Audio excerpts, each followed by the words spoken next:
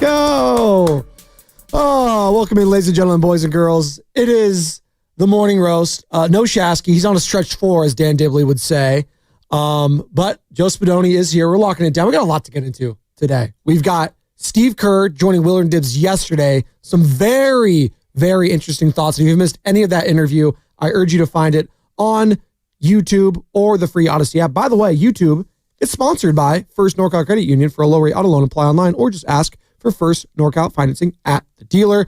Welcome in all you lovely people just getting off work, getting ready for work, getting ready for this long weekend. Maybe you took a stretch floor as well. Maybe you're going to Bottle Rock out in Napa this weekend. Maybe you're watching the NBA action. It's got Knicks Pacers tonight as the Oklahoma City go up 2-0 on the Minnesota Timberwolves. Sam, that series is looking like it's going to go OKC's way because in the history of the NBA, I just looked this up, the history since 1956, I should say, so that history, only 34 out of 463 series where a team was down 2-0 have been won by the team trailing. So 7.3% success rate when down 0-2 in the playoffs. Can we turn on his mic, please, Carter? We got it? There we go. That's a flag on the play. He's in the 3 seat. I mean, come on. Well, that used to be the chair that until everyone shifted over to that one that's to the left of me. To the left. I'm a standard bearer. I stay in the normal B chair, exactly. There you go. Hey, Sam, how you doing? I'm doing good today, man. Huh? Oh, yeah. You know what? Right. I'm going to be honest. Feel a little jealous this morning. Why? So I didn't watch really any basketball last night, but I did have that. I did have that Panthers Hurricanes game on last night. I'm sorry, Florida does not deserve the amount of hockey success they've had over the last few years. It's just, it makes me really jealous seeing that the Panthers are basically about to go to a third Stanley Cup, and here we are out here in the Bay Area, all us Sharks fans clinging to that one Stanley Cup appearance that we had in 2016 that took place in the shadow of the Warriors' 73-win season, and it's just so unfair. And so I'm a little jealous about that. So that's what we're starting with. Florida Panthers and it's only 6:09. We got a lot of show left. Okay, no, sure. No, hey. There's no wrong answers today. How about that? And we would love your participation. 888-957-9570. Same number to call or text. And again, we have so much to get into. Steve Curry had some really interesting thoughts. Brock Purdy also joining Willard and Dibbs yesterday. Wow, look at them. It's a good get for them. Lucas Alexander, director of sports and producer of Willard and Dibbs. Sam, I don't know, man. I don't know. Are you on notice right now? He did his one bit of producing for the week. Good for him. That's his one thing. That's his one thing. So they had that's why he's our quarter one game changer. That is true. We have an ad about that. Shout out Lucas Alexander. So we have Steve Kerr, who was on TK. Now he was on with us. And let's just dive right into it because the big talking point after the Warriors season ended, and I don't think we've really had an opportunity, at least Shasky and I, and Sam, you and I can do this today, to really, take a deep breath and reflect on what took place in this Warriors season, specifically in the postseason when it came to Jimmy Butler, Steph's injury, Jonathan Kaminga, all of it. I know we talked about it last week on Friday with Bonte, kind of a post-mortem, but it's been breathing a little bit now, and we could all take a step back. And I do believe what's got Warriors fans most frustrated right now, not only the JK stuff, because when he came in, when Steph got hurt and he actually got legit minutes and legit run, he showed why he's a great scorer, a great ISO scorer. Within the flow of the offense, not really, but he can get his, and that's awesome. And he showed his athletic prowess. He showed on defense when he's trying, he could be very, very disruptive, and how he could potentially be that player we all think he can be on a potential, I don't know if he's a top 3 player on a team 4 on a championship squad. But that baked into it, the Steph injury, and then the Jimmy Butler aspect and all of it, Sam.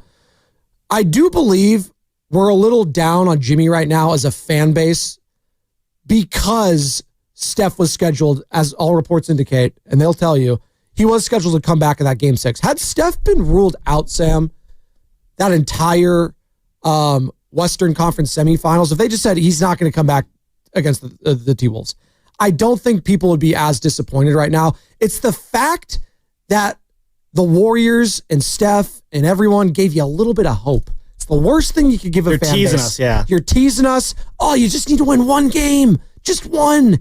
And then we get Steph back. And Jimmy could not provide that, Sam. And I think a lot of people, and listen, I don't think it's all on Jimmy. It's a team game. But he's, I think, getting the brunt of all that frustration from Warriors fans. Because if he just won one, maybe things change. And as we're seeing right now, Minnesota clearly looks overmatched against the Oklahoma City Thunder.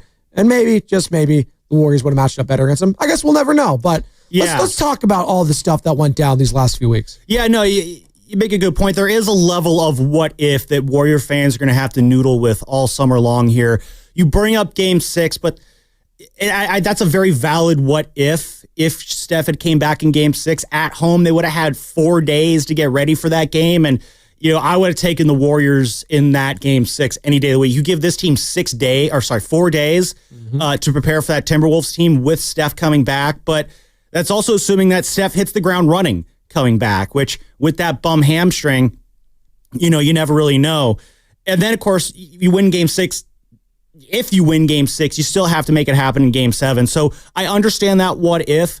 The bigger what if for me is just if he hadn't gotten injured at all in Game 1. In the 14 minutes that he played in that game, we saw it, Spadoni. The Timberwolves had no shot beating the Warriors if Steph was playing. And I don't think that's a loser mentality to say that. It's the ultimate, looking into the multiversal, Doctor Strange, 14 million outcomes. The one where Steph stays healthy, that's the one where the Warriors win.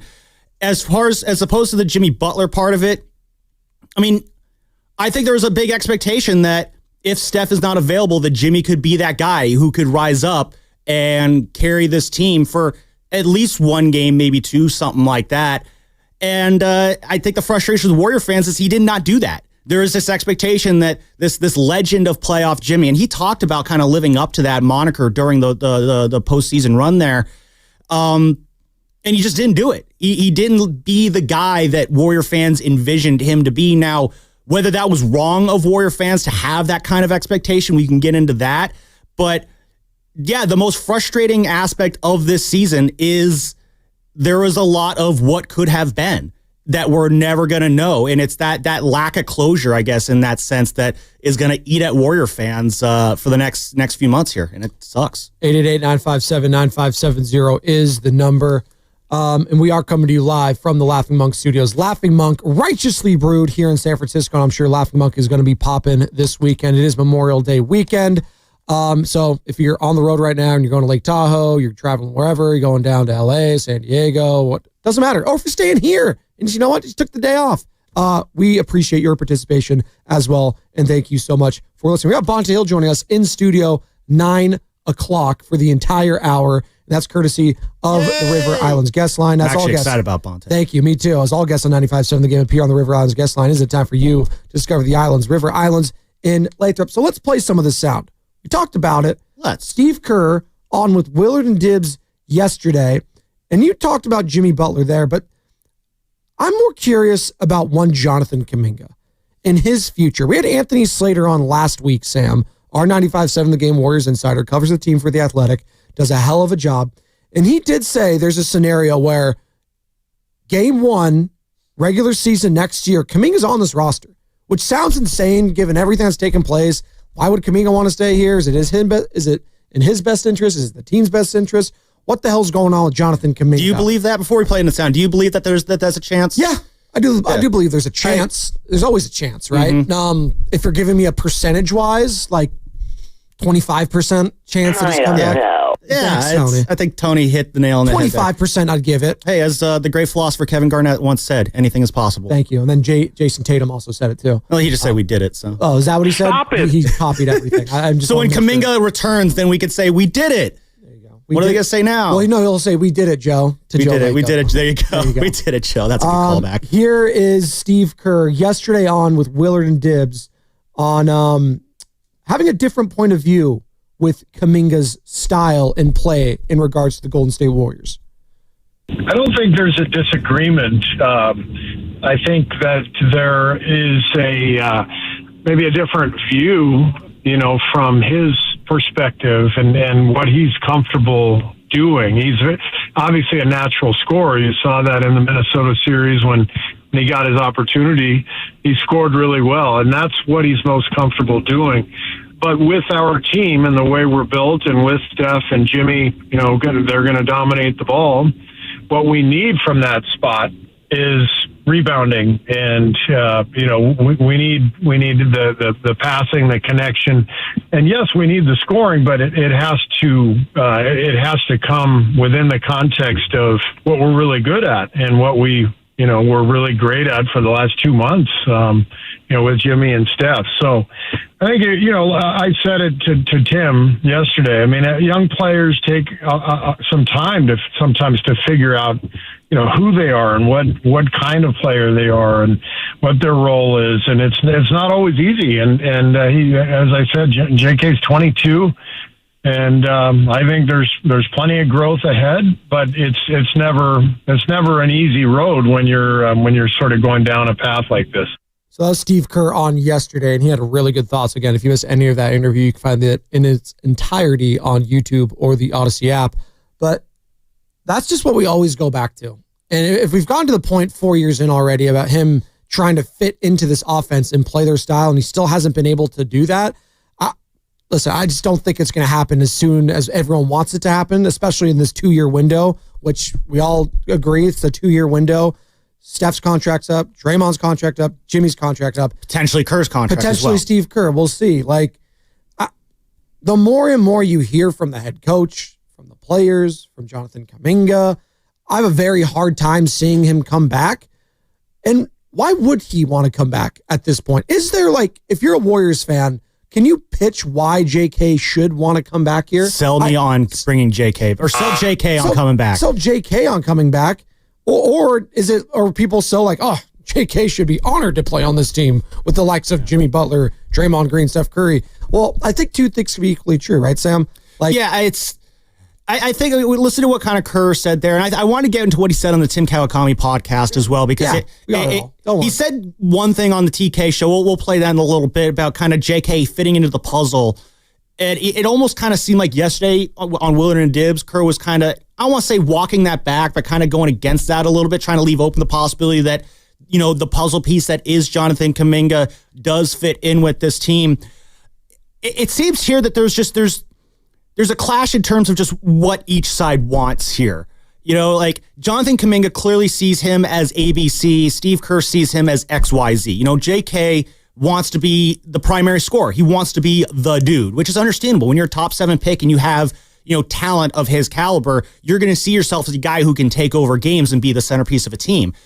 But simply put, though, that's not what the Warriors want from him right now. They want him to be basically a complementary piece. They want him to be not a Robin. They want him to be just like a side dish, so to speak, to what Steph, Jimmy, and Draymond are going to bring. They want him to be that rebounder. They want him to be able to cut to the rim and get those dunks. They don't want him to be that primary ball handling scorer that he's kind of angling to be here, because that role is already taken. So there's this clash in terms there of the ideal role for Kaminga, and it's more a matter of, does Kaminga want to be here? Does Kaminga want to fall into the role that the Warriors are clearly trying to work out for him? Because I've always kind of wondered, is this divide that we're seeing here, is this more on Kaminga, or is this more on Kerr and the coaching staff for not developing Kaminga? But in most cases, Spadoni, and this is, what's really hard for sports talk, is when it is a blend of the two.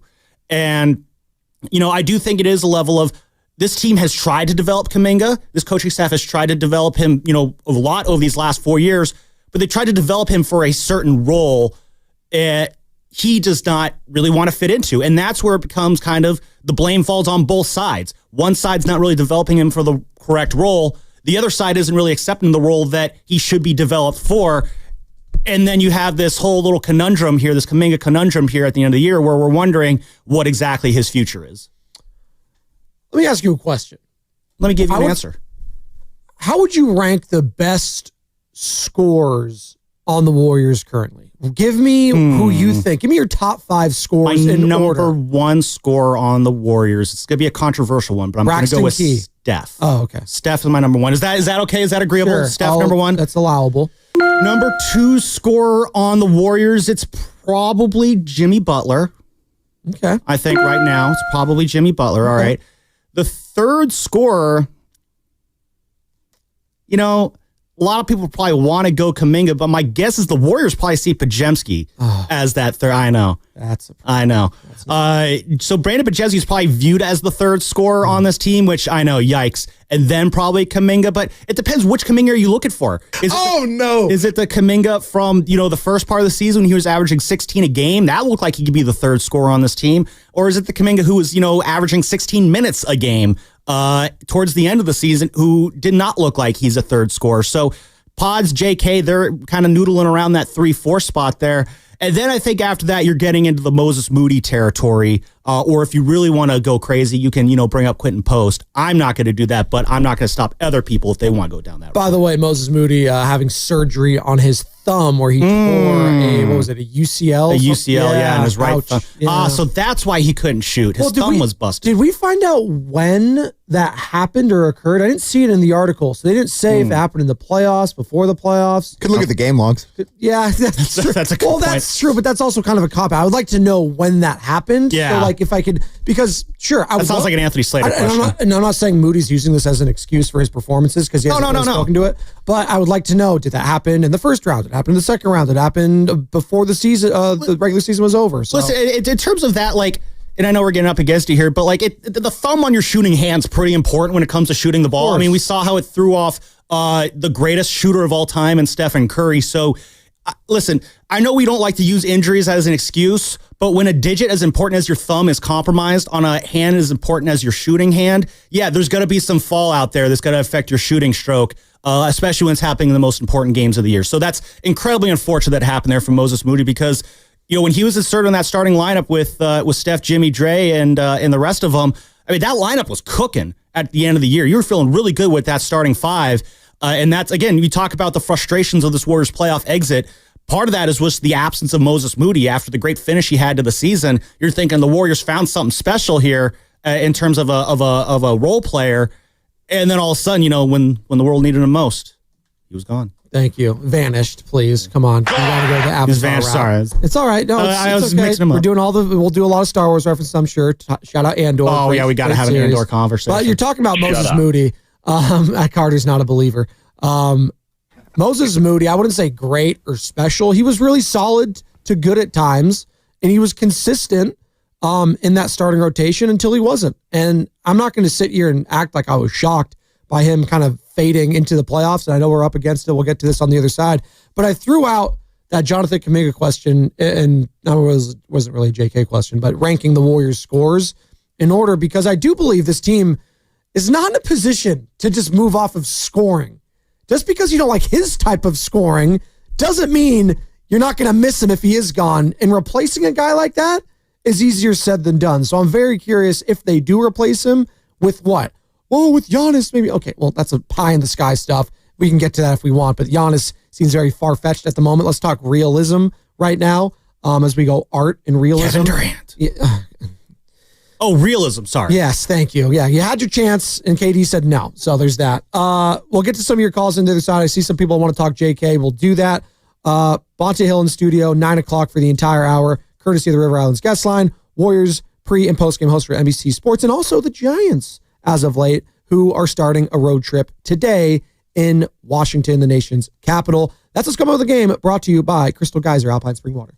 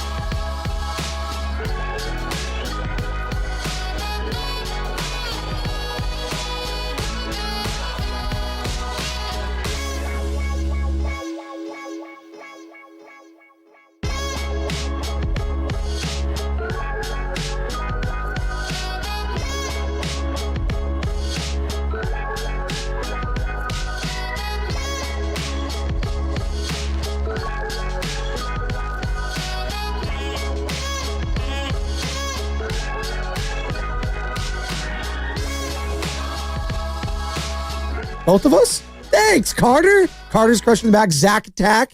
There you go. He's in the back. That's right. Oh, turn on your mic, please. The great Zach Green. I just pulled the right ratto. It's all right. It happens. Yeah. It happens. So, you pull the Zach, just for a pro tip, when you talk, make sure you turn the mic on when you talk. Don't do what I just did there. So he went. Thank you. He went to Indiana. So he knows. Go Hoosiers. Yeah, They're smarter than you. Smarter than Miami. I don't know. All right. I stick up for the state schools. Sac states. Indiana's not a state school. Why do you think I'm not sticking up for you guys? I go. I am the people's person here. I see. All right, the people's host. Same with Bonte, SF State legend. All right. 9:00 in studio. Okay. Come on, dude. Get after it. By the way, guys. I have to say, someone in the chat said Bonte won CCSF Alumni of the Year. So, Bonte Hill's in the chat right now? I don't know what that means. But thank you, Zach, for that. Saturday, June 7th, by the way. Saturday, June 7th is Pride Day, and the Giants play the Atlanta Braves at Oracle Park. The first 15,000 guests receive a Pride bucket hat, and your chance to win a 4-pack to that game will be today in between 7:30 and 8:30 right here on the Morning Roast. And it's going to be courtesy of Gilead. And as always, you can get your tickets at sfgiants.com. I have the sounder here. Don't worry. I got it right here. This is what you're going to be listening for between 7:30 and 8:30. It's actually the Jung-Hoo Lee theme song.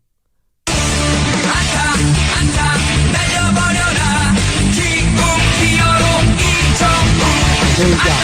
So we're not going to play the entire thing because it has to be just a sounder, but you'll hear that between 7:30 and 8:30. You're going to call the contest line. I'll give out that number then. You're going to be calling number 5 and have a chance to win a 4-pack of tickets to that Saturday, June 7th game between the Giants and Braves. In the meantime, we are talking Dubs. Jonathan Kaminga, Steve Kerr talking to Willard and Dibbs yesterday. There's a lot to get to. Plus, Brock Purdy, he spoke to them yesterday. We'll get into that. We'll get into what Jed York had to say in regards to the owners' meetings, the tush push, the Eagles' ownership. Is the rivalry back? We got so much on the plate today. So much so that Carter, in between the breaks, our producer, he's doing a great job.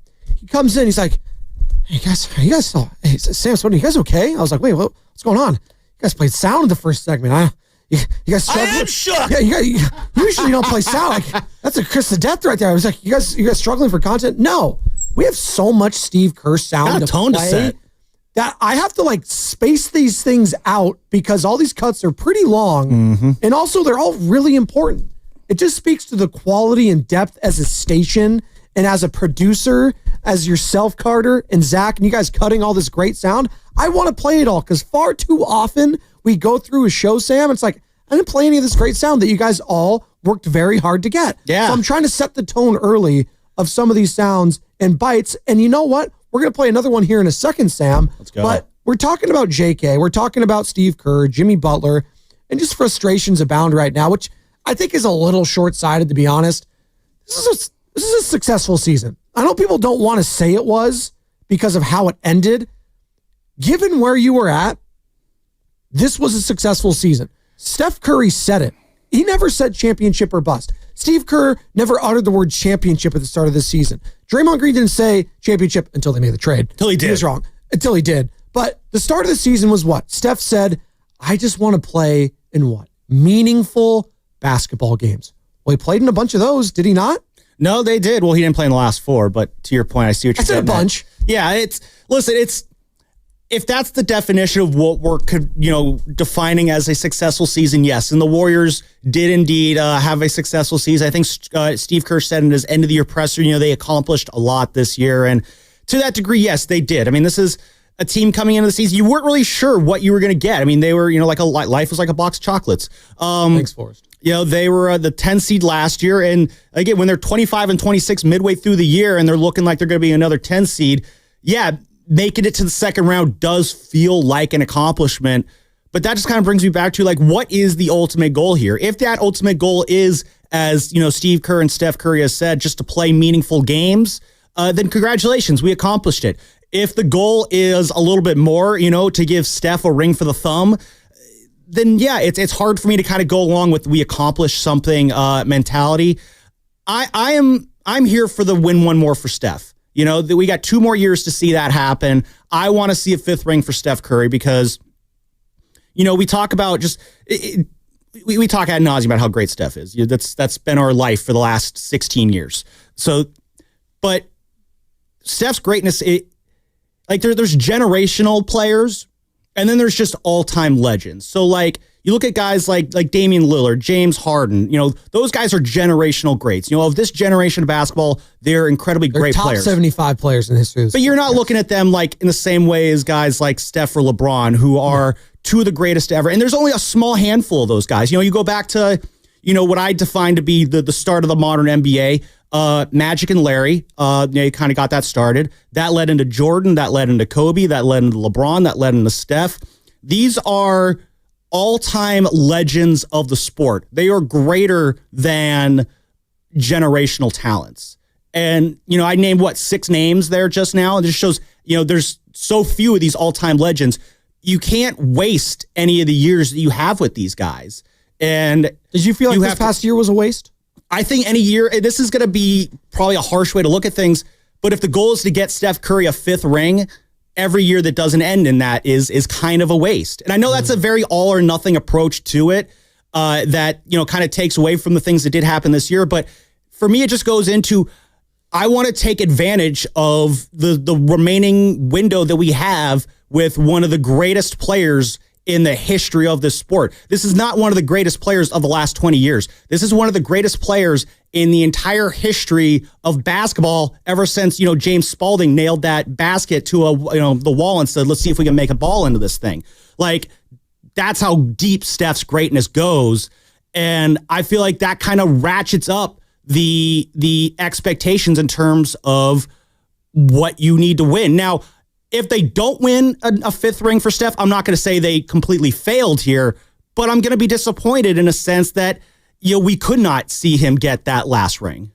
I mean, he's 38 years old. He's going to be 38 years old next year. By the time the playoffs roll around, if they get to the playoffs, he will have been 38 years old. It's only going to get much, much harder. In the history of the sport, your best player, when did LeBron win that last one? It was 5 years ago, so he was 35-ish. 35? Exactly. That's what I'm saying. Michael Jordan, I think, around the same age. I think he was late mid-30s. Yeah, it's 38 is tough. Very difficult. No, they're pushing up a very difficult hill. I'm not, trying to gloss over that. The task ahead of them, it is monumental. They are going to try and do something that's never been done before. But when you think about it, Spadoni, Steph's entire career has kind of been a monument to something done that has never been done before. When has a point guard of his size ever just taken over this league? It's never been done before.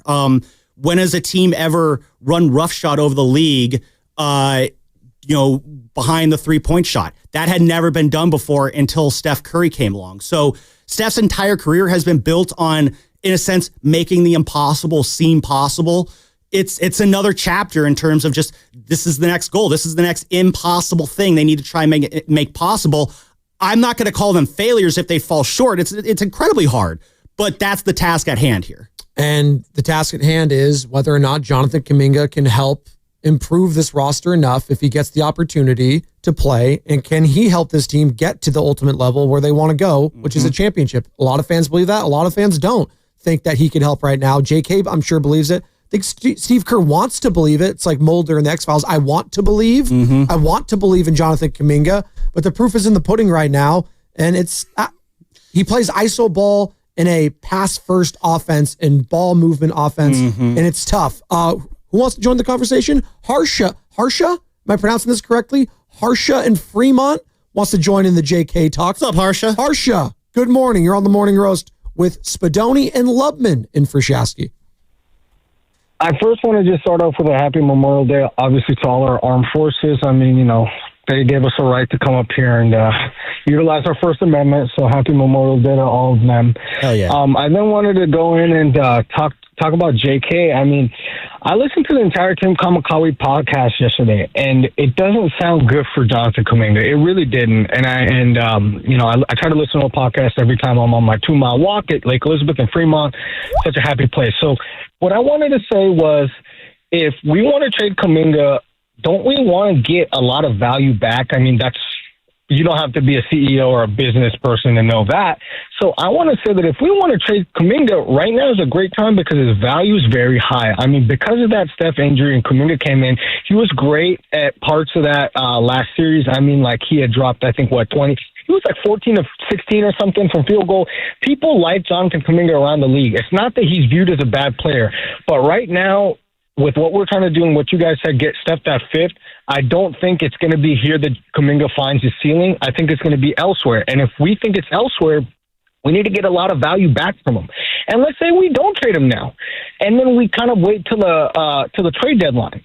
Well, how do we ensure that what happened to Kaminga when he came back from the injury, where Steve Kerr said, "Hey, we're in a desperation mode, and we just couldn't fit a square into a circle or a circle into a square"? How do we ensure that if we trade Kaminga at the trade deadline, the person that comes in doesn't face that same obstacle and hurdle moving forward? So I think we were never a trade deadline team. Just because we did that this time with Jimmy Butler does not mean, and I think we should expect trade deadline trades to not be a thing with the Warriors franchise, and it hasn't. It's a great point, Harsha. We're up against it. Didn't mean to cut you off there. Great stuff. And let's pick that conversation up on the other side. I honestly, Sam, I don't know what Jonathan Kaminga's value is right now.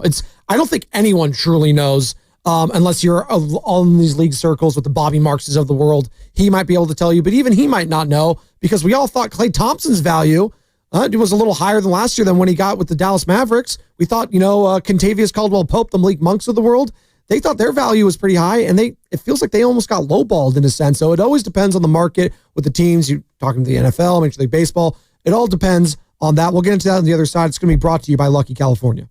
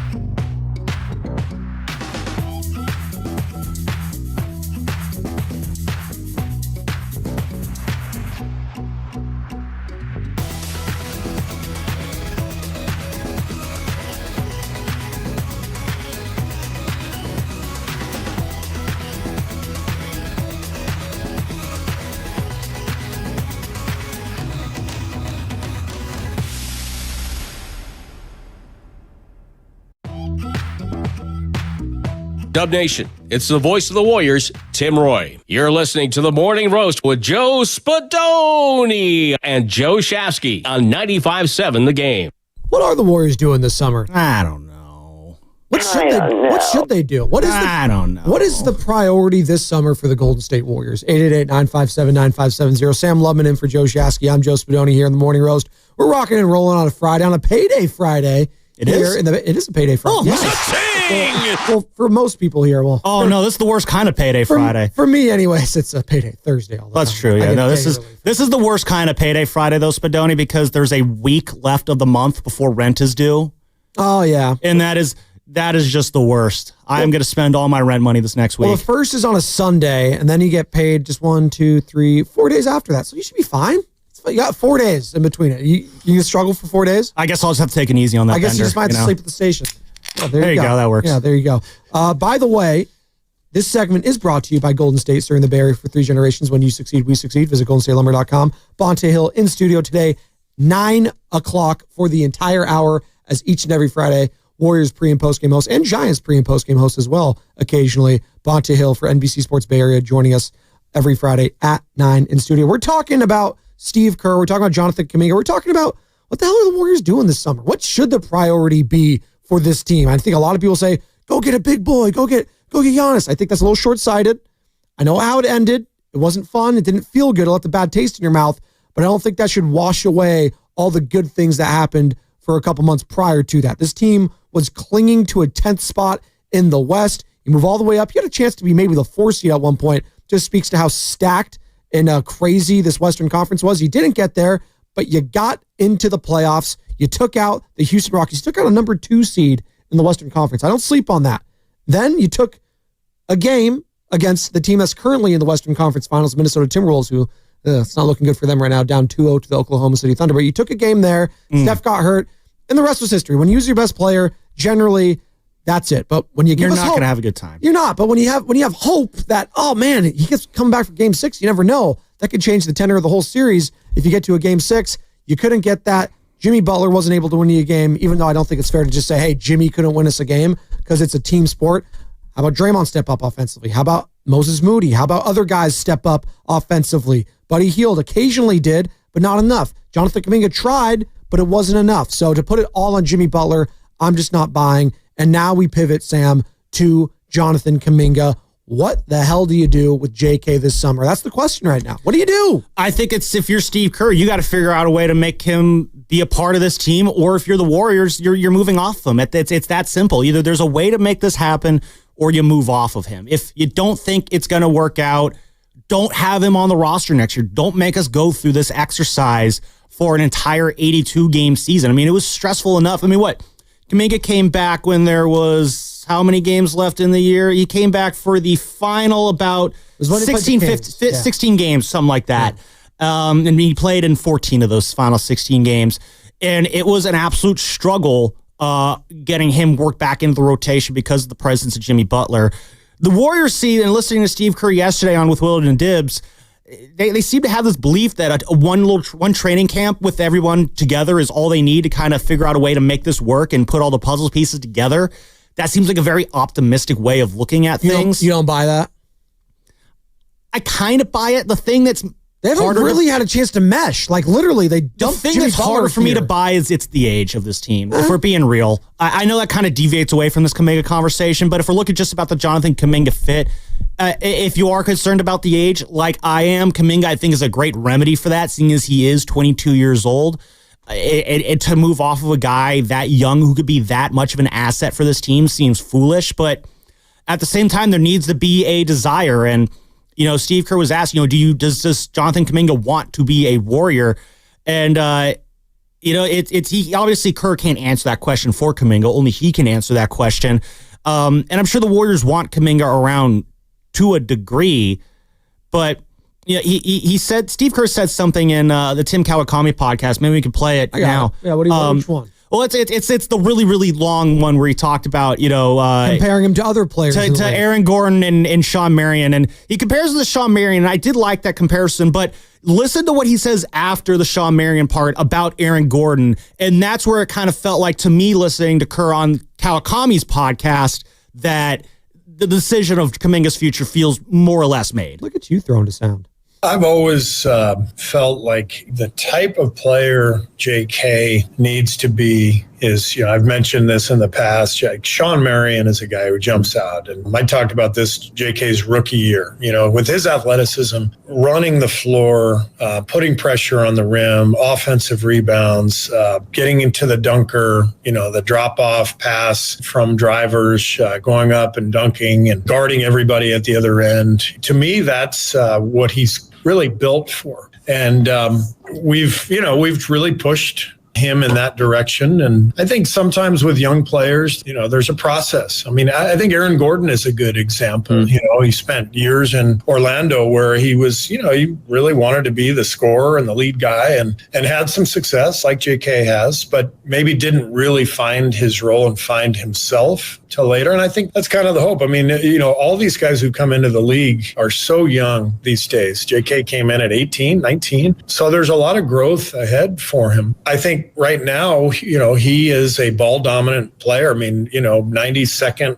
percentile in usage rate this year in the NBA. That's really high. So on a team with Steph and Jimmy, honestly, I mean, Steph's going to have the ball. Jimmy's going to have the ball, and so the fit is tricky. There's no question. And what JK and I've talked about a lot, and what we've tried to really hammer home with him is, sprint the floor and rebound and be complementary to those guys. And that's how you can find your role and find more minutes. And hopefully that will click, and we'll find that place where he can, start to do those things and rebound and get loose balls and be a high energy, possession guy. Like I said, like Sean Marion, like Aaron Gordon. I think those guys are great comps. But young guys take some time to find their place, to figure out the best versions of themselves. And I think that process is still happening.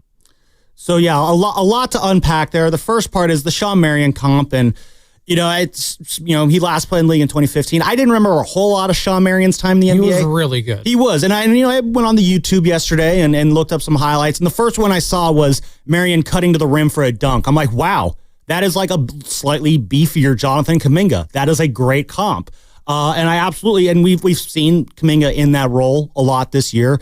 And that was when he was at his best, when he was flying around, grabbing those rebounds, cutting to the rim, laying in those dunks, those Kaminga slams, air Congo, as our guy Festus likes to call it. And it's a lot of fun seeing Kaminga play that role. But at the same time, I can understand why Kaminga, being a guy who is as ball dominant, as Steve said there in that cut, would want more there. But the part for me, Spadoni, that really stuck out in what Kerr said there, it was the Aaron Gordon comp. Aaron Gordon, Midi legend, saw him play his sophomore year, beat Los Lomas in the NCS finals. Very sad. But he started off his career with the Magic, and he was solid with the Magic, but he wasn't the Aaron Gordon that we're seeing now in Denver. And it's the Aaron Gordon that we're seeing now in Denver part. Basically what Kerr is kind of suggesting here is that whatever Kaminga wants to accomplish in his career, it's just not going to happen here with the Warriors. Like, he's going to have to go elsewhere to find his NBA hopes and dreams. Like that role, that life that Kaminga wants, it's not possible here. There is a role here for Kaminga, potentially, but if Kaminga wants to be the player that Kaminga wants to be, he's going to have to go elsewhere to find it. That's how I interpreted that, is basically saying that, if Kaminga does develop into that upper echelon guy he thinks he can be, it's going to have to be for a different team, whether it's the Brooklyn Nets, whether it's the Milwaukee Bucks in a potential, hypothetical, theoretical Giannis trade. But it's just not going to be here. That's how I read Kerr's statement there.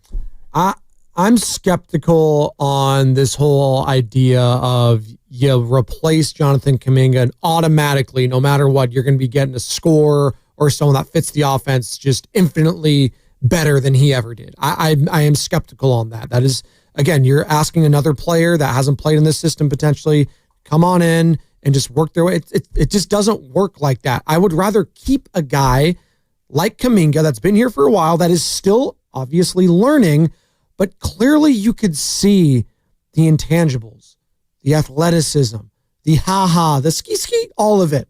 All of that on display. That's not the end-all be-all. That's, that could be 2K, it's great for highlight reels, but does it translate to wins? Because Everyone's going to tell me, oh, yeah, he was great. Did it translate to any wins? Yeah, like it was his fault. The guy that was getting DNPs for the last few weeks. Yeah, oh, sorry, he couldn't come in and save them against Anthony Edwards and Julius Randle. That whole notion I thought was absurd. Yeah. And you did get the Game 3 performance between Jimmy and JK. It was up to someone else to step up. It's a team sport. I mean, you had Jimmy and JK basically carrying 8 other guys on that court who weren't producing. Exactly. You know, and like two guys, if your two guys are Steph and KD, yeah, that's enough to carry a team because those are incredible players who are, some of the greatest who ever play this game. Expecting, Jimmy and Jonathan Kaminga to provide similar results there, I think that's a bit too much of an ask considering the players who they are. I mean, you saw it yesterday. It was the 3 players for Oklahoma City that got it done. It was Chet Holmgren, 22 points, Jalen Williams, 26 points, and then Shea, 38 points. The MVP. Juxtapose that with Minnesota, they finally had a bad Julius Randle game and they lost. Finally, by the way, Julius Randle's just been unbelievable for these last few weeks, whether it was against the Lakers or the Warriors. He looked like the best player in basketball at times. He was insane.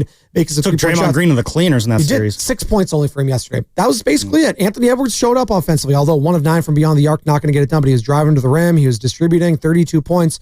But again, it's not always 2 players anymore. Someone else has to step up in the playoffs. That's where that depth comes in. Exactly. Goes back to the depth piece. Goes back to, Boston last year winning it all with the likes of Peyton Pritchard, right? Derek White, guys like that. Kristaps at times. It's not just Jaylen Brown and Jason Tatum. So, yes, tandems. You have to have at least a tandem to get you to that point, but someone else has to step base, up. Kind of like Draymond Green, another guy that when he's scoring, it just changes the dynamic of the team. He wasn't doing that. So we want to get on JK all the time. Sure. If you want to blame him, if you want to blame Kerr, it's somewhere in the middle when it comes to these things. I'm just at the point where I truly believe that if you move on from Jonathan Kaminga, this notion that you're automatically going to just get that scoring back some other way, it's a lot easier said than done. Yeah. I'm just not buying it right now. I'm not buying it unless you somehow land Giannis Antetokounmpo. I don't see that. No, the only way Cam Johnson, I don't know. We'll see. Cam Johnson, I look at Cam Johnson. Is he the answer to the Warriors, or is he just a guy scoring a lot on a bad Brooklyn team? He's probably somewhere in the middle. He probably would be an asset to the Warriors in some capacity, but is he that end-all, be-all answer that the Warriors think he's going to be? That just seems like a big expectation to put on him. I think a lot of people just look at the 23 points a night or something that he's scoring, and, he could be maybe that 3-and-D guy, but I think people are looking at Cam Johnson as the magical answer to everything, and that seems like a bit much to do.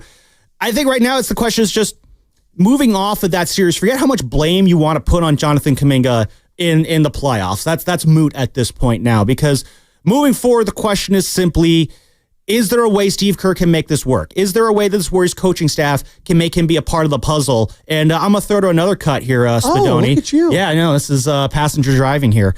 Side seat driving.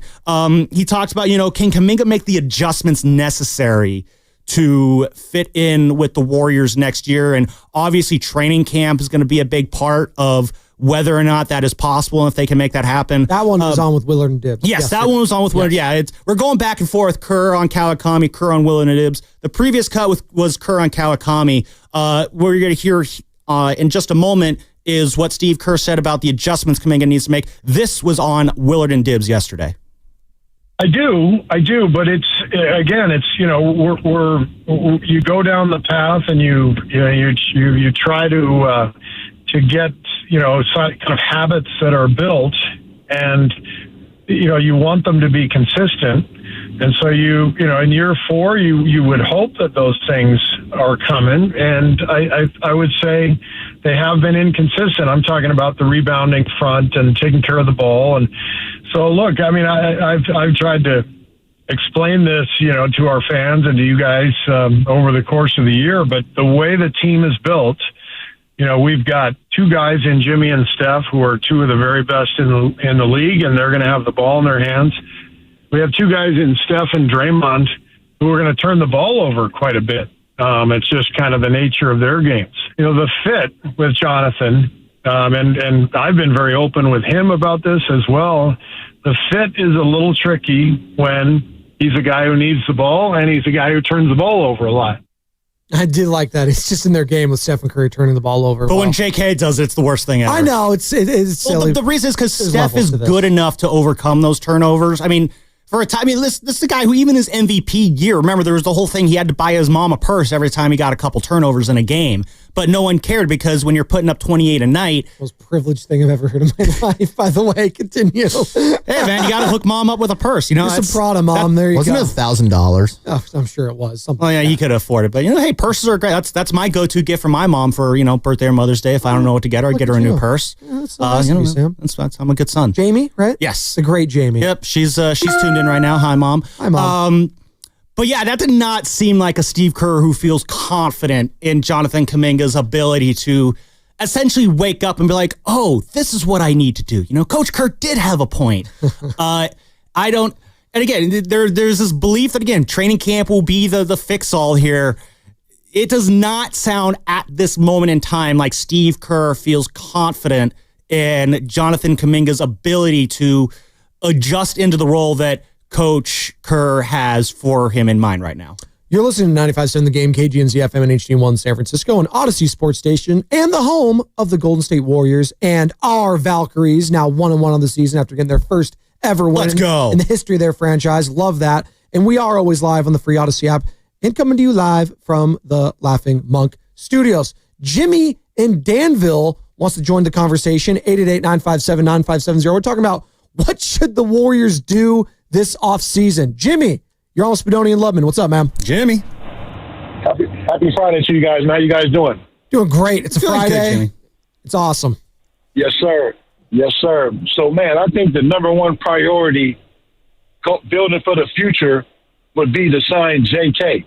If Steve Kerr is this amazing, quote-unquote Hall of Fame coach, you're going to find a way to make that work. Mm-hmm. I mean, if you think about it, every successful team in the NBA has an athletic wing, or hybrid guard, however you want to display, however you want to word it.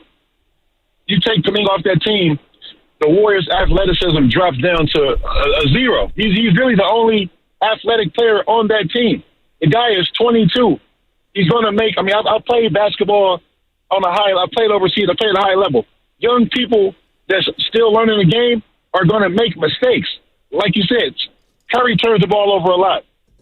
James Harden, hands down, Hall of Famer. He turns the ball over a lot. But you can't fault him. The guy is 22. And if you give him up, you will be crazy to give him up. And I would say Cam Johnson is not a guy you add. Cam Johnson is a guy you add with Kaminga and, the likes of Butler and Curry on that team. You don't go get him to try to bring him in there to be like the third player, like a C. He needs to be like the fourth or fifth best player on the championship team. You guys have a good weekend. Thank you. That's Jimmy in Danville. He thinks the Warriors should re-sign Jonathan Kaminga, and he didn't say trade him after that. What say you, Dub Nation, 888-957-9570. And when it comes to the scoring, can the Warriors just easily replace the scoring of a Jonathan Kaminga? And I get it. You're going to say, well, they got through the first round series basically without him. He didn't have much scoring then. Okay, sure. But let's be honest, though. I totally cut you off there. Sorry. Oh, you're fine. The Warriors had to fight for their lives to kind of win that series at the end against Houston. They almost tricked that series away. They buckled down in Game 7 because that's the championship medal there. And why did they almost trick that series away? They're getting beaten up in the size battle for one. The athleticism. And the athleticism as well. And, who was our guy? Ryan Hollins came on. He basically said Warriors could win or lose this series based on whether or not they decide to play Kaminga or not. And if the Warriors had blown that 3-1 lead, the second one that they would have blown, and Jonathan Kaminga would have had 7 DNPs, the amount of hell to pay for Steve Kerr and the Warriors coaching staff this summer would have been insane. Oh, my God. But that is not the life we get to live. But it still points out to Jimmy's point. He makes it like you cannot take away the athleticism that this team has, the little that it has. You need to build on it. And I like what he said about Cam Johnson. Cam Johnson is not a guy you ship Jonathan Kaminga out and then bring Cam Johnson in to replace. You want to have both of those guys. Now, that's probably not very possible just with, the roster constraints and whatnot that they're going to be dealing with here. But I think that kind of goes to show like the salvation that Warrior fans are searching for and looking for right now. Like, I don't know if that plan is possible. of Cam Johnson being that savior. You're going to have to look elsewhere. It's either you're moving off Kaminga for something bigger, which, that's when you get into the crazy Giannis trades, or you got to figure it out with Kaminga and you're signing him long-term because that is your most athletic player. That is your most promising young player at age 22. And if you're looking in the beyond Steph years, which I know Joe Lacob is, that's why Joe Lacob loves Jonathan Kaminga so much. Like, that's your best bet right there as well. So it's just the pros of trying to make it work with Jonathan Kaminga, I think, outweigh the whatever you get by moving off of him. Listen, Sam, I'm just going to be blunt right now. I'm an idiot. I'm dumb when it comes to certain things. Yeah, you can cut that. Right. You can cut that in the back. It's fine. I'm stupid. All right. When it comes to the ingress and egress of the X's and O's in basketball, I don't pretend to be Phil Jackson. I'm not Greg Popovich. I'm not Steve Kerr. You're not on that League Pass Life. Why is it so hard when we're talking about just passing the basketball and playing through an offense? Why do they make it seem like it just can't be done? I mean, Jonathan, I just don't. He just can't play with Steph and Jimmy right now. I don't know. He just can't pass the ball. Well, this is where Why do they make it sound like it's this rocket science? It's not that difficult. No.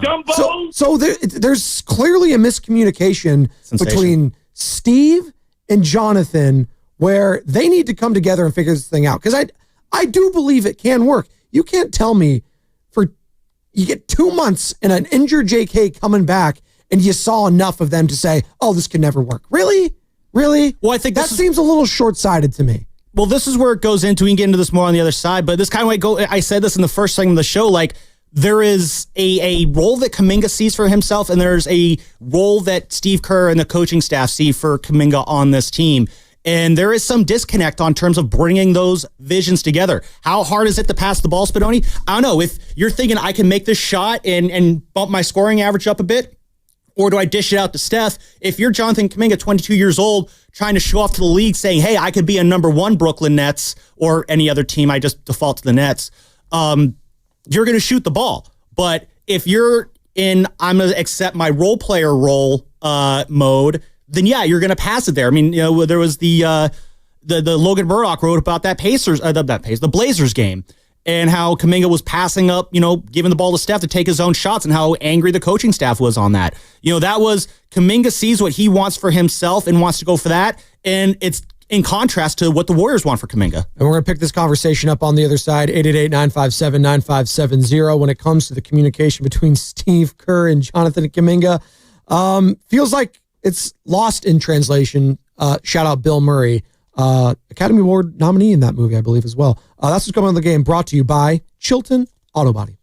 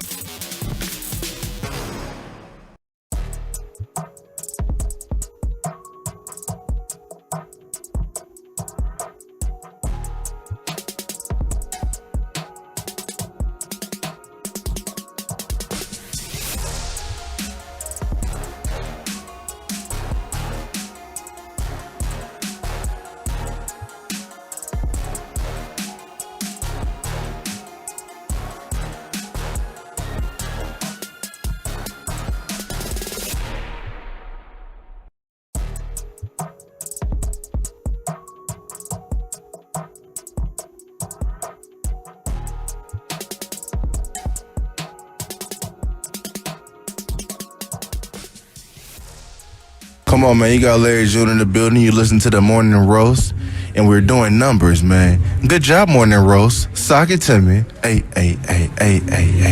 Yee. Larry, I'm choosing to be optimistic today. I'm optimistic that... Like BPA? Yeah, like Jimmy, Kaminga, Steph, I think it could work. I do.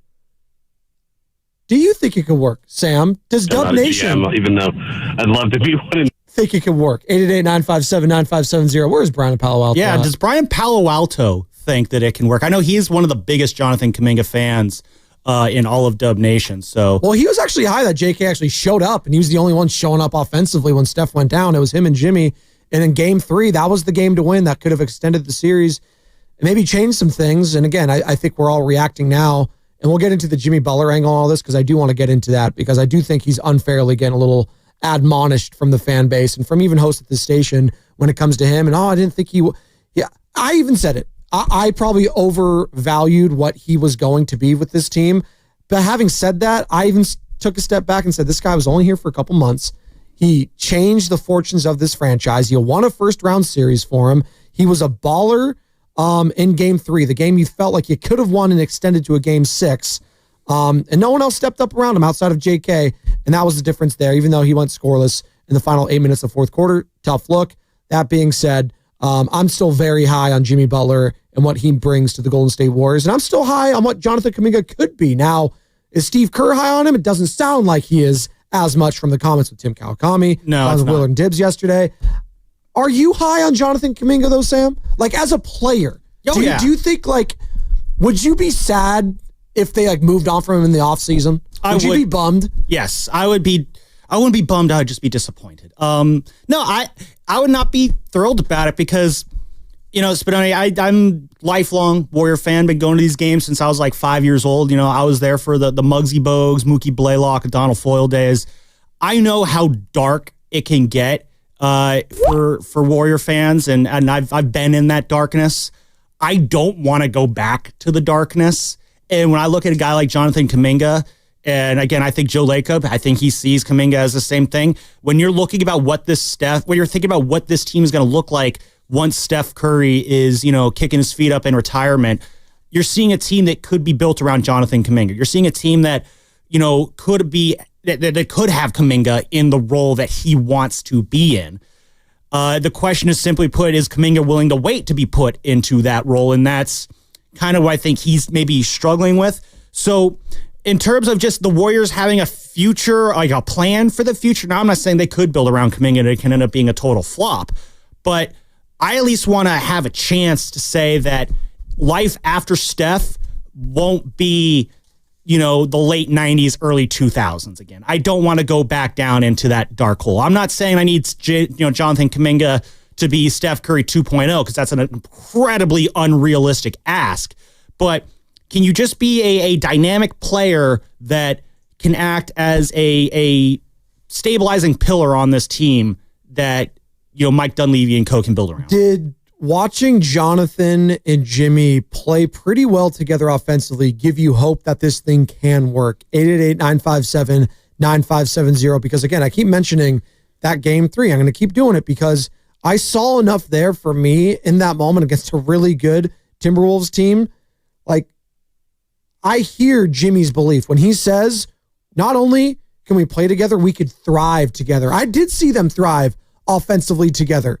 Now, Stephen Curry wasn't there. That's a big piece in all this. He wasn't there, and that changes a lot. Changes the spacing. It changes the whole team. It changes everything. I say all that to say, as much as Steph changes things for the better, I get it. Maybe Steph could change a little bit too. If JK is a future piece for this team and a piece that could take you over the top and make you a championship contender, because I truly believe if we got that version of JK scoring the ball with Jimmy and then Steph, yeah, now you're cooking with something that could be special. You were waiting for that one player. We got Podziemski, but it was the last game. It was like, okay, too little, too late. It was nice to see maybe confidence for him building into next season, but Moses wasn't stepping up. No. Quentin Post wasn't stepping up. Guy Santos, God love the guy. That's not what he's there for. Gary Payton, he's not going to score a bunch. Like, and the guy you actually needed to step up scoring the ball wise, Draymond Green, again, in the last game, he showed some aggression, but he wasn't showing that through the totality of the series. And he really, overall, if you go to the Rockets, he had some moments, but the T-Wolves series, he just wasn't very good. He just wasn't. It was not good enough for them. By the way, Draymond Green, shout out to him, though. He did get first team all defense when it comes to the NBA defensive team. So good for him. Finished, second or third in the DPOI vote, though. I think it was his 9th first team defensive. Correct. I think there's only 4 other players ahead of him. And to do that at age 35, considering what he does, banging around as a 6'7" center and controlling dudes 6-7 inches taller than him, it's still absolutely incredible what he's able to do on the defensive side of the ball. But yeah, I know you do need more scoring from him. Do I believe it can work? I think it can. I think if you had asked me this 24 hours ago, I probably would have had a bit of a different answer. Listening to Kerr, though, with Kawakami, and then again with Willard and Dibbs last night, check it out on the free Odyssey app and on YouTube. Steve Kerr on with Willard and Dibbs. I'm kind of coming around on it a little bit more, mainly because I feel like the Warriors don't really have a choice other than to try and find a way to make it work. Otherwise, you're trading him away and wading into an ocean of uncertainty there.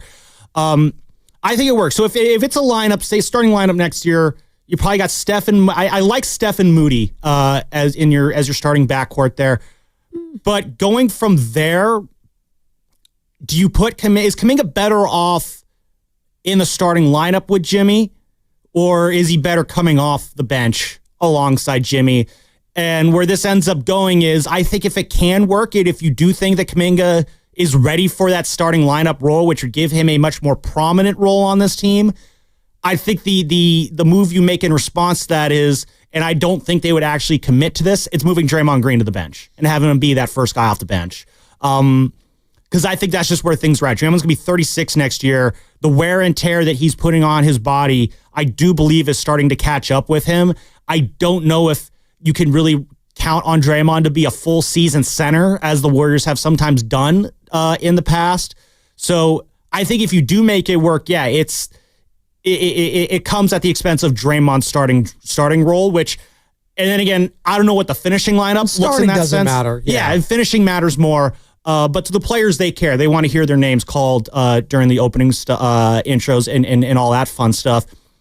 But yeah, I think if you're making it work, does it come at the expense of Draymond Green's playing time?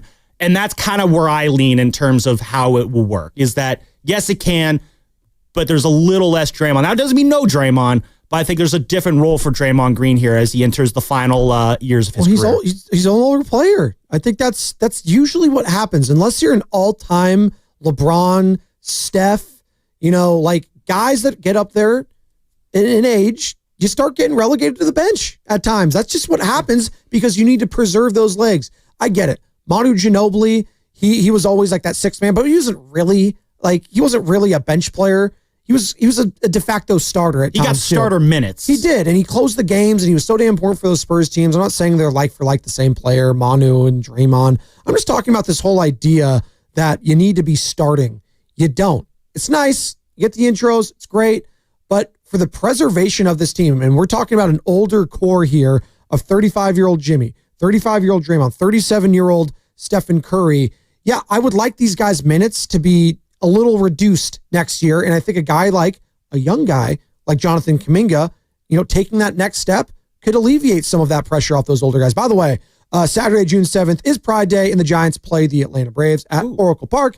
First, 15,000 guests receive a Pride bucket hat, and your chance to win a 4-pack to said game will be today in between 7:30 and 8:30. So in the next hour or so, in about 3 minutes, starting in 3 minutes, for that next hour, between 7:30 and 8:30, you're going to be listening for this sounder.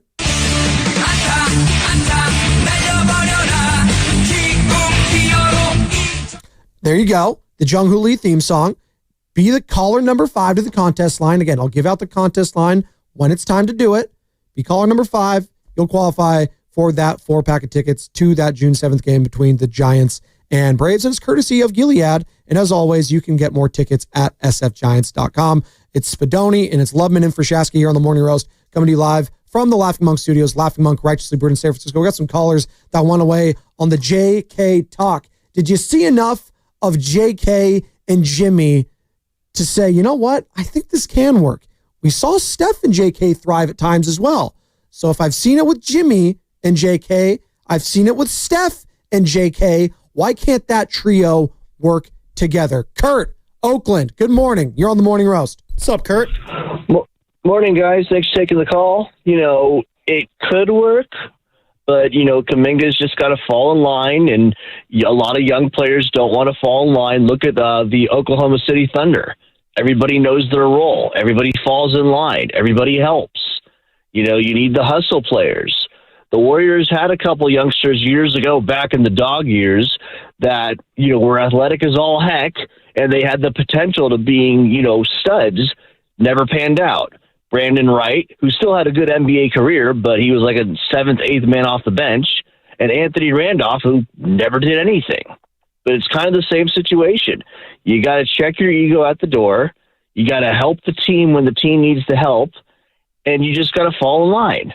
But a lot of young players don't want to do that, which makes sense because they want the payday. He's a talented scorer. He's a talented scorer indeed, but he's a one-trick pony. There's more to the NBA than just scoring and highlight reels. You can get a highlight reel on a great steal and helping your team. A great block, a great rebound in traffic. People will go nuts over that. But people love the scoring, and he loves to score. It's just a double-edged sword. But hopefully he'll figure it out. If not, he's going to have to go if he can't fall in line. Well, he can still average 18 to 25 points if he falls in line, but he doesn't want to. He's not a trainer. Last thing, Buddy Hield had the same amount of tip-in dunks that Kaminga had last year. That shouldn't happen. Thanks, guys. Kurt, are you still there? Yeah, what's up? I just want to ask, where do you think the scoring production, if you do move on from Jonathan Kaminga, like who do you trust scoring the ball on this team? I'm going to put Steph Curry aside. He's the greatest shooter in the history of the sport. Who do you trust on this team to score the basketball? Because at the end of the day, it's about getting buckets in this league. And you saw it yesterday. Julius Randle scored 6 points. Julius Randle scored 6 points for the Wolves. They're cooked. They're done. They just cannot survive if Julius Randle is going to give them 6 points. As great as Anthony Edwards was getting to the hoop, he couldn't even score from beyond the arc. Who's scoring on this team outside of Steph consistently enough for you to build confidence that this team could go all the way? Well, I would have to have confidence in the other young players to step up their game even more and work in the offseason to make sure they're ready to go. Quentin Post getting a post game as well as his outside shot. Moody gaining more confidence and more skill. Pod's working on his game. TJD working on finishes around the rim and having a mid-range game. I'm going to bank on those players. Guy Santos, who's not really a scorer, he started shooting the ball a little bit better in the regular season because last year he couldn't shoot at all. So I'm banking on those guys to pick it up. And they all look like they're willing to work in the offseason to get going. Steve Kerr even said that this is the first time JK's been around the facility in the offseason. So it's like, okay, hopefully he'll put in some work. But I'm banking on those guys that I have on the roster. This is what we need from you guys. Look at what these other youngsters are doing. Can you step up and shoulder the load? Thanks, Kurt. Don't mean to cut you off there, but it was good stuff. We're banking on Guy Santos, Quentin Post, Moses Moody. And I love Moses. Maybe I'm not going to couple Moses in with those other guys, but I saw all those guys shrink. Yeah. So badly in the playoffs. So badly. You know who rose up to the occasion? Kaminga. Jonathan Kaminga did. So there has to be something said about that, right? It feels like to me, we're at a crossroads here, and I'm curious where the split on the fan base is on this. I have an inkling of a guess here, but is it more incumbent on Jonathan Kaminga doing as Kirk kind of suggested here, is just fall in line, get with the program, and do what the Warriors are asking of you? Or is it more on Kerr and the coaching staff to kind of take a look at the role they're asking for Kaminga here and saying, is this the best role for him, or is there a better way we can utilize his role on this team? Because, it's almost like when Steve Kerr is saying that, he's a great rebounder, he's a great cutter to the rim, you're in Kaminga's mind, I think he's saying, well, there's a lot more aspects to my game that we could be utilizing here. And you want to pigeonhole me to, one or two things, but I know I'm built more for that. So is it incumbent on the coaching staff to kind of figure out how Kaminga's greater talents can fit in with this puzzle piece here? Or do you just look at Jonathan Kaminga and be like, hey, I know what you think you could do, but this is what we want you to do. Just do that and nothing else. Steve Kerr on yesterday, as you're alluding to, on with Willard and Dibbs, head coach of the Golden State Warriors, talking about Kaminga on what he wants him to get better at, as you alluded to, the rebounds, loose balls, and running the floor. So he's going to be in our gym, and we're going to hammer home those points with him, and try to get him to understand all those loose balls, all those long rebounds. Like, with his athleticism, those are plays. For him to help us win, he's got to get those rebounds. He's got to chase down those loose balls. He's got to run the floor, sprint the floor. And if he does all these things, then there's no question he can find a better role and find a better fit, next to Jimmy and Steph and Draymond. So that's the goal as a coaching staff, to try to help him achieve that and add those things to his game to give himself more of a chance to play. And again, I think a lot of people are saying, well, he's been in the league this long, he should already know how to do these things. Guy was so damn raw coming out of the G League Ignite. You drafted him knowing he was going to be a project. It's kind of what I get upset about when we have these discussions with certain players. Like what's going on with Anthony Richardson in the Indianapolis Colts. Again, different sport, but he was drafted in the top 5 out of Florida, not because of his win-loss record, not because of his touchdown-interception ratio, because of the raw talent and athleticism, and you knew he was going to be a project. Oh, look at that. He actually has a full workload, and he's finally has his redshirt season last year, and he struggles a little bit. Oh, we got to pull him, though. Well, you knew he was a project. You got to let him play through the mistakes. Now, the Colts, I don't think they had championship expectations, so I'm harder on the Colts than I am with the Warriors here, because the Warriors, when you have a championship players like they did and do, and they won a championship with the rookie JK, I get that. But when you have Steph now, you have Draymond, and you have Jimmy, and they're all getting up there, I just don't think I'm in a position to be moving on from 22-year-olds that my organization invested in, albeit it was Bob Myers at the helm at the time, not Mike Dunleavy. Mike Dunleavy, part of the thought process, though, obviously, part of that think tank, still with the organization. And I know the owner loves him. Are the Warriors at a point right now where they could be moving on from 22-year-old talented players like Jonathan Kaminga for 30-year-old, I'm just throwing out names, like older veteran players that could maybe do what you want to do, maybe not at the highest of level that JK can be as a scorer. I don't think they're in a position where they can move on from Jonathan Kaminga right now. I just don't. Yeah. Not from what I'm watching in the playoffs. Who's in the playoffs right now? The 4 teams remaining. Indiana Pacers, young, athletic, run.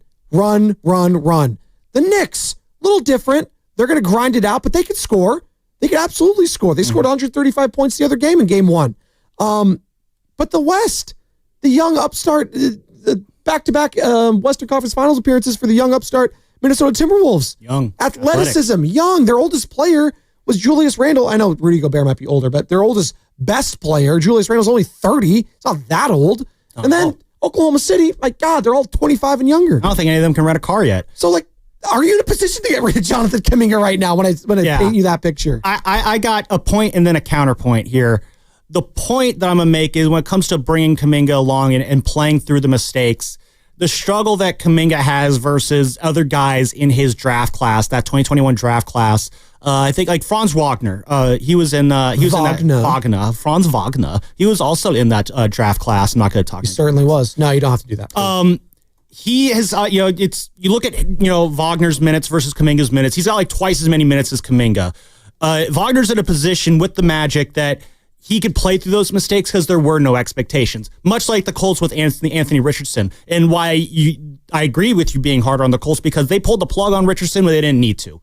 So the point here with Kaminga is that, there's an element of you want him to play through his mistakes and get better there.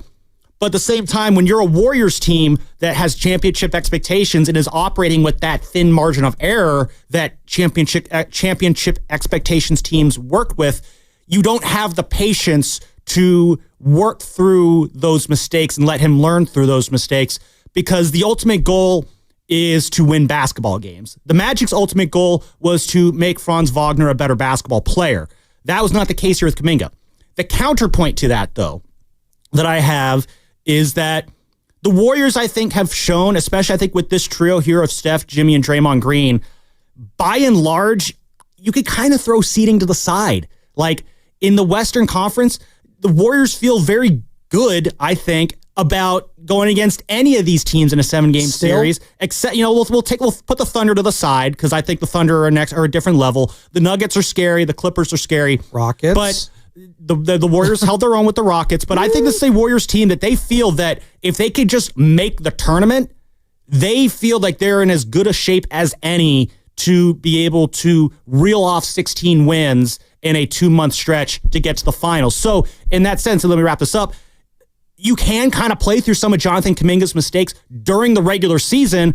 And if the result is you get the 6 seed instead of the 5 seed or something like that, yeah, I'm willing to let Kaminga play through some of those mistakes in the regular season if it means he'll be a stronger player come playoff time. It's a good point. I'll say this, though. You extrapolate what this team was able to do in the regular season this year. Do that times, heading into next regular season for all 82 games, and maybe they're going to be a top 3 seed at the end of the day. But having said that, the reason this team faded, and I think it by and large that was part of Stephen Curry's injury, was because of that heavy workload, the hole they dug themselves in, and having to expand so much energy. Whether you're Steph, whether you're Draymond, whether you're Jimmy, all those guys had to expand so much energy to get to that point. They were gassed and exhausted. It's the playoff run base. Run to the playoffs. It is. They're going to be gassed and exhausted next year too if they can't lean on any of these younger guys. I know Pods is going to be there. He's going to get a lot of minutes. Rightfully so. He played well in the regular season. He had an unfortunate playoff run. That happens. It was his first ever one. I'm not going to be too hard on the guy. He showed a lot of upside this year and showed why he could be a pretty solid player. Now, is he a starting point guard on a championship team? Probably not. Yeah, but probably not. A backup? Okay. I can hear you on that. Your first point guard off the bench? Absolutely. Absolutely. That being said, you're going to need a lead on those guys a lot more going forward. And the scoring prowess of a Jonathan Kaminga doesn't have to be always on the floor with Steph, with Jimmy, with Draymond. And I'm not saying it has to be that. I'm saying you can pick and choose your spots sometimes when it comes to this stuff. If it's working with Jimmy and Steph off the floor, well, then keep Steph off the floor, work with Jimmy. You'll figure it out. Figure out the right combinations. And I think that's what this offseason is truly going to be about, figuring out the right combinations. Because I do think there is a scenario where he does come back next year in game 1 of the regular season and is a part of this team. And yeah, maybe you look back and you go to this upcoming trade deadline next year in the regular season, and then you pull the trigger there. I think the injury this year with JK happening basically a month before the NBA trade deadline threw a monkey wrench into the entire situation. It was just, you couldn't trade the guy because you know what? He was hurt. I'm not buying damaged goods. I don't know the severity. And as we all learned, it was a pretty serious Some teams in the NBA sprain. will, but those teams probably don't have pieces you're looking for. Correct. But I wasn't doing that if I'm an opposing team at this time in that current market. And then you have the Jimmy Butler angle and all that. So you bring in Jimmy Butler, JK, it's fine. Hey, we're winning. You can just take all the time you need, JK. So he comes back. It doesn't look good. And then he gets iced out. And then, you rely on him when Steph Curry goes out. And it is what it is. He's scoring the ball well, but not doing the other things that Steve Kerr wanted him to do. So, and when I put it like that, I truly do not believe that they are in a position right now where they can just say, hey, sign and trade. Let's get him out of here. Let's go get a veteran here, a veteran there, and we'll figure it out the rest of the way. I don't know. This team is older, and you're going to need to rely on the legs of a Jonathan Kaminga. We got a couple callers here, Sam. Yeah, I want to get to. Al's in San Francisco. He's been hanging on tight. What's up, Wants Al? to join the JK and Butler conversation. Good morning, Al. Hey, good morning, guys. Thank you for getting me on here. Of course. Hello? Hey, we're here. You're on. Okay. I just want to say about Kaminga. Kerr kind of didn't play him when he should have played after he came back from his injury to get his engine going. And now that, in the playoff he was needed, he put him in. It was kind of too late to see how Kaminga played. But the thing is, Kaminga could play with Butler, and all they need is in the offseason is to work on Quinn Post and TJD for the big man inside. Green, I don't know what he's a defensive player, but offensive, he can't do nothing. We lost the playoff because Green didn't step up. Pod he should come off the bench. Moody, he's same with Kaminga. 4 years and has done nothing. So I think Kaminga should stay in. I don't know if it was an obedience thing that he wasn't listening to Kerr during the season that Kerr benched him, but for Kerr to say that Kaminga will be starting next year in the rotation, that he's a good player and everything, that's kind of too late, Kerr. You should have played the kid and let him go to the playoffs. He might have been the one to save the X factor in his playoffs. But with Kaminga and Butler next year, I can say that's an awesome duo. Thank you. Thank you, Al, and I'll let you chime in here in a second, Sam. Is it too late to salvage this? I was just about to go there. That's the question at 888-957-9570. Is it too late to salvage this Jonathan Kaminga, Steve Kerr relationship, the whatever you want to call it, the Jonathan Kaminga experience? Is it too late to salvage? Yeah. I don't know. I kind of wonder if they might have missed the window, and I think you look at the last couple of years. I think not this season, but the season prior, the year when the Warriors were the 10 seed, the Chris Paul year, all those minutes that were given to what's his face, not Tydro, Anthony Lamb. All those minutes that Anthony Lamb got over Jonathan Kaminga a couple years ago. And it's hard for me not to look at those minutes as a missed opportunity. Like, what was Anthony Lamb doing that was so incredible that we couldn't get Jonathan Kaminga on the floor more? That's kind of where I look at that and the missed opportunities there. The year before that, the punch year, I don't know how many opportunities there were for Kaminga to get involved that season and what was his sophomore year. But, we keep talking about, he's in year 4, he's 22 years old, he's still raw, he's still coming along. You've had a lot of time, if you're the Warriors, to work him in to this team. And, now I feel like, the Warriors are kind of paying the price for not committing to more of a run from Jonathan Kaminga in previous years. Yeah, well, I think it feels like the window's been missed. Yeah, is it too late now for this Jonathan Kaminga experience to be salvaged in Golden State? 888-957-9570. From the YouTube chat, by the way, we are streaming on Twitch, Twitter, and YouTube, powered by First NorCal Credit Union. This is from NorCali Mike. The Warriors drafted a Ferrari and expected it to do farm work. That's on the Warriors, not JK. That's a good way to look at it, actually. You cannot do good farm work with a Ferrari. Does not work. It was a prototype. Even still, you're trying to drive it on the dirt out there. It's just cars aren't built for that kind of thing. I believe the Lamborghini originally was from tractors. The guy, the Lamborghini dude. Oh, really? Who founded it was Mr. Lamborghini. They made engines for tractors and farm work. Oh. And then he was complaining about Ferraris and their engines and stuff like that. He's like, I'm going to make a better car than you ever will. And that's when they came to Lamborghini. Wasn't that what that movie was? No, that was Ford and Ferrari. Yeah, it's a different one. I don't know. I'm butchering all that stuff. Different Italian cars. There you go. Shout Italians. Thank you. We love them. Usually. But I'll say this when it comes to JK, when it comes to Steve Kerr, I'm tired of the blame game at this point. I'm just tired of, it's Steve, it's JK. I'm just so past that. I think a lot of Warriors fans are. It's just let's just figure it out. It's finite amount of time now with Steph in this window. It's really it feels like it's just the next 2 years. That's it. No, I think it's absolutely the next year. And you might look back, which sucks to say, you might look back and say, this was the run. This is the run that you squandered. Maybe you're playing the Pacers or the Knicks if you got through the Thunder. I don't think they would have gone through the Thunder, but your point still stands. Though. You could talk yourself into it though, with how well they played against the Thunder in the regular season, which is different than the playoffs, which again, I keep going back to the youth. And that is why the Thunder are in prime position right now up 2-0. They have all the skill, they have all the depth, but the youth is a huge factor in all of that. And those young legs being able to carry from round 1, round 2, against a tough 7-game series against the Denver Nuggets, who are champs in their own right. And for them to be up 2-0 on the team that had all the rest and is relatively young still in Minnesota, yeah, that matters to me. And I'm paying very much attention and close attention to that with this aging Warriors unit. But to that point, though, the Thunder, yes, they're having a great season here, 68 wins, incredible season. But that does not underlie, that was a young team that played through a lot of their mistakes. They were given that avenue because it was literally just, you guys are the future, figure it out, put it together, and once we put it together, we're going to start cooking with some hot grease. And that's what they did this year. And this is where it kind of goes back to, the earlier counterpoint that I made, where it was just like, you had an opportunity to be working Kaminga into the lineup, but you didn't want to do it for fear of losing games and costing you in the playoffs. But then the Warriors are taking this approach to where they feel like if they're just in the tournament, they're good to go. So that's where I look at this window being missed. That's where I work at these last 2 years and being like, you had chances to work Kaminga into the lineup. Again, this year it's a little bit harder because you only had basically 16 games to work Kaminga into the lineup.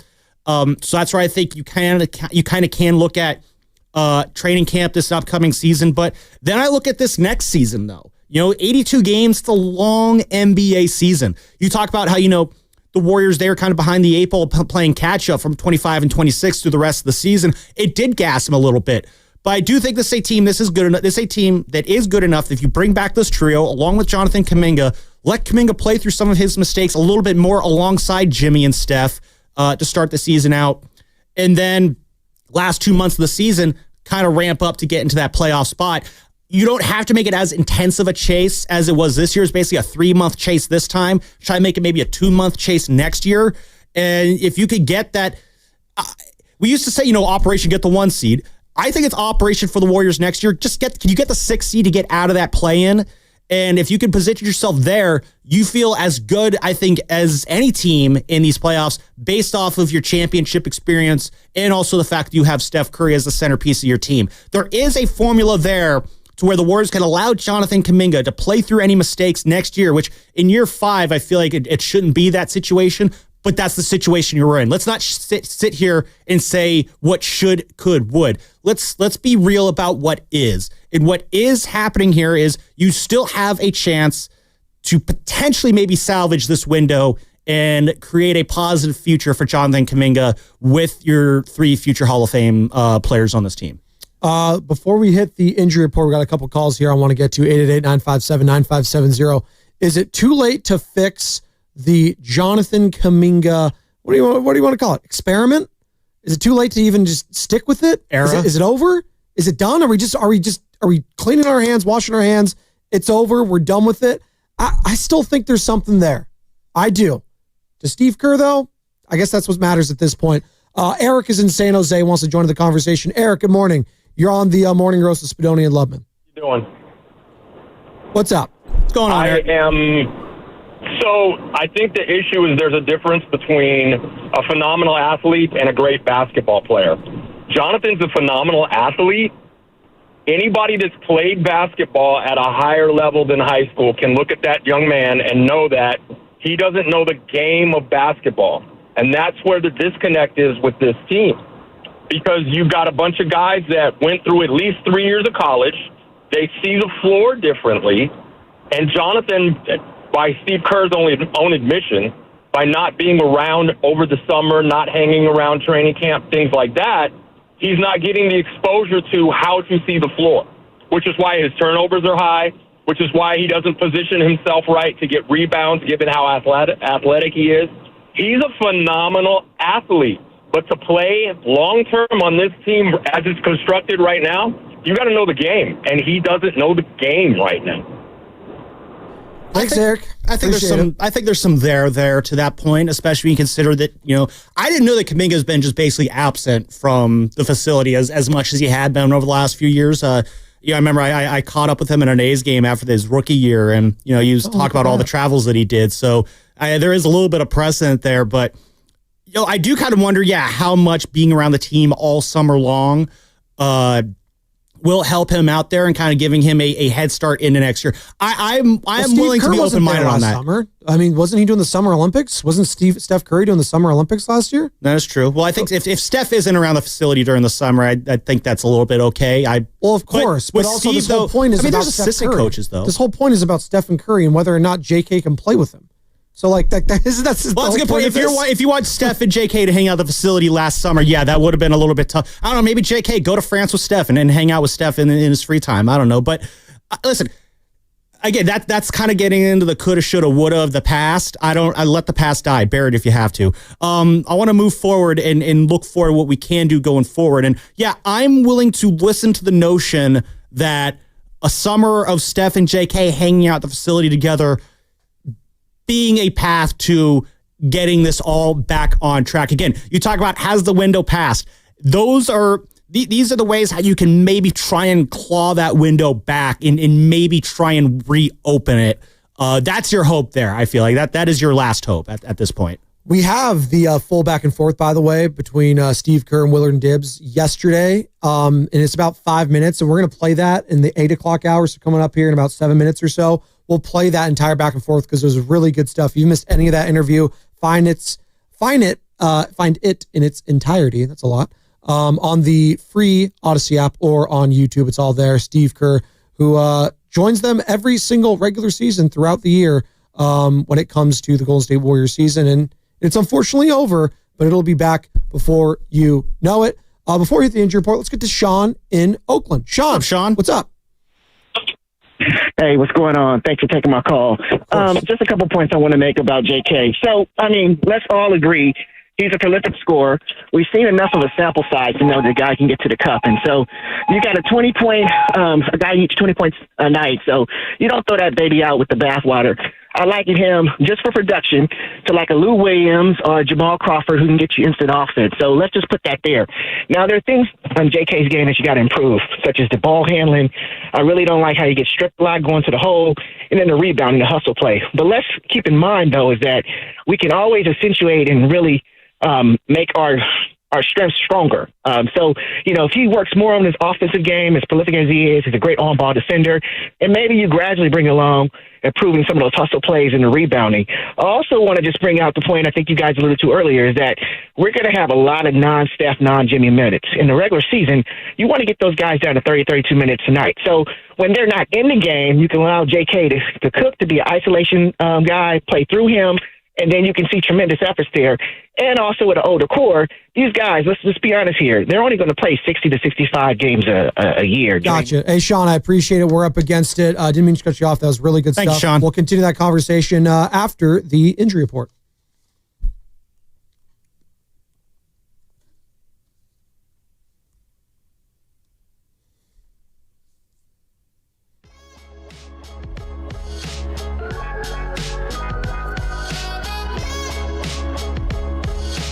We know why. Turns out Moses had a torn ulnar collateral ligament in his right thumb. It is unclear how long he was dealing with the injury, but did have to have his thumb wrapped during games down the stretch of the season. He underwent successful surgery on Wednesday to repair the ligament and is expected to be ready to go for Warriors training camp this fall. The injury report was brought to you by Boxer & Gerson, Northern California's premier workers' compensation law firm, helping injured workers get their lives back for over 40 years. What's going on with the game is brought to you by Fremont Bank, here for you, here for good. We're going to hear that back and forth next between Willard and Dibbs, Steve Kerr, Jonathan Kaminga. His future in Golden State is what? Bonte Hill in studio on the 9 o'clock hour. Plus, coming up next, your chance to win a 4-pack of tickets for a Giants-Braves game on Saturday, June 7th on 95.7 The Game.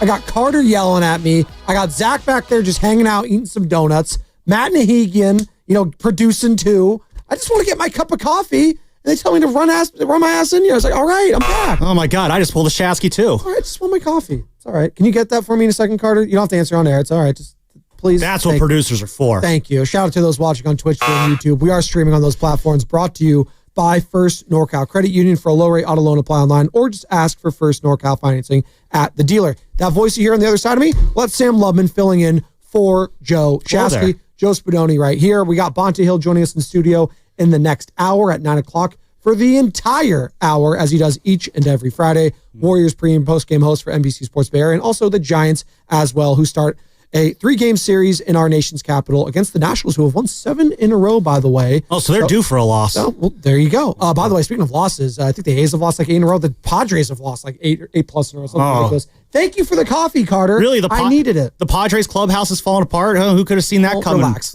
Let's. No, I'm absolutely gonna take my victory lap on that. You're taking the victory lap in May 23rd on the Padres. And then I'm starting my victory lap. Let's go with that. In a couple months where they're going to be like winning the division or be right there. Well, then I'll halt my victory lap. But I've been telling you guys, they have their honeymoon year with their new manager, and then because Fernando Tatis Jr. and Manny Machado can't get along, that clubhouse is going to implode on itself. They got into a fight in the clubhouse last night. Not those two, but someone did. It's maybe it galvanizes the team and they win. It's wash, rinse, repeat with the Padres. You're saying like it's a bad thing. Could be a good thing. Oh no, I think it's delightful to watch. I'm just told you. You know, it's delightful to watch that hair because you could see it from one Sam Lubman. It's beautiful. It is thick and it has mane everywhere, like a Tormund Giants mane. Shout out Game of Thrones. You got like that reference? Goes well with the Miami shirt I'm wearing today. We are coming to you live from the Laughing Monk Studios. Laughing Monk, righteously brewed in San Francisco. And coming up in the next 20 minutes, your opportunity to win a 4-pack of said Giants, taking on the Atlanta Braves on Saturday, June 7th. That is Pride Day for San Francisco Giants. So your opportunity, you got to be caller number 5. I'm not going to play the sounder because next time we play the sounder, it's going to be your opportunity, and I'll give you the contest line then. In the meantime, we've been talking Jonathan Kaminga and Steve Kerr because Steve Kerr has been having a couple of interviews, one with Tim Kawakami, SF Standard, our guy here at Odyssey as well, TK Show Podcast, and also TK. Yesterday on with Willard and Dibbs. And we're going to be playing about 5 minutes of that back and forth between Steve Kerr and Jonathan Kaminga here in just a second because it's really good stuff and we're going to react to it. But I'm tired of just the blame game. Oh, it's Steve's fault. Oh, it's JK's fault. If I'm a Warriors fan, can you just figure it the hell out? I'm so tired of everything just being split in two. It's Republican, it's Democrats, it's Marvel, it's DC, it's JK, it's Kerr. Pepsi Can't Coke. we all just get along? Please, for the love of God. Let's just play the back and forth now. You got it, Carter. It's Willard, Dan Dibley, Steve Kerr on Jonathan Kaminga. I wanted to ask you this because when you said that you guys have been trying to kind of hammer home the way that you want him to play, it felt to me like you were at least insinuating that you guys want him to play one way and maybe he doesn't, and but I don't want to put words in the mouth. You tell me, is there a bit of a disagreement between the staff and Jonathan in terms of how he should be playing? I don't think there's a disagreement. I think that there is maybe a different view, from his perspective and what he's comfortable doing. He's obviously a natural scorer. You saw that in the Minnesota series when he got his opportunity. He scored really well, and that's what he's most comfortable doing. But with our team and the way we're built and with Steph and Jimmy, they're going to dominate the ball. What we need from that spot is rebounding. And, we need the passing, the connection. And yes, we need the scoring, but it has to come within the context of, what we're really good at and what we're really great at for the last 2 months, with Jimmy and Steph. So I think, I said it to Tim yesterday. I mean, young players take some time sometimes to figure out, who they are and what kind of player they are and what their role is. And it's not always easy. And he, as I said, JK's 22. And I think there's plenty of growth ahead, but it's never an easy road when you're sort of going down a path like this. Yeah, I think it's a fair question to come out of that conversation for a lot of people and wonder if this is a can't do it or a won't do it kind of a conversation. In other words, these things you're asking him to do, you believe he's capable of doing them, right? I do, but it's you go down the path and you try to get kind of habits that are built, and you want them to be consistent, and so in year 4 you would hope that those things are coming, and I would say they have been inconsistent. I'm talking about the rebounding front and taking care of the ball. And so, look, I mean, I've tried to explain this, to our fans and to you guys over the course of the year. But the way the team is built, we've got 2 guys in Jimmy and Steph who are 2 of the very best in the league, and they're going to have the ball in their hands. We have 2 guys in Steph and Draymond who are going to turn the ball over quite a bit. It's just kind of the nature of their games. And so, the fit with Jonathan, and I've been very open with him about this as well, the fit is a little tricky when he's a guy who needs the ball and he's a guy who turns the ball over a lot, so it's, you throw all that stuff together, and as a coach, you just say, all right, what's the best way for us to win? How does the puzzle fit together? And that's why we ended up kind of in the situation we did, where he fell out of the loop a little bit. And, not his fault, but, again, young player, we're trying to win. And we went down the path we felt gave us the best chance to do that. You made a great comp to Aaron Gordon on the TK pod, and we were playing that sound before, and you even mentioned that Aaron Gordon had to go elsewhere to kind of start to figure it out. Do you think that Jonathan Kaminga could develop into doing the things that you need him to do here in Golden State over the course of the offseason and, coming back with the veteran core, or will he have to try and find this sort of role elsewhere? Well, I mean, he's definitely capable of doing that here, and that's obviously what we're going to be focused on, as a coaching staff. JK told me he's going to be around here a lot more this summer. He hasn't been around our facility much the last couple summers, but he's got a couple of young girls.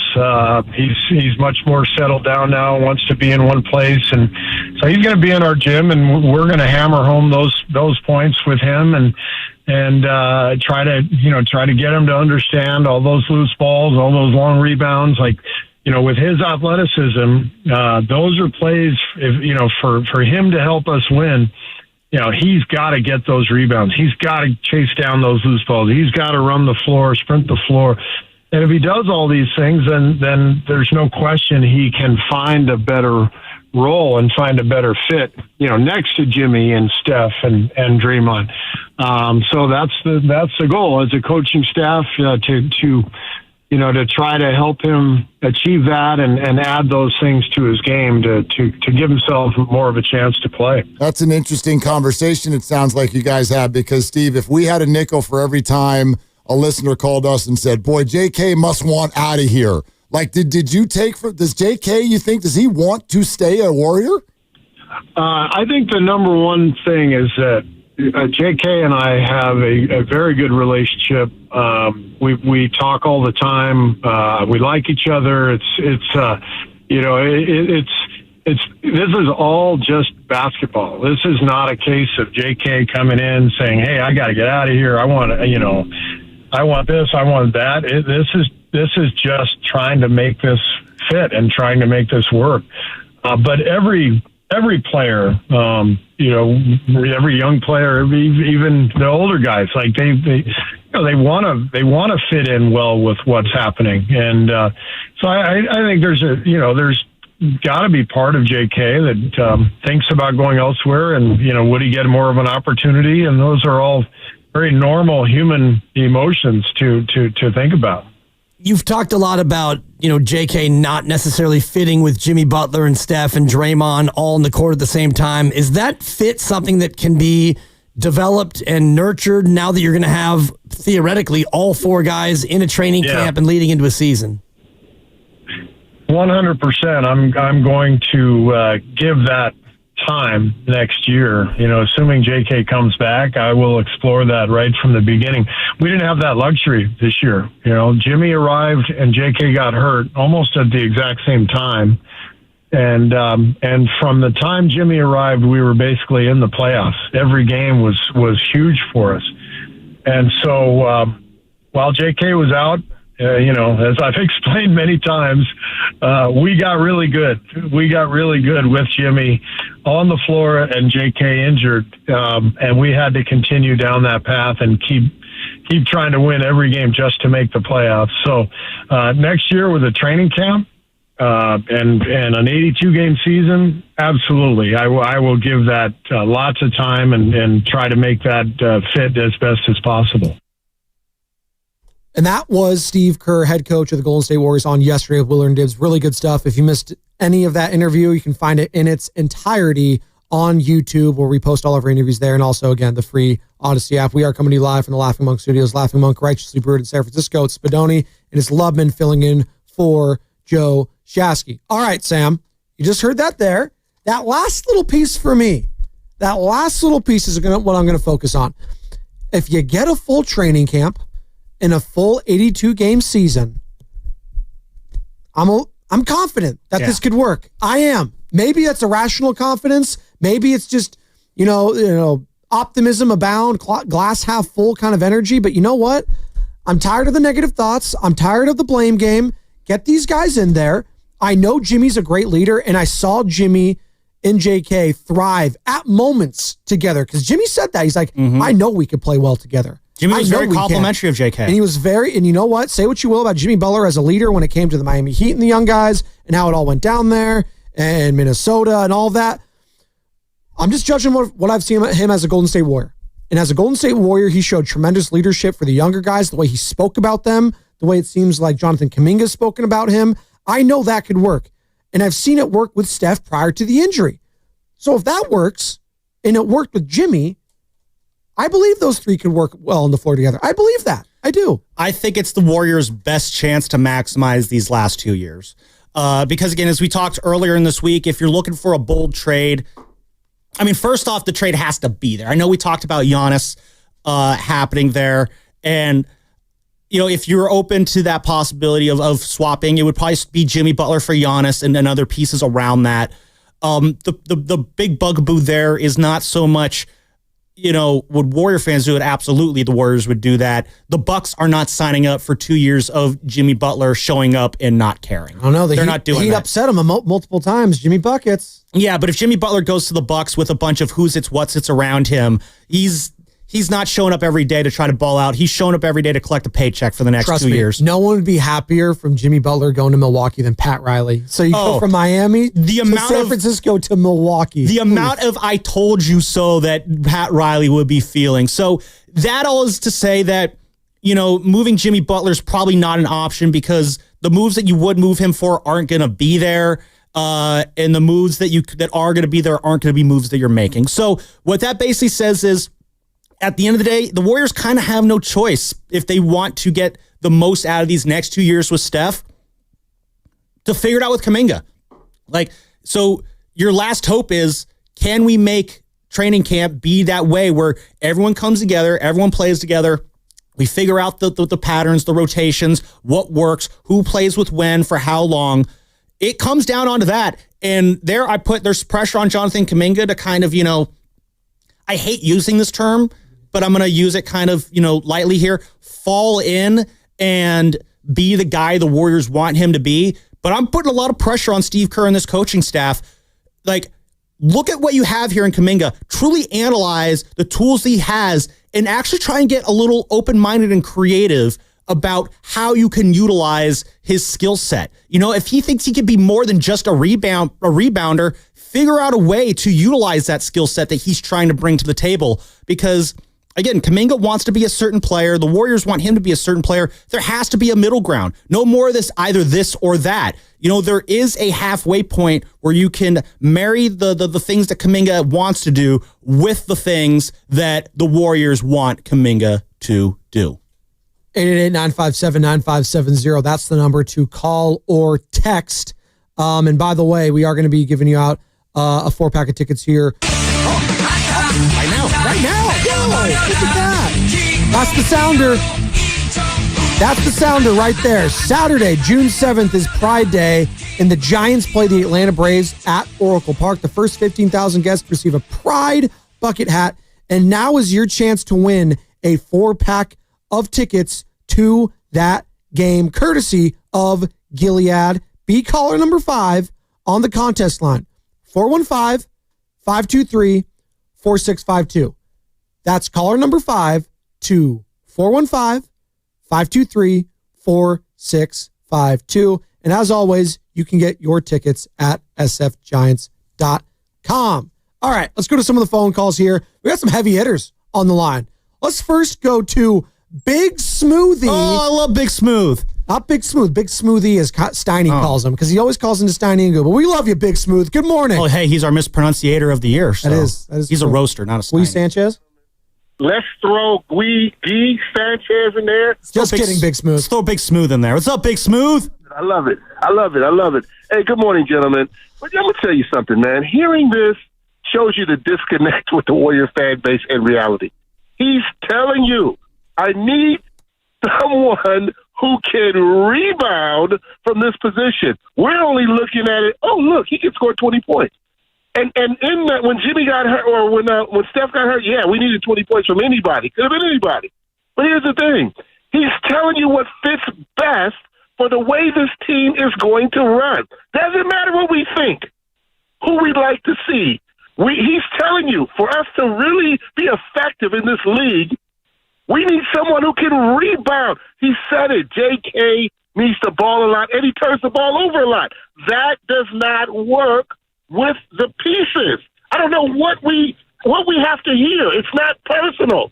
JK, get your young, athletic butt in there and go get me 9-10 rebounds. And we're not having this conversation, guys. We're not having this conversation. He is not willing to rebound. I love JK, but you got to explain to me, year 4, why he's not willing to go in there and rebound. Why is Taj out rebounding him, gentlemen? Rebounding is not about ability. It's about a willingness. He doesn't want to. So what? We're going to fit him in there so he can do what he wants to do. Half of what, it doesn't work like that. He's an employee. You don't get to say what you like to do and what the company needs you to do. I don't understand the disconnect. But anyway, y'all have a great day. Well, hold on, Big Smooth. You don't think there's no, he's gone. He gone. He hung up. He's pretty smooth that way. So it sounds like there is no middle ground, it seems like. Based off purely Big Smooth's call, there is no halfway point that both sides can meet here, because again, I feel like the whole thing we've been going with here, Spadoni, all morning long is there a way to make this work, or is it over? I feel like it's over if you're in kind of Big Smooth's camp, where there's just two sides, no one's giving in. I like to think that there's a human element that we can kind of bank on here, and maybe I'm being a little, getting up on that hopium by saying this, but I like to think there is a middle ground. I like to think there is a way that we can use these next few months to really just kind of hammer it out. How can we get Jonathan Kaminga up to that level that we want to see him be at? I'm holding out on that, because I don't think there is a better option for this team. I feel like if you move off Jonathan Kaminga, there's a big risk of potentially making this team worse going into next year than it is right now. And let me crunch my numbers here really quick. Yeah, that is not a great way to win a championship, by getting worse. Well, they want him to be Sean Marion, or they want him to be Aaron Gordon. Those guys weren't the players and the champions until they moved on to different teams. Now, Sean Marion was an all-star in Phoenix for those 9 years. I think it was a 4-time all-star. And then he ended up winning that championship with the Dallas Mavericks back in 2011 when they took out the Heatles and the Dirk run. We all remember that. And then obviously Aaron Gordon drafted to Orlando. That was a dumpster fire. They just weren't very good. Goes on to Denver, finds a role there. wins a championship with Jokic, with Murray, and he has been a major piece, obviously, so much so that he's playing through a grade 2 hamstring strain in Game 7, which is absolutely insane. He's 22 years old, Jonathan Kaminga. It does feel like, though, when you listen to Steve Kerr and what he says is, hey, I wanted to do these things. It sounds like Jonathan Kaminga isn't at a place where he wants to do those things, or he just wants to focus on scoring.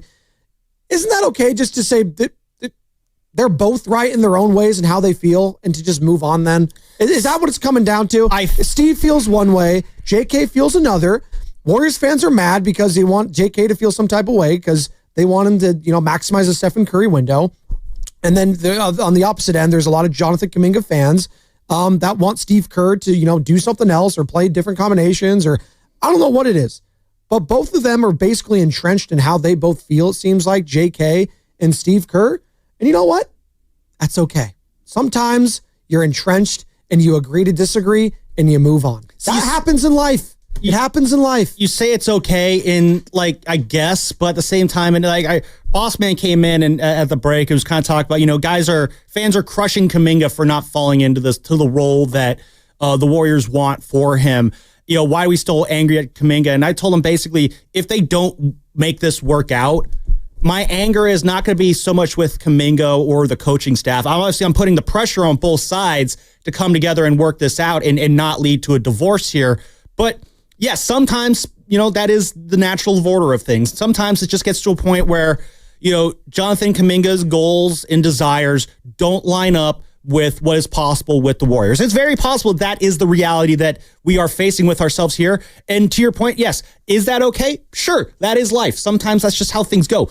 For me, though, watching as a Warrior fan, watching on the outside in and the expectations I have for this team over the next couple of years, am I going to be mad? No. But as I'm sure you have said as a father, Spadoni, I'm just going to be very disappointed. Of course. Yeah. And I'm going to be very upset. It's going to bum me out to see this all fall apart. If it does indeed fall apart this summer, I'm going to be bummed out by it. I'm not going to sit here and then just point fingers at everybody, because at that point it's moot. You got to figure it out. And again, it's not like Kaminga's going to walk for nothing. That would really suck if he did.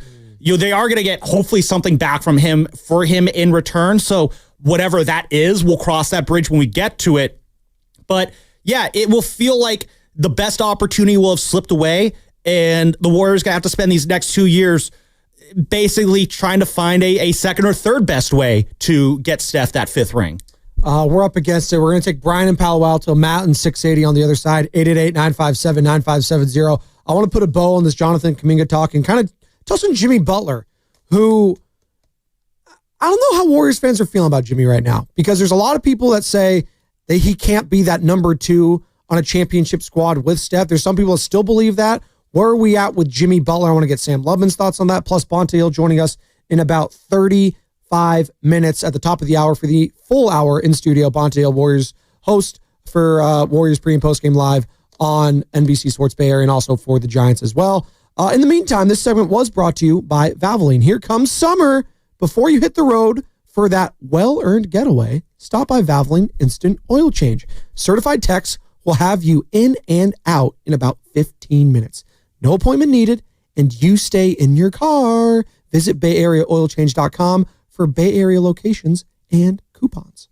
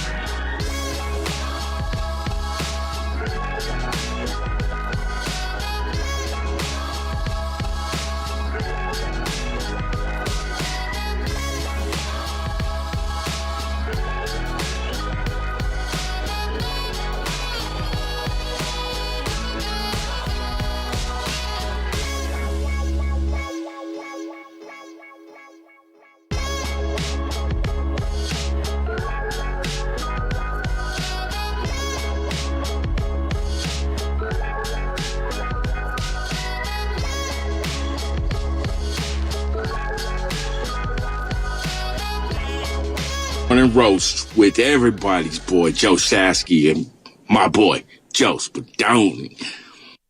Sam Lubman in for Joe Shasky alongside myself, Joe Spadoni here. We got Bonta Hill in studio in about 28 minutes. Our guy, die-hard White Sox fan, Bonta Hill. You heard it right there. I would rather be the White Sox. You know who'd rather be the White Sox? Still, it's the Colorado Rockies. Oh, well, they suck. But they're on pace for, get this, 27 wins. How do you like that, Mr. Bonte? Oof. He might like they that. They have a 160 win percentage. It is insane. When's the next time the Giants play them?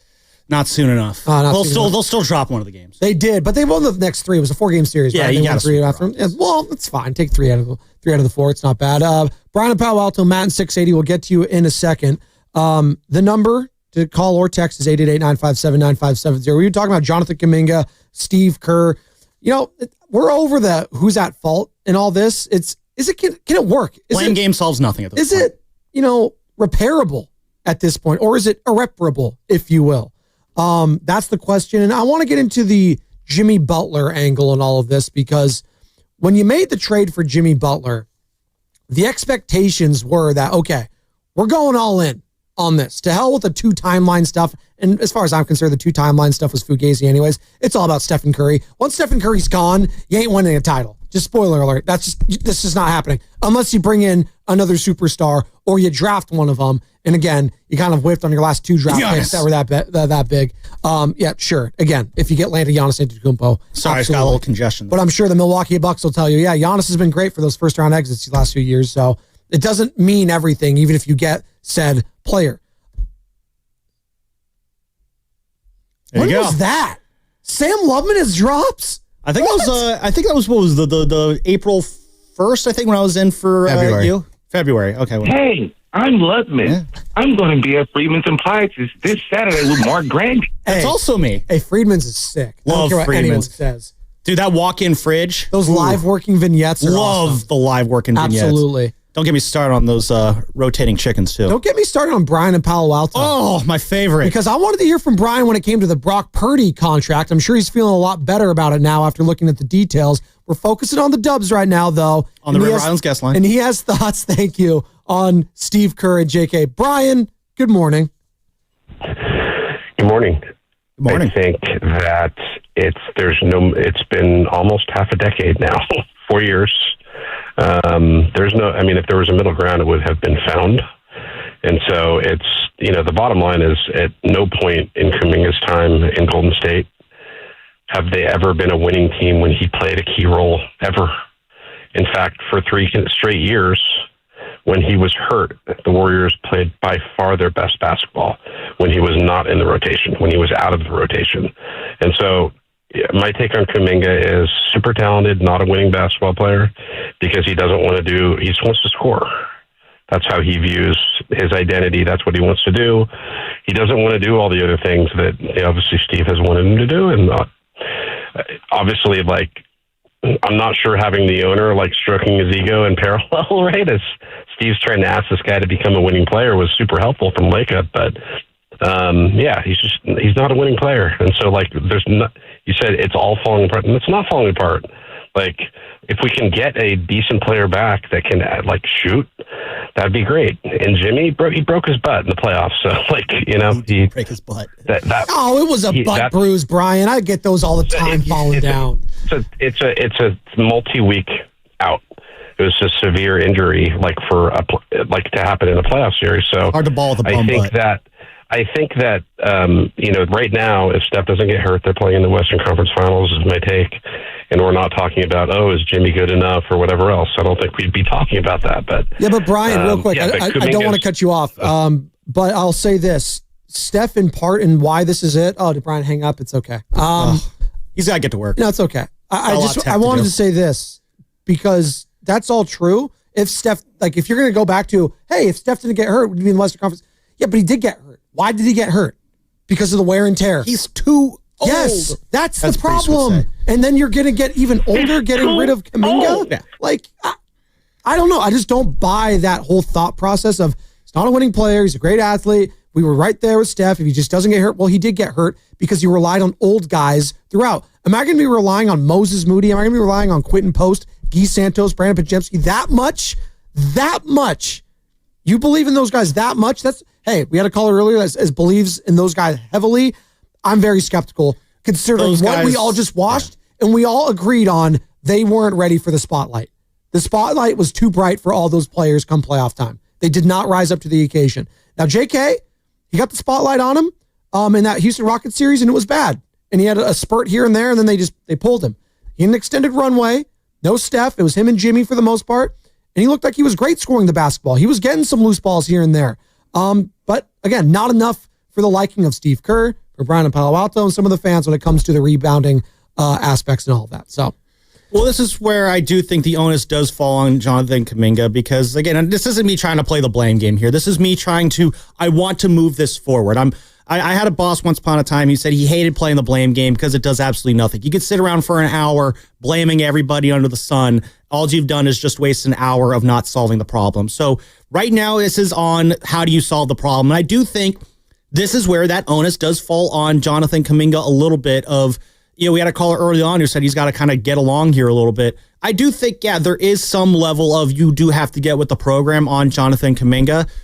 But at the same time, as I've said ad nauseum, there is still responsibility on the coaching staff to figure out a way to better integrate him. You'll utilize his talents. If you're not using him correctly, that I do believe falls on the coaching staff. If they have this Ferrari here and they're trying to drive him out in the dirt and use him as a farming equipment.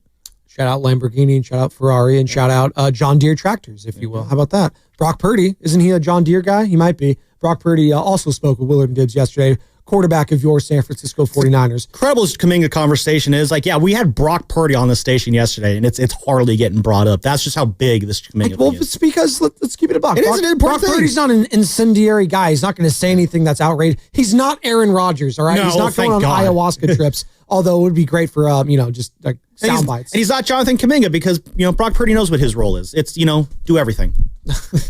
Just his role is go win a Super Bowl, but do it perfectly. You're telling me that Kyle Shanahan has put Brock Purdy in better positions to succeed than Steve Kerr's done with Jonathan Kaminga? Wow, that's a take right there. Oh. Ooh, I need some time to marinate on that. Better coach, Kyle Shanahan. Well, no, if we're doing better coach, it's Steve Kerr all day long. I know. I'm kidding, people. I'm kidding. Although, stock up, stock down with coaches around the Bay Area. I think stock up right now. Bo Mel, baby. Bob Melvin. Stock rising. We were talking in the green room before, and Steiny was like, I am loving what the Giants are doing right now. He is very optimistic about Willie Adames. That's exactly what he said, and he definitely didn't say the exact opposite of that. Sure. Matt is on 680, wants to join in the conversation. He has an idea about starting JK. I'd love to hear it, Matt. Good morning. There are no bad ideas. Hey, good morning, guys. How are you? I'm good, Matt. How are you? Swell. Good. Yeah, so I agree with what you guys said earlier, that I feel like JK's talent is still not being maximized under Kerr's offense for the past couple years. And he mentioned yesterday that he wants to use the off-season training camp to make sure the guys kind of play together. My idea is that why don't Kerr play why don't he build his offense around JK? Start to open playbooks for him, because I feel like every time when JK is out there, if he makes a mistake, he's probably worried about, oh shoot, I'm gonna get benched the next game. But when Curry didn't play well, does Curry ever have to worry about, oh, I'm gonna get benched the next game? Probably not, because of who he is. But I feel like JK, he's still young, he's immature. But I think his maturity level will come into play every season. But I feel like if they give him the runway to do whatever he wants and build an offense around him, build plays around him, and then, again, just like what you guys are saying, Curry's getting old. That's why he gets hurt when he plays so long. Bring him off the bench.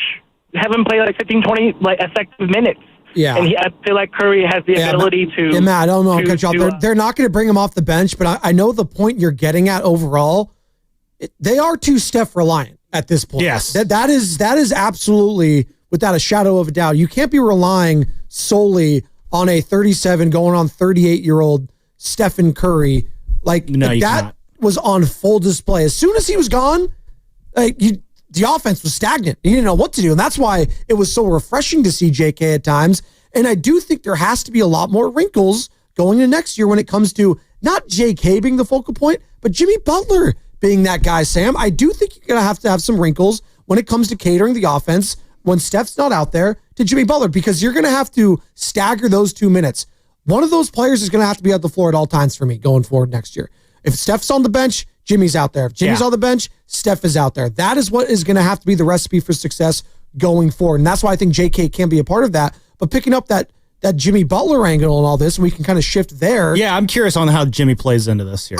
Because I do think we are a little jaded on these last couple of weeks and how it all went down and not winning a game once Stephen Curry got hurt, and after stealing game 1 in Minnesota, failing to win game 3 or 4 at home. It was tough. And it was a tough pill to swallow. And you look at the field goal attempts with Jimmy Butler in some of those games, 5 of 9, 4 of 11, 6 of 13. Not what you want from your superstar when it comes to going down with the ship, right? You got to go down with your best player, giving you the best opportunity to succeed. And maybe it wasn't Jimmy shooting a bunch. Maybe he just didn't have the looks, as Steve Kerr alluded to with Willard and Dibbs yesterday. And they were just trying to force anyone else on the Golden State Warriors to beat them, the Minnesota Timberwolves, that is, the Jonathan Kamingas, the Pods, Draymond Green. You can keep shooting all you want. We'll dare you to. Buddy Hield, same thing. And unfortunately, they weren't able to get it done. But what did you make, Sam, of the Jimmy Butler experience in Golden State? How it started and how it ended in going forward now? I think it started off as promising as it could have possibly been during the regular season, but I think at the end it left a lot to be desired. I looked at Jimmy Butler's arrival, and maybe I was wrong for looking at it like this. We can be the judge after I explain it. But when I looked at Jimmy Butler's arrival with the Warriors, I kind of figured very similar to when the Warriors signed Kevin Durant, it was Steph insurance. If Steph wasn't available or if Steph had an off night, you had a guy you could turn to who could take the reins, who could take the wheel that Steph is usually driving and keep the ship afloat. It's almost kind of like in football, what's a good backup quarterback? Can you get me a split over the course of however many games I need you to start? I looked at Jimmy Butler's almost kind of similar. If Steph's out for, let's say, 6 games, just to pick a random number, 6 games, Jimmy, can you carry this team enough to make sure that we can get at least 3 of those 6 games? And this is just in any situation. And I think I put a lot of stock into the legend of playoff Jimmy and believing that, and was reaffirmed by things that he said during the year. I can up my scoring when I need to. I can be that guy when the moment calls for it. And I got swept up in Jimmy Buckets mania a little bit there because I wanted to believe it. I've seen him do it in the past. I saw him eviscerate the Celtics a couple times in the playoffs when he was with the Miami Heat. We know he is good enough to be that guy. He believed that he was good enough to be that guy. We know he was You got to turn your mic on first. Oh, I pulled one. There we go. Flag on me. We know he was He was at one point. That's actually my brother's name. He was at one point. 500 brothers. So. I got 6 brothers. They got all the names. Yes, there you go. A lot of names. Thank you. But he was good enough at one point, Sam. Yeah. We know that was. And that's where I kind of get into where I'm at now with Jimmy Butler is that what we saw in those 4 games, it was not Jimmy Butler not stepping up, even though, again, his shot totals, 6 of 13 in that first game where, Kerr was just throwing stuff against the wall. 12 of 26, he did as much as he could, 33 points in that game 3. And again, we talk about that game 3 was the one that got away. He put everything in, it just wasn't enough. And I think that's kind of what it is now with Jimmy Butler. It's just, it's not enough. And that's tough to say because he did ball out as hard as he could. But the Timberwolves, they did focus on him. And so he is no longer that. I don't think he could be the insurance policy that I envisioned him to be. And maybe that's on me and other Warrior fans who viewed him as being that guy. But if you're telling me, like, do we think we saw the stretch of February 7th through now, was that the best basketball that we're going to see this trio play? Like, is it all downhill from here? And that's kind of where I get worried about things going forward, because if that is the case, then I don't know if I want to commit to 2 more years of Jimmy Butler, and that's where I would go into the summer potentially looking at trades for Jimmy Butler. And this isn't me blaming Jimmy for anything. I'm very grateful for what Jimmy brought to this team, very much thankful for his services. But if moving off of Jimmy Butler for someone else makes the team better, as we said the other day, I'm doing that. That said, that might not be the option here. So my concern with Jimmy is just, is he good? Yes. Is he good enough to be the guy that I think we envision him being? That's where I have question marks there. And that's something I think we're going to have to see develop here over, the course of this next season, it seems. This is where I'm at with Jimmy. I think we would not be looking at Jimmy Butler, or as you're saying, to maybe even move him. I don't think fans would be looking at that. Had Steph gotten ruled out for the entirety of the Western Conference semis when he initially got hurt, I think people would say, you know what? That sucks. Steph got hurt. Season was over right there. Is what it is. The fact that we were told, the fact that we was mic'd up with Anthony Edwards, with Gary Payton, is like, you guys are trying to get Steph, what is it called? Wardell in game 6. That's the plan, right? That's the plan. That's what everyone was saying. That's what Steph was on board for. It's the Steve Kerr, the Dr. Rick Celebrini. It was all the stars were coming together. And plans were aligned. If they didn't say that and they just left it hush-hush, day to day, we'll see, I don't think we'd be crushing Jimmy Butler. The fact that you gave the fan base just a little bit of hope that Steph could come back, that's what they're going to cling on to. And the fact that Jimmy wasn't able to win a game because of it, that's why you're down on him right now. Had he been ruled out, no one would have cared. No one would have cared and said, you know what? Oh, he didn't win a game, but it doesn't really matter at this point. So I do think we're kind of unfairly, being a little hard on Jimmy Butler here. The guy was incredible for most of this run. Mm-hmm. He totally bought in. He fit into a system that he's never played in before. Fit perfectly, by the way. Alongside Steph, which is not easy to do. Stephen Curry went out of his way early on to say, he's the yin to my yang. I didn't think it was going to work this well. And this was like in game 1 against Chicago when they had that incredible comeback. Mm-hmm. And even Steph Curry said, I didn't think it'd be this great. And it was great for a long time. You leaned on him when you needed to. When Jimmy went out, Steph stepped up. And I get it. Steph is a generational player. And there's levels to this. It's okay. It's okay to now realize that Jimmy Butler is not on the level of Stephen Curry. No, I don't think that's not a hot take at all. I think that's not a hot fact. take, but I think even myself and you at times, we were saying, wow, this was a best player, Jimmy Butler, on 2 finals teams in Miami. That's saying something. Not a lot of players can do that. Not a lot of players can say, I was the best player on a team that took 2 teams to the NBA finals. There's levels though, because there's the LeBrons that do it. There's the Stephs that do it. There's the Kobes that have done it, the Tim Duncans. And then there's the, occasionally the Jimmy Butlers that have done it. Dirk did it. He won a title. He took 2 teams to the NBA finals. Giannis has done it once. KD, with Steph though, did it a couple times, but prior to that, Oklahoma City just did it once. Hell, guys. And he had Russ and Harden. Guys like Damian Lillard, guys like James Harden, as the top dogs, they weren't able to get it done. Now they went into generational teams like those aforementioned Golden State Warriors team. But it's okay to now realize that the 35-year-old Jimmy Butler that the Golden State Warriors have is not the same 32, 31-year-old Jimmy Butler from the Miami Heat. No, and that's the realization now. Yeah. But he's still, I think, could be the second best player on a championship team. Do people still think that Jimmy Butler could be the second best player on a championship team, on this Golden State Warriors team? That's the question. I'm curious, how many Warrior fans think that the success of the Warriors had post Jimmy Butler will carry over to next season? Again, just a refresher on what that looks like. So starting on February 7th, when Jimmy first laced up with the Warriors, Warriors won 23-8 the rest of the way. That is a 742 win percentage. And that was the third best record in the NBA that time, second best in the West behind the Thunder. So if in this hypothetical situation I'm going to create here, if the season started on February 7th, Warriors were basically a 2 seed the rest of the way. That's how well they played. Exactly. That's what I was mentioning earlier. They extrapolate. Do you think that kind of level of play, 117 points per game, which was the 5th best in the West in that time, they had 120 offensive rating, which was the 4th best in the West, and 111 defensive rating, which was the best in the West. Do you think, I would curious, 888-957-9570, how confident are you that wasn't just a hot 3-month stretch, and that was actually just a preview, so to speak, of what's to come this next season? I think theoretically it's possible, but I look at the reality of, you could do that with a 37, 35, 35-year-old players over a 3-month stretch. Asking 38, 36, and 36-year-old players to do it over an 82-game stretch, it's probably going to not be as close to those numbers, but it's definitely going to be better than what was going on before Jimmy arrived, obviously. So it's how confident are you that the success this trio had and the numbers they put up, how much confidence do you have they can carry that over into the regular season? Because if Jimmy Butler does kind of the age does start to get to him and he really isn't that superstar player that he used to be, then I don't know if you're saying the Warriors will be good next year because they were good, during that 3-month stretch this past season.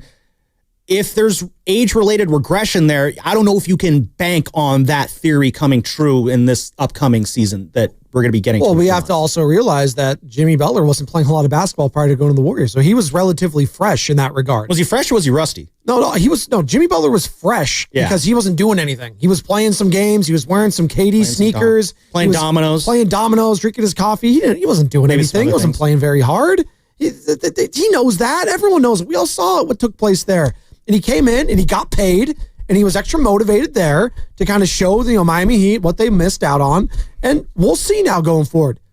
I do believe the honeymoon's over when it comes to Jimmy Butler. The honeymoon phase is done. And that actually kind of worries me because now that the fun times are over, like Jimmy, he could get a little moody at times. Not Moses Moody, but he can get he's a kind of mercurial in that sense. And big word. If, I do kind of get concerned that if things get bumpy at the start of the season, which they can do, a lot of things can happen over an 82-game season, and Jimmy goes from playoff Jimmy to I'm a grumpy guy Jimmy, that's going to spiral this season out of control so fast.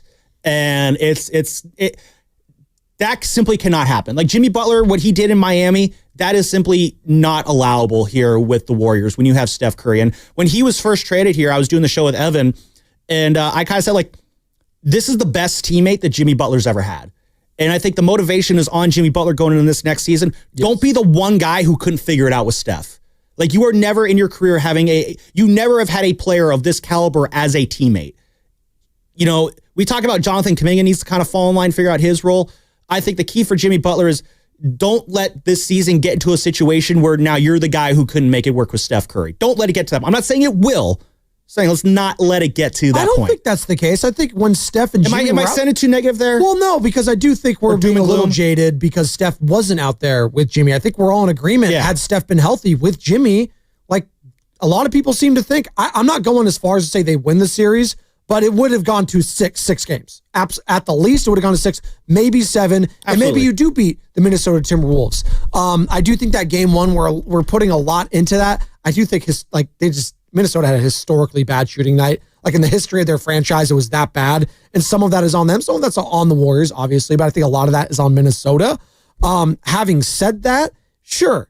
You could be skeptical a little bit going forward on that tandem because they are older and there's going to be more wear and tear. But I do think from what we saw, it absolutely works. Steph and Jimmy works. Now, where does it rank now when it comes to tandems in the West? I don't know. I was very high on them. I said they were, at one point, they were the tandem taking over anyone else in the playoffs. That's how highly I felt about them. Yeah. That was over Jason Tatum when he was healthy and Jaylen Brown. And honestly, I don't think you're wrong on that. It's, again, basing off what we've seen last season, yes, there's all potential there, but, the sample size is going to need to be the sample size will need to be a bit bigger next season. And, the Warriors had to be as good as they were to just barely get into the playoffs. It's going to be hard to keep up that full level of play for a full season. And I don't know, that's not going to disqualify them from playoff contention. They'll still be in it. Mm-hmm. But there is a part of me that wonders, I do think that stretch we saw was the best stretch we'll see with this trio. And if that's the case, then, that makes it even harder to imagine this team getting over that final hump and getting back to the finals. And again, all of this show, I believe, today, Spadoni, all these conversations we're having about Kaminga, all these conversations we're having about Jimmy Butler and Steve Kerr, all of this is all in an effort to, as I said at the start of the show, get Steph, an all-time legend, a final ring, because you have to do everything you can to maximize the window of players of that caliber. And if this is the best that we've seen of that trio, then it'll be fun basketball maybe the next 2 years, but it's not going to accomplish that ultimate goal of getting one for the thumb for Steph Curry and getting, finishing with that fifth ring. And which seems like, again, 10 years ago, if you were saying this is what we're complaining about, I would have said you're crazy just because of how far, but that's the situation the Warriors find themselves in. And it feels like it's going to be harder to get back to that point if there is a regression next week. We got Bonta Hill joining us in about 3 minutes here in studio for the full 9 o'clock hour. In the meantime, let's go to Bob in San Francisco. What's up, wants Bob? To join the Warriors talk. Bob, good morning. You're on the Morning Roast. Hey, good morning. So basically, Steve Kerr said it best. He said that, it was an incredible run to get to the 7th seed. So the idea is to have that kind of intensity earlier in the season, go through half the season playing good basketball, and then you can start to rest your starters, right? Start to rest them, get them ready for the playoffs, provided that we have a decent record that we know where we're going to be. And then that's pretty much how it makes good sense to me. And then as far as the championships go, yes, the one for the thumb for Steph, but come on, that should motivate the rest of the team to have a championship, right? I mean, it's a team sport. Yeah. Oh, well, absolutely. You're not wrong. They're only motivated by championships at this point in their careers. That's what they want. It went from meaningful games last year. The expectations were not championship. Now that you got to the Western Conference semis with Jimmy, absolutely the goal is a championship. That's baked into the DNA of all these guys. Hey, hell, Moses Moody's a champion. He did play a little bit on that run, a little bit. He knows what it takes to yes. Even that he was on the team. He understands what the process is like. Kevon Looney, Gary Payton, those were integral parts then of championship runs. So yes, they all understand the goal. Now, can they withstand the gauntlet of an 82 game regular season? I have my doubts. I have my concerns. But once they get to the playoffs, barring health, that's the only thing it comes down to, which again comes back to the Jonathan Kaminga conversation. Do I want to move off a guy that's 22 years old? I think you need him more to get through I am more worried about the regular season than the playoffs, honestly, which is, again, a wild thing to say, but it matters. I do trust this team's championship medal in the game-to-game grind that is the postseason. Steve Kerr said it best on Willard Dibbs at the end of the season. He likes the playoffs because he can focus more on one opponent. Whereas during the regular season, they're just kind of playing a general game plan because they don't have the time to just sit there and game plan for every opponent. I trust this team and I trust this coaching staff in a 7-game series to, I'm not going to say figure out and automatically win, but let's say if the Warriors were playing right now, fully healthy, let's say Steph never gets injured, Warriors beat the Timberwolves in blah, blah, blah amount of games, and they're playing the Thunder right now. Am I coming into that series thinking, oh man, the Warriors, they got this? Probably not. But I am absolutely expecting the Warriors to come in with a game plan that's going to make life absolute hell for the Oklahoma City Thunder in that situation. So absolutely bullish on what this team can do in the playoffs. It's just a matter of, can they get over that, absolute bear of a regular season? And I'm interested to see the Western Conference. And again, it goes back to the drama. Sometimes the drama in certain sports in the off season is kind of more exciting than the regular season or the playoffs at this point. Not to say the playoffs haven't been exciting, But Oklahoma City looks like they're going to dominate that series. So far, it's 2 games, and they've both been Oklahoma City, but they're up 2-0. And in the history of the playoffs, when you go down 0-2, it's very hard to come back. And you're learning that with Minnesota right here. And then obviously Indiana looking to go up 2-0, heading back to Indiana. I'm sure they would love to do that. By the way, you are listening to 95.7 The Game, KGMZ, FM and HD1 San Francisco, in Odyssey Sports Station, in the home of your Golden State Warriors and Valkyries. Always live on the free Odyssey app. Let's go, Valks. Coming to you live from the Laughing Monk Studios. Shout out our guy, Sam Kadiri, and the Lobster Linguini. In the meantime, we got Bonte Hill, ladies and gentlemen, joining us in studio, courtesy of River Islands. Bonte, good morning. Son, how about those valves, son? There we go. Mic on. Mic check. 1, 2, 2. Sound great. How about those valves? Hey, love those valves, man. Gutsy. See Jordan Poole courtside there? I did see he was wearing red for the Mystics. We'll give him a pass there because they took the L. Pods has been in a lot of these games. Pods has been active. He's been active. Lake up with the quarter zip, the purple quarter zip. I respect it. Veronica Burton getting her buckets. How about those Valks? I'm excited about the Valkyries. And again, you can find all of those games right here on 95.7 The Game and the free Odyssey app. You just go to the Valkyries page there on the Odyssey app. I know you got that downloaded. You're locked in. You were locked in on Steve Curry yesterday on these airwaves. Really quick, though, I bring up that Valkyries game. I wanted to tune into it more on Wednesday night than I actually did. I was about to turn on the Valkyries game, but because I'm watching this basketball game where there's 2 minutes, 51 seconds left, I'm thinking, oh, well, this Knicks team, they're fine. They got this, you know? So I'm like, let's turn this Valkyries game on. As I'm about to hit the button, you know, Naismith hits a 3. I'm like, oh, hold on a second. Yeah, it got wild. And then it got absolutely wild. I'm screaming, running around in my apartment. Hopefully didn't get a noise complaint there. One of the wildest shots I've ever seen to end a game. Bonte, I need to know what you were thinking while watching that one. When Naismith started hitting those threes, in my head, going back to the 90s, because that's when I grew up loving basketball. My teenage years, early years, was Reggie Miller at the Garden. Yep. You know, Patrick Ewing missing a finger roll in Game 7 against the Pacers in the Eastern Conference semifinals. And they had LJ 4-point play against Reggie Miller, and Moody was on that team. Larry Bird was coaching. This history runs deep, man. And this rivalry, I should say, between these two teams runs deep. Indiana hates New York. New York City hates the Pacers. And so when Naismith started getting close, and I was like, 6, 4. I've seen this movie before. Now, it was 30 years ago, but I've seen this movie before. And the Knicks tried to throw it away. Remember Josh Hart slipped, fronts it through a bounce pass that bounced like 5 times. Why can't they run out the clock? Like, you had a 5-point lead, and there was a 10-second difference between the shot clock and game clock. Run that thing all the way down to 10, you're still up 5. Yeah, no, and they just kept looking to score. Why? Well, it was wild. And then OG Anunoby misses a free throw. Pat missed a couple, yeah. Yep, absolutely. And then Halliburton, even when Halliburton drove it, I'm like, what is he doing? And he goes out, and it goes up on the rim. He'd love to text me. He goes, that was like Kawhi. I was like, Kawhi's was in Game 7. Yeah. Look up Don Nelson. Yeah. Celtics, Lakers, NBA Finals, literally the same.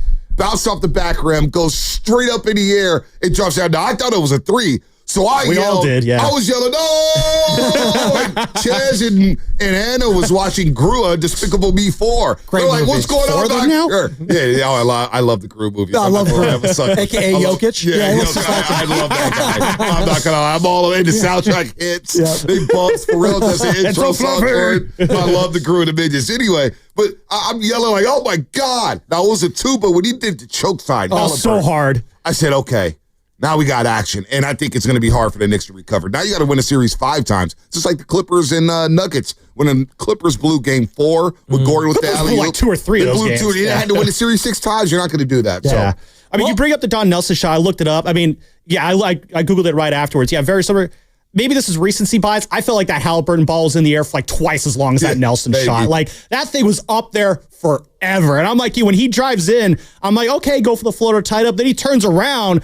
It's like, what are we about to see happen here? And, you know, when I talk about just dramatic game-ending playoff shots, yeah, I mean, that Kawhi shot was all-time, but that's a meal I thought of just in terms of dramatic game-enders. At the Garden, too. At the Garden, too. Square Garden. In that rivalry, because, again, I was too young for that rivalry. I was still, you know, in diapers when that rivalry is happening. So I'm excited for this because, like, I feel like I'm kind of getting a link to the past a little bit by being able to see this. So I'm leaning forward on that. To see that moment and to see Halliburton do the choke, point out Reggie Miller, all that was like time is a flat circle. It's like, that was so cool. I felt like it was 1994 again. Yeah, no, it was next level. For me, I remember that Reggie Miller, that game like it was yesterday, where Marv Albert's on the mic for NBC.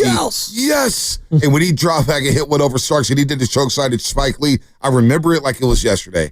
And then obviously they lost that series. Yeah, the Knicks won that. Reggie Miller missed 2 free throws. So there's in a game hope, 6. Knicks fans. It is. Spike Lee's in Indiana. He's hyped up. Josh Starks gives him daps. They lose game 7. But the next year, Reggie Miller in that game 1 scores 8 points in the last 14. And I remember that on the Saturday morning. Tom Hammond was on the call. I'm like, what is going on here? And then Patrick Ewing has the lane part like the Red Sea, misses a finger roll, and the Pacers advance and beat the Knicks. So, yeah, I think this is possibly the next best great rivalry. And think about it. Last year they played each other in the semifinals. It's getting that rivalry's heating up again. Pacers 1-7. Now you got Halliburton and Brunson. So I think this is now the new next rivalry in the NBA out, especially on the East Coast. I feel like both those teams are kind of built right. I mean, obviously the NBA things change. Both of these teams are built in a way that they're going to be around and they're going to be slugging it out with each other for the next couple of years. And that is very exciting. Game 2 tonight between the Pacers and Knicks at 5 o'clock. Can't wait for that one. Another series that looks like it might be teetering to over. It's still relatively early, but getting late early, as you like to say, Bonte. 2-0 up. Thank you, Yogi Berra, the great. OKC up 2-0 now on Minnesota. And, man, if Julius Randle's going to have a game like that, they have no chance. He just can't have 6 points like he did yesterday. But he's been carrying that team. He's been carrying them. And the depth of OKC, man, they're so damn good. Well, that's the difference. They have guys who could guard Randle and stay athletic with him and take away his ball handling skills. Caruso, Lou Dort, Chet Holmgren's doing a hell of a job. And this is why we had this conversation about OKC. And everybody was, for some reason, was knocking OKC after the All-Star break. Maybe we're getting bored, but they've lost 17 games this season. Yeah. 17 games.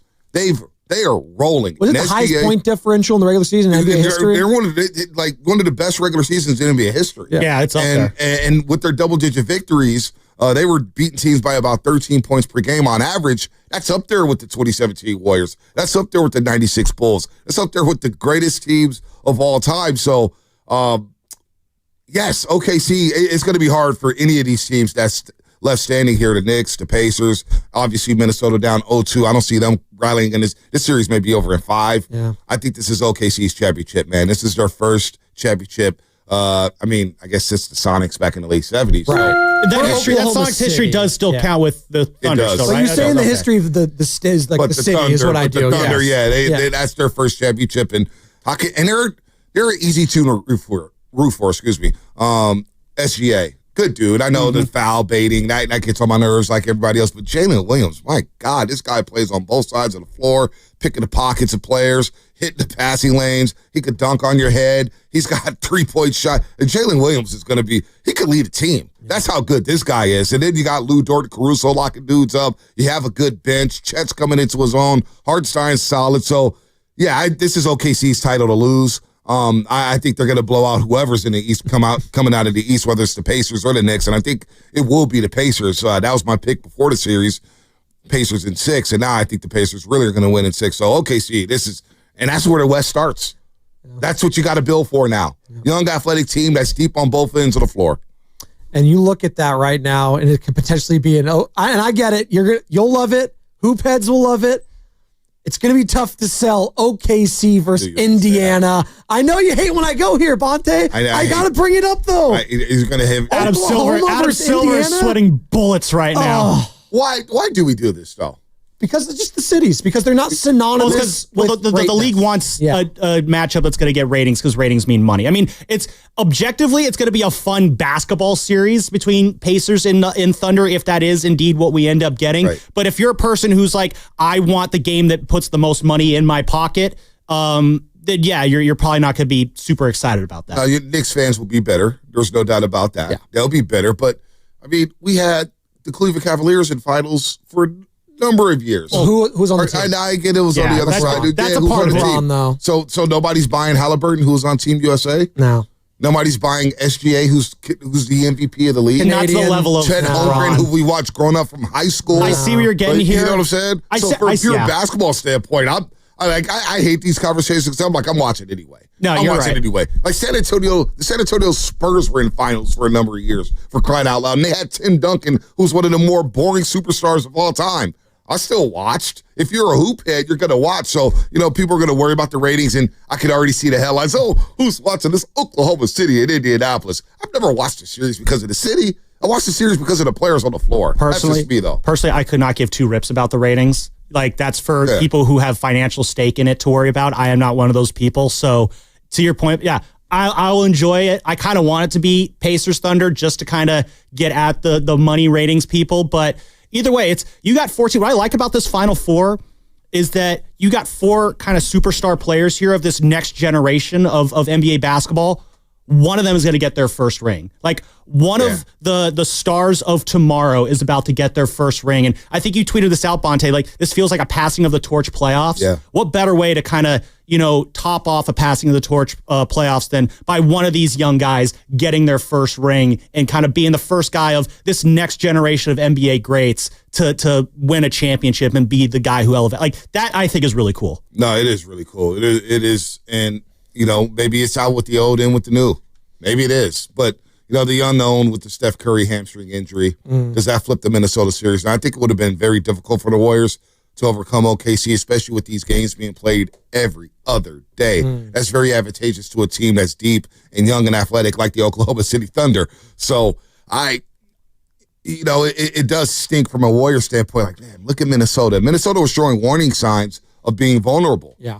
They turned the ball over 20 times in 3 consecutive games against the Dubs, and that's without Steph. So, and they've went up against a Lakers team that struggled to score offensively. It's just like the Warriors did, and they can get away with it against teams like that struggled to score, but not against the Thunder. You just can't. You just can't do that. They have too many sharpshooters everywhere, and there are 3 guys. If Chet's going to shoot like that and play or drive to the rim like that, because his 3-ball wasn't very good yesterday, but if he's going to be active around the paint like that, they're going to win the whole damn thing. And then look at the point of attack defense. Yes. No, that's... Again, point of attack Caruso defense. was such a good pick. Caruso, Dort, Jalen Williams made second team all defense. Yep. SGA's no slouch on the defensive end. So they defend at the point of attack, which really did the Warriors in that Minnesota series where Minnesota scored 72 points in the paint in Game 5. That can't happen. I want to get into this conversation because Sam was kind of alluding to it. It's going to be a changing of the guard. You've alluded to it, passing of the torch. It's going to be 7 straight teams now. That's 7 straight different champions in the NBA. The parity's at an all-time high, it feels like, at least in my lifetime. I mean, Sam and I, we grew up in the Michael Jordan was just at the tail end of that, so it was the Bulls. Then who was it? It was the Lakers. The Spurs in there. Then you obviously have the Miami Heat. Spurs again, obviously, the whole totality. Then the Warriors. And now it's kind of like, who else is going to be this next juggernaut? Are we going to get that? Do you like the parity, Bonte? Or do you like when there's some sort of dynastic run? It's like, I cop out and I say both. Yeah. Both are good. But I want to hear your take on that. I think the NBA needs to do away with the play-in tournament. We're rewarding mediocrity. That's what we're doing in the NBA. Get the top 8 in there. If you can't finish in the top 8, you don't deserve to be in the playoffs. You don't deserve to play an extra game and just take the week off. So parity, look, we may be looking at a budding dynasty in the Oklahoma City Thunder. Now, the new CBA where you have to pay luxury tax and the first and second apron picks get frozen, but they have a bevy of picks, so they can reload and restock at their will. They're in a great position, OKC, to dominate this league. So will people lock onto that? I think OKC is the next great dynasty in this league. Do I like parity? We see it in football now. It's cool. It's fine. But what do the casuals love? They love dynasties. Oh, yeah. They love dominant teams. They love the hate watch. Yep. Or you're on the other side where you're saying, hey, it's everybody against us. Mm-hmm. So I'm okay with parity. I'm just not okay with the mediocrity at the bottom of the conferences. Don't reward that. Moody always makes this point. In the Eastern Conference, you get these play-in teams that's under 500. It's a joke. You should be, if you're not at least at 500, no play-in. Mm-hmm. No play-in whatsoever. You don't get to go into the playoffs being 5 games under 500 in the regular season. We want urgency in the regular season. We want it to mean something. So stop rewarding mediocrity. Get rid of the play-in. You should not be in a lottery as well. And let's go top 8. And yes, let's get some dominant teams here that could push other teams and meet that level. So parity's okay. But I'm personally, I love a good dynasty. Yeah. I love a good dynasty. I like the parity because just me growing up as a Warrior fan, for the first 20-ish years of my life, I just believe that the Warriors were never going to have anything nice ever. Like, I figured the high point that they would get was maybe a Western Conference Finals and a gentleman's sweep, and we'll always have that one game 3 they won or something like that. And so, like, having and that was during a time where there was no parity in the NBA. Like, remember David Stern's NBA? I think there was like 7 teams that won a title during that run. So if you weren't one of the preferred teams, why even bother? That's kind of how I felt. Like, being a Warrior fan, it was just like, what's the point? We're never going to get to that point. Parity would kind of give me the belief, like, maybe there is a chance that my team actually can sneak in and actually do some legitimate winning here. I don't know how that much plays for other teams. Like, I don't know if there's a Utah Jazz fan out there that feels that same way, to where, parity gives their team a chance. But I don't know if that's enough to make the league exciting. I think at the end of the day, the NBA has always been built on, there's a dynasty that you're chasing, and all the way back to, 1980 onward, whether it was the Lakers, whether it was the Celtics, whether it was the Bulls, there's always a North Star that teams are chasing.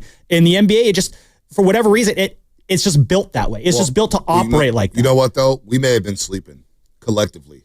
May have been sleeping on Oklahoma City because, again, they won the West. I'll admit it. They won the West. They were up double. They may have been up 10 games by the All-Star break. I don't recall. I don't remember, but they were rolling. They lost 14 games in a regular season. You know, this Thunder team, I would say, it kind of reminded me a lot of that 14-15 Warriors team, where it was a young team, it was a very homegrown team, and it was just a year where all the planets aligned. It all just came together in a perfect way. Everyone was gelling. It was just a season full of good vibes. And they also went through the experience last year, losing to Dallas in 6 games. I think people forgot about that. Much like the Warriors had lost their previous 2 before that. Exactly. Losing in the second round to San Antonio, then in the first round to the Clippers. But they lost in the second round last year to the Mavericks, and they said, okay, this is what we need.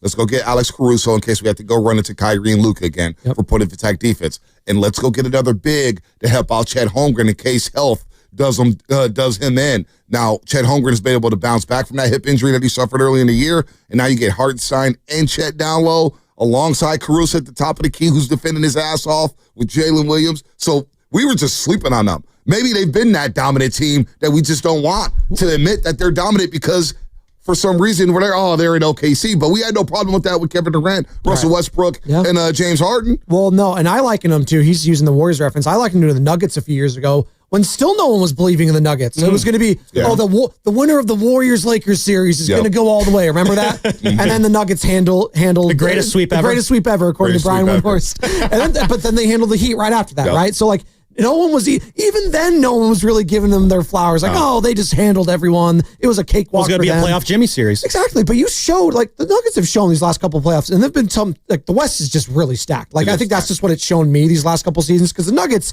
even in that series against the Thunder, so good. Some of those games were outrageous. I mean, Jokic, my God, he was talking about being gassed. He was absolutely gassed. They were relying on Aaron Gordon with a grade 2 hamstring strain to come through for them. A lot of props to him for even attempting to play. Right. He played his ass off in these playoffs. But with all that said, we're talking about Denver. We're talking about OKC. We see Minnesota. Anthony Edwards isn't going anywhere. Nope. They'll make some tweaks. You have the Clippers, who have Kawhi and James Harden, and the Clippers are always active. I felt like this was, if it was going to be the year for the Clippers. This could have been it, but the Clippers are going to clip, right? Scary at the end. The Clippers are going to clip. But they just farted it away. Dallas is about to invite Cooper Flagg to play alongside Anthony Davis and Klay Thompson and Kyrie at some point. They're going to be active. That's gonna be and Derek Lively's going to be healthy. Then you got the San Antonio Spurs with Wemby, Castle, Fox. What the hell are they going to do with their 2 picks in the lottery? Houston, the Rockets were the 2 seed in the Western Conference. And they have a guy in Amen Thompson who looks like Scottie Pippen 2.0. Now, if he could just get a little jump shot, he's going to be dynamic in all levels. Where does that leave the Warriors as you're watching these athletic teams with deep, long, athletic defenders? The Warriors, this offseason for them is so important. And I think it will dictate the future, the next 5 years for the Golden State Warriors, what they do this offseason. Really? Yeah, absolutely. So how much of that future is riding on what team Jonathan Kaminga is playing for next year? Because Jonathan Kaminga has been the big conversation topic this morning here, Bonte. And, there's this belief of, maybe it is time for him to move on. We were playing some of the Steve Kerr sound from yesterday, and Kerr compared him to, Shawn Marion. He also compared him to Aaron Gordon, and how Gordon kind of found himself once he left Orlando, which I translated that as saying that if Jonathan Kaminga wants to be the player that Jonathan Kaminga wants to be, that's going to have to be for another team. Me being a Warrior fan, my thing is just like, this dude is kind of, really good. I want to find out a way to make it work with him on this roster. Well, look, Does he need to rebound a bit better? Yes. But rebounding, I think, in today's NBA, and I'm not making an excuse for him, he needs to rebound better. He can't walk off the court with no rebounds. Yeah, that can't happen. But you think about where he's defending on the top of the key or the perimeter, Anthony Edwards. There's a lot of long rebounds today in today's NBA because of all the three-point shooting. All the three-point shooting allows guards to get a lot of rebounds like Pods, Curry, or whatnot. But he does have to rebound better. Mm-hmm. The talent is undeniable. I've been talking to former players. I don't think people grasp how difficult it is to not play and keep your mentals in check, to pick up DNP after DNP, DNP after DNP in the playoffs. And if Steph Curry never gets hurt, JK doesn't play. So we don't see those 4 games against Minnesota. But my Lord, you see those 4 games against Minnesota, and you think to yourself, all right, he may not be able to rebound at a high level right now. His ball handling needs work. But damn, he's a bucket. And he's long and athletic, and he's standing in front of guys. Now, he's going to make his mistakes, but the numbers are the numbers. When he plays 30 minutes, he shoots over 50%. The average is 21 and 7. I mean, those are the numbers. I didn't make them up. Just look at the box. Look at the track record when he gets 30 minutes a game. Now, you can say, well, they didn't win a game. They didn't win a game. Well, there's a number of reasons why they didn't win a game, right? Pod struggled with this shot in his first ever postseason. Cool. Moody started struggling. Now we found out he had the surgery on his thumb. I saw him last night at the Positive Coaches Alliance Awards, and he had a big old cast on his hand. Draymond struggled. Going into Game 7 against the Rockets, he had more turnovers than assists. Jimmy dealing with whatever he's dealing with, and then he takes 20 shots over the last 2 games. For Kaminga to not play and all of a sudden go 8 for 8 and go end up 8 for 11 in Game 2 and then drops 30 in Game 3, the guy's a talent. And if you're watching these playoffs, folks, what are you seeing? 6'7", 6'8", 6'9" dudes getting to the cup, defending at a high level. So I'm hesitant to get rid of an athletic player because it's a young man's game. Again, I'll say it till I'm blue in the face. There's no team in NBA history that's won a championship where the top 3 players have been 37, 35, and 35. There you go. It doesn't get easier when they're 38, 36, and 36. That's Bonte Hill, voice of Warriors pre- and post-game live, and also Giants pre- and post-game live on NBC Sports Bay Area. You like that? You got this. I was joking. You figured out that it was runs and not points, right? I know. I go, point. Oh, wait, runs. No, it was a joke, everybody. Sure. It was a joke. No, it wasn't a joke. I know the fit. But I was like, what's a 4-run? What do you guys call a 4-run homer? And it's just like, but it was such a dad joke. Yeah, no, it was a dad joke. And people were like, it's runs, but of course there were no people. It's runs, Bonte, not points. Yeah. Really? Wait, people on the internet took something too seriously? That's so unlike the internet. It was fun. It was fun doing Giants. I'm locked in, man. Giants playing some good baseball. I enjoyed watching you do it. So. You made the point for me just there on Jonathan Kaminga. Like, are the Warriors in a position right now to just be moving on from a 22-year-old that could score at a high level, which we just saw? You could say, oh, he's just a scorer. Yeah, that matters in the playoffs. Did we watch the Minnesota Timberwolves yesterday? They couldn't score. That was the problem for them. No doubt. And also, I want to get this out too. He's 22 years old, and I hear this a lot. Well, it's been 4 years. How long is it going to take? Well, 4 years with the Golden State Warriors not the same. Is different than 4 years with the Pistons. Different than 4 years with the Magic. Right. Different with 4. Hell, look at Oklahoma City. These guys were winning 15, 20 games a year. They got to play through those mistakes. Yep. But they got to play through the mistakes. Exactly, Loveman. And you don't get that luxury here with the Golden State Warriors because when you're drafted here and you're walking in the locker room with Steph, Dre, Clay, Wiggs, whoever, Jimmy now, and you see the banners. And damn, I grew up watching this dynasty. So you don't get that typical, hey, let me play through the mistakes. I'm going to get my 30 minutes. Your minutes are inconsistent. And then you're looking over your shoulder. Now you can say, hey, it's be a pro, be a pro, be a pro.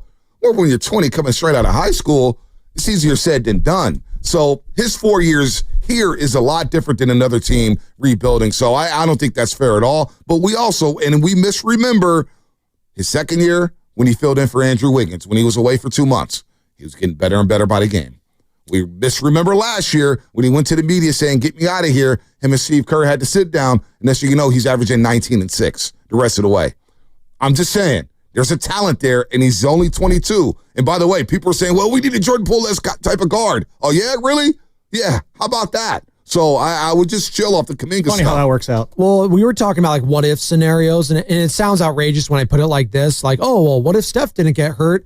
in game 1 of the Western Conference Semis. Well, what if Jonathan Kaminga didn't get hurt when he did? It kind of shifted everything. Like, there's a scenario where if he keeps playing well, like, and they're still around 500, maybe they're a couple games over, like, I don't know. Do you make the Jimmy trade? Do you trade JK? Like, there's so many different avenues there. And that injury, really, it set him back, and it set the Warriors on a different course to where now, if I'm Jonathan Kaminga, like, am I sitting? Of course, if I'm JK right now, I want to get out of here. Probably. I mean, I can't speak for the guy. Right. I'm assuming he wants to go elsewhere at this Brooklyn's point. calling. But we had Anthony Slater on last week, Bonte. He said, hey, there's absolutely a scenario where he comes back in game 1 in the regular season next year for the Golden State Warriors. Now, just listening to Steve Kerr on with Tim Kawakami and with us yesterday, I don't know if that's going to happen. What did I say last week? I would be shocked. I would be shocked. Right. Because I think Kaminga wants to jumpstart his career. Yeah. And he wants to just get going and play at a high level. As he should, right? You know, as he should. I get it. He's got a championship. He was on the team as a rookie. Hell, and you know, I hear this too, but he's got an ego. He's got a chip. Well, if you walk in that locker room, you better have an ego. You better have some confidence. The Warriors needed more ego in the playoffs, quite frankly. But you better have confidence playing next to Steph. And a little bit of arrogance playing next to Draymond. Sometimes it takes that when you're playing with Hall of Famers. You know, you feel like you belong. Oh, weird how they say that about JK, not about Pods, though, I guess, who has a lot of confidence, it seems like, but it's a good thing for him and not for Kaminga. We pick and choose that, right? That's Bonte Hill, voice of pre- and post-game live for the Warriors and the Giants for NBC Sports, courtesy of River Islands. He's going to be here on the other side as well, each and every Friday, joining us at 9 o'clock for the entire hour. That's Sam Lundman in for Joe Shasky. I'm Joe Spadoni. Come on back. We're going to talk more JK, but also Jimmy Butler. We've had some time to marinate on the Jimmy Butler experience. What was the good? What was the bad? And what's going forward with Jimmy Buckets on the other side, brought to you by Chilton Auto Body.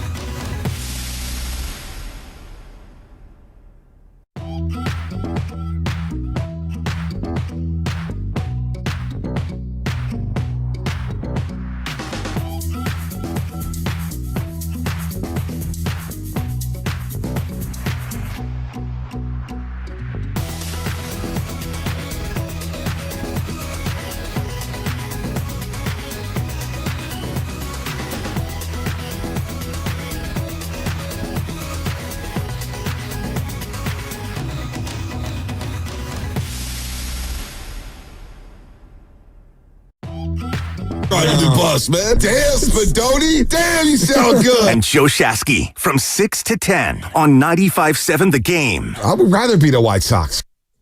Really? Still? May rather be the Rockies. Oh, no. I'm kidding. 27 win pace. Hey, they're still getting sellouts there. Even with like historically inept team, they're getting sellouts. Of course, it's a hell of a place, I heard. Beat me to it by 1 second. All right, there you go. Yeah, I heard Cody's phone. What is it, Blake Street? I've never been to the state of Colorado. I've always wanted to sit in the purple seats. Yeah. Mile above. Love is Blind is going to be in Colorado next season. So I can't Love is Blind. Oh, good. Are you locked in on that yet? You and Anna? No, I'm not locked in on that. You need locked in on Power and Power Force, Andor, Kanan, Star Raising Wars. Kanan, Godfather of Harlem. Yeah. Watching a lot of documentaries. Untold Story. So you didn't watch Shooting Andor? Guards. You got the Brett Favre one on deck. Okay. So no Star Wars on Disney Plus for you. Not yet. It's getting there. If Chelsea gets into it, I'll get into it. Oh, okay. You know what? All right, that's our in. That's a great answer from a father right She there. gets into it, I'll get into it. We gotta get Ches in the. I got into Despicable Me. I mean, I love them. I love Gru. You got into Frozen. I got into Frozen. Hey, let it go, dude. Let it go. Love is an open door. There you go. Yeah. That's Bonta Hill, voice of your Warriors when it comes to pre and post game coverage, and also the Giants for NBC Sports. Laura Brett. I'm just filling in for Laura Brett. Occasionally. Sometimes, yeah. I got 2 games next week. He pinch hits every now and then. Yeah, I'll pitch hit next week, next Tuesday and Wednesday. We got an early start. We got a 9:30 pre next Wednesday. You've talked some red and gold too. You gotta wake up early. Got to wake up early. You be able to do that? How about Brock Purdy? How fans feeling about the Brock Purdy contract? Oh, they're feeling a lot better now. You know, Joe was worried about it for the last 6 months. I called Shasky last Friday. I did a stream with Carlos Ramirez, and I didn't know it was going to be on television. Gosh. Sure. Shasky's like, I said, Shasky, it's a team-friendly deal. Right. 7th highest paid quarterback by the time 2026 starts, and maybe the 10th highest paid. Yeah. Maybe the 10th highest paid quarterback. Then when you really break it all down, it's $43 million a year. And the base salary and the way the cap is structured with the deal, it's a great deal. And it's the price of doing business for quarterbacks. Mm-hmm. And so now I go into training camp, and you're the 49er fans, you go into training camp, you're saying, you got Brock, you got Kittle locked up, Fred Warner just got locked up, Ricky Pearsall's going to have a full training camp. Hopefully he doesn't get injured. I'm hearing Jacob Cowling put on a lot of muscle. Obviously, that's good. C-Mac is back. They didn't lose a lot to me. I know a lot of people say, well, they had this mass exodus of players or whatnot, but how many were really factors? And I love the infusion of youth that they're having with Michael Williams and C.J. West from Indiana, Alfred Collins from Texas. I think the Niners have become underrated. Yeah. And I think they're going to shock some people this year. I really do. People laughed at me because I said, it might be extreme, I said they had an A off season. First and foremost, because there's no drama. I didn't feel like there's any. Everyone's all worried about the Brock Purdy contract. It hasn't gotten done yet. Well, then all of a sudden, you look at it, and it's basically a 3-year deal at this point. So for even the biggest Brock Purdy detractor, you just look at the cap hits this year, $9 million. Next year, $24 million. The year after that, 30. Exactly. That's nothing in today's game. He's getting his bonus. They got his signing bonus. He gets all his guaranteed money, and they broke that down where he's going to get his guaranteed money at 4 different points over the next couple of years. So I love the deal. I actually talked to Shasky the other day about it. He kind of started warming up. Exactly. So I was like, dude, it's fine. Well, is he the best?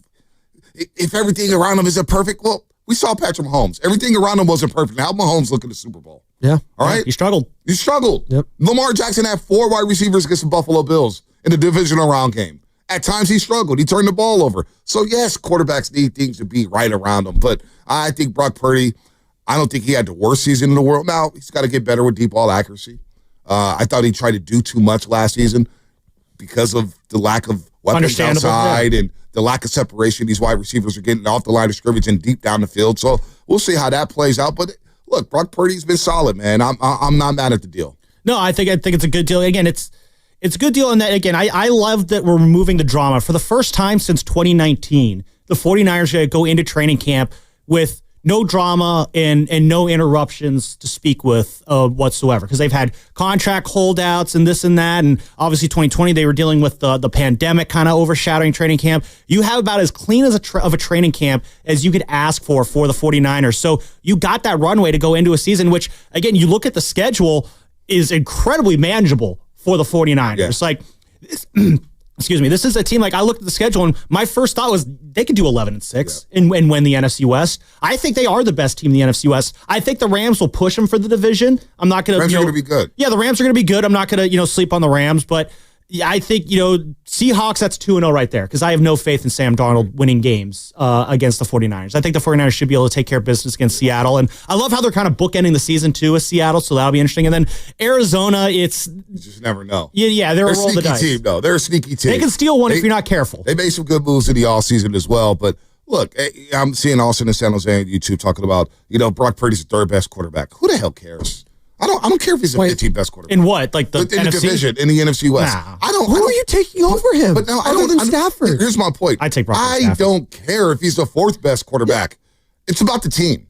And can you execute this offense at a high level and get back to what you were doing in 2023 and 2024? That's all I care about. I don't care if you're the first best, second best, fourth best, 10th best. I don't care. Can you move the football? Can you get this team in the end zone? Can you take care of the football? Does it work? Yeah. Does it work? Bonte, you and I were higher on this guy than most people, but where were people ranking Jalen Hurts this time last year? Mm-hmm. They were ready to a lot of doubt. Throw him out of town. I know. It was crazy. And then what happened in the playoffs this past year? Balled out. He's had good playoffs. Yes. I mean, he's had 2 really good Super Bowls. Yes. Now, he lost one, obviously. The Eagles lost one, but it wasn't Jalen Hurts' fault. No, he had the one fumble that was literally his only mistake. And it was a big one, but he was ball. That was one of the greatest throwing performances. Jalen Hurts is a really good quarterback. He was really people good. won't even have him in the top 5, top 10, but who cares? Yep. The guy, can you win me football games? Yeah. Can you put my team in a position to win football games? That's what matters. Not what, oh my God, he's the third best quarterback in the NFC West. That's low level. That's kiddie table conversation. Or the Austin. other one, yeah. That's kiddie table stuff. It's like, who else wants Brock Purdy? And then Adam Schefter was kind of talking about this earlier this week. He was like, no teams were calling the Niners on Brock Purdy, not because they aren't enamored with him, but because the view around the league was Brock works for them. He only works for them. He makes their system go. And I know a lot of people want to point at that being a knock on him, but if he's the kind of the palladium core that powers the Iron Man suit that is the 49ers, I'm ready to roll with that. I don't care if he doesn't work for other teams. I don't need him to be a good quarterback for other teams. I need him to be a good quarterback for one team, and that is the 49ers. And for the most part, he has executed at that. If pieces are missing from this team, like you said, that's with any team. And that, I think, puts more onus on Shanahan and Lynch to get the roster around Brock up to snuff there, because by giving Brock this money and this contract, what they're basically saying is, we believe in what your abilities are. We believe that we can win with you. And they're aware of the fact that in order to win with Brock Purdy, they do need everything else around him clicking. So, the pressure is on Brock to perform, but I'm also putting the pressure on Shanahan and Lynch. Put a good enough team around him, because you guys have clearly stated with this deal that you are accepting of the reality that Brock only works on this team with this roster. Listen, what do we do in these drafts? Whether it's the NBA or the NFL, you're drafting players that fit your system. Of course. That you think can maximize your system. So one guy may play great here. He may go to Buffalo and not play great. Yep. One guy may play great with the Washington Commanders and then come out here and not play great. Javon Hargrave was really good with the Philadelphia Eagles. He comes here to the Y9. Well, you know what? That system and that scheme did not work out for him, and it was a whiff. And you didn't have those other players around him. He didn't have those other players around him. So the scheme, the system, the players around him, when you draft, you're drafting to see who fits. Oh, I project this guy could really play in my system. Oh, I think this guy could really maximize my philosophy, whether it's offense or defense. So that's the whole point of this whole thing. Come on, folks, wake up. Speaking of, expectations and living up to expectations, we could do a little parallel path here, if you will. Two timelines? Yeah, a little bit, but not really. Jimmy Butler also signed a huge extension with the Warriors. It's tying him for the next 2 seasons, at least here in Golden State. Who do you think's under more pressure to live up to this contract? Is it Brock Purdy in this deal, Bonte, or is it Jimmy Butler with his? It's Brock. It's Brock. Not even close? I don't know how close it is, but Brock Purdy's a quarterback of the San Francisco 49ers. I mean, he's a quarterback. Quarterbacks in general it's the most important position in sports for a reason. And no matter what, if you break the deal down and it looks like $43 million a year, because I think this last year on the deal is going to count, and that new deal kind of kicks in next season. It's all complicated, but it's Brock Purdy, it's Shanahan, it's the 49ers, it's NFL football. Brock Purdy's under so much scrutiny now because he was the last pick of the draft. And some people think that maybe he's just a souped-up Jimmy Garoppolo. They saw last season and say, yep, he turned into a punk, and Lee figured him out. So Brock Purdy's under more pressure. And then you still have Steph and Dre around Jimmy. So Jimmy, I think fans expect him to be that Robin. He put it out there. So the pressure's not think about it. He shot 20 times in the last 2 games, and people were like, "Well, he was hurt." Blah, blah, blah. I don't know. I think the pressure's gone a little. It's ratcheting up a little bit. It's ranking up. Well, a little I think the bit. expectation, as there's earlier, I looked at Jimmy as an insurance policy for Steph. Like if Steph gets hurt, don't worry, we got Jimmy to take things over. I don't know if he can live up and be to that standard, but no, it's at the end of the day, Brock is expected to carry the primary load. He is the guy who you're turning to right off the bat. Jimmy is the guy you're putting the load on his shoulders only when Steph isn't playing. Right. So in that sense, I agree. It's the biggest contract in 49ers history, right? Yeah. So, and he's a quarterback of an NFL team, that NFL team that had Joe Montana, Steve Young, that we still hold on to. The bar is raised high when it comes to the quarterbacks of the San Francisco 49ers. Oh, absolutely. There is the most scrutinized sporting position in Bay Area sports is always who's the quarterback of the 49ers. No position gets more attention. After that, then it's, who's coaching the Warriors or managing the Giants, but that's a very distant second. Niners quarterback has always been, at least in my lifetime, and I'm sure it goes back before that, no position in sports gets more attention, more scrutiny, more criticism, and then more praise when they do well than 49ers quarterback. I'm just curious. I think I'm going to go Jimmy Butler with this one, only because of, as you mentioned, because he is playing with Steph. And the love of Stephen Curry around here is at an all-time. He's the most beloved athlete in the history of the Bay Area. Maybe might go down as ever, because universally I do think he's pretty damn loved. He's just a good person and a good ambassador for the game and what he has done, what he's meant to the sport and revolutionizing it. You mess with Steph and his ability to win a title, people are going to go after you, whether that's right or wrong. And I do think, Jimmy's gotten an unfair in these last couple of weeks, an unfair, burden. When you look at him, he couldn't win us one game. Well, he had an incredible Game 3 performance, and he couldn't score in the last 7 minutes, but someone else had to step up. Right? I understand the frustrations with the field goal attempts after that. He also had the flu, or he had flu-like symptoms for a couple of games. That's baked into it with the sore glute muscle. Of those excuses, it is what it is at this point. But I do think we need to take a step back and tell us something we did learn with Jimmy. He's not Miami Heat Jimmy. He's a couple years older. He's a couple years moved for that. And this isn't that system anymore. Well, that's why I think there's less pressure on him, because he is 35 years old. So the expectations are not going to be as high as it is for Brock Purdy. We're still thirsting for a Super Bowl out here with the 49ers. They've been knocking on the door. And we know that if this Brock Purdy contract does not work out, then that's basically the end of Shanahan. That's basically the end of John Lynch. And that's basically the end of this regime's, run, which has been a really good run for the 49ers. Let's be real. If we just take a step back and just have some perspective, they've had a really good run. They've had a lot of success. They just haven't gotten out one game. And they've lost in overtime in the last few minutes against Kansas City in 2 Super Bowls. So Jimmy being 35 and knowing that, hey, Steph is 37, I don't think the expectations are as high for Jimmy to play at that level, especially after these playoffs where, whether you could say unfair is unfair, I would have liked to see him go down shooting more shots. And I listened to Dwayne Wade the other day on his podcast talking about Jimmy and what he was doing and not looking at the basket. Sure. This is what happens when you face more athletic, longer rangier defenders like Minnesota had. So Jimmy, I don't think he has the pressure at all. Like, if we're going to scapegoat people, there's always a scapegoat every year with the Warriors. We could go down the list. If the Warriors struggle next season, I thought Jimmy would be labeled a scapegoat. We're going to look somewhere else. Oh, absolutely. And then what's going to happen is we're going to get, the Jimmy Butler that irritated Pat Riley in Miami. And I was saying that is the worst situation that can happen this season, is that Jimmy decides that, or if the fan base turns on Jimmy and then Jimmy decides to just check out on the season and collect paychecks, then it's all off. I'll go Juan Soto? Juan Butler? No? I don't think he'd do that. No, I'm looking extreme doomsday scenario, admittedly, but got to think positive, love it. Always think positive. Okay, I play in all angles. It is a fascinating all season. And look, I heard you guys talking Giannis. It's the most important one. Yeah, I heard you guys talking Giannis, and obviously the All-Star break stuff with Giannis and everything like that. One thing we have to understand around here, and I don't know if everybody's grasped this yet about Joe Lacob.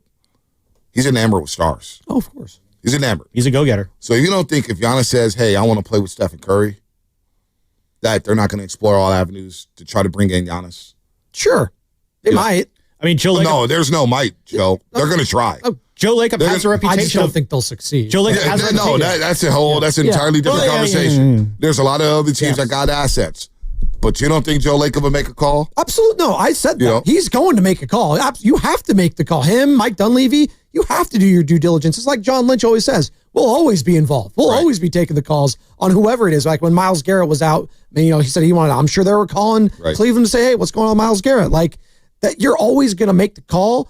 I'm just frustrated, I guess, Bonte, because we've had 2 months of the Jimmy Butler experience, and it was pretty damn good. You got to the Western Conference semis, and the Steph injury changed it all. And had he not gotten hurt, we're all talking like, hey, maybe you get to the Western Conference Finals.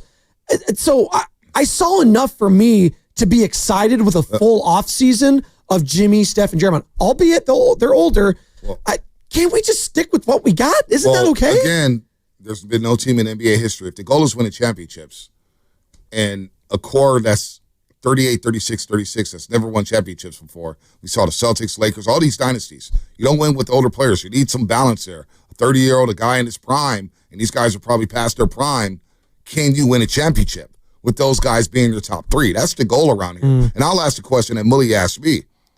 Did they get better or did they just look different? When you look at everything that transpired in the 2 months with Jimmy, there's no denying they played a better brand of basketball, but it was different. Translated more wins. Jimmy translated more wins. Now you look at the schedule, it was pretty advantageous. It is. They caught some breaks with the schedule, and they took advantage of those breaks. So they get credit for that. But the way Jimmy plays compared to the way Steve Kerr wants to play, Steve Kerr, look, he's a hell of a coach. I thought he did a hell of a job this year. But they went ISO heavy. And that's not the way the Warriors play. No. Read and react. But don't you think they are, they got to have more wrinkles for Jimmy going forward. Like the reliance on Stephen Curry at this point, 37 going on 38, it was abundantly clear once he went out, just, oh my God. Now, Steph is obviously, it's Steph. Like if the Lakers lose LeBron, they're cooked. If some of these players lose their all-time, Oklahoma City loses Shea, it's going to look different. I get that. But the reliance on Stephen Curry, there needs to be now a slice of that pie going to Jimmy going forward. Yep. That needs to be baked into the Let me ask you guys this. If Giannis says, I want to go play with Steph, who's the untouchables on this roster? Steph. That's it. That's it. That's the end of the list. I'm with you. You're right? Yeah. So I would, if I'm a Warrior fan, I would just be open-minded this offseason. Sure. And expect the unexpected. I'm on team whatever it takes. My whole point of this show is just the goal is Steph is an all-time legend. Get him one more ring. You cannot let this window go away. Go all out. If you fall short going all out, that's one thing. Don't leave opportunities like that on the table. And let's not leave Fast Five on the table. Look at you.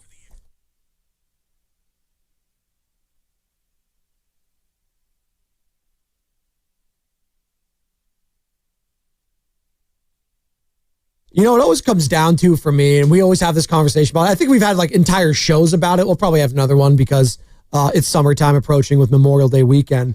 But it comes down to me, that expectation with Brock and Jimmy. It's who do you want to win a championship first? Is it Steph in his fifth, or is it a 49er sixth? Oh, I think around here, it's been, when we watch that Super Bowl with the Chargers and Niners, the video gets grainier and grainier by the year.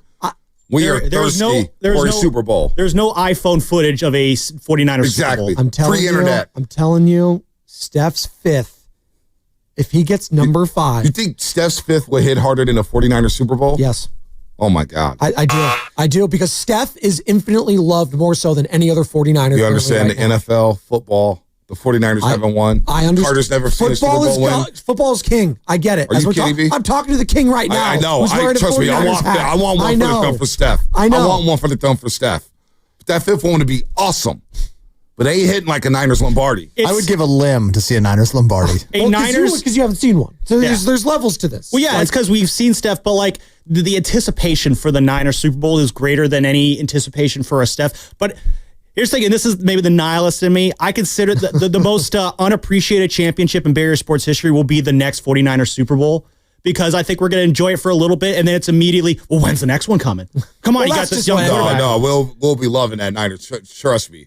I mean, I wasn't even going through puberty by the last time the Niners won a Super Bowl. I'm Monte Hill. I mean, we always say the biggest lie any sports fan tells ever, just give me one. That's all I need. Right. No, the minute, because I used to be that. That's in 2000, baby. We want more. In 2009, I was, just give me one Giants World Series. That's all I need. And then I won in 10. And then you know what? 1 was cool. I'm not going to lie. 2 would be better. Giants won 2010. I was good. My dad was too. Honestly, I was good, and then Scott Cousins, Buster Posey happened. I'm like, you know what? Now I want another one. And then they won in 12. It's like, you know what? Now I want another one. And then the Warriors won. It's like, that was really cool. And then they lost the 73-win season. I'm like, you know what? Now I want more. The biggest lie we tell ourselves is just give me one. No, the minute you get that first one, you're like, man, that was cool. I want to do it again. I've been watching a lot of Willy Wonka lately, the old school one with Gene Wilder. Benny loves it. He can't get enough of it. That's the only Willy Wonka. It's the only one, right? But there's not Timothy Chalamet. Faruka Salt. Yeah. Don't care how. I want it now. Honestly, I'm like that with championship. I don't care how. I want a Steph championship now. Is that Baby Chaz? Have you shown Willy Wonka yet for her? I have not got to Willy Wonka. I can't wait to get to it. It's on HBO Max. So there you go. No, I can't wait to watch it with her. They're all. I love the original world of pure Wonka. imagination. Yeah. Oh man, that soundtrack hit too. It still hits. It does. What's your final thought, Bonta? You go, Loveman. I got to think about this. My final thought is, see you later, David VR. You know, the Giants oh my God. Put him on waivers. He cleared it. Elected free agency. Justin Verlander on the IL. David VR, man, will always have those 9 home runs he hit at AAA in Sacramento in 2022 that got us all excited. Here's my final thought. New Yorkers. They remind me so much of the Philadelphia Eagle fans. Oh, awesome. Now, not a Pacer fan who walked through there. He knew what he was doing. Hans? Hans knew what he was doing. So that's why I know people were throwing garbage on him, but he asked for it. He did. He asked for it. Victim blaming. He asked for it. Victim blaming. I've been that guy walking in trying to be a tough guy. You can tell based on what he was wearing. He was asking for it. The Pacers weren't even playing that night. He wants to walk in and think he's tough, and you get a bunch of young kids out there or whatever. But you know what, Knicks fans, keep suffering. Keep suffering. They will. You got no shot to win this series. They will. No. Hopefully, let me not say no shot because cold takes good. Freezing cold takes good. There you go. But I want New York fans to suffer. I cannot stand East Coast fans, whether it's Boston, Philly, New York. They're all they do is just yell and swear. Nothing intelligent about it whatsoever. So continue to suffer, Knicks fans. That was Fast Five, brought to you by Xfinity. At home or on the go, get the fastest internet to all your devices. Steiny and Guru are next, brought to you by Fremont Bank. Here for you, here for good. Real quick, Carter, Memorial Day, just be thinking about our fallen men and women in this country. That is going to be on Monday. We're going to have a long weekend, and we'll be back on Tuesday talking to you all. Have a good weekend.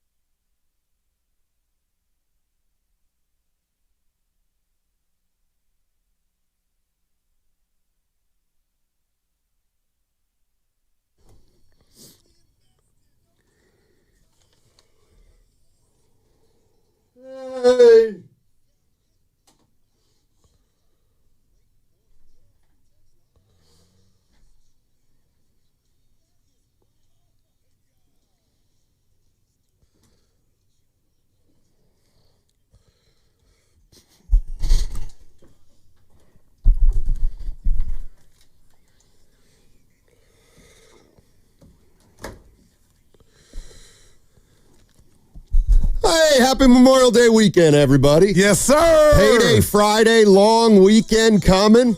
Tyshawn Jackson, 5th domino tournament. My boy Ty Jackson. And they really want to know the family, Steiny. I'm putting it out here early.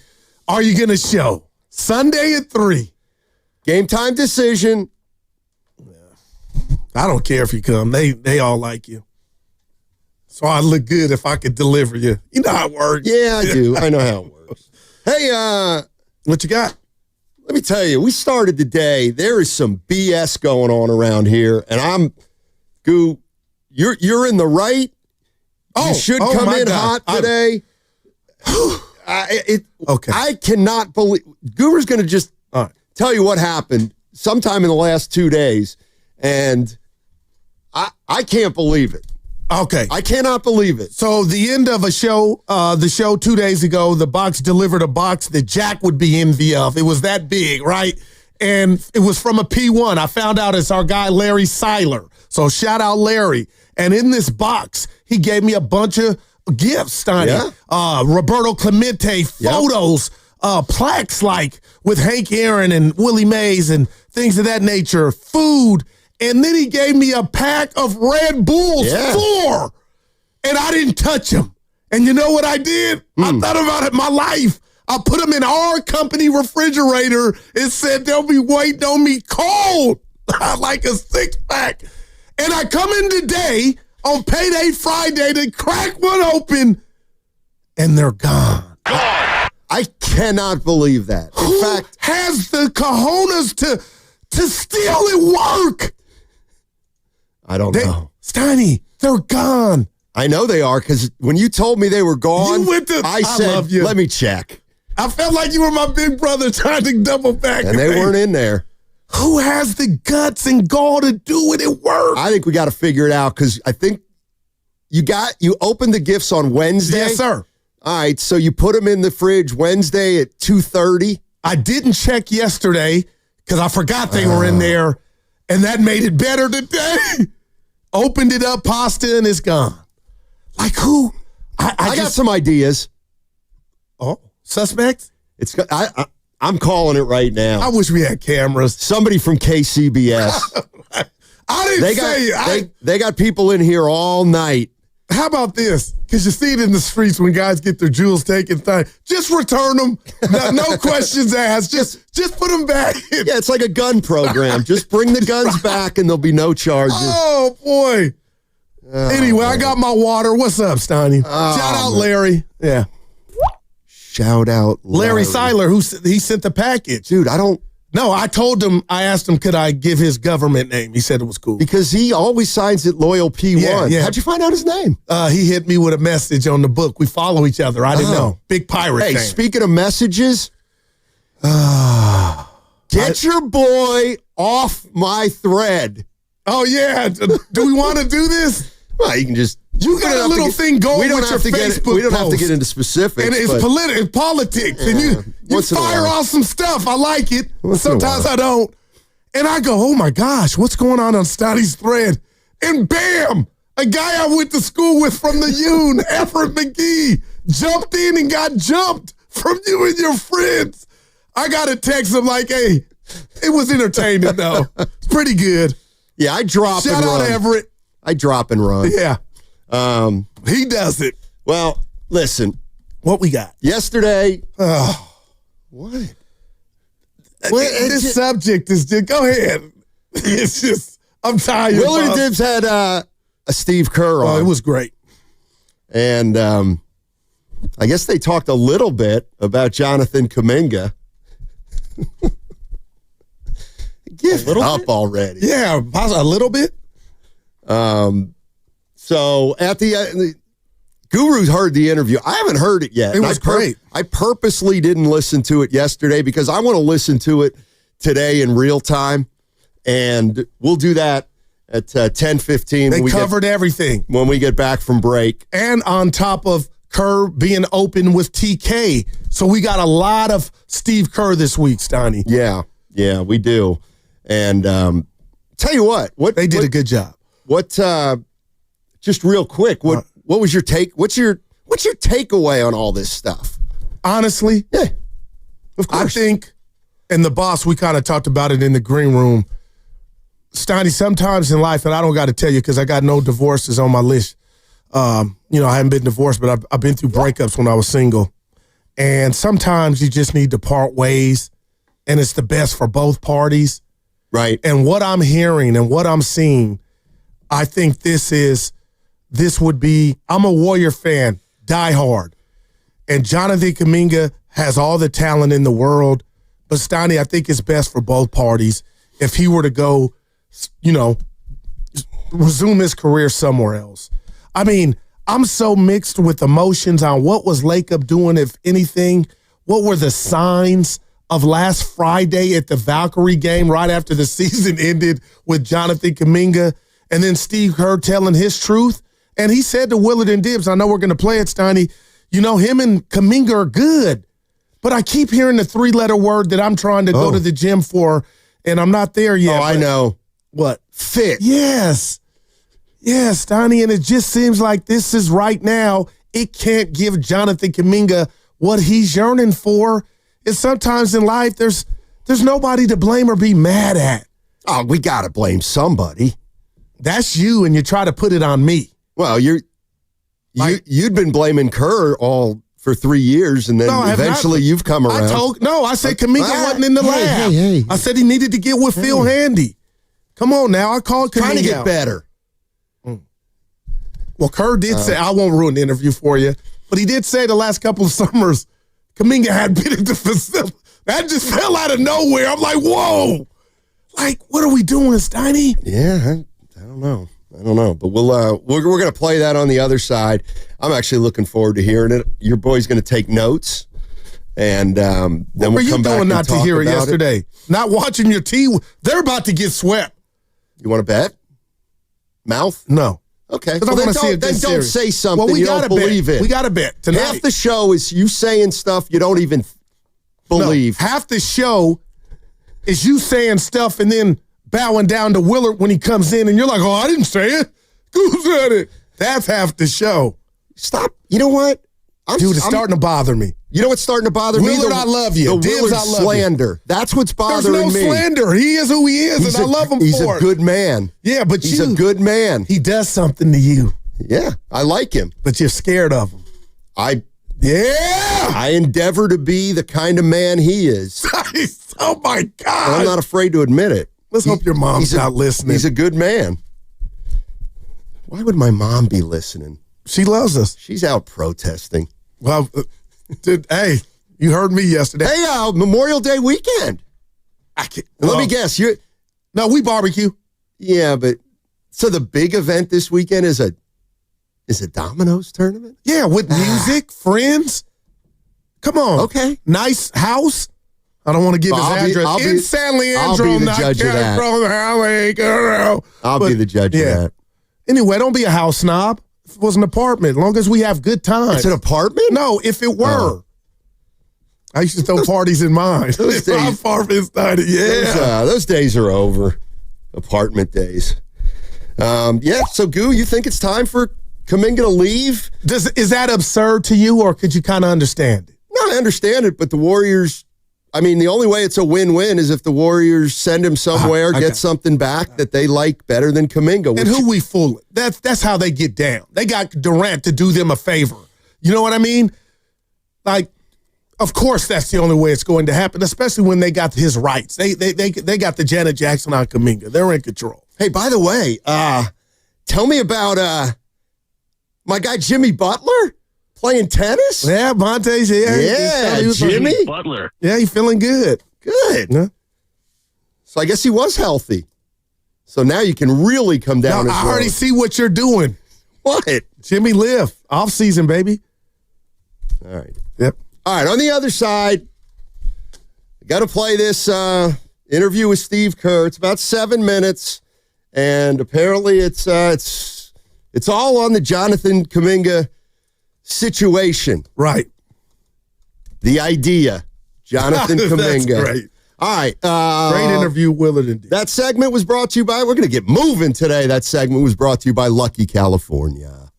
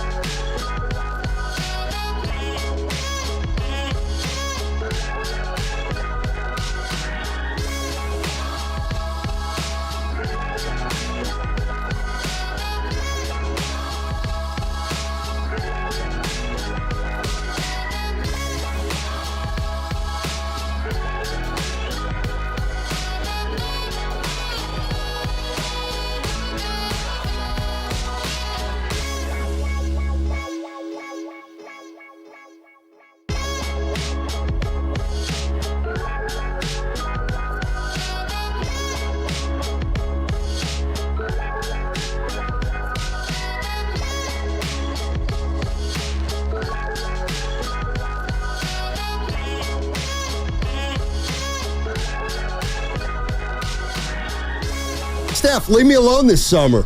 The chef? What's he doing? I don't need to be hearing from him. He's not golfing. No, he's fishing. Is he? Going fishing. Oh, wow. I'm going to give you a 3. Damn. Payday Friday, ladies and gentlemen. For some. Long weekend, ladies and gentlemen. By the way, we got an upset coming later today. Dibley here. Oh, but no stretch. Usually takes that stretch 4. Yeah, I love it. And we have some IQ questions for we me. We do. Did you get a lot bombarded or not a lot? About 8 to 10. All right, that's enough. I'll do it again. You know, I'm not going to do the whole test because then there's no way I could win. Yeah, Guru 143. Guru's got 143 IQ. If you want to ask him a question today, you can submit it at matt.steinmetz@odyssey.com. We got a bunch yesterday. Maybe some more trickle in today. If you got a question for Guru, he's going to prove to you how smart he is. And if I miss 2, you didn't get it. You didn't get it, but go ahead. All right, so here we go. You like this topic. If people are saying, well, I haven't heard it. And I purposely waited to hear it because I want to do this in real time. So I'm going to be listening to it for the first time, and I'm going to be taking notes. And in about 10 minutes, I'll give you the official take on where we're at with Jonathan Kaminga and Steve Kerr and the Golden State Warriors. All right, here we go. After today, maybe we put it to bed until he gets signed or traded. Gotcha. Steve Kerr yesterday with Willard and Dibbs on Jonathan Kaminga. I can't wait to hear this. I wanted to ask you this because when you said that you guys have been trying to kind of hammer home the way that you want him to play, it felt to me like you were at least insinuating that you guys want him to play one way and maybe he doesn't. But I don't want to put words in the mouth. You tell me, is there a bit of a disagreement between the staff and Jonathan in terms of how he should be playing? I don't think there's a disagreement. I think that there is maybe a different view, from his perspective and what he's comfortable doing. He's obviously a natural scorer. You saw that in the Minnesota series when he got his opportunity. He scored really well, and that's what he's most comfortable doing. But with our team and the way we're built and with Steph and Jimmy, they're going to dominate the ball. What we need from that spot is rebounding, and we need the passing, the connection, and yes, we need the scoring, but it has to come within the context of what we're really good at and what we're really great at for the last 2 months. With Jimmy and Steph. So I think, I said it to Tim yesterday. I mean, young players take some time sometimes to figure out, who they are and what kind of player they are and what their role is. And it's not always easy. And he, as I said, JK's 22. And I think there's plenty of growth ahead, but it's never an easy road when you're sort of going down a path like this. Yeah, I think it's a fair question to come out of that conversation for a lot of people and wonder if this is a can't do it or a won't do it kind of a conversation. In other words, these things you're asking him to do, you believe he's capable of doing them, right? I do, but it's you go down the path and you try to get kind of habits that are built, and you want them to be consistent, and so in year 4 you would hope that those things are coming, and I would say they have been inconsistent. I'm talking about the rebounding front and taking care of the ball. And so, look, I mean, I've tried to explain this, to our fans and to you guys over the course of the year. But the way the team is built, we've got 2 guys in Jimmy and Steph who are 2 of the very best in the league, and they're going to have the ball in their hands. We have 2 guys in Steph and Draymond who are going to turn the ball over quite a bit. It's just kind of the nature of their games. And so, the fit with Jonathan, and I've been very open with him about this as well.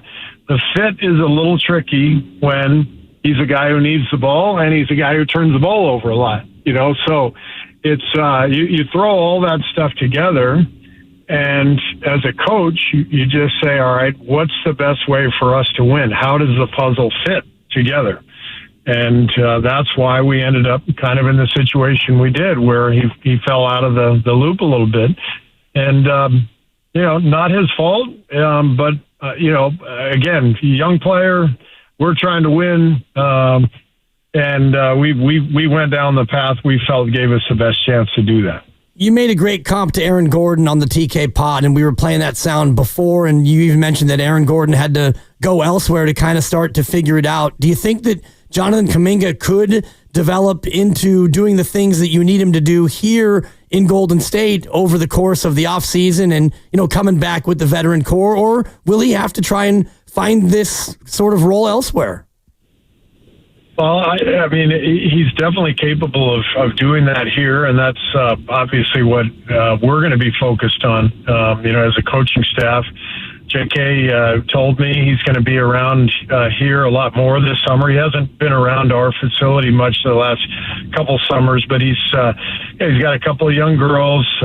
He's much more settled down now, wants to be in one place, and so he's going to be in our gym, and we're going to hammer home those points with him and try to get him to understand all those loose balls, all those long rebounds, with his athleticism, those are plays, for him to help us win, he's got to get those rebounds. He's got to chase down those loose balls. He's got to run the floor, sprint the floor. And if he does all these things, then there's no question he can find a better role and find a better fit, next to Jimmy and Steph and Draymond.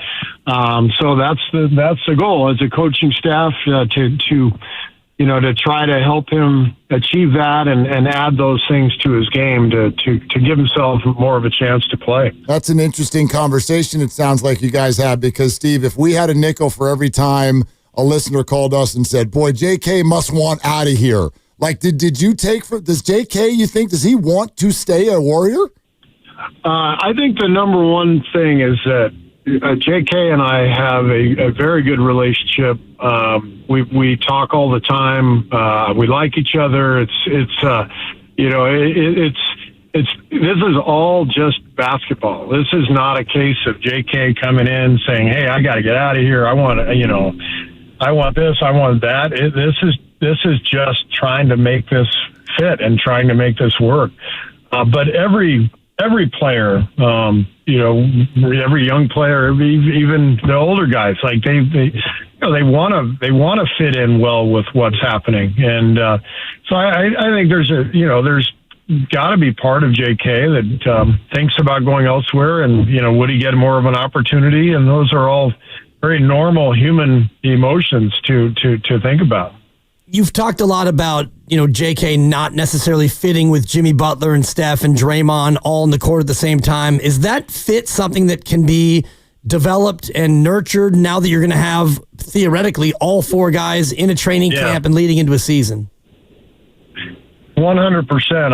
I'm going to give that time next year. Assuming JK comes back, I will explore that right from the beginning. We didn't have that luxury this year. Jimmy arrived and JK got hurt almost at the exact same time.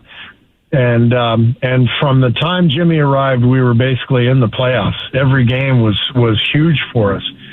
And so while JK was out, as I've explained many times, we got really good. We got really good with Jimmy on the floor and JK injured, and we had to continue down that path and keep trying to win every game just to make the playoffs. So next year with a training camp and an 82-game season, absolutely, I will give that lots of time and try to make that fit as best as possible. All righty, that was Steve Kerr yesterday with Willard and Dibbs. 7 minutes on what's going on with Jonathan Kaminga and the Golden State Warriors. And I'll just start with you, Goo. And by the way, 888-957-9570 is the number because there's a lot to get into here. What'd you think? What's your takeaway? One big takeaway is I appreciate Coach Kerr keeping it real, Stoney. There is no bad blood, it sounds like, between Kaminga and the coach, from his vantage point. And then two, I'm just being me, right? This is what we do, Stoney and Goo. I don't kind of believe saying, because I know in the NBA circles, I've known some players, Stoney, the thing in the offseason is not you stay at the lab, you work wherever you're at. I can be Carolina, wherever you're from, you're at, or wherever you go. But for coach to kind of say the last 2 years, because the big question mark is why hasn't it happened in 4 years? But if Kaminga was supposed to be in the lab, for your head coach to say you kind of hadn't been around the facility the last 2 seasons, I just had a question mark there. I don't know if that's good or bad, but if I'm trying to make an impression on my coach, I would think I would want to be at the facility, with some of the coaching staff so I could show that I'm trying. So I could be wrong there, but I thought that was odd. And then also, fathers under who cares? For me, Stoney, I didn't know Kaminga was a dad. I didn't either. Yeah. But so that's dynamite. Yeah. Two girls.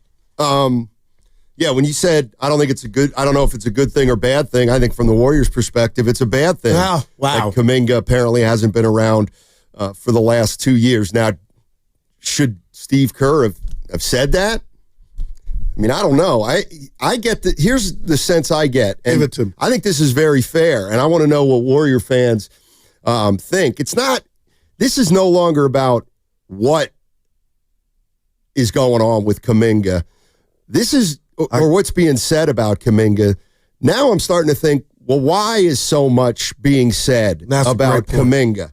And I can't help but believe that after 4 years or after this year or after whatever time has passed, that Steve Kerr senses that there's a segment of the fans that think he has really blown it with Jonathan Kaminga. And that's fair, and that's their opinion, and they're entitled to it, and there's probably truth to it.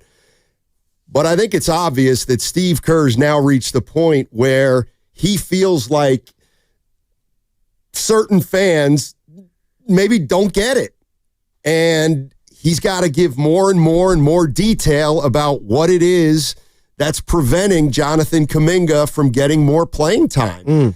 So I sense a little bit, I don't know if it's frustration, but frustration with the fans who continually ask about this, and that's what I think has gone on this last week. I mean, Steve Kerr had to do an interview this week because he's under contract to do one more with us. Right.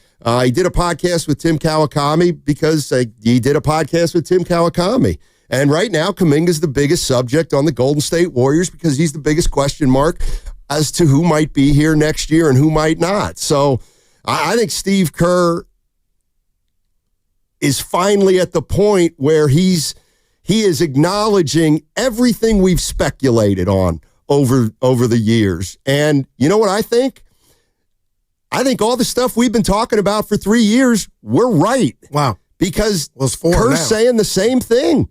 He's saying the same things that half the people either believe and half the people don't believe. But I think he's trying to make his case for the way he coached and what his best intentions were. Yeah, and I'll say this as a fan, Stoney, because you kind of knocked it out the park with, all we want is people to be transparent, right, and be honest. And I got to give Steve Kerr all the credit in the world. With Willard and Dibbs, with TK, he's saying what it is. But as a fan, I'm asking you to walk me through, do you find that I'm off the mark? Because I'm not trying to start something. But do you find it odd that I find it odd that Kaminga last Friday was with the owner, and then now the coach is giving us more than we actually want in regard to kind of what's going on? Do you think that's fair that I find, could two things be going on at the same time to where Lakers sending the signal to Dub Nation like this guy's not going anywhere? Maybe he was even wronged. I know that could be strong, but then the coach come on and put all his cards out there, and I appreciate it. But I still feel I'm still baffled as I've ever been on which way this is going to go. Because I'm going to say this, Donnie, real quick. Miss me with the training camp. If you got two ball-dominant guys in Steph and Butler, where does Kaminga spreading his wings fit in for Kaminga? Not saying he's not a team player. Kerr knows he's talented. He said it, but it goes back to the FIT where the fit's not there. So why not just not cut your losses? Because I get excited because I hate if Kaminga leaves, but I'm excited about what he will bring back in a sign and trade. Because I don't think the Warriors would allow him to leave without us getting something back. So I know I'm all over, but can you kind of get like, what was last Friday to you with Kaminga at the Valkyries? I mean, if you want me to be honest. I know, all day. Nothing. I don't think there was anything there. But I could be wrong. Like that's just me guessing. But I do take into account the whole situation last year with Klay Thompson, where Lacob went golfing with him and it never came up. I could absolutely see Joe Lacob saying to Jonathan Kaminga, hey, let's go to that Valkyries game tonight. I got a seat for you next to me. Why not Moody?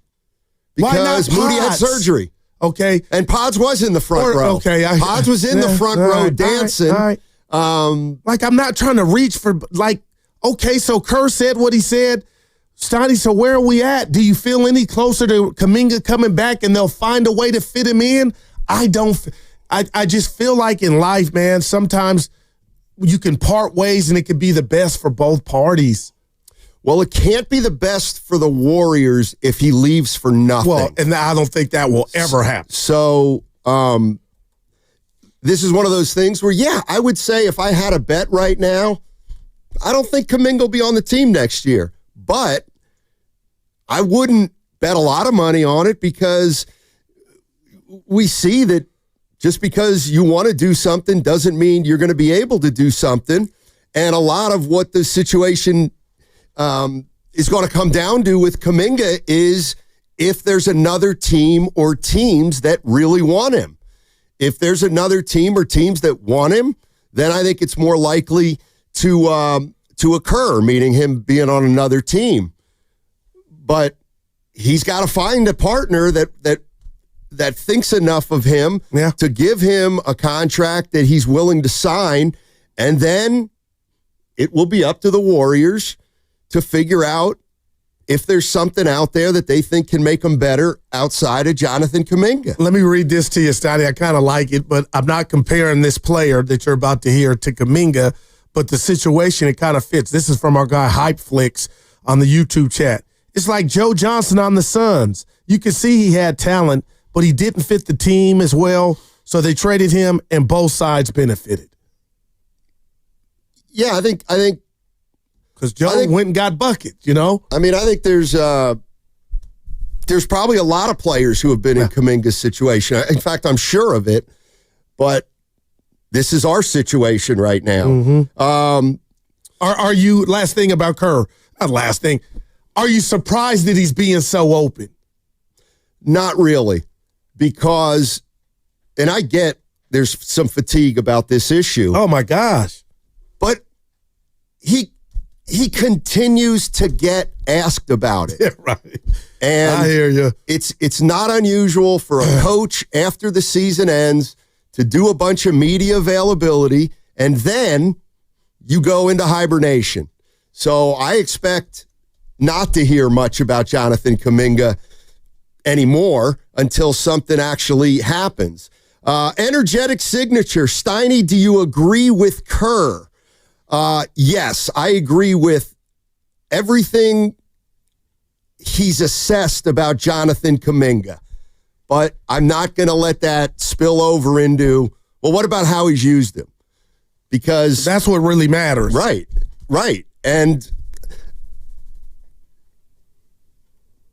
I'm not as high on Kaminga as other people. So if I told you Kaminga's the third best player on the Warriors, the fourth best player, no. Who would get that? Well, right now, just the fourth best player on the Warriors all around, is who to you, Stoney? Because to me, have they showed it. And I'm just going to. No, it's not, according to Steve Kerr. That's what I heard. I'm asking you. Well, yeah, you're talking about all-around player. If we had a draft. Draymond Green, Steph Curry, and Jimmy Butler are all better than him. No doubt. That's 3. Pods is a better player than Kaminga right now. He does more. They have more well-rounded players. Now, if you're saying who are the best scorers on this team, I might put Kaminga second ahead of Jimmy Butler. But it's not me. It's Steve Kerr is the one saying that we have 2 scorers in Steph and Butler. They have the ball all the time. So we've got to have 3 guys around them that support those 2 guys. And I feel like Steve Kerr thinks Jonathan Kaminga. I mean, am I going out on a limb to just say what the truth is? And Kerr thinks he's a one-dimensional player. Right. He thinks he's a scorer. He thinks he turns the ball over too much. He doesn't think his 2 best players do that too. Well, and that's, and that's where when he says it's not Kaminga's fault, he's right, but that doesn't make it better. Because what I heard him say is, well, Steph and Draymond turn it over, so we can't have another player who turns it over. They bring a lot more after that. You know what I mean? But, Stoney, in no world, and I love what Pods has done and means to this team, but as far as a basketball player, and we can still talk about the birth certificate and upside, this not even close with Pods and Kaminga. And what do you mean? Who's Willard, a better all-around player right now? Well, I think it's Pods, unfortunately. But I wouldn't want Pod. I would take Kaminga, even if you're right. No. I would take Kaminga. Oh, like Kaminga has, listen, you and Willard did this to me. You said, okay, he's a one-dimensional player right now. Kerr is saying that. Well, I'm having a conversation with you. Okay, even Kaminga's one dimension is not good enough to get him on the court. You know what I mean? Right. So what I'm saying to you and Willard and the likes, oh my gosh, Jonathan Kaminga is a way better defender than Pods when it comes to what athleticism he has and somebody honing it in and getting them better. It's not even close. So that's why I'm picking JK all day, because I'm not about to tell you I've seen guys go right by Pods and he's giving it his all, but Jonathan Kaminga in the right situation and the right toolage could be dominant defensively. There's just no, that's Ant-Man. He's not smart enough yet as a defender to be a great defender. No doubt, but you said yet. So the yet is why. Okay, this is one thing I want to push back on. The yet is why, the potential, oh my God. I tell you what, we have to stop talking about Jonathan Kaminga like he is a great above-average defender. He is not an above-average defender. He has no concept of team defense. Who is that on, though? It's not all his fault, is all I'm saying. It's 4 years. You don't understand how to play team defense in the Warrior system? Why did Pods pick it up in a year and a half? You know what? If you're right, then there's no question. Then it's been a fail. He shouldn't be back. If you're right, and we got 4 years of data, he shouldn't be back. Okay. I don't have a problem with it either. No, I understand the idea of this dude possesses something a lot of hoopers don't have defensively. Why is he not up to speed? I just think that's a fair question. Right. And go ahead and blame the coaching staff. No, I'm asking. What's Moody? Has Moody gotten better? I think so. Has Pods gotten better? Yes. Okay. Well, why hasn't Jonathan? But that's the $1 million question. Well, it's got to be Jonathan. If the coaching staff so it's 100% Jonathan. I'm not saying that. It's never 100% one thing. I'm just trying to interpret what Steve Kerr is trying to get across to the fan base. And clearly one of the things that he's trying to get across to the fan base is Kaminga doesn't do enough for him. 888-957-9570 is the number.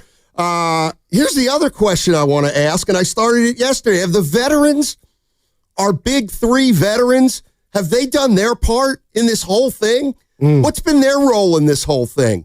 I'm talking about Steph Curry and Draymond Green mostly, and Butler since he got here.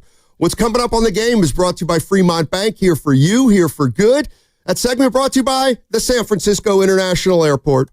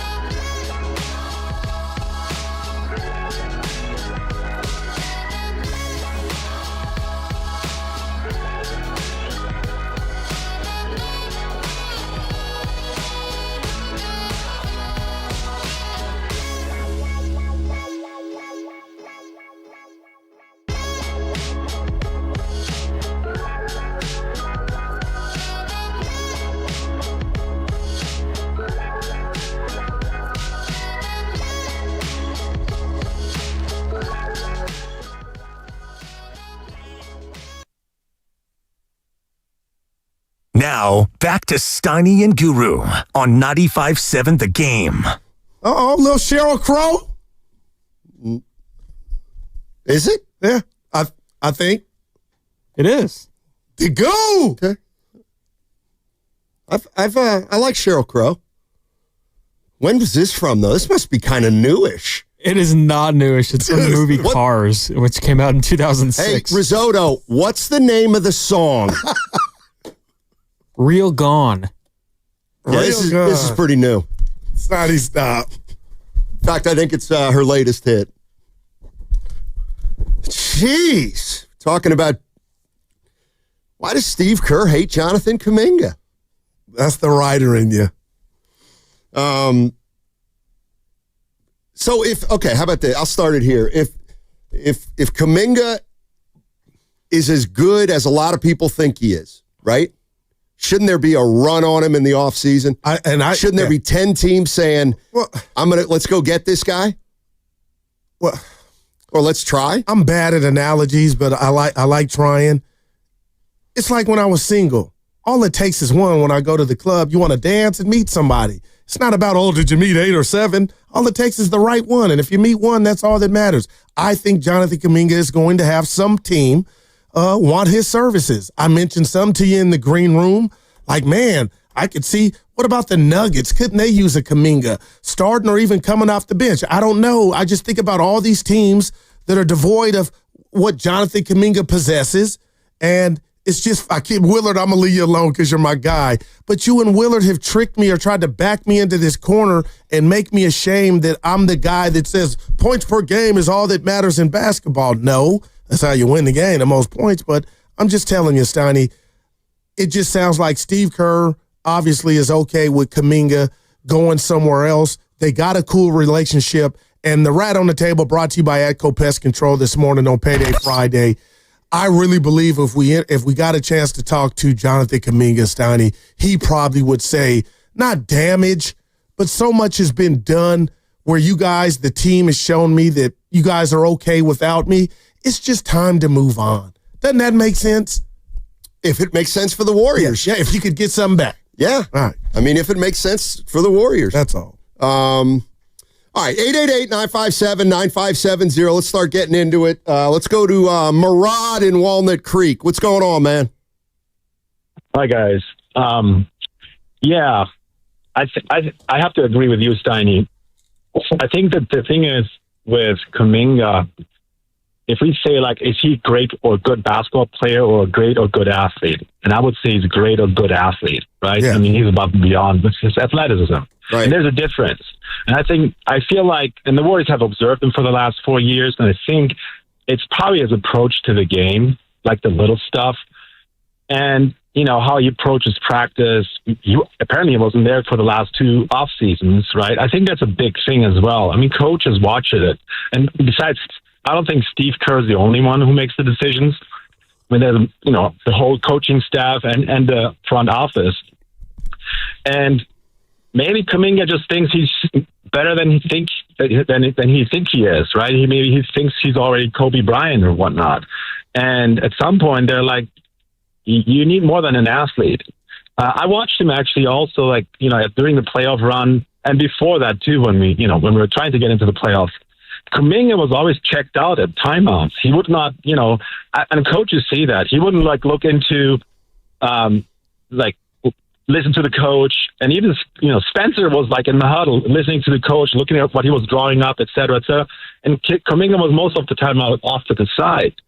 And I think there might be Kaminga, you're a great athlete, but you're not there yet as a basketball player.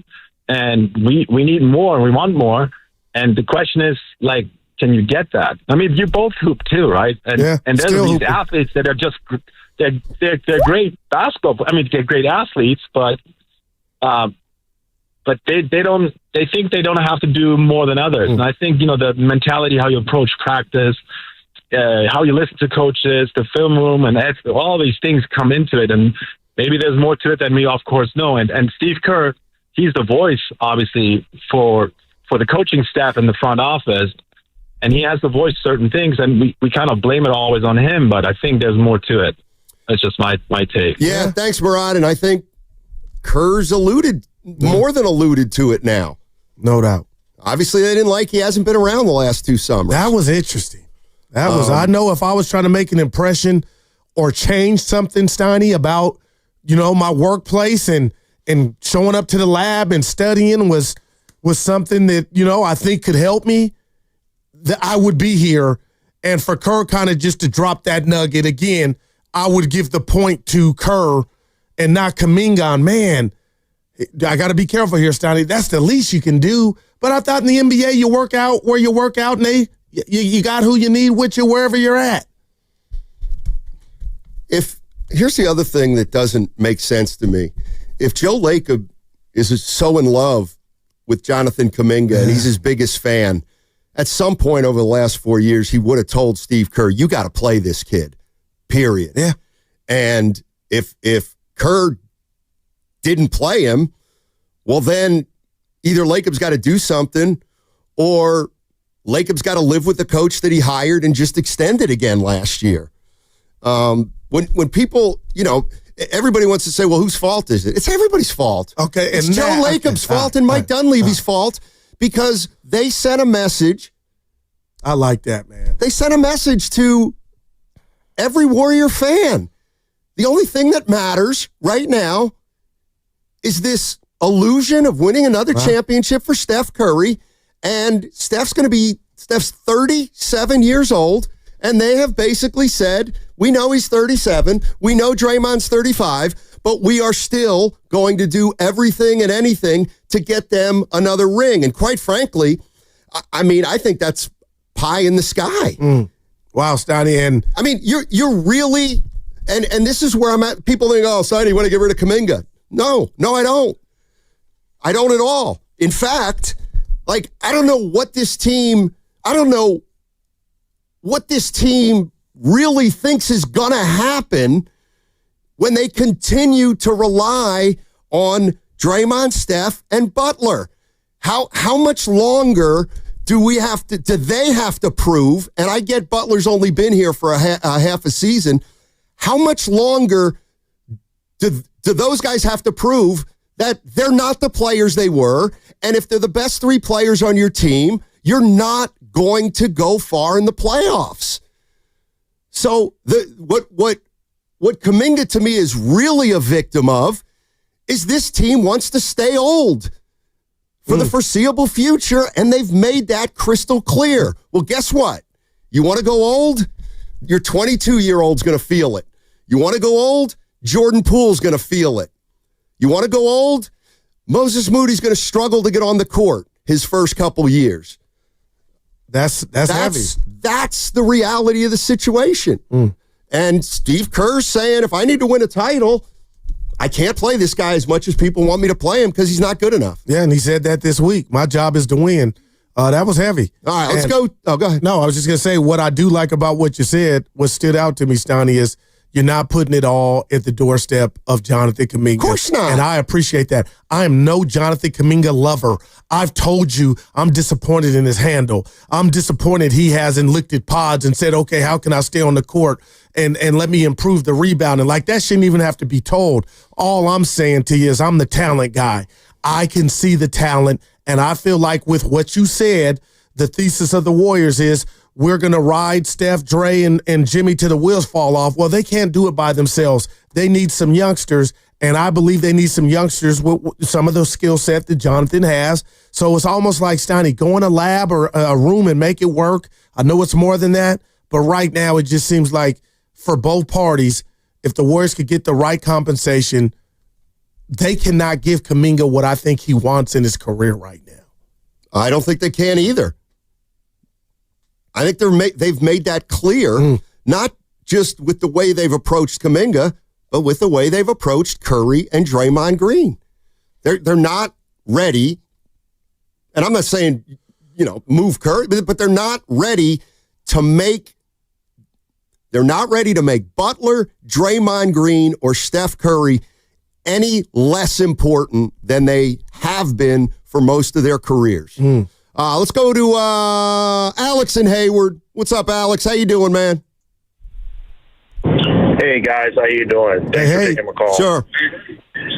Hey, first of all, let me give Guru some flowers there. I'm going to say thank you and amen for you saying that you would have Kaminga over Pods, especially in the playoff situation. Now, Steiny, I take what you say very seriously because you seem like you have most of the things on point. But with Pods, just the eye test, this kid was like a deer in the headlight look through the playoffs. He couldn't take a shot for the life of him. He could take it, and he wasn't confident. You had Kaminga come off the bench, just basically got drafted to go in for that particular series, and just took the brunt of it and say, "I'm going to go score." He wasn't afraid of the moment. So you can't equate those two to be the same. I think you got to take Kaminga all day long. Now, as far as the development side of it, these last 4 years, who knows? The kid could have a case of ADHD when it comes to basketball. You got to take some time and invest in this kid. And in my opinion, he's worth doing that because the athletic portion of this kid and what he brings to the table is unheard of, is what I've seen in the Warriors so far. You got to take that investment and run with it. Steve's got to understand that as a coach, and that's probably why the players like him, and some of the coaches are having a hard time coaching him to get to where he wants to be.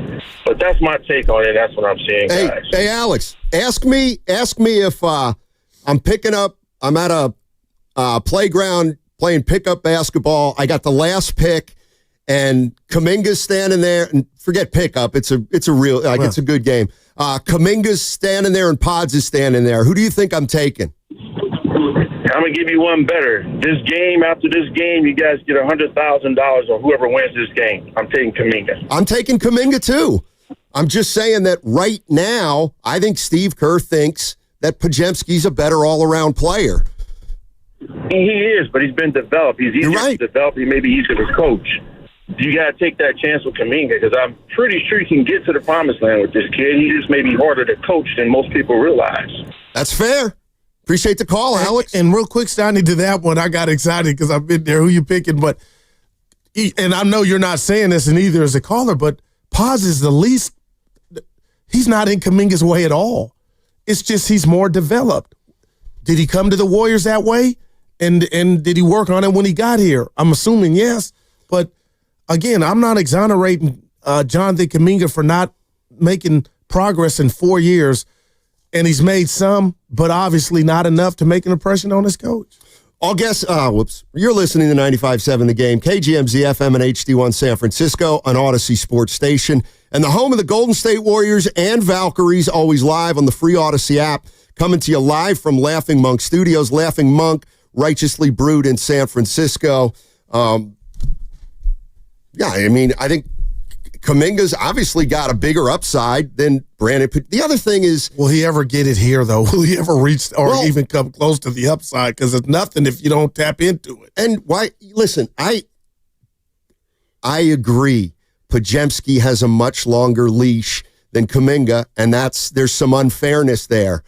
The problem Kaminga has, again, is he's a forward, and they have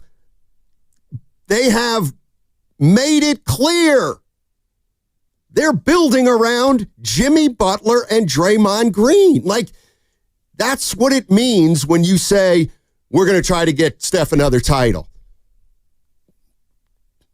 And Brandon Podziemski has no competition virtually in the backcourt in terms of, there's no Draymond, outside of Steph, there's no Draymond Green. There's no Jimmy Butler. So it is unfair that Pods gets a long leash. But that's because the roster's constructed in a way that they don't have as many good guards as good forwards. Yeah. And the question is, what are they going to do? Exactly. Christian in Fairfield. Hey, Christian. What's up, fellas? Tiny Goo, my guys. How y'all doing? Hey. Doing well. Thanks, man.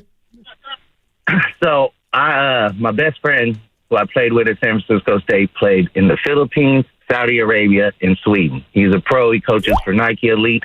Goo, I can DM you on Twitter. Him and Phil are best friends. That's how I met Phil a couple of times. All right. So, He played at Club One. I said, do you know this guy? He said, you look familiar. So in basketball terms, you was on the court. I played. So, yes, you did. So, okay, here we go. So when he was overseas, his team went to the championship. He said, we watched your show yesterday on YouTube and watched Willard and Dibs with him when we were hanging out because he coaches Nike NorCal Elite, like I said, and they lost, and he was venting because he coaches a lot of Kamingas because they only care about scoring. So then he gave me this for y'all. When he was in the Philippines, a guy came, averaged 45 for the week, and got sent home because the coach does not care about your PPG. He cares about everything else Kerr was saying. Now, Kerr hasn't given up on Kaminga, if you listen to that, and this is the first time Kaminga is going to come in the summer to work on the things that Kerr says he's deficient in. So next year we might see another Kaminga. But what we're going to see in the market, what Steiny just brought up, no one wants that. No coach. If Tiny's text tells you the truth of what Finch tells him, he don't want a guy that's not on the defensive rotations. I gave the example when you were on vacation, Goo, in North Carolina with Evan and Steiny about the defensive stuff. So that's where we're at with Kaminga. He laid it all on the line. Whether the fans are going to accept it or not, it's on him. But he's one-dimensional. He can score, and that's not winning basketball. And I'll give you one, Steiny, because you made fun of me when I pulled the hammy in the triple overtime because I was out of shape. I was partying. Wow. I was partying. You were right. But here's another one. I was Kaminga, like how you said that what your dad told you, Steiny. Well, I'll give you guys even one better, and you can Google this. Brian Fogel was the assistant coach. He coached the State. Then he was the head coach at Davis. He was Steve Kerr's teammate. I was Kaminga. I would want a 1-4 flat, get out of my way, and just go to work. That wouldn't work. And he would try to reach me, tell me all the things. Basically, I was great on defense, but, he would give me what I needed to work on. And then one day, because he couldn't get to me, he goes, Steve Kerr used to do this. Now, mind you, Steve Kerr was on the Bulls. This was 91, 92. And I said, Steve Kerr don't even get in the game. I sat on the bench for 2 years. My junior year, I turned into Steph Curry because I did everything the coach asked. So we're not going to see Kaminga play until he does everything the coach asked. That's just how it works in basketball. Yeah, appreciate it, Christian. But we're in the fourth year. Like, how many times has this record played or this song played, Steiny? So we're going to find out what's going on. And I just feel like if I were to ask you what letter grade would you give Kaminga and everybody involved, just the Warriors, everybody that you said was at fault for maybe him not being where he should be, what letter grade would you give just the whole JK experience in 4 years? Because that's a lot of time to me. Yeah, I give him a C. Everybody a C. Yeah. But, and this is where, and I've been trying to hammer this home, and I get it, it's not going to register with everybody, but I don't think 4 years is a long time for Jonathan Kaminga. And again, has he bought himself some more time?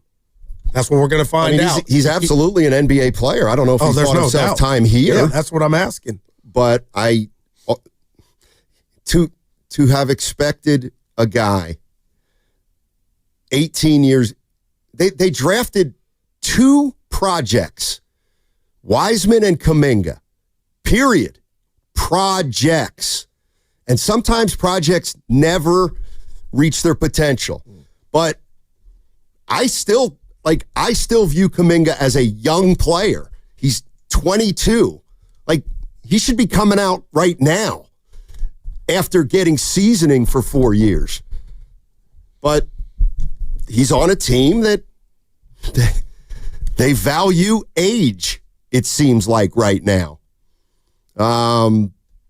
Marv's in Livermore. Hey, Marv. Hey, fellas. Great show as always. Thanks, man. Steiny, I think you're a little soft on this. You're following the company line, and here's why I say that. Because I think it's disingenuous for Steve Kerr to compare Kaminga to, hey, look at what Aaron Gordon ran through in Orlando and then see what he did when he got to Denver. Right. The issue is if you compare Kaminga to the guys that came out in the draft, look at their first 4 years or 3 years. Look at Wagner. They all made mistakes. They're able to play the game and make the mistakes and then learn how to get better. You don't get better in practice, and you don't get better when your coach nitpicks you and takes you out of the game because you're not rebounding. And this myth that he's such a terrible rebounder that he gets 0 is not true. He averages 4.8 for his career. Pod's at 5.8, and half of those come from the free throw line. So the issue has been Kerr didn't give him the leash that the guys in his draft class got who signed contract. Like Jalen Suggs averaged 12 points a game. He got $30 million a year. Wagner got $45 million a year because they were able to play NBA games against NBA talent and build on that from their mistakes on the court, not in practice. Then the second thing I'll leave you with is Kerr has got to make a mistake on Pods. Pods hustles, but Pods is not better than Austin Reeves. And Austin Reeves was once untouchable. And now because what Minnesota did to him, just like Houston and Minnesota did to Pods, the ceiling is not high in those guys. So Pods cannot be our third best player. He's not better than Austin Reeves. And Austin Reeves is now so Kerr saying, hey, he's just a ball player, he's this or that. Hey, he might be. But to get us, you look at the young teams, Houston, OKC, Minnesota. Pods cannot take that next level and be your second best player. So I think Kerr's made two mistakes in this. Well, let me just ask you this before you go. Like, you're right. Kaminga hasn't had the runway of Wagner and some of those other guys. Why not? Well, because he came to a team that had the best player, so it wasn't his fault. The circumstance came in, so Warriors probably should have drafted a 4-year college player, not somebody who needs to get on the court and learn from their mistakes. He's got his hands up, man. Marv. Yeah, Marv. I think you're right, Marv. I think you're absolutely right. They chose this life, Stoney. The Warriors did. And nobody wants to hear this either, but they chose projects because they thought their run was over. I am totally convinced of that. Now that's just...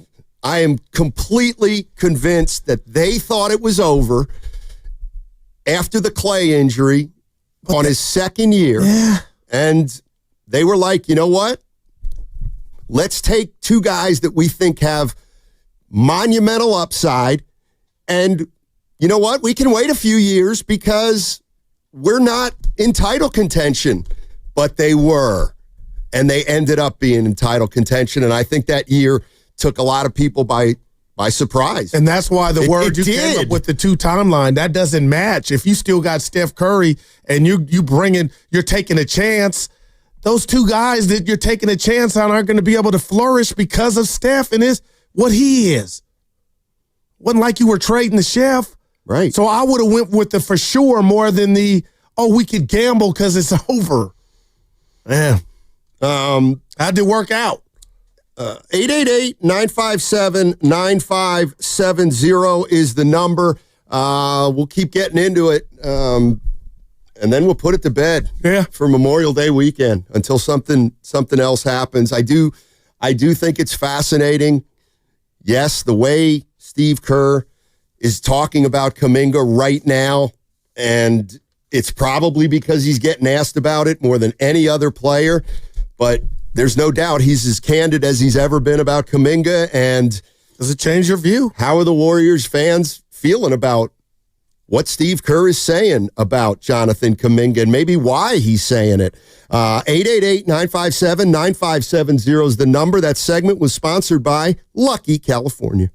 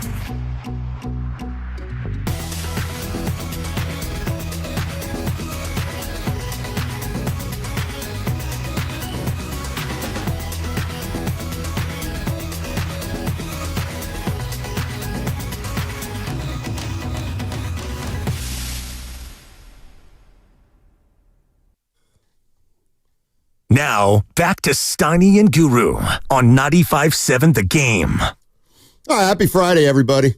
Hopefully it's a payday for you all, like it is for us. Money spent already. Allocated. Yeah. I'm mad at you. Good. Okay. I come in, and you know what I do? You go, good, what you got going for the weekend? I tell you. And tomorrow, 9 a.m., I got my Saturday morning hoops, 24-hour fitness. Yeah. And after work, Risotto, you didn't hear this. I'm going to get my knee brace for the right knee, just for protection. And this dude laughs, closes the computer, and goes, "You're going to get hurt." Like you won't let it go. You are. You're going to get hurt. I'm sorry to say that. How do you know that? Because you're old. And that's what happens.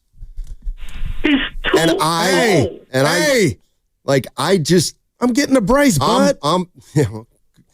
I'm worried you're going to come in one day with a cast from your upper groin area to your ankle. Stop, man. Here's one thing I was thinking about, Goo. And I may be a couple different things that I'm trying to put together, and maybe it won't work. I'm here for you. You know, when Draymond Green said, we need another dog. I love the dog. About Butler. Yeah. Okay. We said it before Butler. So I'm thinking about the Detroit Pistons, late 80s, early 90s. All right. They had a championship level team. All right. And they had an infusion of two young players that helped change the dynamic. Rodman and Sally. Facts. Okay. They were athletic. They rebounded. They defended. They brought energy. They completely changed what the Pistons could really do. Love it.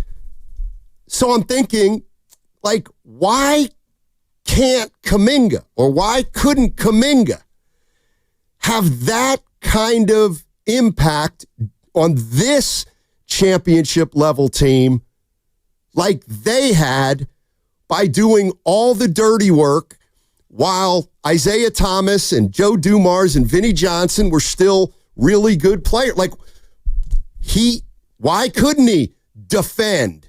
Why can't he rebound? Why can't he get loose balls? It almost feels to me like Steve Kerr doesn't even think Kaminga has been a great energy player. And that's something that does. I'm interested in why. Why couldn't they get him to do those things? And why couldn't he do those things? I'm going to say it and keep it real like I always do. That's why all week on 95.7 The Game, and why Jonathan Kaminga, just the mere mention of his name is a lightning rod. Steiny, nobody has that answer. And if you follow the tea leaves from the coach, he's telling you Jonathan's not figuring it out. And if you listen to the fans or people in the know, he sees himself this way. So my thing is, just an hour ago, you said, and I agree, it's all on everybody. But the bottom line is, that's the $1 million question. Maybe he can't. There are some guys that don't rebound. There just are. And maybe he's one of them. Maybe Kerr doesn't like that he leaks out on the break instead of trying to hit the the defensive glass. But did you like what you saw against Minnesota? I bet you Steve Kerr was like, I knew that was going to happen. Wow. Like, the issue with Jonathan isn't, can he get you 20? Damn. Yeah, he can get you 20. Yeah. But they need a player that has other skills. So I mentioned the station real quick, Steiny, and Willard and Dibbs with the great interview, and TK. At what point does this get tiresome? Because my thing to you is, I don't think the Warriors have the answer. I don't think Kaminga has the answer, and that's why you should the answer's coming. I mean, the answer's coming. No doubt about it. Well, you don't have to wait much longer. Do you feel any differently after hearing Kerr? Like, does it make you feel like, okay, it's really not going to happen here? Not necessarily. Right. Not that's necessarily. why I kept asking you about the Valkyrie outing with Lakeup. Was there some type of message to where, yeah, you ain't going nowhere, Goo? I don't know. I have no idea what's going to happen with I'll tell you what, Kaminga. Let's just say my contract was up here at the station and you're walking down Market and then you see me in the Hegan at a steakhouse and you were privy to know, my contract's up in the air. Wouldn't you look and say, I guess they're talking about business? Maybe if I didn't have the Klay Thompson anecdote from a year or two ago. That took me a while to grasp. Let's go to Austin and San Jose. Oh, man. What's up, Austin? I was happy late weekend that we're all going to have. Listen, man, what a discussion. I've changed my thing a couple times just listening. The guys calling in had really good perspectives, really good balance from both different perspectives. Guy that coached or knew a coach and the guy that called in. I'm kind of more with the second caller with JK, the kind of defense here. Just a couple things. Obviously, Coach Kerr, I think, went out of his way to kind of outline where we're at with Jonathan. I find it interesting that, for a guy that didn't get got DMPs during the playoffs, he's the guy that everybody's talking about. Nobody cares about the rest of the roster, which I find interesting. Even though Kerr's trying to tell us he's got a great roster, nobody cares about Moody and Pods and those guys. It's all about Kaminga. I mean, and for fans know that because why? Fans aren't dumb. We don't have all the nuance that Kerr does and know all the things about everything, but we know what we see, and our eyes tell us this is talent. Okay, so fans are saying, "Hey, you've got a talented guy." 4 years later, you're telling us you're making the media tour. Here's what bothers me, guys. Now, I got to calm down this guru and say, why is a guy that's got 4 championships, doesn't need to prove anything, and Steve Kerr making a media tour on explaining why he can't play or can't use the most talented guy on the roster? That's what troubles me. The other thing that troubles me was yesterday's interview. I think Kerr should have stopped at kind of the on-court stuff. When he started getting into kind of he's not showing up at, summertime, he even mentioned the guy's kids. I'm saying, whoa. This reminds me of when, you know how guys treat guys when they're on their way out? They always seem to find something negative after the guy leaves. That bothers me a little bit. So I'm just trying to say, is there I'm not looking for trouble here, guys, but I work for corporations. I know how corporations work, and this feels like a PR campaign to me. And I'm just worried that we're going to judge this young man on what he's done here. And I think he should be given an opportunity. Let's judge this guy's career on what he does in total. Let's not assume that because he can't play under Kerr's system that the guy can't play. I'm just saying, let's just hold out judgment. I see fans judging this guy's career already, saying, he's not going to develop anywhere. He can't do this. I'm saying, whoa.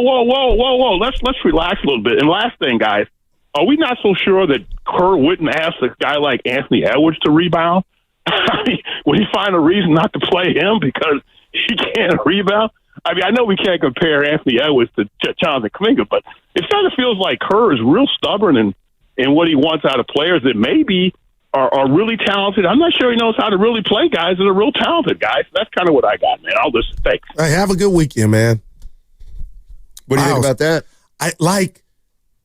It's the foul pole in baseball. It's fair to, like Steiny, I was shocked that he brought up the 2 summers. Not wrong. But again. But Kerr is operating from a vantage point to where, you know what, Steiny? I'm not saying he's doing it deliberately. I'm the Captain James T. Kirk, and I don't give a damn what Spock thinks. I'm saying to Willard and Dibbs what I'm saying. And what Austin heard, I'm driving around listening to that interview, Steiny. Like, I thought, wow, he's giving us a lot. You know, the kids. I hadn't heard the kids, and just reasons. I'm going Earth, Wind, and Fire, Steiny. Reasons. I mean, I think what's going on is Steve Kerr is tired of the fans thinking he doesn't know what he's doing. And whether you agree with Kerr or not, now he's saying, you know, this has been going on for so long. I've got to start telling, what I heard is he doesn't work hard. That's what I hear when he say he hasn't been around for 2 summers. Is that fair? Probably not. But I think this has taken on such a life of its own that Kerr is now forced to tell everybody this guy's shortcomings. Is it almost defend himself, Steiny? Yes, and rightfully so. I mean, you know, it's not this simple. It's not this simple. But Kerr's telling the fan base, you don't know this guy. We know him. We've seen him for 4 years. Don't tell me I don't know how to use him. We've been begging him to do things for 4 years. He hasn't done it. Again, I'm not putting any blame on anybody there, but Kerr's just saying heavy as hell, man. Kerr's just saying more forcefully what we all knew. Right? We know why he's not playing. We can disagree why, but or whether he should or shouldn't, but let's not pretend we don't now know what I got something. Kerr thinks of this kid. No, I love that. But the bottom line is, and I hate that we're in this situation, but just as a Warrior fan, but talk to me about those 12 quarters of playoff basketball. Is that Jonathan Kaminga only shines, Steiny, because Steph Curry? Again, we could go blame game all day, but man, that's bad luck that Steph Curry can make Moody look his best. GP2, pods in year 2, a career for Draymond, Iggy. Who else? I can keep going. Ian Clark, Steiny, Livingston. But you're telling me Jonathan Kaminga's the one guy that couldn't pick it up and even look better or mesh with the chef. Yeah. It's almost like, wow, dude. That's just the worst basketball bad luck I could think of. So that's the only reason, one, he played in the playoffs, and 2, he balled out. If we listen to everybody that's in the know, it's because Curry wasn't there. And something the pictures were different. In Jonathan's mind, it's crazy. And I'm just saying it out loud. Again, I'm not. What part's crazy? The fact that he can't be the best version of himself in 4 years, and now you're telling me because Steph or Jimmy is out there, there's no room for him to do anything. He can't even put it in the microwave. Forget cook. He can't even put his game in the microwave to help the team a little bit. I mean, that's what we're led to believe. The bottom line is they need Kaminga right now to do the things that a 4th option should be.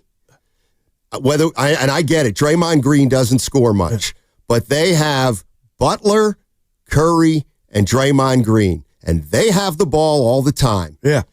And if you're going to have those 3 guys have the ball all the time, then you need players around them who can do multiple things. And I think Kerr's I believe he can only do one thing. And that one thing doesn't even come in the flow of the offense. Well, it hadn't. You're right. So, all right, let's go to Horace in Texas. Hey, Horace, how are you? Hey, guys, I'm doing great. How are you? Talk to us, doing well, baby. thank you. Okay, Steiny, man, you said something earlier that really, really got me thinking. I'm going to tell you what that is in a minute, but first I'm going to say something about Kaminga. This guy has all the talent in the world.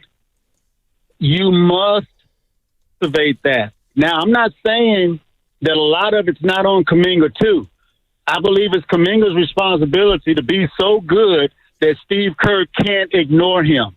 However, you got to admit that they have been very, very poor at developing the young talent over the years, with the exception of Jordan Poole, but they allowed Draymond Green to punch him out with no consequences. Okay? Yep. Now, what you told me, what you said earlier was that Golden State, they made the decision to go old. Yes. You know, they made that decision, and I think you must be able to blend, because they've had a lot of good young talent over the years, and they refuse for some reason to try to blend that with the veteran talent that they had. Okay, that's on them. I'm gonna take it another step too. They also made the decision over the years to stay small. Yeah. They refused to go big. I don't know why. You know, you don't have to go totally big, but you have to have the ability to go small or big at any given time, because of the way the league has changed. The best we can do is go small and medium. That ain't cutting it. That's the second thing. And the third thing is you allow Draymond Green to play for all these years and not hold him accountable for anything. So all of those things I just said in one big ball has put the Warriors in the position that they're in right now. Their whole culture has changed over the last 9 years. Good stuff, Horace. No. I very reasoned. But go ahead, Stoney, because I feel like a hypocrite just on that call. Well, I got a super chat real go quick. ahead. Hey, Guru, this is from Tayo Arubu. Hey, Guru, do we care about the team winning or Kaminga scoring? If his scoring/growth doesn't align with the team winning, are you still okay with him? Oh, no, not at all. Horace, Tayo, I watched the playoff game, and it was just in a loss, and it hurt. I just couldn't ignore what I was seeing from a guy that we were told, not playable. That's all. I'm not saying, watching Kaminga go for 20 in a playoff loss, Steiny, is better than the Warriors winning. Hell no. And to the caller Horace in Texas, I feel like a hypocrite because I said the Warriors got to make a decision. And remember, you fought back. Either you put a ring on Curry's finger and you go all in until his career is done, and they're doing that. Right. So then don't scratch your head wondering what's happening right now. But Jordan Poole was able to go develop. Why can't Kaminga? Pods is able to come in and develop. I get that. Okay. But it's still... I mean, what it sounds like people want to hear is, well, Kerr coached up Poole and he coached up Podziemski great, but he's leaving Kaminga out to dry. Like, that's no, he's not. What I'm hearing. No, Kaminga's part of the dry.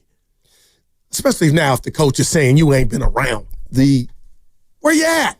The thing that, like, this is where let me talk to some Warrior fans here. Because to my way of thinking, like, you want it both, like, certain fans, let me do it that way. They want it both ways. They want to say cavalierly, like there's no decision involved in it, like it's the no-brainer of all no-brainers, that as long as Steph's here, we got to build around him. We've got, it's all about a championship, all about a championship, all about a championship. Okay. A lot of people signed up for that. Yeah, a lot of people. them. Okay. Well, this is a fallout from it. A natural fallout from you thinking you can win one again right now. That is obviously not going to be good news for a 22-year-old kid who didn't come into the league with a great foundation, because you've made it clear it's all about now. It sounds like you're describing Kaminga as collateral damage. He is. But then that's exactly right. Okay, and you know what? quick, That's why in this whole grand scheme of things, who do you blame? Who do you blame? This is a result of the organization going all in for Curry, Draymond, and now Butler. But That's Stoney, what we're seeing. Okay, what about all in for developing Kaminga too in the offseason? You can't do that. Well, it sounds like the coach is saying, how can we get him better, and he's not around. I'm just saying. Well, that's a layer from that. That's another layer of a problem. But real quick, they chose Kaminga and his, what word am I looking for? Not a lot of jobs on the resume. They knew what he was when they drafted him, so that's questionable. How do you know what he is? Saying he was 18. You were talking about he was a young pup, but he didn't play basketball. Right, but you said they knew what they were like. I have no idea what kind of player he was going to be at 18. No, you were projecting that he would be by 22 up and making contributions. Okay. So I'm not going to sit here and feel sorry for the Warriors when you drafted him knowing what situation and what timeline you were on, and you didn't get him. I don't want to use blood. There's basketball stains on the Warriors' hands for Kaminga not being the guy Kerr wants him to be. I think that's fair. You just said that 30 minutes ago. Everybody's at fault. Yeah. But don't let me not be able to exhibit A, B, and C of Kaminga, Poole, and Pods picking it up. Why can't JK pick it up? I don't know the answer to that. I mean, I don't know the answer to that. It's somewhere, though, Steiny. And maybe if you don't know it and they don't know it, it's time to move on. I mean, I know most people think 4 years is a long time. I don't think it is for this guy. I really don't. Damn. Not from where he came. And people really don't like when I do that, but I don't think he had a clue at 18. And yes, when you draft a project, you have no idea what may or may not happen. And the reality is, he is an incredible physical specimen, but he has not yet put the game together that makes him an all-around player for whatever reason. And that's what Kerr's demanding at this point. All right, 888-957-9570 is the number. I see calls on the other side, and we'll get to you all, but it won't. I get it. Hey, what did Austin say? We're not talking about Moody. We're not talking about Pods. We're not talking about Dre. It's Kaminga. Why? And I think we know the why. When you say we know the why, what is it? The dude's talented. Okay. But he's got some flaws and warts too. Yes. I mean, I got to tell you, in the grand scheme of things, I swear to God, in the grand scheme of things, I understand, in the Warriors' current situation, the way their roster looks and what Kaminga can ostensibly do, I understand why this is a big topic. By the same token, I don't think this is make or break for the organization. I really don't. Well, that's obvious, Steiny. Well, that's my point. He only played because Curry went out. Right. I mean, either match an offer, get him back here, or move him. It happens to a lot of players when there's a glut at a certain position. I know we're up against it, but if you're saying, Steiny, and you said it emphatically, if 4 years for Kaminga, you're using different math, how many more years are you telling us to wait then? Probably another 4. Dude, he's 22. He's not going to hit his prime for 6 years. Now, you want to give up on that? Go ahead and give up on that. But you know what? If they give up on Kaminga, I'm blaming the direction that the organization has made clear that they're going down. And Kaminga is going to, hey, it's easy to say everything for Steph. Everything for Steph and Draymond. Now everything to Butler. We're going to be better next year. Okay. Then guys like Kaminga are going to get lost. It's just the way a coach is. A coach is, if they're under the illusion they think they're still a championship team, which I don't think they are, but I think they still think they could be, well then that's not good for Jonathan Kaminga. 888-957-9570 is the number. What's coming up on the game is brought to you by Fremont Bank. Here for you, here for good. 888-957-9570 is the number. On the YouTube chat, I got Enrique Rivera. Salt bet. He called me Salt Mets. Okay. I'm just telling it like it is. Go ahead and be, you blame the organization, Enrique. They went old. They're going old. Is there any other way to put it? Steiny, stop. Because I watched that game last night. Like, what could a healthy Warrior team have done against OKC? Nothing. They would have gotten their... Do you believe that? You think the Warriors can compete with Oklahoma City? With a healthy Steph Curry? Okay, well, see, you're still under the illusion. Then don't... If you think they can still win a title, then get off Kerr for not playing Kaminga. I think that's the biggest problem this organization and fan base have right now. Steph, why did the Hammy have to go? I mean, I got to believe you're on an island. You think so? Watching Oklahoma City, thinking, boy, the Warriors would have had action.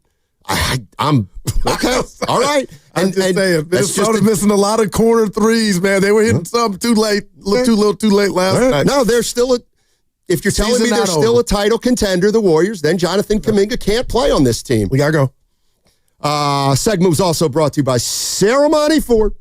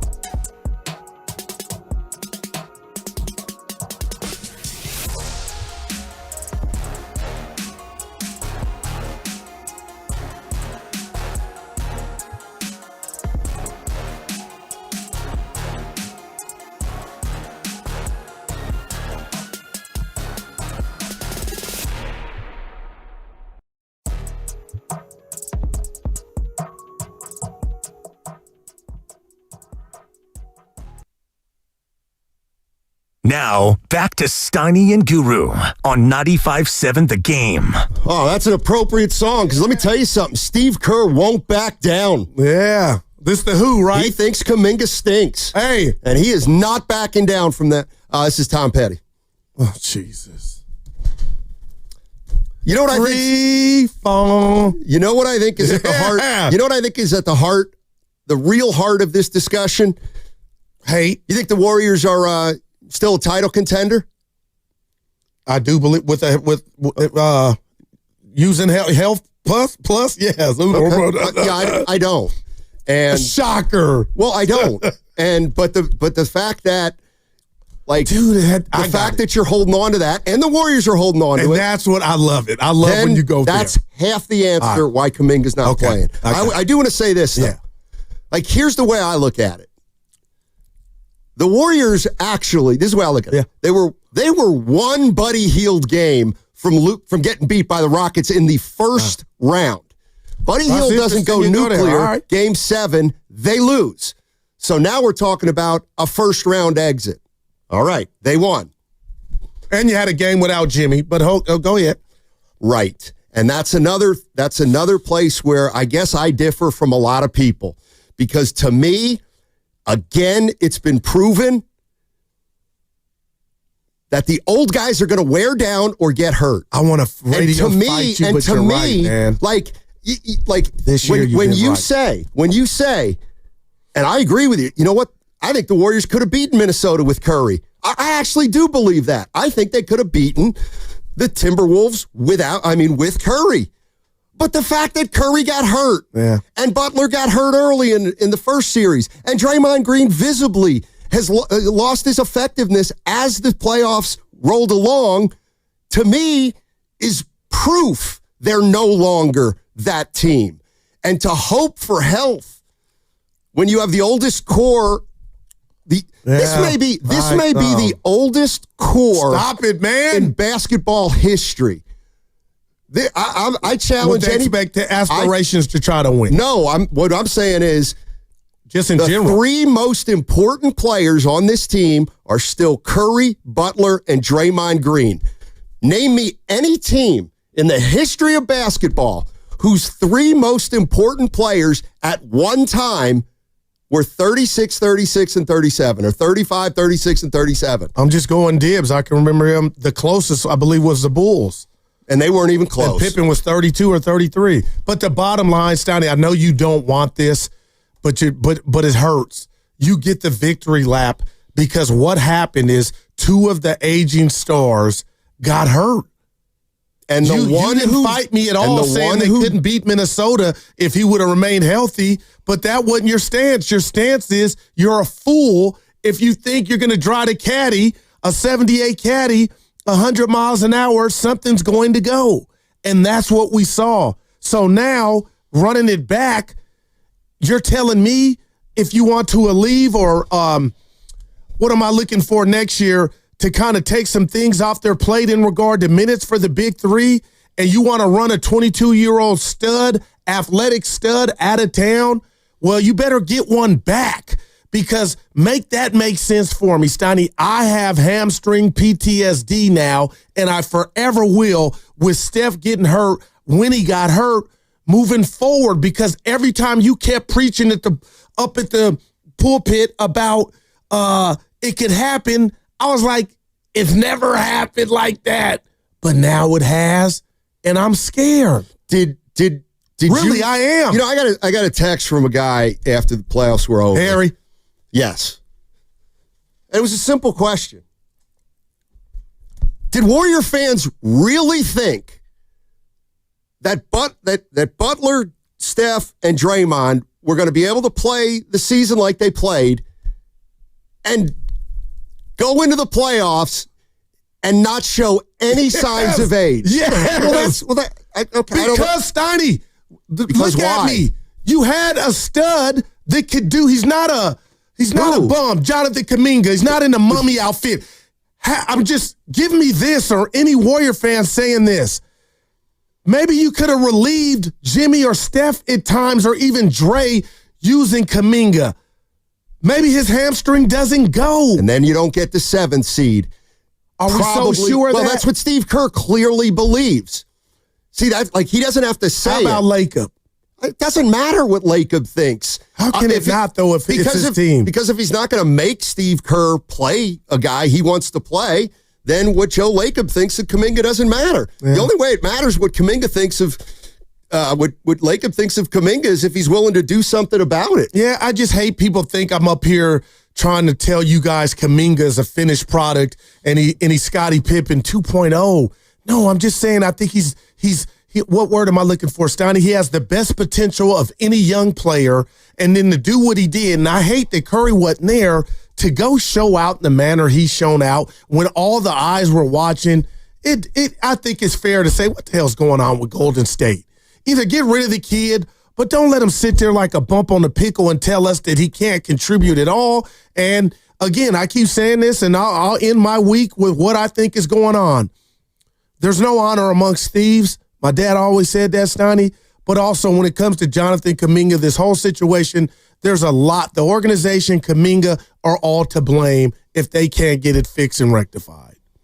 888-957-9570. Let's go to our good friend Jonathan in North Carolina. Jay. Hey, Jonathan, how you doing? Yeah. I'm doing fine. How you doing, signing guy? Hey. All right. Yes, the train is right by. Hold on, I'm with you. Boy. I have a few things I want to say. You know Can what? you hear me? No, you got terrible noise in the background. I'll move you to the top next time because he had been waiting. I think it was Amtrak. Well, it's North Carolina. I don't know. Let's go to Donovan in San Francisco. Hey, Donovan. What's my son's name? Hey, how's it going? Nice. Hey. Good. How are you? Hey, I want to just give my perspective as a fan. You know, as an NBA fan, I want to see the best athletes in the NBA play. And the three-point shooting in the NBA, the way it's dominating the game, love Kaminga's game. I want to watch him play. Wow. And I don't buy this. I don't buy this idea that it's either you play Kaminga or you win. Right. As a coaching staff, you have to figure out how to make that happen. Wow. Right? I think that's fair. I think Kerr has a blind spot with Kaminga. You know, similar to how, remember, Shanahan wouldn't play Jordan Mason when McCaffrey came back from injury, or Ochi kept going to Strickland. You know, Kerr takes it personally. Remember when he chastised Buddy Hield in a very sarcastic, public way on the bench and said, "Let me introduce you to the greatest shooter of all time." Yep. You know, I mean, I think that shows Kerr takes it personally when he has all his eggs in his basket, as you mentioned, Steiny. And I would rather see Kaminga traded and see him flourish on another team and see, let him develop into the player he can be, because it's not going to happen with Kerr. You may be right, Donovan. And I want to when I say they want to win a title, so that's why Kaminga's not playing. I'm not saying that I believe that, but that's what Kerr clearly believes. His actions speak louder than words. Exactly. But what I will disagree with you today, Steiny, and we've had this in the past, I get it about Jonathan's history and what he was and how inexperienced he was, but I'm going to just throw this out here. I think 4 years is a long time. Not for a guy who didn't know how to play coming into the league. But what about this culture that you got some of the greatest basketball minds in the game to help him? That's what, Sounds good? Yeah. I mean, of course, Warrior fans think they've got the best organization in all of sports. They've got a good one, but... No, I'm saying with Dre and Steph, the players... They're part of the problem, don't you think? Like, why can't we just put the rat on the table? Sponsored by Atco Pest Control. How are they part of the problem? Draymond and Kerr and Curry are involved in this. They could have advocated more for this guy, but I get the sense they didn't. They didn't, and there's a reason. But they both. Thank you, Dre. And let's also not pretend like we haven't talked about over the years a disconnect between the Warrior champions that's real. And the young players who come into this organization. We got it first. I think they're very judgmental in a way. Steph, Draymond, Clay back in the day. I don't know about Looney if he was important enough, but maybe halfway. They all at different junctures this past season, Dre, and you could say it was just wordplay, Goo, and there was no Jimmy Butler, sung the praises, and Kerr, the need of Kaminga. Kerr said we need him before Jimmy. He got hurt. That might be the real story that we're not talking. Like, there was a chance, and he got hurt. Who's to say if Kaminga doesn't get hurt, they don't even trade for Butler? Possibly. You're listening to 95.7 The Game, KGMZ FM and HD1 San Francisco and Odyssey Sports Station. And now the home of the Golden State Valkyries along with the Golden State Warriors, always live on the free Odyssey app.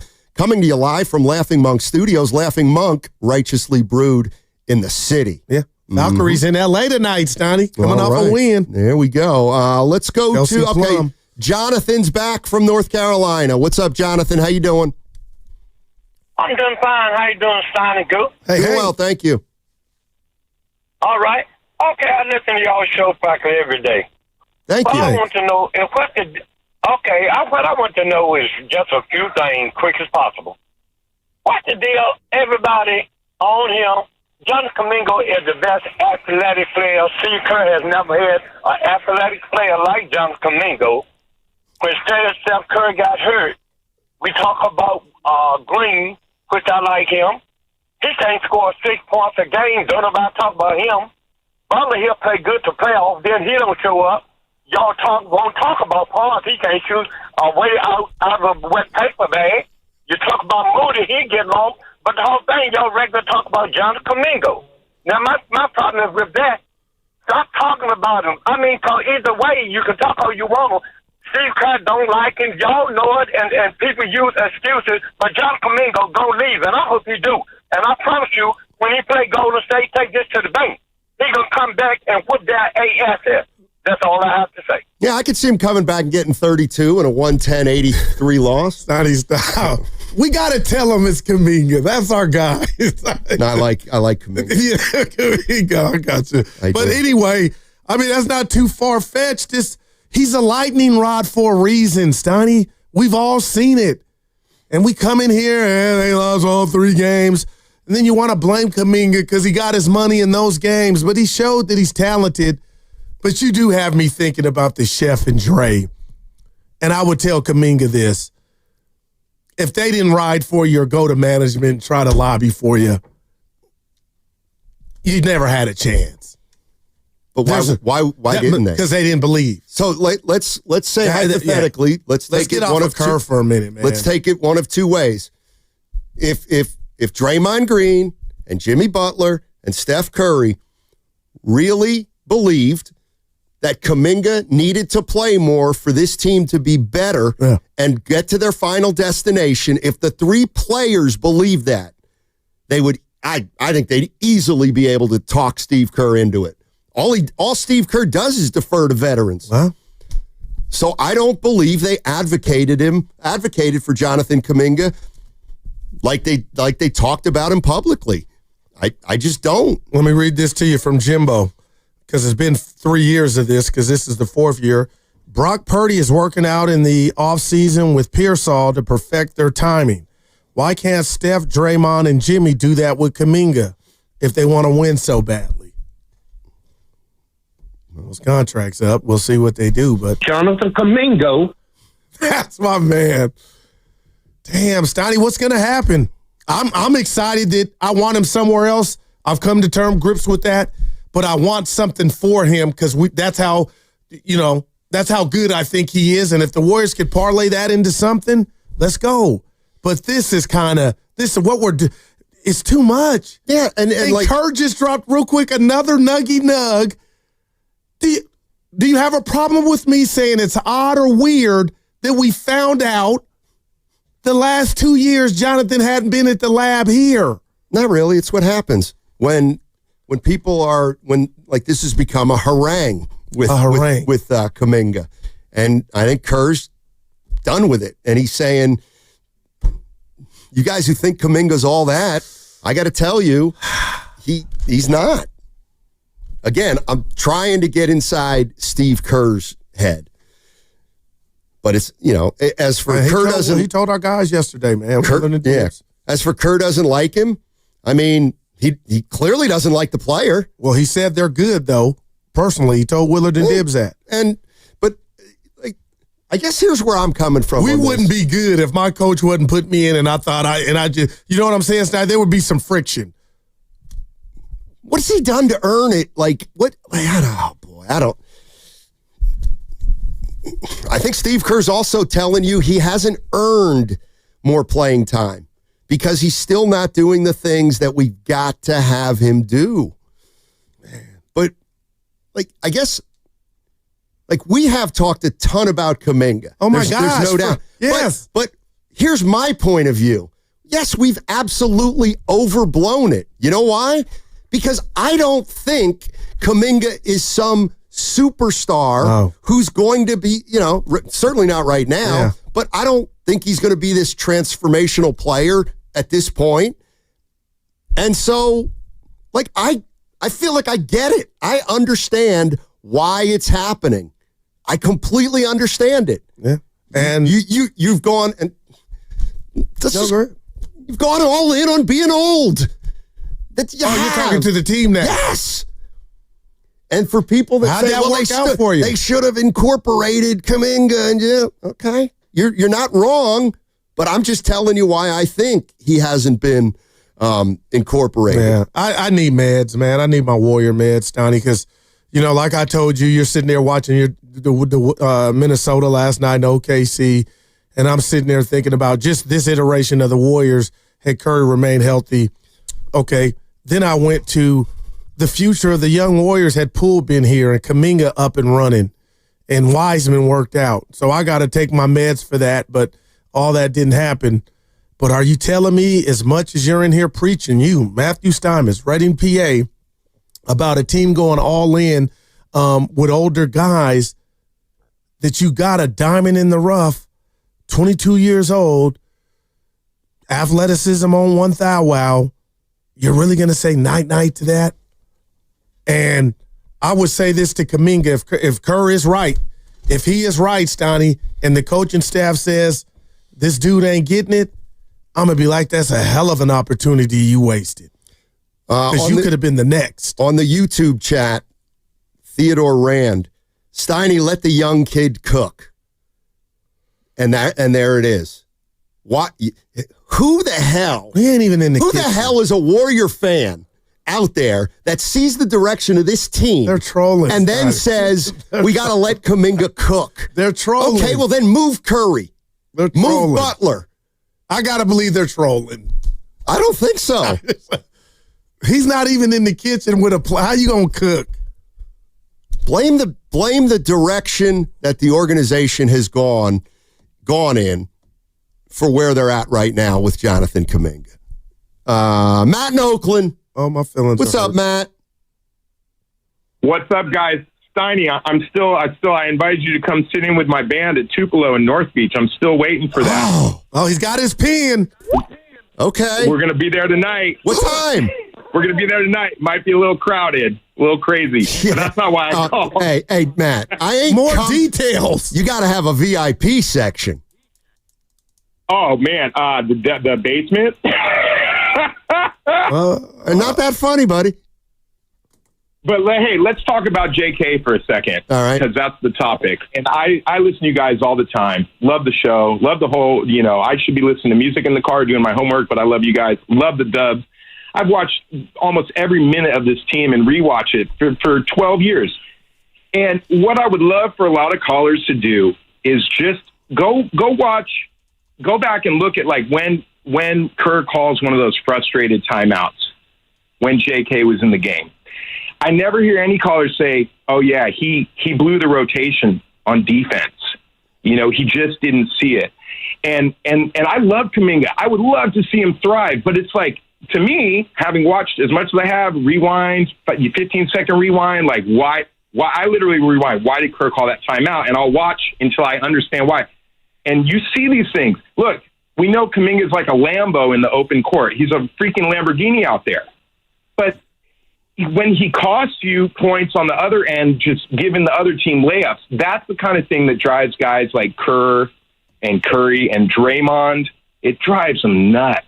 And you see how I even remember a game where Schroeder, this is on the offensive end, Schroeder kind of pointed at his eyes. He was frustrated with Kaminga, like, dude, if you can't see me, how am I going to pass it to you? So I love JK, but the fear is for me, because I would even like them to sign him, but my fear is that they feel like he's just not going to get those base level instinct kind of thing. Right. He might still, but that's why Pods plays. And granted, Pods probably had a basketball and was playing at a way younger age. Some of this stuff is sort of, you could call it intuitive, but it's like, hey, if you had or Steph obviously had a ball in his hand at 6 months probably. So Kaminga might get there. Man, he might be a stud in 5 years on both ends, but that's what they want. And these comps with guys like Gordon and Markkanen and Suggs, et cetera. I mean, God, you guys, give me a comp for a guy. Well, Gordon's won now, but these comps with guys, players, and teams who haven't won anything, like, give me a break. Kerr has won title after title after title as a player, as a coach. So when he says, and he's nice, he's not going to just roast Kaminga, obviously, because Kerr is a genuinely good dude. And people call in as like they're making out like Kerr has some. No, man, he doesn't. He would love to see JK thrive, but these basic things that they need to be not a good team, a contender, a title winner, they see it and they know, and they're frustrated that he's not getting these things. Yeah. Blown defensive assignments, not screen setting, not rebounding, whatever it is, the little nitty gritty that, frankly, Pods does. But people call in, it's like they're only seeing one thing about it. So my plea to the viewers and the listeners, really watch the game. Don't get off Twitter, get off whatever, the hot take from freaking, Brian Windhorst on ESPN, like whatever. Not that those guys don't know something, but put down the Twitter, forget the hot take, actually watch basketball. Thanks, Matt. We got to go, but thank you. The other thing is, and I would lump, there is, we talk about the culture. Okay. We know the culture's Curry, Draymond, and it was Clay. And Kerr, and that was the culture. And we think it's a great culture, right? It's a great culture, right? Yeah. Okay. So look at the last 3 years. Sometimes people don't fit in the culture. Jordan Poole didn't fit, apparently. And I lump Poole and Kaminga together in this regard. I do think there's something with the veterans. They kind of think that both these guys, I think, are too big for their britches. It's kind of like a turnoff to the champions who feel like they know what it takes, and maybe they see Kaminga wanting a little bit. All right, 888-957-9570. Don't go anywhere on the other side. And it's 12:15. We've got a holiday weekend coming up, Goo. Yeah, my feelings are hurt. By me? No. Oh. SF Bell, Guru is the most repetitive stump in the world. That hurt. We'll talk about it on the other side. What's coming up on the game is brought to you by Fremont Bank. Here for you, here for good. That segment was brought to you by Chilton Auto Body.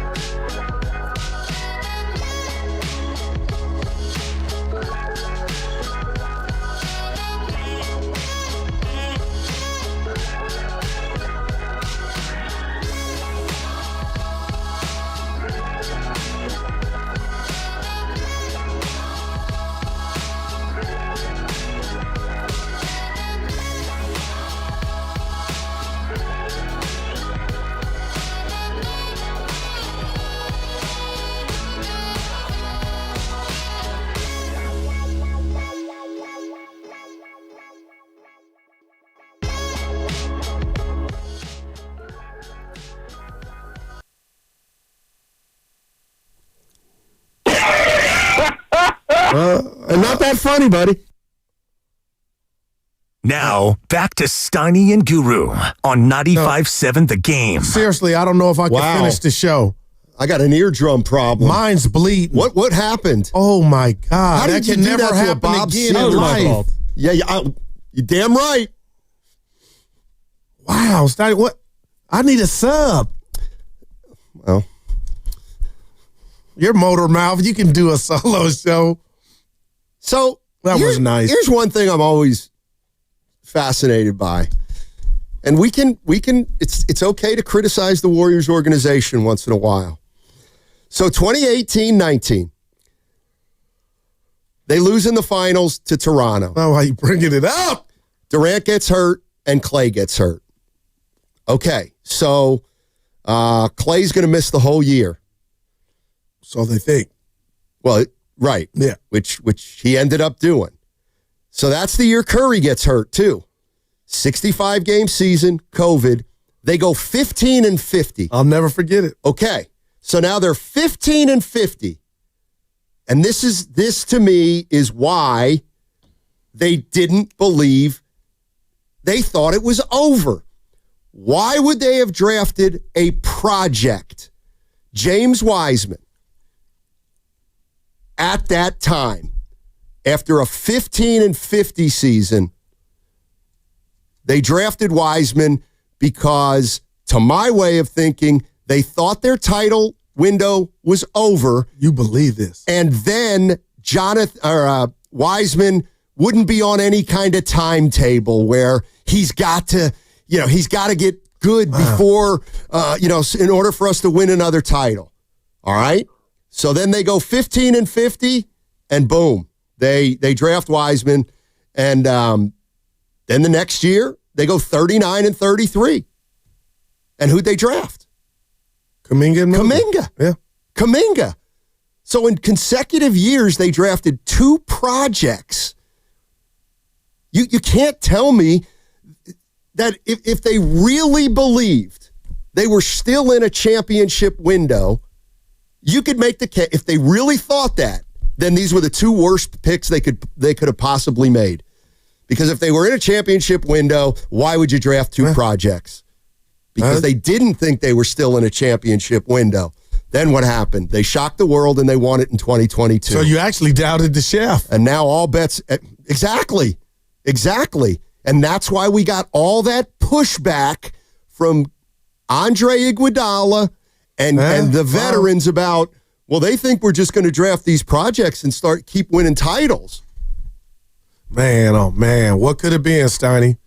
And what is now? The fact that you're getting something from Moody, but we know he's a guy, he's a jag, just a guy, and it's okay. He'll be on a 10-year, 12-year NBA career on somebody's bench, and hopefully the Warriors. But my goodness, for where you drafted Kaminga and Wiseman, those were straight misses in regard to what you're getting in regard to ROI on Jonathan Kaminga.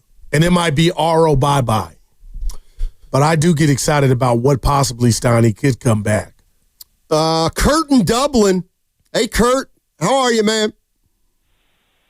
Doing good. Thanks for taking the call. Absolutely. Hey, Steiny, I think you're all over when you talk about Steve Kerr's thought process, because he rarely, if ever, has gone public criticizing any of his players.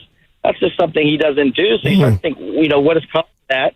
And I think it's clear, because he told us as Warrior fans and the rest of the NBA that Jonathan Kaminga was a DNP coach's decision at the end of the regular season and at the beginning of the playoffs. Right. And then Steph got hurt, and Jonathan Kaminga came in, and Jonathan Kaminga was arguably our best offensive option for those last four games.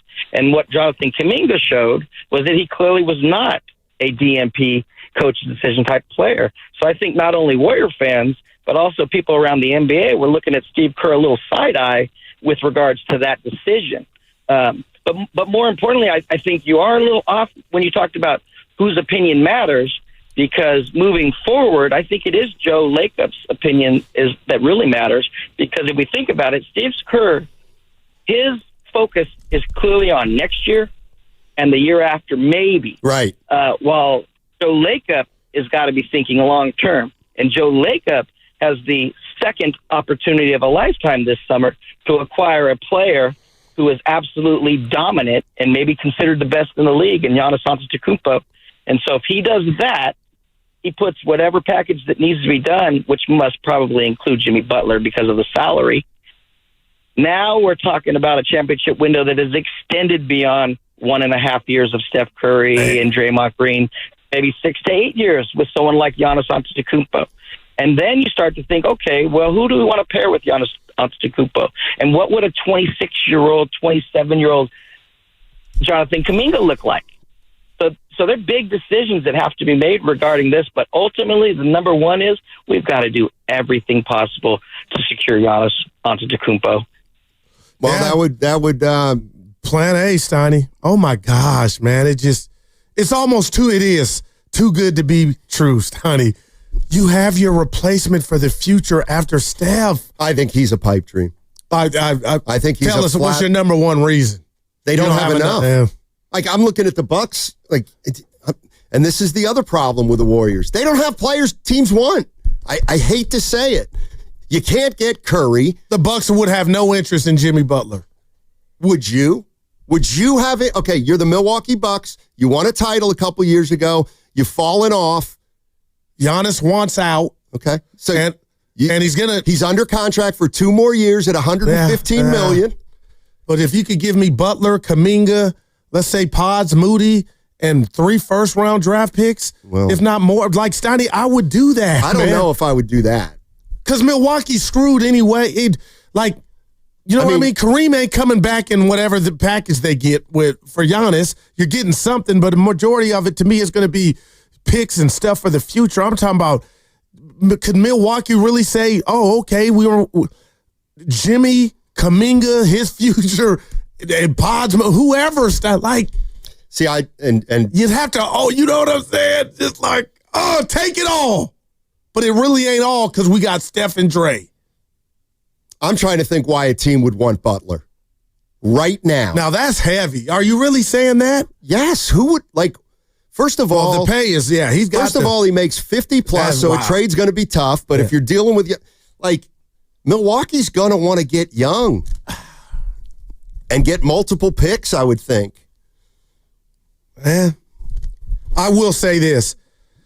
What I thought to be true about Joe Lacob being Kaminga's biggest fan, I'm being honest, Steiny, and I keep going to Jerry Jones and Al Davis, guys that owners that I think, not metal, but the old school Mark Cuban. I would have never thought we would see Kaminga be DMP the way that he was.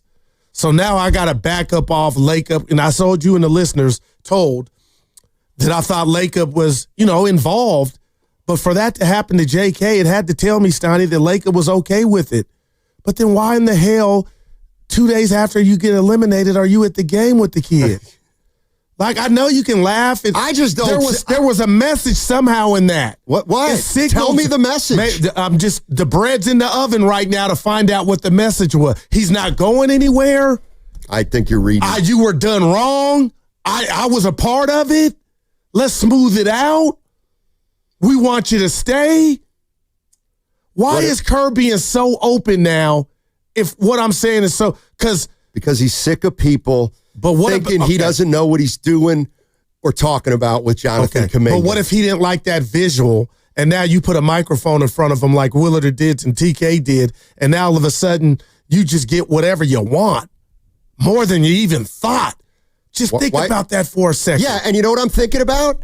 Joe Lacob golfed with Clay, and then he was gone. Joe Lacob sat with Kaminga, and now he might be gone. I don't think there's, and there might be, but I don't see. So no damage control. Do you think Kerr just found out when Kaminga was sitting at half court with Lacob that the owner liked him? I think he's probably known that for 4 years. City boy. Our man. What's up, City? Yo, what's up, fellas? I heard about you shooting pool. They said you're pretty good. Yeah, fast domino. Yeah, it's a pastime. I enjoy it. Man, this Kaminga thing is a real conundrum. And let me tell you, I think, Steve Kerr, I rarely get pissed at Steve because I think he's such a great coach, but I'm honestly pretty annoyed with him right now because, you know, he's submarining any trade value by making these comments, and they're self-serving comments. They're excuses. He's given us excuses why we can't trust our eyes because we were watching the playoffs and we were seeing the Warriors look old and unathletic, and we were seeing other teams with guys like Amen Thompson and all these dudes, McDaniels, just looking, their athleticism just jumping off the page. And then he's forced to play Kaminga. And we see Kaminga going by these dudes like they're standing still, okay? And let me tell you this. Our point of attack offense is almost as bad as our point of attack defense. And so, you know, like, it's atrocious. So Pods can't get by any of these elite defenders, right? Jimmy can't get by any of these elite defenders. Steph still can, actually, but he can't do it every night for 35 minutes. Plus, we play a motion offense. That wasn't what Steph, you know, he's not a pick-and-roll, high-usage guy, right? He plays off the ball. So where are we attacking defenses? Well, Kaminga can do that, right? And so here's the thing, too. You know, when you want to nitpick his mistakes, and I understand they're real, you know, he does miss defensive rotations. He does make egregious errors. Guess what? Young players have to play. And then you can judge them once they play. But when you play 30 minutes one night and then get a DNP the next, how can you expect growth?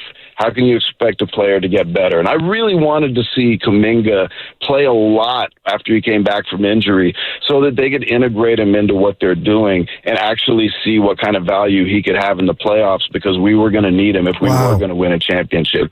And we made it to the last 8 without playing him. So if they had done that, I think we would have had a better chance, and maybe Steph wouldn't have got hurt. Maybe we could have taken care of Houston in 6. And I'll leave you with one more thing. And I really can explain Steve's comments and what he's really doing, and the whole reason behind JK is all roads lead back to Draymond Green. And let me just say, Steve is choosing Draymond over Kaminga because the minutes allocation is what it is. Jimmy's going to play 35 to 45 minutes, right? So where are you going to get minutes, right? GP2 was playing over Kaminga. I would have given Kaminga all of GP2's minutes because these one-way players, and by the way, Draymond Green is not anywhere near the player he was. And I don't even want to say 5 years ago. 5 years ago, he was getting cooked in the finals by Siakam, right? Yeah. Like, Draymond Green is good in the post against bigger, slower players. He can't guard in space. He's atrocious on offense. He used to be our trigger man. He used to run the offense. This dude was number 2 in the league in turnover percentage this year. There was only, I don't even know who it was, but there was only one player in the entire NBA who turned the ball over at a higher rate than Draymond Green. So this dude can't score. He can't defend in space, and he turns the ball over like crazy. So, you know, I mean, it drives me insane, but Steve's loyalty to Draymond is what's holding Kaminga back more than anything, and he can't say that. He might not even admit it to himself, so he comes up with these little reasons. But let's be honest, he loves Draymond. Yeah. Loves him. And, you know, Draymond's one of these dudes. You know, when somebody wants to show you who they are, they'll show you. You know, it's like you got to believe. It's up to you to believe them. Draymond Green has shown us over and over again that he's not only a pain in the neck repeatedly. He doesn't only shoot us in the foot with his antics. He also does it with his turnovers and his play. And then Steve makes excuses for him and says we can't win without him. And I'm tired of Draymond. Yeah. Anyway, thanks. Appreciate it. They're calling you caller of the year, Stoney. It's blowing up. You know what else You know what else he was awful at? As long as we're piling on Draymond, he's gotten terrible at closing out. Oh man. Remember when he used to close out and a lot of times get a piece of the three-point shot? I got to just push back, Stoney. We saw a couple of that more than a couple times this year where the closeout, where I saw him. Like, not in the playoffs. Well, no, not in the playoffs. He ended up in the first row. He ended up in the first row not for in the playoffs, about I'll give you 7 but closeouts. Throughout the regular season, I was like, damn, Dre still got it. But man, oh man. But Steve Kerr probably, Stoney, and this is why I keep telling you, I'm infatuated with the mob movies because I love loyalty. I'm loyal to you to a fault. But I understand him being loyal to Dre at the cost of said player. Like, I get it, man. And they're loyal to this era. And that's why they've gone old or think they got action and pulled the trigger on Butler. So at the end of the day, are we really surprised, Donnie? Well, Yes, I think a lot of people are. Well, I don't know why I just got this. And rest in peace to the logo. With Jerry West, who is known for knowing that Kobe Bryant had the goods, would he have drafted Kaminga? Would he have looked at Wiseman and been like, "Oh my," and heart just fluttered? Like, you want to know what I really think? No, I think Jerry West would say, "But neither of these guys can play." I'm just being honest. No, with you. that's all I'm like. He would say Wiseman never could. Wiseman never could play, and Jonathan Kaminga, all he does is score. Wow. That's what I think Jerry West would have said. Wow. He would have cut to the chase. And get a freaking rebound, Kaminga. The reason I bring it up, Steiny, is those were nuggets and seeds that could have had right now in your future look a whole lot different had guys, had Wiseman just been his version of Wemby, just somebody that's on this team making crunch a starter. They got nothing for that. They deserved what they got with Wiseman. They deserved what they got. The kid didn't play in college but 3 games. But the Jordan Poole fiat, Jerry Costa Jordan Poole. Jonathan Wiseman had no concept and still might not about how hard you have to play even mad at him, to play in the NBA. I'm not mad at him, Stoney. They chose him. And let me tell you what else bothered the hell out of me back in the Wiseman days. Oh, but he averaged 12 and 6. His rookie. Oh my God. That was when you, Bonte, and I were doing the show. I mean, you can look it up. It's there. You can't be mad at the kid. And just like I'm not mad at Kaminga. Right. Man, but I get mad at you people when are you afraid to get mad at the organization. Oh, no. They're not perfect. No, not at all, Stoney. People are seeing it come to fruition now. Like, the covers are not the... And I appreciate City Boy for talking about Stoney. That's why I think I was down on Butler a little more. I was mad at him. He's not that defensive monster he used to be. That's what he wanted none of Ant-Man. None of the big 3 are what they used to be. And there's still a feeling here that even though we all acknowledge... Well, those paychecks are. Even though we all acknowledge they're not the players we were, we still think somehow... with some magic pixie dust, they're going to turn into those guys in the playoffs. Thaddeus Curry didn't get hurt, man. Even with Minnesota playing the way they're playing, I know it's against one of the most deepest teams, could be champion. And I've never, if you think that the reason that the Warriors were eliminated was because Steph Curry got hurt, then don't make any changes. Oh, wow. But we all know the truth there. Our great girl, Alnetto, saying, well, what would you do with Kaminga, Steiny? Well, I'll tell you exactly. There's only one, on this current team, there's only one role for him. He's got to be a 6th man who comes in when Butler goes out or when Curry goes out, and you got to feed him like Vinnie Johnson. Okay. But why would you think now that would work or happen? Because you had 4 years for him to even get on the job training. Why would that happen? Because he doesn't want to do that. But Kerr does not believe he can play with Draymond and Butler and Curry. And so we heard that with Wiggins. He couldn't play with Wiggins. What's the common denominator in that? Jonathan. Or dumb it down so he can pick it up. I'm being real What does that mean? Right, they did. That's what they did against Minnesota. Hey, Jonathan, go one-on-one. You're right. I hate when you say it that way. It's like you're prejudiced against scores. I know you're not, but no, he showed you could watch that basketball game even when he missed. Steiny, oh boy, I need a V8. Listen. I'm not just talking about offense with Jonathan Kaminga. The message obviously didn't get across, but dude has a skill set. I seen him pick LeBron up years ago to pick a guy up 94 feet. He could be a good defender. LeBron is not that hard to pick up 94 feet. Luka the year ago. Steiny, I'm just saying, maybe, I'm asking you, maybe it's the institution that's letting Jay down a little. Can you allow for that? I'm not saying they're not. Oh, okay. See that? Then we got something here cooking. Don't just blame the kid. Who's doing that? Who's blaming just the kid? The people that say he's just a scorer. Well, you had him for 4. He should be doing what you cuss him out. Bench him. They did. Well, it's not all his fault, I guess, is what I'm saying to you all. I get it. See, all right. Sometimes when give it to him. Here, I'll tell you what it is. Right. We're 4 years into his career.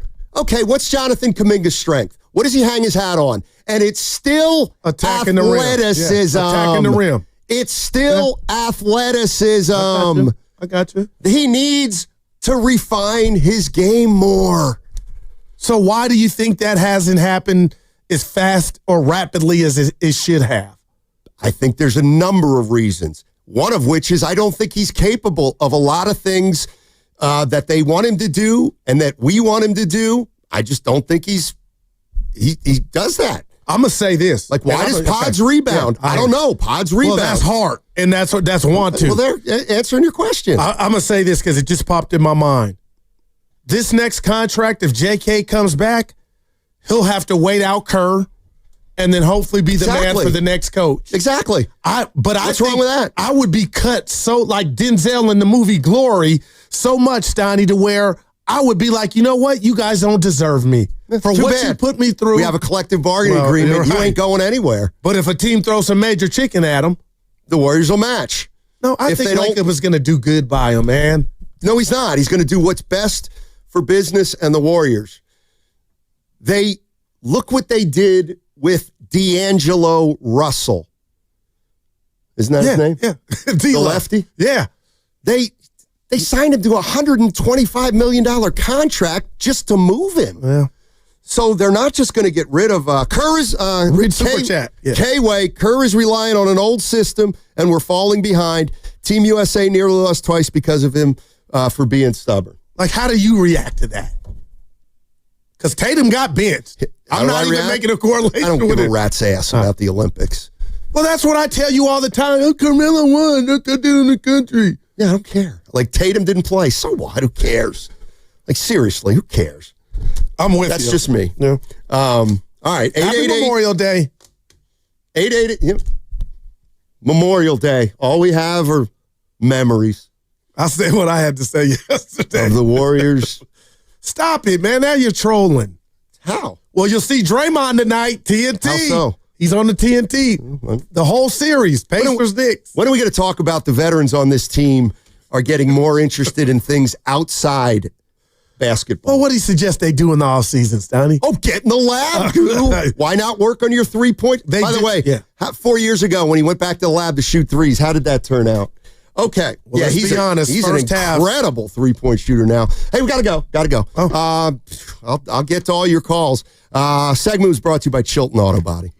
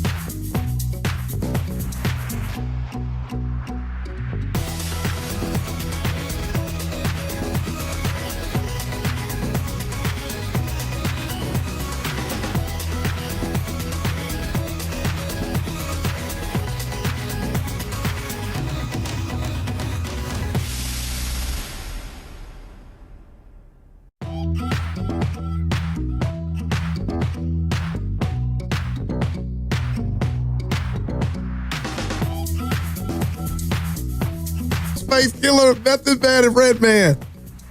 No Red Man, Method Man. Sunday nights, we watch Power in our robe because Power comes on Sunday, and they would watch it in their robe. I've never seen it. No Red Bull either. Well, I'm really down, man. I know you are, and you should be. What happened if we found out who did it? Do I wait outside and say, hey, let me talk to you? Hey, I'm with you on this one. That hurt. I'm with you on this one. Shout out Larry, man. Don't let me find out. Real quick. Yeah. The domino tournament, the $25 buy-in. I just found out Tyshawn Jackson's 5th annual has been up to $50. Why don't you ask Butler? He's somewhere like in Greece or somewhere. Oh, yeah, he's playing tennis. Okay, why are you saying that? Okay, and he can. He was frisky at the end of those playoffs. He's still got so much energy. He's playing tennis. This is how you tricked Willer. Willer don't know you tricked him. How so? Because you're telling me nobody wants Butler, but during that whole diatribe I went on with Butler in just the 2 games, now you come back and pounce on him like he ain't all that because of his age. Well, and now you're saying he ain't too attractive. I always said his age was an issue. You know, I hate older players. When you have too many of them, there's room for 1 or 2. But you're going to run a 22-year-old out of town? That's what's crazy about the Kaminga thing, and I think that's why everybody's just Brock Purdy signed a contract. Yeah. How much time have we spent on it? Who wants to talk about a contract extension? That's the most boring talk. Is he worth it? He was great with Willard. He said all the right stuff, man. Boy, that's a surprise from St. Brock. You got a problem with him? No, I would want my daughter to marry a guy like that. Or Steph. Yeah, I'm with you. I'm absolutely with you. What was I going to say? What happened to my IQ test? I got a couple questions here. I'll do it. We'll do it. We'll do it like 1:30 or so. Galen's in San Jose. I got a friend named Galen. How you doing, Galen? Hey, how's it going, Goo? How's it going, Stein? Hey. Thanks for taking my call.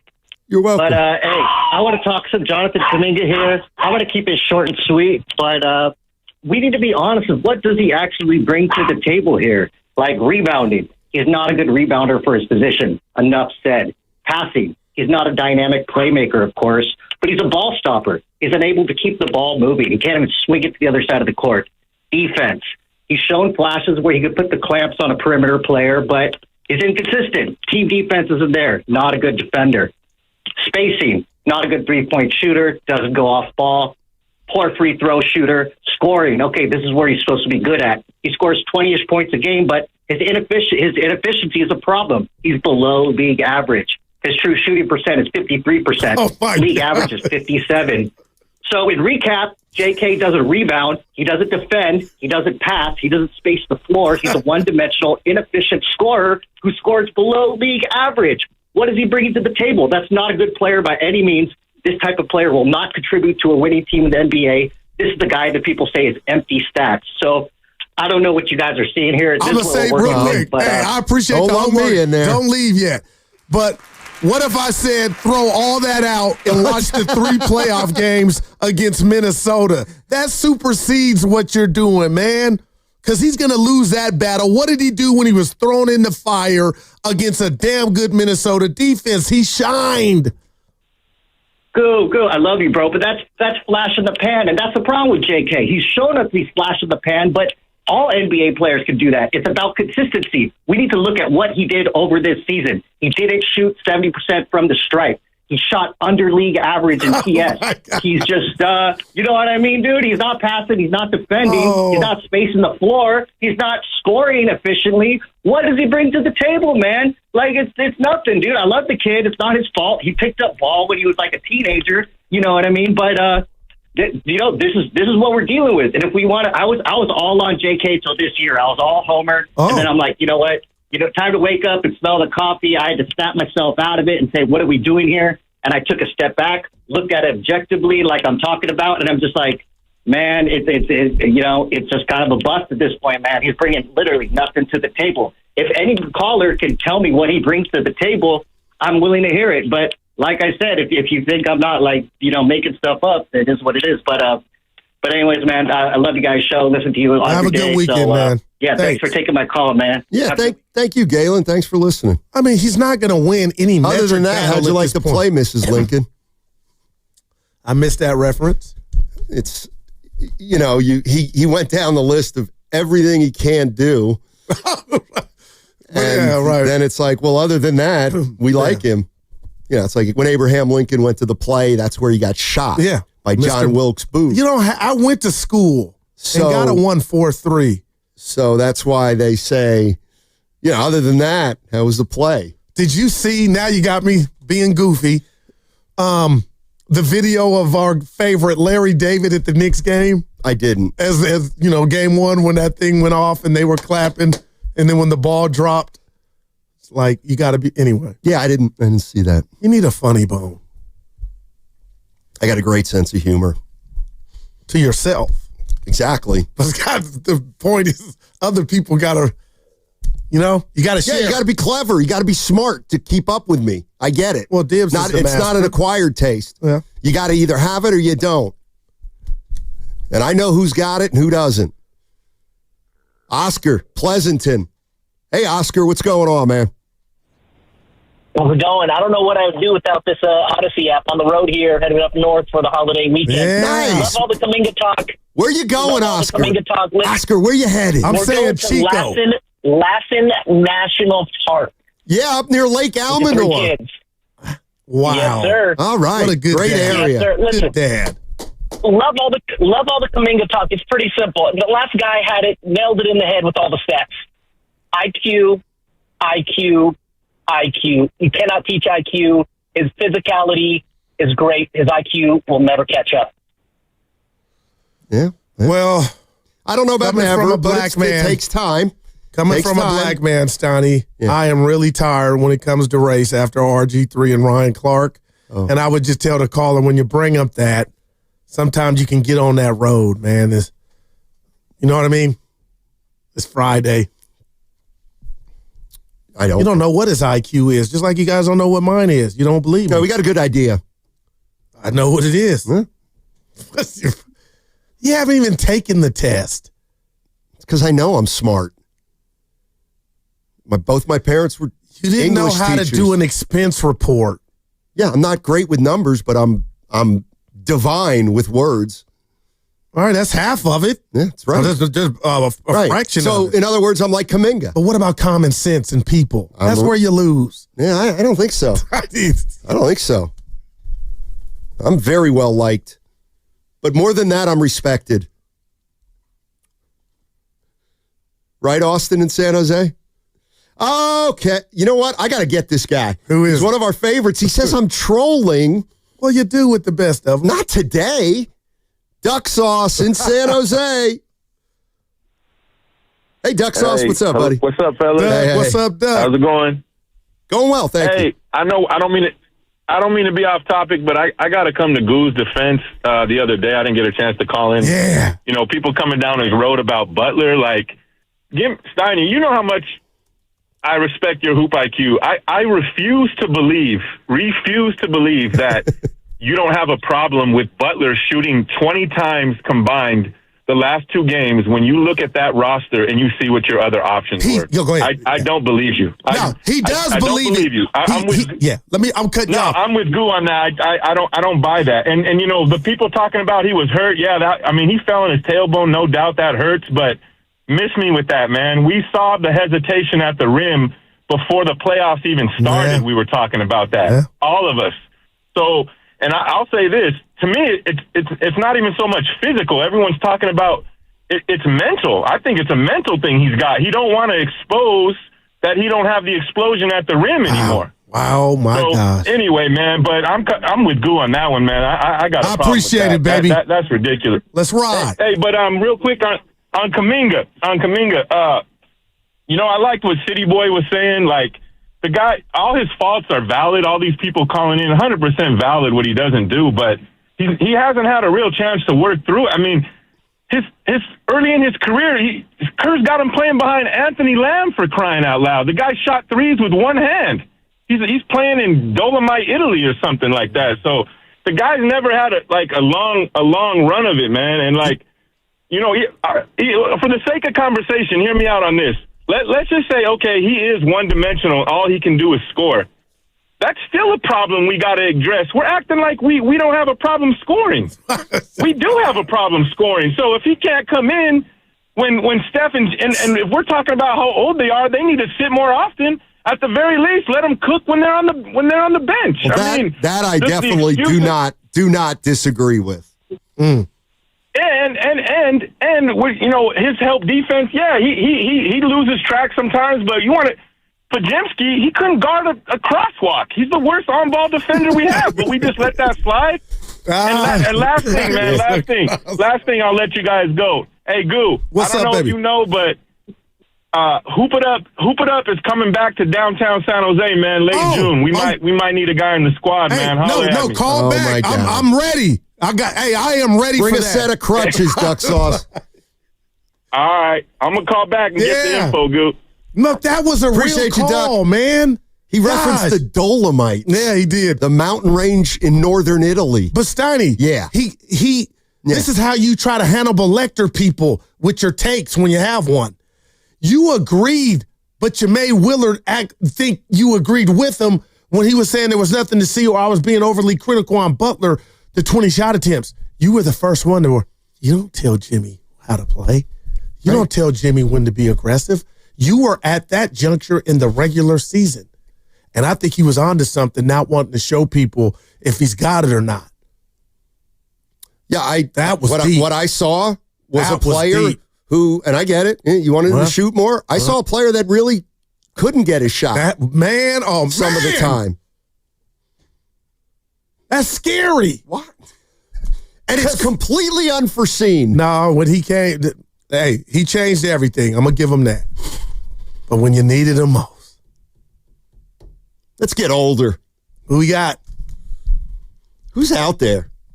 Let's go get Brooke Lopez and Udonis Haslem. I'd go, stop. He ain't even playing. But would you? Neither is Kaminga. Who's the guy that called? We need Dwight Howard. He about to go to the Hall of Fame. You're listening to 95.7 The Game, KGMZ FM and HD1 San Francisco, an Odyssey sports station in the home of the Golden State Warriors and Golden State Valkyries. Always live on the free Odyssey app, coming to you live from the Laughing Monk Studios. Laughing Monk, righteously brewed in San Francisco. Ask me what I'm doing tonight. After the Knicks Pacers. Let me guess. You're going to see Sinners again. That's a great guess. No, I'm watching It's like watching the Warriors. No, it's not. No, it's like the season after pasta. I'm watching the Valkyries. They actually play their young players. Okay, but I'm just telling you, Stoney, hoop hasn't really ended.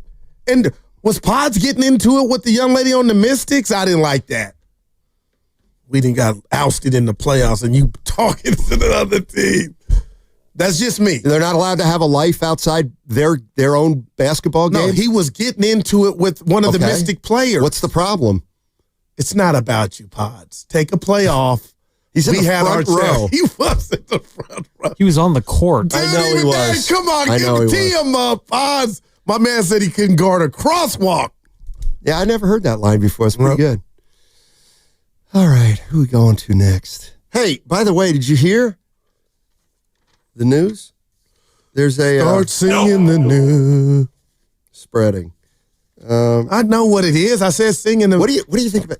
Do you realize there's a rattlesnake advisory? Where? In the East Bay Regional Park District.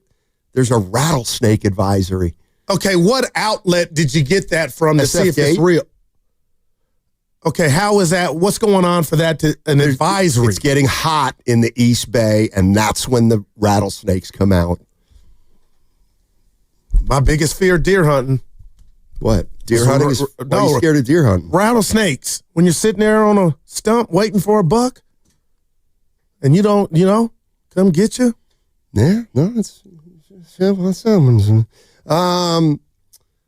go to SG in Fremont. Somebody said talk about something new for once. I just brought up the rattlesnake Ricky advisory. Sports fanatic guy. I didn't like that. Going in your file. Well, I told the YouTube chat to start ripping me. Did you say? Yeah. You didn't put that in. First, I asked them what they like about me, and then I said, go ahead and rip me. Oh, that's why it's hard. I was like, damn, he don't want to look at this. It's the dumbest thing I've ever heard. It's Joe. I'm like Joe Mazzulla. They're just words. Well, or they don't matter. Yeah. They're just words. Not that one they called me a stump. That bothered me. By the way, the boss got you good. Yeah, he did. He got a pretty good sense of humor. Hey, did we get to SG and Fremont? Hey, buddy. I'm here. Okay. Hey, just a thought, whether we think Steve Kerr should kind of be influenced by the Phil Jacksons and the Greg Popoviches whom he played under. Remember, Phil had a triangle offense, and that was a big deal. He used it well to get 3 championships. And then even when he got Malone and Gary Payton on his team, he still lost to Detroit. And Greg Popovich has also gone by similar, his dogged ways and his set scenarios. So do you think Steve Kerr says, hey, I'm going to go through the ball with moving the ball all the time, and if you guys can play in my system, stay. Otherwise, leave. And that's kind of not very good coaching if you would really look at it, because you have to kind of evolve with the times. But you did a good job 10, 15 years ago by bringing this particular system in, which is a new system, and it got you 3 championships and then a 4th. But the players are all evolving as well. Well, should you as a coach not be smart enough to evolve and use the players that you get in the market to become better instead of sticking with your dogged terms? I mean, LeBron and Curry bailed him out in the Olympics, otherwise he could have lost without using Tatum, who was by then, I would say, the best player in the league. Well, here's what I would say, SG, and I think you make a fair point. Is it time to fiddle faddle with the system? Well, that doesn't jibe with everything and anything for Steph Curry. I think there's a thanks for the call. Appreciate it. A lot of good stuff. Yeah, I think you want a new system? Get a new point guard. No, well, you need to give the system a break. That's what we're learning. That's operation next season or this offseason. Get you some guys that can hold it down. Dude, this is 2 steps. I heard Spadoni saying it this morning. The offense is 2. Oh, now that's the complaint. No. Seriously, that's where we're at. I'm giving you the victory lap, but what are you going to do when you need to rest his ass? It shouldn't be a drop-off the way that it was. It shouldn't be a drop-off. He's one of the greatest players of all time. You know what I mean, Stoney. You should be able to entrust a guy like Jonathan Kaminga to hold it down. Kerr's told us Listen since 18. to what you're saying. You really think Jonathan, you lose Curry and everything he does, but Jonathan can hold it down. Had you handled Jonathan correctly and Jordan Poole didn't get punched, you would have some guys to hold it down while the chef sat.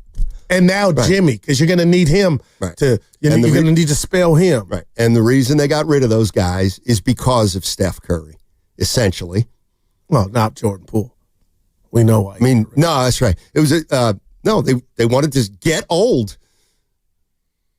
I don't know what you're trying to tell. They traded a 22-year-old for a 36-year-old. I'm just telling you got to spell Steph next year in the regular season. It's never happened. And then how are you going to make the playoffs? Well, not spell him the way he's playing 20 minutes a game. You know what I mean. Get to moving, man. Shaking and baking and making. Sometimes you're just... I'm too real for radio. So you're off. Please. I'm saying what you're saying, and you don't even know it. Yeah. Let's get Steph some rest. Why did Director Sports Lucas He's 37 years old. He don't lick it. Duh. Yes, he does. Stoney, stop. Not an ounce of fat on him. Okay. Well, and the hamstring, will you give me this? The hamstring was a fluke.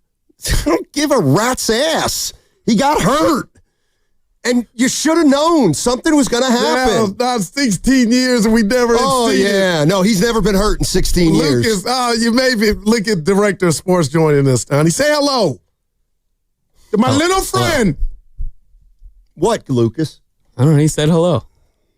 He said say hello. Hello. You find the Red Bull? Yeah. I did a lot of reporting, actually. I walked around the building asking each and every person. I'm going to send the email. Stoney, you think I should send the email? Work. No, just to let people know we're watching. Yeah, actually, I do think you should do that. I'll do it after the show. I can't wait to hear all the responses. Let's go to Sinkhole in San Francisco. Hey, Sinkhole. How you doing? Lucas, this is when we usually put a caller on the radio. Hey, Sinkhole, how you doing? I'm blessed, and I enjoy your show, Stein and Guru. Listen to you guys all the time. Love it. Love it. You guys keep it 150. You know, I'm just disgusted as a Warrior fan, just truly disgusted that we put Jonathan Kaminga on this gigantic petri dish and just have poked at him like we were in 9th grade biology. And Steve Kerr had the nerve to have this presser to just really just talk and kind of defend himself. I mean, let's talk about the inefficiencies across the board. About some of the young players, like a pause. And it's not a black and white thing. It's a basketball thing. Let's just kind of like get that straight. And I think on the Willard show, Willard and Dibbs, you know, they're apologists for pause. Let's just keep it 150. He had highlights, but he needs work. Think about it. And I heard Willard talk about, before Steph got hurt, nobody called in about Pods' play. Well, that's untrue, because I called in a couple of times talking about positive defense. In the sack series, way back in the sack series, he was on skates the entire time. Ellis had him on skates. Monk had him on skates. In the Clippers series, grown men just were digging in Pods' chest. Kawhi, all in his chest. And then James Harden. James Harden's first step isn't what it used to be, but he burnt Pods, and Pods olayed and tried to like swat him from the back. Pods was really great at intramurals and at hunch, but at this stage of the game, you're playing with grown men. What's that? Hey, back in the gym. Sinkhole, what's hunch? 21. Oh, okay. I never heard it called a hunch. Yeah, those are our guys, though, man. Call it hunch. Yeah. 21. No, Sinkhole, thanks for the call. I mean, yeah, Pods. I don't think anybody can say, now Kaminga's leash is exactly the same as Pods. But there was a position emphasis on it, too, but I didn't like Pod's defense in the playoffs, Donnie. He was getting hit and lit, and you play top tier and better talent. I get it. But the bottom line is... You want to finish your point first? What is the bottom line? Oh, my God, Stoney, there's a bag here. So, boys, your producer for the last couple of days has been doing an amazing job. Yes, he has. He took this crime against, Guru and humanity, the stealing of the Red Bull, really personally, and he felt bad for you, Goose, so open the present. No, seriously. What's in the bag? The 4 Red Bulls, but why I was happy is I thought this was the original package. Okay. Instead it was out of the kindness of his heart. No, that's an awesome gesture, but there still is pain, but this will help take it away. Stoney, I thought we both Let missed the boss it. talk. Yeah. I was just going to say, I was asking people where it is, and what I found out is there's a camera in the kitchen. Oh. So how about that? Yeah, let's go. You know what, though, boss?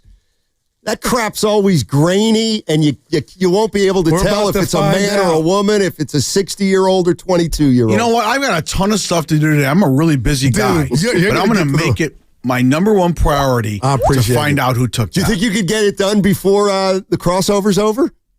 You'll stay till 2:30 today. Yeah. We'll see. Dude, these are cold ones, too. Goo, you got something to say to your producer? Hey, thank you. That's my guy. Steven Risotto, shout out. Yeah, no doubt. I call him Pasta. How about the boss blowing up the clock at 1:12:28? Gotta go. Yeah, we do have to go. Let me get the read. 1:42. It's 1:12 on a Friday. What's coming up in the game? Brought to you by Fremont Bank. Here for you, here for good. Also brought to you by Ceremony Ford.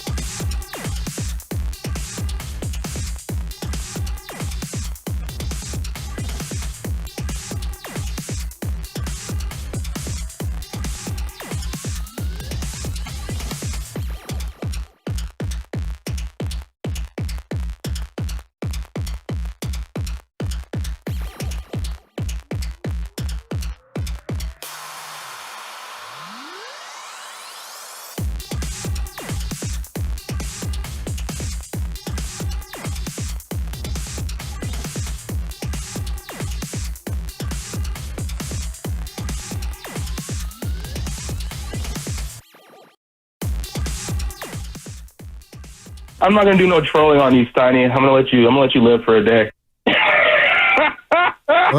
And not that funny, buddy. Oh, boy. Now, back to Steiny and Guru on 95.7 The Game. This is our last segment of the week. No, it Before the guys come in. Second to last. Quick question. Oh, do you have a prop? Hey, Risotto, thank you for the Red Bulls, man. Seriously. The best play in all of sports is what we just witnessed. I don't know the what play you're at the talking plate about. in Major League Baseball. Okay. I grew up on it. Yeah. God. Yeah, that's really Got exciting. nothing, huh? No, that's exciting. Seriously. It was. Wow. Not anymore. Yeah. Better than a dunk? Dude, better than a Jonathan Kaminga ha-ha dunk? Pots can dunk. Dude, my man said Pots couldn't guard a crosswalk. I will never forget that one. Anyway, what you got? Go to Jocko. He's on the way to the foothills. Hey, Jocko. Hey, how you guys doing today? Hey. Hey, so, I think Taj Gibson is available if Adonis Haslam costs too much. That's a good one. Let me start off by saying I totally, I think Kerr's a great coach. So let me preface all this with that. I don't want to replace him. But there's some blanket statements people throw out like Kaminga can't play with Curry. And true or false, in 2023 when Wiggins was out for a long stretch, J.K. filled in, played with Curry, and helped the team get to the 6th seed that year. It took 7 games to beat the Kings. But true or false, did he actually do that? Yeah, he up until Wiggins came back at the end of the regular season. No doubt about it. Yeah, so he can play with Curry. I just, people say things like that, and it just kind of drives me crazy a little bit. And I know that, this year maybe it didn't work out. But so anyway, I just wanted to start off with that. But Steiny, you said that he's blocked with it because the team has a glut of forwards, and I think that's we don't have a glut of athletic forwards. We have a glut of forwards who are old and can't spread the floor, and I think that's a huge problem for this team moving forward. Is that they're going to build around Curry and Butler and Draymond, and only one of those guys can shoot. Wow. And, what's easier to find, a rim-running stretch 5 or a rim-running stretch 5 that can also spread the floor and hit threes? I just think they're just barking up the wrong tree that they're going to try to find 2 guys because they mentioned they want a stretch 5 and a shot-creating 3-point shooting wing. And it's so they don't have a glut of wings. They have a glut of one-way players and offensively challenged players. And I just don't really get the direction they're going. But, I keep trying to tell myself this is what Curry wants, and I should just, appreciate everything he's done. But I think it's going to be a long couple of years. Anyway, thanks for taking my call, guys. Yeah, Jocko, have a great weekend, man. And I didn't tell you this, Steiny, because you wasn't trying to do it on purpose, but there is something you liking me down rather than up. But the bottom line is, when I think about all this and try to just make it about Kerr and J.K., Steph and Dre have the power, man, to go to the coach and be like, hey, coach, I think you got it wrong. We need him. And I guess I'm just bringing that up because I am pro J.K. just in regard to he is something we don't have a surplus of. I don't want him to leave, but I almost want him to leave for him to go somewhere else and start new. But just think about what he couldn't have done and the meat he left on the bone for Dre and Curry not to lobby for you. What would they say to me if they heard me even insinuate that? Well, you wouldn't say it if they were around. No, I'd be like, hey, guys. Nah, you wouldn't. You wouldn't. Anyway. You got a question for me, IQ? Come on. Let's take one more call. All right, this is it. Nick in Ohio. Hey, Nick, how you doing, buddy? Hi, guys. I'm getting a double show feed here. Well, congratulations. Because only one of us is bringing it. Hey,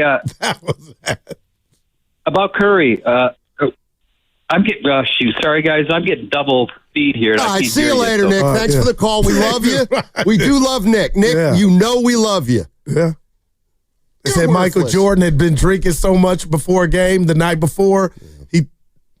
The story tells that he saw 3 rims. He shot at the one in the middle. That's what LeBron said when he made the 3 in this play-in game right in Curry's face. Remember LeBron? That? You want to know what type of dude he is? They lost the 18 finals to Durant, and he went to the podium and had like a body cast on. Yeah, he broke his hand. Dude, nobody heard anything about anything, and the dude's in a cast from my elbow to my hand. Brian, you are special. I hate people like that. Can't just take an L. What? You're weird. It's just now knowing? Nah, you're all right. Willard laughed. Remember my guy Willard? Remember he said Steiny had me cracking up earlier, and I was like, why? He goes, you called Guru weird. I was like, hey, I didn't hear that part. No. Hey, can we get an IQ question? All right. You're not it. I think you're intimidating. Bad questions. No, wow. All right. Some people have submitted questions for Guru and to test him on this 143 IQ. And here's the first one from Ted Cadigan. All right. Wow. Name all the continents. Now, that wasn't on my... I'm just saying, something like that wasn't on the test I took. Oh, it's going to be on the next one. Were you that guy? No, I know. Hey, Mrs. Fields, is this going to be on the test? No. Well, I kind of was, but my pops was in the Navy 30 years. We lived in Japan. We traveled. That's not a continent, in my room, Japan. I know. No. Hold on. I had a globe. So I'm going to shock you with this. All right. Asia. Okay. Antarctica. Is that wrong? Hold on. No, that's right. Come on, Goo. Go to the other Africa. side. Yes. My homeland. Europe. How many times you been there? Africa. Yeah. Europe, my ancestors. Oh, boy. South America, North America. Ooh, down to 1. And that would be where Bo gets from. Australia.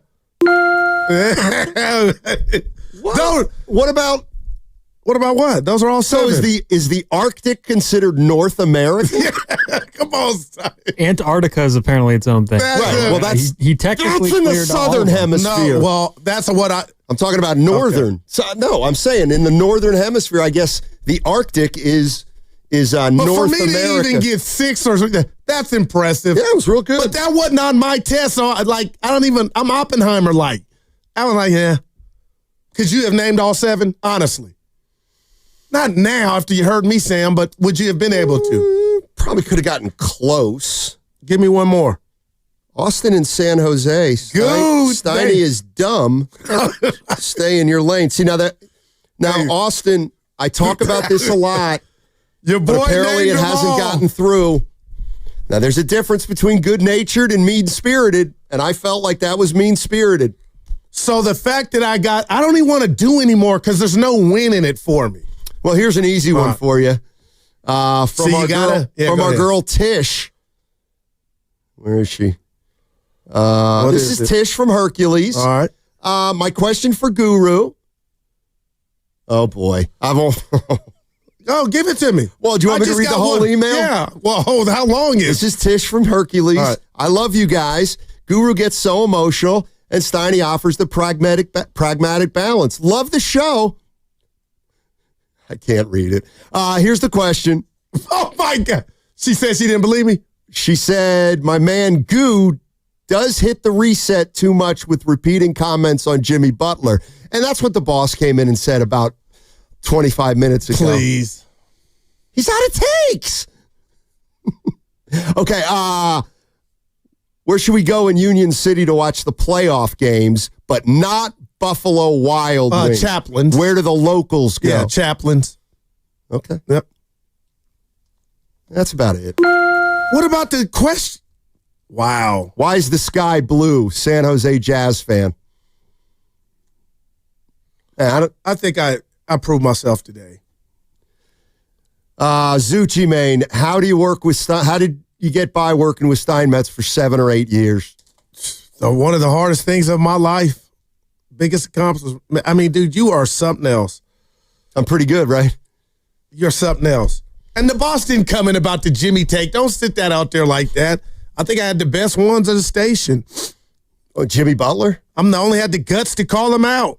Well, Tibbs too. And you did too. You just scared.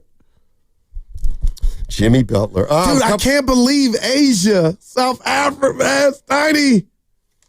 Yeah. I'm impressed. Oh, by the way, you had a lot of stuff you wanted to get to. Of course, you forgot. Go ahead. Give me your Angel Reese, Caitlin Clark. Oh, well, summation. No, it goes with my rant yesterday. We're just so divided. It's not Magic and Bird. Okay? I like Angel Reese. You're not Magic. Okay. You're jealous and envious of Caitlin Clark. I can say that and mean that. I got street cred. I know. And I didn't like when last year Caitlin Clark got hard fouled by Reese's teammate, and she just jumped off the bench like, yeah. You told on yourself. So it's all good. And I'm not saying Clark's an angel. My point, no pun intended, she's better than Angel Reese. It ain't Magic Bird. That's all I'm saying. But what do you think about the rivalry, that they don't like each other? Is that good? I want more of that. Oh. Yeah, I want more of that in sports. Well, not the jersey changing. Why I'm offended, that was not a hard foul by Clark on her, Stoney. Your thoughts?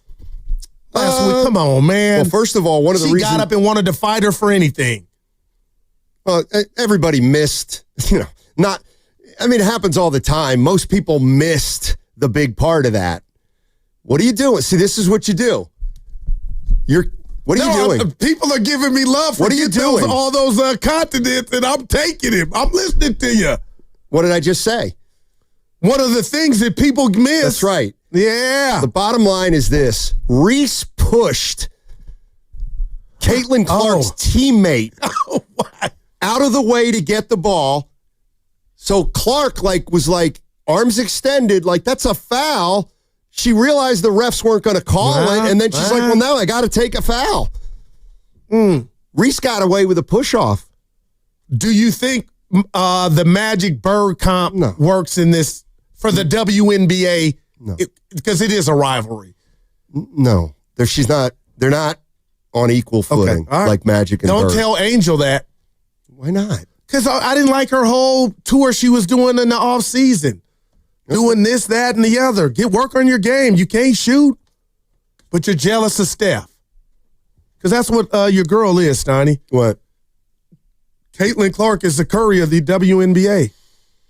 I ain't afraid to say Anybody going up to Bottle Rock this weekend? Risotto. Negative. Goo? Well, you're not. No, I got the domino tournament. $50. You coming? It's Sunday. Maybe. Seriously. I'm playing golf Sunday morning. So you'll be in a bad mood. Yeah, not lately. Oh, look at Mal. Yeah, I'm playing well. All right. I'll text you. I don't want to see you. I can wait till Tuesday. They want to see you. You wanted to talk about Around the Horn. It's ending. That's big news. Do you miss it? I was thinking about this. It's been on forever. The only time I've ever seen it is when it's on with no volume somewhere in this building. Jamel Hill, Michael Smith, that was like 7 years ago. Longer than that. Woody Page. I am kind of sad it's going away.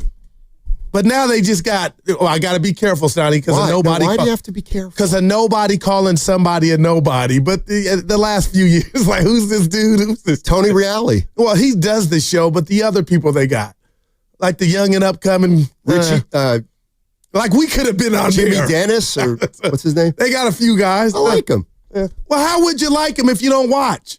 I just like the way they look on TV. Wow. You're the guy, so you're a picture book guy. Exactly. Wow. When's the last book you read, Mouth? Not a magazine or an article on the internet. Richest Man in Babylon. Yeah. That was a pamphlet. Please. You asked, it's the book. Yeah. You like What's that? it about? Check it out. It's about just stacking coin. I'd appreciate bread. Oh. Well, made my kids read Clearly it you too. haven't finished. Oh, my God. It was published in 1926, and it gives financial advice. Yeah. What is he laughing at? Because punk. How many pages is it? Dude, it's a thick book and it's That's what yellow. we'll be able to tell. It's 144 pages. You could get that done. You could get that done. And Ralph Wiley, rest in peace, the great writer from D.C. Yeah. Why Black People Tend to Shout. I think a lot of people here could read that book. Why did read they? that book. Did he provide an answer? It's so nuanced. I would do it a disservice by giving you one Just word. give me the I don't want to. topic sentence. No, just read it. Yeah. Dude, I just named those continents and I'm getting nothing for it. Hey, thank you, baby. South America, North America, Africa. Hey, you hear about Billy Joel? What happened? Uptown girl. Yeah. She's been living in her uptown world. Unfortunately, he's got a brain issue, and he's had to cancel his latest tour. Billy What Joel. did I tell you? Be honest, real quick before we get out. Oh, we got time. I know. I had somebody in the hospital. I'm frequently there, and I think you know why. Yeah. And I take walks around the wings of hospitals. It's not about what the Giants and Warriors are doing, people. It's not about what the Niners are drafting, who they're drafting. Life is precious, and other people have major battles bigger than what we think we got going on. So all I say is if you got something wrong with a relationship, a friend, a spouse, mom, dad, sister, brother, pick up that phone, fix it, and enjoy yourself and your family, friends, and loved ones, because what's my favorite saying, Stoney? Oh, God. Too Short has one. This is not that. Tomorrow is not promised. And if you think, oh, my golf swing is no good, take a walk around thinking of yours. a hospital, Stoney. That Why? did not do well. I hate hospitals. A lot of people are going through some heavy stuff. I know. And you know what? They're not getting out of it. So it just puts life in perspective. People, how you deal with Steiny? Because I've walked around hospitals. It can be worse. I guess. Well, people saying, dude, I might need to do what's the when you go record positive thoughts and people play it. Affirmations? I might be onto something. Dude. What you got? I can't stand when you snooker the text line like you're actually really, Steiny, we've got to appreciate this life. And Oh, now that's real. Come on, Steiny. I know. We got 5 minutes. Title of the book, Austin and San Jose. I walk around hospital. See, that's pretty good. Title of the book, I walk around hospitals. But so let me ask you this. This is funny because I've sometimes walked around a hospital. I make sure to never look in a room. Oh, no, it's brought to you. No. The sound, No, Stoney. you look at the floor. You keep your head down. You don't want to look in other hospital I'm not rooms. snooping. I don't want it to come out. Only you can make that into. You're going to see stuff you don't want to see. But it comes with the territory. Yeah. There's no way to ignore it. There's enough bad in this world. I don't need to see more of it. I hear up you. close. I hear you. I'm just saying. I'm just trying to be positive, man. If you got something going or not going on with somebody, make it right. Now we got 4 minutes. Hey, Lucas, what's up? You miss Evan? Oh. He sent me. I do. He sent me a personal text on our thread. Yeah, he sent it. No, I got one without you on it. Oh, it doesn't matter. Book of Barnett, Steiny trying to fill space. Duh. I got 3 more minutes. You got something clever to say? Probably not. This has been a great week, though, Steiny. What you think? Just show-wise. We were reaching a little bit. We've done better shows. Well, you were without me Monday. You've been more committed at other times during our show. Good God. You know, you're a little distracted sometimes. But, I didn't like that Billy Joel news. That's serious, man. But you were just talking about how life's precious. You're right. You're right. I mean, who's working Monday? You or I'll be off. Yeah, we're it's a holiday weekend here at 95.7. And we'll be recovering from Sunday's domino tournament. Dude, if I can win. Hey, by the way, I didn't tell you. Uh-oh. You got abundant weight loss, and that's doing great for you. What are you about to tell me? I set a goal for myself, and I'm under it now. Oh, okay. Wait, dude, you look good. About 6 pounds. Because the other day Everything I saw you and I was like, oh, it's tiny little tummy, but it's vanished. No, we were somewhere, you were doing something, and I said, tiny. I didn't want to, I told Evan, and then I said, nah, and you took care of it, so I'm glad I didn't bring it to your attention. Play it again, Pasta. Play what again? The round of applause. Yeah. All right, we got about a minute. Oh, look at the Red Sox. Dude, this is great. Why are they playing a day game? It's a doubleheader. One was rained out yesterday. Look at my man. How you doing in your fantasy baseball? I'm doing well. Seriously? Yeah, we're like first or second. Who is we? My partner, Johnny. Oh, my gosh. You co-manage a team? Yes. I know what. You got to be the softest thing. Charmin. Okay. What fun is that, sharing the glory? Exactly. Hey, you set the lineup. Okay, I'm finna do. Oh. Joe Lakeup is Joe Lakeup. There's not Joe Lakeup and Mo Lakeup. What There's about just Peter one. Goober? Mouth. What about Goober, Mouth? You know what I mean. Yeah. Well. All right. So we're okay. We got about 20 seconds. Don't change for Willard. I wanted to talk. New meaning to limping through the finish line today, boys. Way to go. Shut up. Hey, I'm feeling good. Shut up. I can't believe he jumped in and did this that. This ain't a you thing. Oh, wow. That's a quarter. I had one more. Oh, shoot. Hey, by the way, I'm starting to lift some weights? No. Oh, you did it like you walk. I'm starting to walk more. Do you go Lake Mare?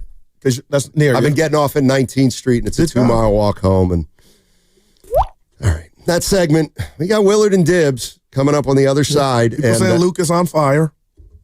That segment was brought to you by Ceremony Ford.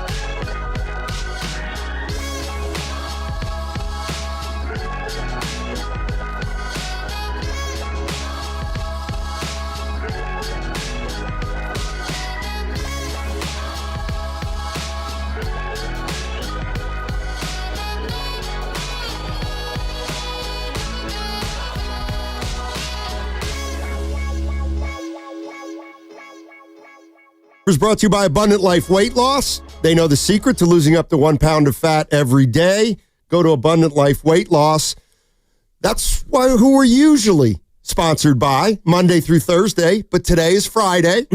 So let me introduce you to Atco Pest Control.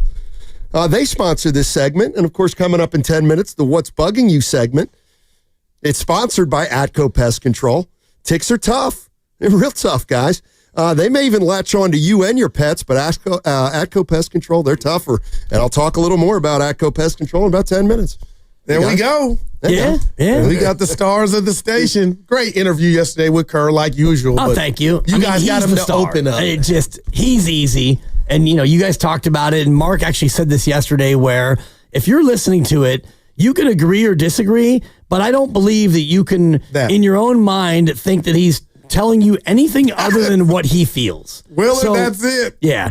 You can think that he's full of blank, or he's like not a good coach, or you can think whatever you want about him, but I do believe in the bottom of my heart that he tells us every week what he actually thinks. 99%. Yeah, exactly. I mean, if you look around sports, I think the Bay right now does have a set of it's got a set of coaches and executives that lean more toward the honest and open side. They lean that way. They can't tell you everything. That's all you can ask for, right? Yeah, they can't tell you everything. Well, and some just almost, like Belichick had a policy. Like it's a game for some of them to never tell you anything. Wow. And so, I appreciate that. And I do have to say this, because you guys did so much, but one of my biggest takeaways, and you tell me if you're in the Kaminga camp of it's a demerit, a nothing burger, or a whom. Because I was in the caddy when he mentioned... Hold on, I need the multiple choice again. A demerit, a nothing burger, or a whom. Okay. When he mentioned JK hadn't been at the facility the last 2 off seasons, I'm thinking to myself, well, if you're trying to make an impression or change one, the head coach, he didn't say it was mandatory, but I didn't know how to. I said that might be a demerit. Can I ask a weird question out of that? Does anyone know if Kaminga's got kids? For the first time, Jonathan he's got kids? 2. Okay, wait. Can I tell Kerr you? said that. Yeah, exactly. That's the first time I heard about it. How many listeners are like, yo, he just outed JK. He's got a couple girls. Like, no, he's not staying in town because of some pieces that live down the street. Right. I was like, you see what I mean? I did not know. I'm telling you, the text line where, he just outed JK. I'm like, that's not what he meant. I thought everybody knew what girls meant. Because he's got some girls. Daughters. Good Lord. So I didn't know. But okay. So, that's what, thank you. That was helpful because I'm like, are these people, what are we talking about here? But I'll take the third. Okay. It's a Okay. But on multiple levels. It was a like as in I didn't know that he didn't do that before. B, obviously that's maybe something the Warriors want him to do and now he's doing it. And then C, I'm surprised that maybe Jonathan Kaminga is doing this offseason what the Warriors want him to do. Right? Because we're all just running on the premise that he wants to leave. Right. I don't know that. Yeah. Stoney was saying, how do we know? Yeah, we're just inferring that he wants to go somewhere where he can play more. And most young players would. And Steve said as much in the conversation that he's like, I'm sure that crosses his mind. Right. Yeah. And he also said, though, if he stays, that, Steve would, buckle up or buckle down and make sure that he tries to find a way to make that work where JK can fit. Maybe you change your offense a little bit when JK's in there if he, in fact, stays. And I don't know what Jonathan Kaminga wants. I just was thinking earlier today, you guys did such a great job all day of, going through all of the stuff. And I looked back at Jonathan Kaminga in high school, and he played somewhere as a freshman, and then he transferred to another state and played as a sophomore, and then he transferred to another state and played as a junior. And after that junior year, he was old enough to declare that he was going to move up a draft class, and he did. And then he went to the G League Ignite and played a year there. So no and then senior year. No senior year that I saw.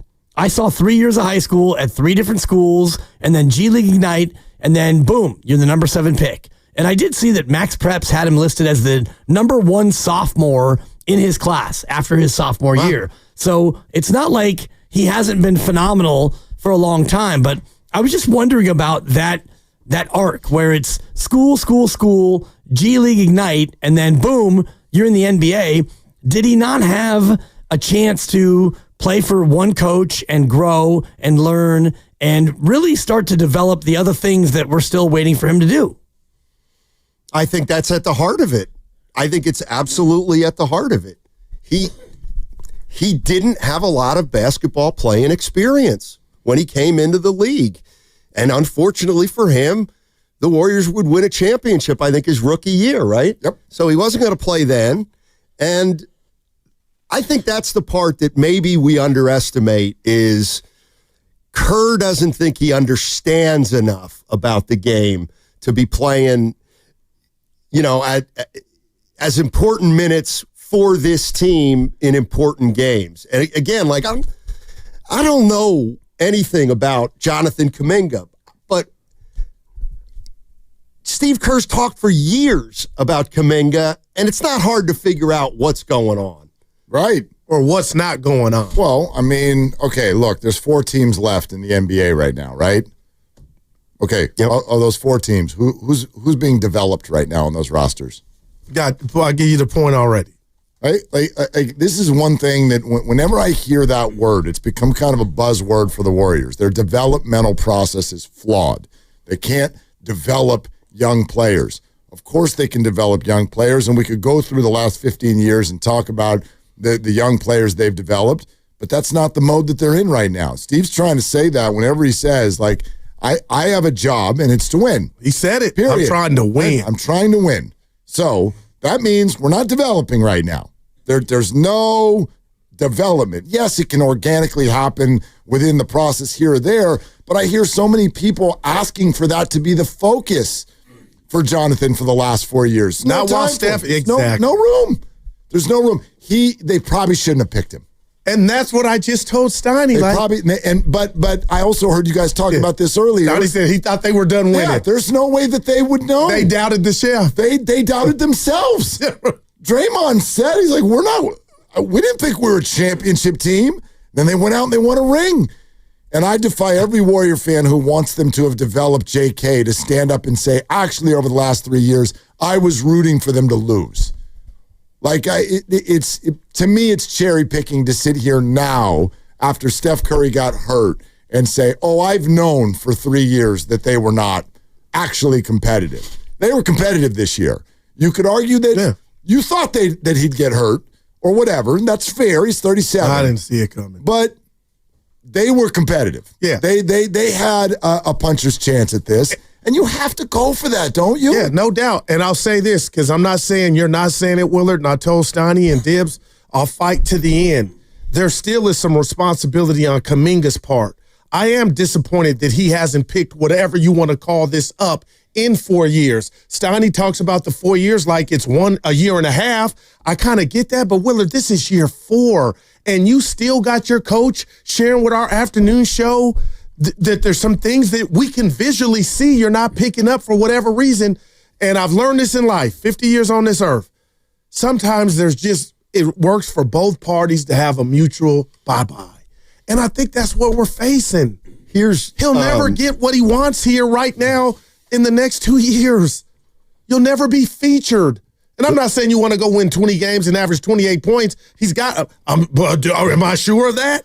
He wants to play, Dibbs. But even if you're right, the departure still needs to fit everybody's no doubt. needs. Sign and trade, and we get something for it. Still needs to fit everyone's needs. I think, to me, the summer comment is huge. Man. Because let me ask you guys this. In our limited experience in sports, when did you improve? The off season. Always. Yeah. Always in the off season. So that tells me they don't think he improved enough in the past 2 off seasons. And it was probably because they thought he wasn't working the right way or with their people. And whatever he was doing wasn't working. And I think they feel like every time they come back to training camp, they're kind of looking at the same player. Well, my mind goes to all those Twitter videos. All the Twitter videos of JK in the offseason. Wow. And all of us thought that they spoke volumes. Maybe they did. And I was one of them. He's in the lab. Again, all of the highlights are of him doing what? What's he doing in the highlights? Dunking well, you know what it is. Right. He's scoring. Well, I'm not about. Go ahead. Yeah, no, I'm just saying that we know we can score. I would argue that he actually did get better at all the things that we saw on the videos, but what he didn't get better at is the thing that they need him to do right now with this team, which is rebound, hustle, defend, off-ball defense, and all the rest of it. And if you're just out there shirtless, wherever you are, and you're showing off the ha-ha and the three ball and the dunk, that's great. And I do think that he's gotten better at all those things. And he's only 22, like Steiny was saying, but what this team needs him to be better at is rebounding, hustling, passing, on-ball, off-ball defense, and all the rest of it. I was floored when I heard that and you guys said there's a lot of truth in comedy. When Garoppolo, they said we couldn't find him in the offseason. I never wanted to believe that, but I now believe, like, damn, Jimmy, you should have been the dude setting up the meetings and the trainings, but if you just left the ranch, I don't know if you really had that hunger to get better. But when I heard that from the coach, I just thought if Kaminga were my son or my friend or brother, I'd be like, that's my boss telling me, now you didn't want it, but why? I couldn't believe Kerr dropped that gem. I don't know, man, because it's two seasons. It's also complex. Like you're asking a player to fit within a system, but then everyone goes to their corners and they're working out. I don't even know how you do that in the offseason. Like, how do you, unless you're working out with Steph and with Draymond and you're all working out together. The one that struck me, and we made light of it in a way, like we had some fun with it because it was funny, but it was when I asked him, the things that you want Jonathan to do, you believe he can do them, right? And he goes, I do. Yep. But I do, but that is like, so wait a minute. So maybe there's a little of I don't. And that's where I'm stuck. And the playing DMPs result from I don't, I believe. Well, I don't think that's too far. That to me is more like, well, he hasn't to this point. I do, but do you believe he can in the future? And if it's kind of like, like maybe. And Steiny had the greatest bar. I'll say it real quick. As much as people want to put this on Kerr, and I have, but it's on everybody, including Kaminga. But the right on the table brought to you by Echo Pest Control is, if Steph and Dre looked at this talented young man and thought he could help and need a bigger role, they have the power and clout times a million. So for that not to happen, Will Dibbs, what does that say? Yeah, for them not to help us. Well, I like the way you said it was sponsored by Atco Pest Control, because we are now at the What's Bugging You segment, also sponsored by Atco Pest Control. And I was talking earlier about these ticks. They got to go, people. They've got to go. And our expert solutions eliminate tick populations, and they help keep them from coming back. Don't wait to protect your home and family. Visit AtcoPestControl.com right now and mention that you heard about Atco Pest Control on the What's Bugging You segment, and you get 10%. I almost did it. No. Do it from the top. Here we go. 3, 2. The whole thing? Yeah. No. 10% off. Mention the crossover. Also, that's my quarterback. You're listening to 95.7 The Game, KGMZ FM and HD1 San Francisco, an Odyssey sports station, and the home of the Golden State Warriors and Valkyries, live on the free Odyssey app. Coming to you live from the Laughing Monk Studios. Laughing Monk, righteously brewed in San Francisco. Well done. Yeah, why don't you start off? Yeah. Okay. I'm a Catholic school product, and obviously, me too. I live by the 10 Commandments pretty much. Sure. I'd ask you to name them, but I don't want to get bogged down here. Yeah. Because you won't. There were 15 until Mel Brooks dropped 5 of them, right? Brooks. All right. You and me are probably the only one who knows what you're talking about. The Inquisition. Let's begin. Okay. Anyway. What I learned. We hitched ourselves a 1,000 right there. Yep. What I learned at my Jesuit high school was that there's the letter of the law and the spirit of the law. Okay? Now, the letter of the law is rules are rules, and hey, everything's rigid. The spirit of the law is more loving. It's more accepting. And this could have been a tragedy, but it wasn't. The Pittsburgh Pirates fan who fell over the center field wall. I'll never forget it. So, turns out he was 20 years old. And he's okay. He's going to be okay, but he's got a lot of rehab left. He was 20 years old. He was with his buddy who was 21. Right. And his buddy bought 2 beers and gave one to the 20-year-old. And now he's getting charged. That's incredible. What? He's getting charged. Oh, yeah, you didn't read this? No. Providing an underage person with alcohol. Yep. And to me, the spirit of the law is, come on, man. Come on. You can't send this guy to jail for that. Because he's already had his birthday this year and the other guy hasn't. Wow. Exactly. That's essentially it. And it's a 20 and 21-year-old. It's not like he went to the grade school and was like, hey, I'm bringing in a case of beer for little Molly and Big Jim. No. Your thoughts, Dibs? Because it seemed like No, I'm just flummoxed. I didn't know about the story. And so my initial thought was, is this the 20-year-old's first time drinking? And, I mean, if so, that changes it a little bit. But I'm with you in terms of, like, the letter of the law, the spirit of the law, because we have, right now, in this moment, across the Bay Area, how many people under 21 are either currently drinking or have been drinking in graduate season? No, 80% did. Right. So, I mean, we're in a spot where, so if you're 35 and a 19-year-old comes up to you at the grocery store and says, hey, can you buy me some this and that? And you do it, and then they get in the car and they crash and they kill somebody. Well, that's on you. Yeah. You bought up for somebody who's underage, but you're 21 and you gave something to your 20-year-old buddy. What are we doing here? That's just lame. Yeah. And Willard, it was a beer. Obviously, it was. They have him on video, I think, buying 4 total beers. Okay, so 2 at one time and 2 at the other. Those are big boy beers, though, sometimes. Yeah, can be. Who's next? 2 beers. Yep. 2 beers. I'll go. Go ahead. I've never stolen at work. That came out wrong. I've worked at a lot of locations, man, and I respect my coworkers, but I've never had the guts to take food or an item out of a work refrigerator that does not belong to you.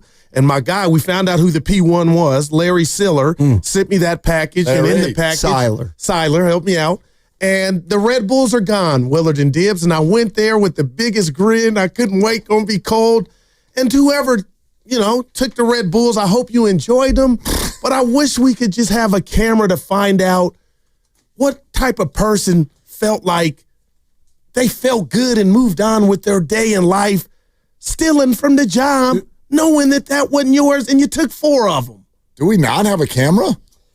Have you asked the boss says for sure we have a camera. And he's checking it, apparently. Sure we have a camera. He's real busy today. Allegedly. I mean, but who does that? There's 14 cameras in front of us right now. Yeah. You don't have one of them that's aimed out that window? But you got to have some guts to take food out of and eat it and be happy with yourself. That's all. Yeah. Well, that's what's bugging me. Yeah. Keep your hands to yourself. I should probably say this now that we're on the air. Sorry. I thought you looked a little bright and bushy-tailed today. Yeah, look at those eyes. Had it been sugar-free Red Bull, it might have been. What's funny because you got Oreos from Larry Seiler, left them out there and you left them out there. So we get off the show, and I'm looking, and I'm like, Abundant Life. I got Abundant Life over here, and I got Oreos over here, and I was like, you know what?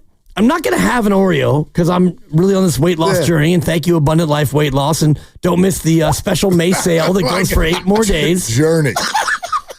It's a journey. I've arrived at my destination. I was just backing you up, dude. It's a journey. The bigger point of this is I was like, ooh, Oreos. And so I peeled it back, and they were almost all gone. Yeah, no. But that is in a common open area. No doubt. As opposed to the fridge where... And I left them there for that. And I guess some people think that, what's in the fridge is up for grabs. Normally, you put a note on it and you say, gurus. Well, I didn't do that. Yeah. But do I have to, No, Will? You shouldn't have to. Are we there? But you do. No, you could have said something like take hit, leave much, or something like that. Yeah, sure. That's what we used to do with, guy got a big orange juice container. Right. Yeah, you can take a glass. Backwash. I'm good. Yeah. What you got? Are you sure?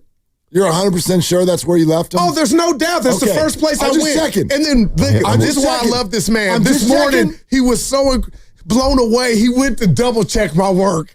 And I go, man, if he comes back with that back. Oh, Willard, no doubt I left it there. Okay. And then I thought about it. I find him waiting on me. Oh, no. Next Friday. No, this is my lab, my dojo. So I said, I don't have to stop at the store. And Dibs, they were gone. Yeah. Basically, my own FOMO, I guess, is how I'll describe what's bugging me today. This is a getaway Friday for a 3-day weekend. Yes, sir. I think that we live in heaven. Now, I say this, obviously, having been in Mexico last weekend, so I get it. But the Margarita.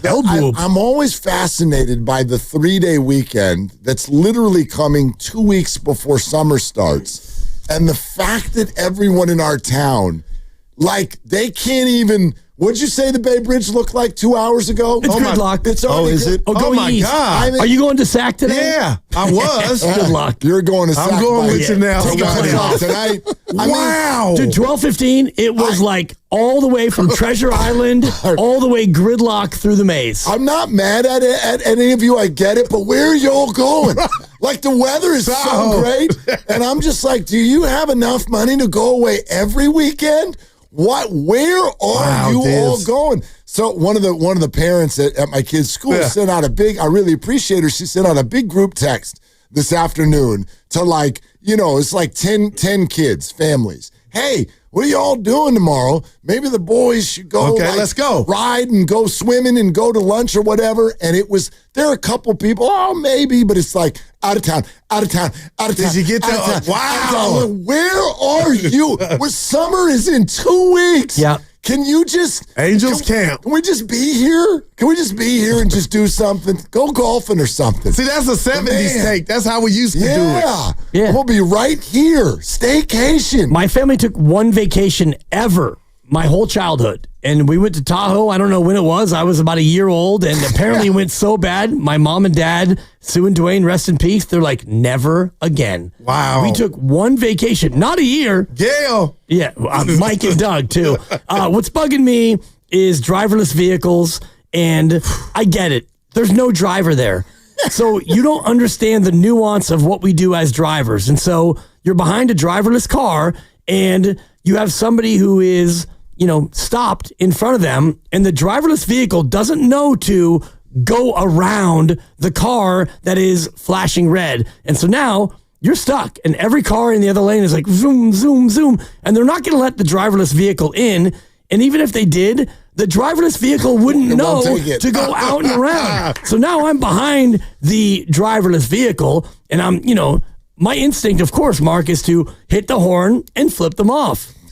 Neither of those things is going to work in this instance. And so now I'm stuck. And so now I got my hand out the window please let me in, please let me in. And it's just zoom, zoom, zoom, zoom. And I'm there for 4 or 5 minutes. And now it's I'm either going to ram this car or I'm going to have to cut somebody off because your boy's getting hot. Wow. Driverless vehicles, it's wonderful and I understand it, but learn to drive. It's kind of funny that San Francisco has become ground zero for driverless vehicles because it is probably the most nuanced, difficult driving city. Man. Outside of New York, maybe. Outside of New York. Right. Yep. In America, right? Yeah. Yeah. Anyway. All right. Anyhow. Okay. All right, gents. Yeah. It's a payday Friday. Sure is. Set your clock for Thirsty. Your guy, how many stops between here and the ship? Now that you know that. And before we go ahead. No, now that you know, you're not getting anywhere. You're not getting anywhere. I don't have a car today. All right. Oh, yeah. Willard Dibs, before we get out of here, I've invited Sunday at 2 p.m. Matt Steinmetz to my boy Tyshawn Jackson's 5th annual domino tournament, Okay. $50 buy-in. And they're Steiny fans, and Steiny's told our show and the listeners he might really come. Oh, he might. Your odds of him showing up Sunday at 2 to the golfing in the morning. I can't answer until I know the exact sentence that he used to answer you. When you said, do you want to come, what did he say to you exactly? I might. No, I said I'm a game time decision. There it is. Yes, he shows is plus 1,000. Yeah. The no is minus 800. No, and where is That's it? where I'm at. San Leandro. I got a San shot. Leandro. Okay. Yeah. I got a shot. And he's got a good friend who lives in San Leandro. Well, Okay. I'm golfing in the city, Well, you but I can got to go bring home. Dana. Yeah. So are you driving right by it to go home? No, but it'll be 10 or 15 more minutes. I don't want to see him. The people want to see him. So if I can deliver stuff, I can wait to Tuesday. But I'm just 25%. Yeah, 25%. I mean, we'll see. Based on your and my domino rivalry, I would advise you to also not go. Oh my! Like the one Dominoes thing, I'm on not the phone playing. are not real dominoes Okay. in person. People got stuff to do. I'm driving half the time. I think you're right. I think we should let it there on 95.7. Big game. That's amazing. Yeah, my buddies did. I'm like, dude, come on, that was pretty good. Yeah. And by the way, thanks for the invite. No. Oh no, you're unlocked. I don't go anywhere. Yeah, you're unlocked, so I know not to ask you. Willard, he's unlocked. Yes, he is. Hey, If you want to invite him, you don't ask him. I tell You ask all the people around him. Ask my 3-year-old. Okay, let me get out. But yeah, Gibbs, you're unlocked. I get it. Yeah, dude. Only for another decade. But Willard, you're right. Where are you going? Out of town.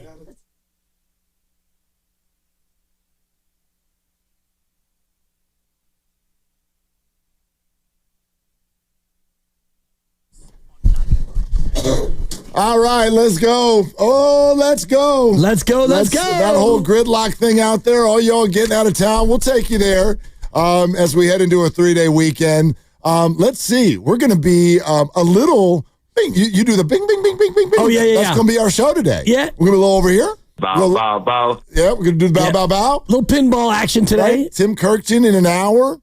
We got some baseball. You're a little worried about Willie Adames. Obviously, there's been a lot of buzz around here still kind of after the Steve Kerr appearance yesterday, Brock Purdy appearance yesterday. We'll have a lot on both of those a little bit later on in the show. 888-957-9570 is the number. I get the vibe of today. It's a Friday heading into a 3-day. Let's lay back. Let's just have some fun today.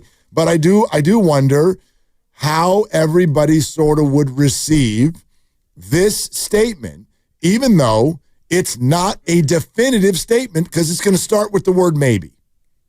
Okay? I'm going to start with the word maybe. The epitome of it not being definitive. Right. It's not a definitive statement. What if would be the cousin of maybe? Well, then it would just be a question. And perhaps is also a cousin. This isn't a question, right. But it's not a definitive statement. But I want to know how it lands with you. Maybe they just shouldn't have drafted him. That's all. Maybe this is just and so when Steve says, it's no one's fault, I kind of agree with him. Maybe they just shouldn't have drafted him. But they weren't wrong for drafting him. Has anybody ever done that before? I'll raise my hand. You ever made a decision that in the moment made sense to you, and a few years later, you're like, whew. Yeah. Whoops. That was wrong. And I don't mean whoops, that was wrong as in something's wrong with Jonathan. But, they're projects, James Wiseman and Jonathan Kaminga. They're projects. And the Warriors have no time for projects. They thought they were going to have time for projects. You had no time for projects. So maybe they shouldn't have drafted him. Perhaps. And I'm thinking about this in a bigger sense. And, as you were laying that out, and we talked about it before, and Steiny and Goo and the crossover, and it was awesome. I was thinking about where the Warriors were when they went to 2 timelines. And you think about the 2019 NBA Finals where you've got KD and Draymond and Clay and Steph, and everything's looking pretty darn good. And then bam, and then bam. You lose KD, you lose Clay, you lose the series, and boy, is it bad. Klay Thompson's going to be out for a year, and then turned out to be longer. But at the time, it was an ACL, and so you thought, man, 9 months, and KD with the Achilles, and so KD leaves, and Klay's gone for a year, and so you head into that draft a couple of weeks later, and it's like, okay, what do? We're picking 28. Well, Jordan Poole. We like Jordan Poole, and you're at the end of the first round, so you have no expectations. You draft Jordan Poole. Well, the next year, you come back and there's no Clay, and KD's gone, and you stink, and then you get a spot where, okay, now you get to pick number 2 because you had such a bad year in 1920, and you're not thinking in that moment like, okay, we're going to get Clay back. And in fact, I think it was right before the draft when Clay got hurt again. So now you're looking at another year of no Clay. KD's gone. Jordan Poole was a rookie and he didn't really pop. You were terrible. And, you had Eric Paschall, who was your top rookie that year. And so you go into the draft and you're thinking in that moment, all right, I don't think that we're going to be a championship team anytime soon. So let's go with a project. And you draft James Wiseman. Right. And then you go through that year and, things are a little bit better. And then the next year, you make the trade where you had D'Angelo Russell, you send him to Minnesota, and somehow you get Wiggins and the number 7 pick. And then that year goes okay. And then boom, in that draft, you're still thinking, in my opinion, about the 2 timelines. You got Jordan Poole, who at that point was starting to show signs. Yep. You had Wiseman, who is a project. And so why not keep that 2 timelines thing going? So when I look at what they did, I think it's important to look at the context leading up to it, which was, you had an NBA Finals appearance that ended tragically, and then you really went to a youth movement. So by the time you got to 2021, you didn't know that next year you're going to be a title team. So you continued on that second timeline thing. That's kind of where my mind goes right now. You and I set the table with this a couple of days ago. I think our ears can all hear it. Whatever you think about the Warriors and Jonathan Kaminga, you're dug in. You're dug in. You're dug in. I'm dug in. You're all dug in. We're all dug in, right? So it's no longer really about that. I would love to almost reel this back in like a fishing pole. Go backwards. What is it that you think could have or should have been done differently? And try not to take that to a week and a half ago.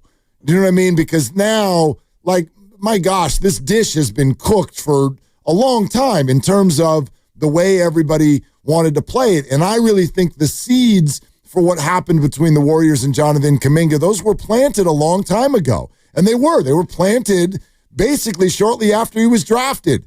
And they're like, we have a project. And then they won a championship. And don't act like a championship doesn't have residue. Because when you win a championship, what are you automatically going to come back and try to do the next year? Repeat. Win another championship. Yep. And then when you fall a little short, what do you do the year after that? You chase it. Well, we're only a year removed from winning a championship, so let's you get the idea. The bottom line is that championship wet everybody's whistle for more. Steph Curry's coming down toward the end of his career. He wants number 5. You sort of realize Kevin Durant's not here anymore, but this is still viable. Steph is that great. Over those couple of years, even though they don't win, Steph goes from, ooh, this is a great player, to, ooh, this is a great all-time player, to, I think this is one of the 10 best players who's ever walked planet Earth. And then you're forced to be all about him. You realize that literally the Bay Area sports orbits around this man.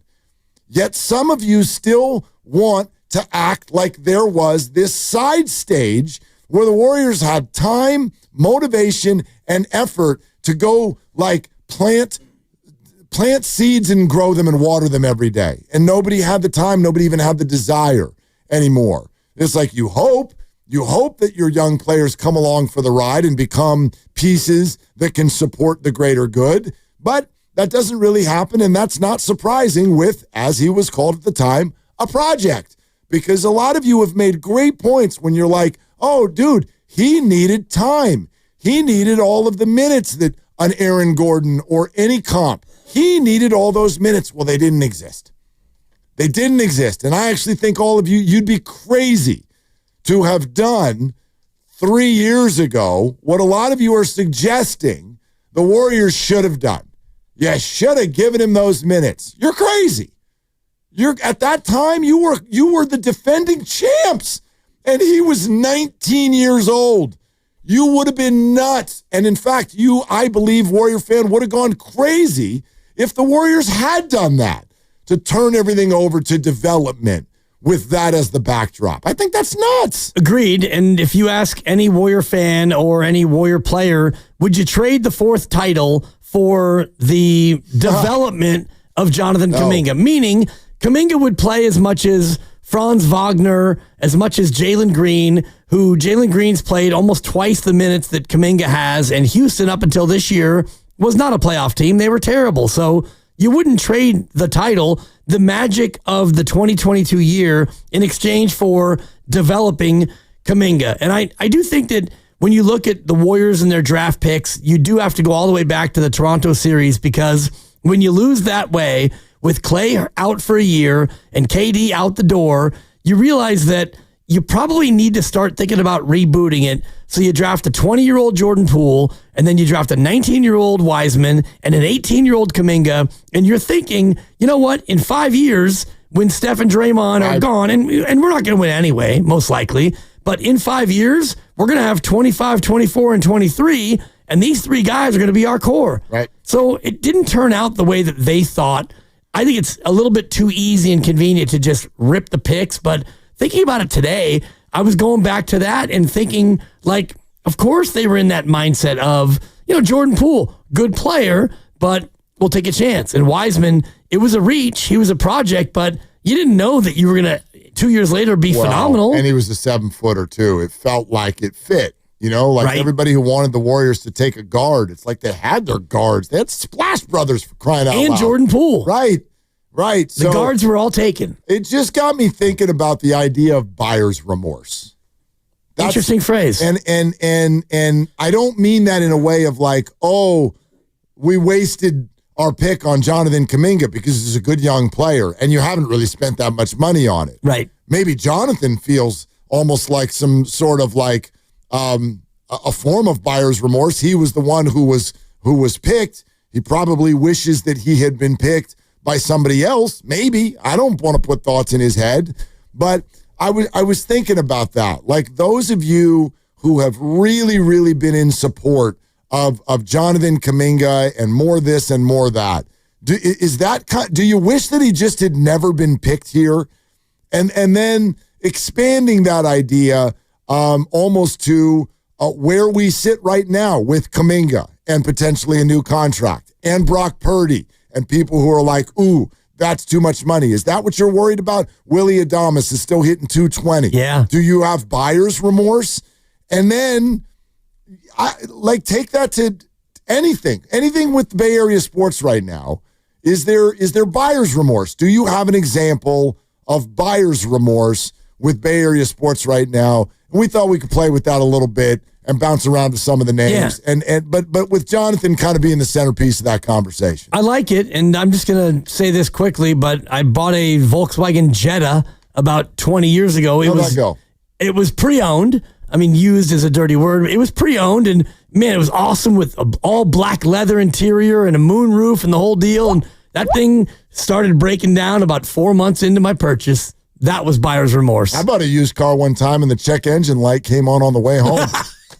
True story. Got him. True story. It's so funny. Here comes summer before you hit the road for that well-earned getaway. Stop by Valvoline Instant Oil Change. Certified techs will have you in and out in about 15 minutes. No appointment needed. And you stay in your car. Visit BayAreaOilChange.com for Bay Area locations and coupons. 888-957-9570 is the number. Is that how some Warrior fans feel? Do you almost wish the Warriors had just picked somebody else? Is there buyer's remorse on any level? We'll take your phone calls on that right now on Willard and Dibs.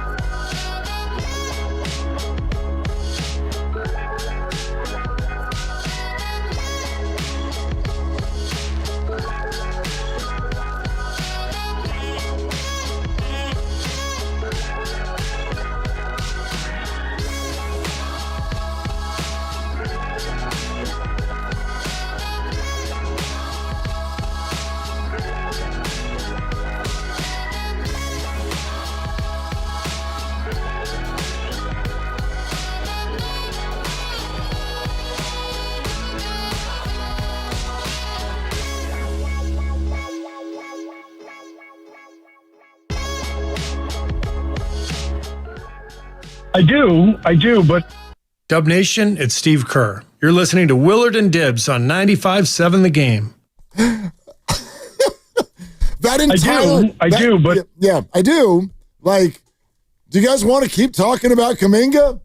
I do, but... Yeah, I do, but... I was thinking on the way in today that today would be the final Kaminga day that we'll do. Oh, that's funny. No, it won't. Until something happens. Until Monday. Oh, wait. Until Tuesday. Well, until something happens. Like...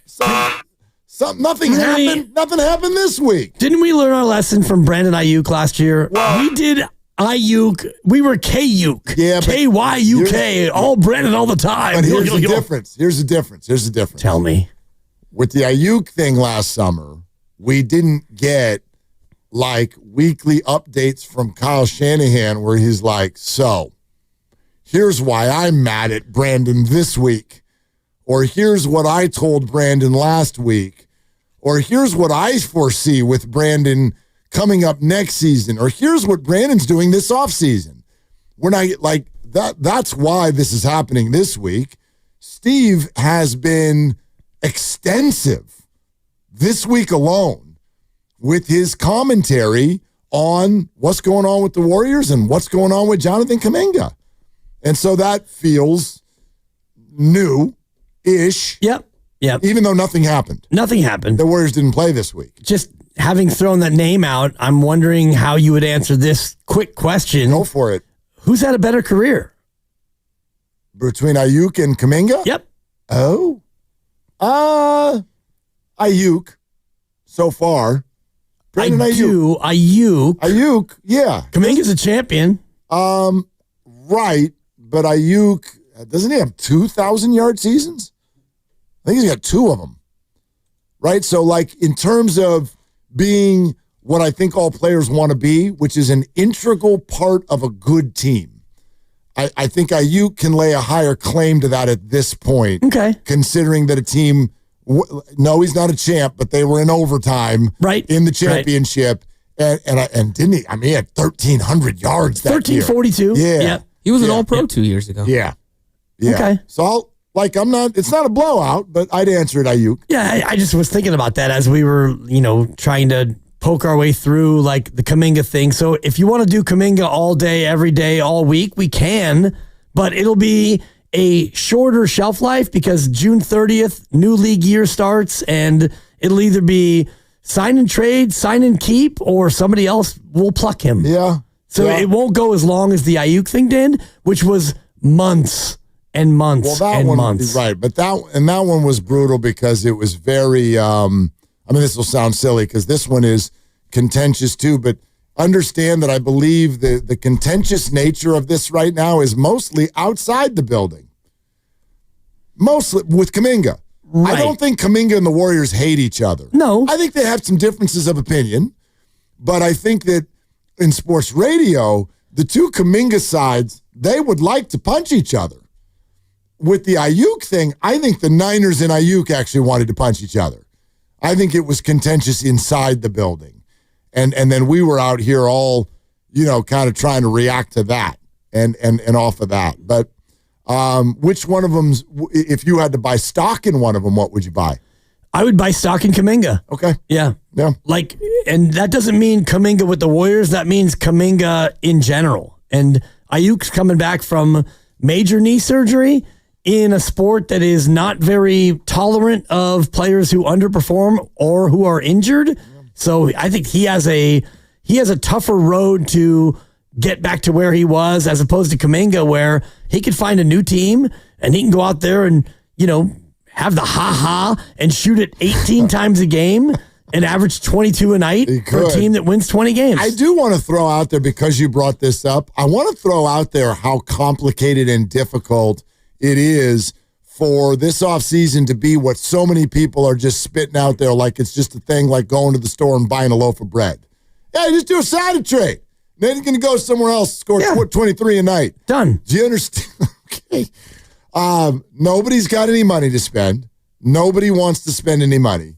Brooklyn, we've been told, is one of the few teams that could fit this in. Understand, you can't have Jonathan for just whatever you want to pay him. There has to be an extension tucked in there. There has to be players coming back that the Warriors like. And if Brooklyn, and I don't even know this, what if Brooklyn right now is like, not really interested in Jonathan Kaminga? Well, now what does Jonathan do? So there's nobody out there that's going to put pressure on the Warriors with a restricted free agent offer. And if nobody's out there to do that, well, what do you got? You're staring at the Warriors, and the Warriors are staring at you. Like, yeah, you can still be on the team. We still like you. We still want to figure something out. Yep. I don't know. What do you think, Jonathan? How about $12 million a year? I was thinking the Moses Moody deal. Right. 3 and 39. And if you're Jonathan, what do you do? I don't even know what choice you have. You have no choice. I don't know what offers he's going to get. Right. So this is a situation where I think a lot of people, as we always do, it's kind of like the Ayuk thing here. You know, we can have the leverage conversation. And we had it with Ayuk, and a lot of people thought, ooh, the Niners have it. And no, Brandon's got it. And, you know, there at least you could see that it was shared on some level. There is a chance that Jonathan has less than 0. I know that he's got less than the Warriors, but he could have some if Brooklyn goes, hey, Jonathan, we'd like to pay you $35 million a year. Well, now you've got some leverage. I don't know that they're going to do that. And if they don't do that, he could have none. Absolutely none. And so I don't know. I don't know how that's going to go. Right. And the leverage really lies with, you know, what the Warriors can get for him. If no team offers him anything in the restricted free agent market, well, then the Warriors have the ability to, quote unquote, shop him. If there's a team out there who says, yeah, you know, we really want Kaminga, but we can't give him $30 million outright. What if you sign him to 4 years and $100 and we trade for him with $25 million worth of our guy? Right. Then that's something where the Warriors have a certain amount of flexibility. Yeah, you might be looking for a team that has a contract that they would like to get off of that you think is interesting. Kind of like when Minnesota got rid of Andrew Wiggins and you got rid of D'Angelo Russell. When you got Chris Paul, right? And you got rid of Jordan Poole. I think that was basically a money deal. That was right. Like Chris Paul's name could have been Bob Smith. They're like, oh, Jordan Poole's contract, we could turn it into a 1-year expiring deal. We'll do that. We'll do that as long as we can pitch it to people. And so it has to be a name of somebody who knows how to play basketball. In this case, it was Chris Paul. But, yeah, like I don't know. I don't know who doesn't want who. I for the life of me, as much as we've all studied it, I have no idea why the Nets reportedly didn't want Cam Johnson anymore. Why was he even on the... Why was he being discussed as a tradable piece? He's not expiring. No. He's a good young player. Does a bunch of stuff at both ends of the floor. I don't know why they didn't want him. Quote unquote, too expensive? Well, but then why would they trade him for a different expensive player? Unless somebody who's expiring, right? Unless they're bullish on Jonathan's future. And maybe they are and maybe they're not. I have no clue on that at all. And it seems to be potentially kind of a linchpin to this whole conversation. It does. And I think that, you know, if you look at Brooklyn and you look across the association, especially at Oklahoma City, where they traded Paul George for Shai Gilgeous-Alexander, who nobody thought, I don't think, that he would turn into the league MVP. Sure, MVP. I mean, you could like the player, and they did, but they got 5 first-round picks as well. So I think that Brooklyn and many other teams should be in the OKC mold of... or mode, rather, of whoever wants our good players, you can have them, give us expiring crap and a bunch of picks because we need to rebuild. Right. And a rebuild in the NBA takes 3 to 5 years if you're lucky. If it goes well. Look at the Spurs. A lot of the rebuilders just end up getting the end of the rebuild and rebuilding again. Right. Right? The Spurs look like they're on the way to the rebuild working, but they're still at least a year or two away from it actually, right? Absolutely. They still need to do a bunch of other things to get to where it actually works. Well, they're still so young. 2 of their very key players are still so young in Wembanyama and Castle, and now they've got the number 2 pick in the draft, so they're going to add another really good young player. All right, we're having a conversation about buyer's remorse based off of the idea maybe the Warriors just shouldn't have picked Jonathan Kaminga. Like, go back that far as the whole, you know, the favorite word right now, fit. If it just doesn't fit, but is the seeds to the lack of fit were they planted back when they selected a project without realizing that they were a championship contender because they actually won the damn thing that year when he was a rookie. Let's go to Barry in Sunnyvale. Thank you for calling, Barry. What's going on? What are you doing? Hey, guys. Long time. Love the show. Look forward to hearing you guys every day. Thanks, Barry. So, my question is, if you guys remember Kobe Bryant struggling with Phil Jackson about who the offense runs through. And Phil wanted it to run through Shaq, and Kobe wasn't having it. He said, I'm the hardest working guy on the team. Why should I sacrifice my game? He didn't bench Kobe. He didn't bury him at the bottom of the bench and try to kill his confidence. My bias remorse comes from Steve Kerr. And I think any coach, a top-level coach, could do what he did. Now, I'm grateful for Kerr, and I actually like Kerr. I followed Kerr all the way back to Arizona. I was always a Kerr fan, and still is.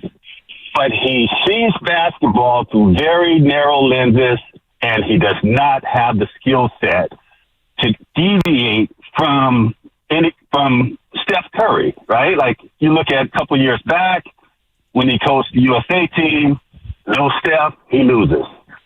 Steph bells him out in the Olympics this year. I mean, it's just everything Steph. And Steph is at a point in his career now where he needs to be the second guy in the regular season so that he can conserve his energy for the postseason when he can transition. But right now, the Warriors are selling this pipe dream of a bunch of old guys going for another fifth ring. There ain't going to be a fifth ring if they're running these guys into the ground with a roster full of backup players. So, Barry, there's a couple things that stand out. It's a super interesting call. Let me go back to where you started. Please. Because it sounded to a lot of us like you just compared Jonathan Kaminga to Kobe Bryant.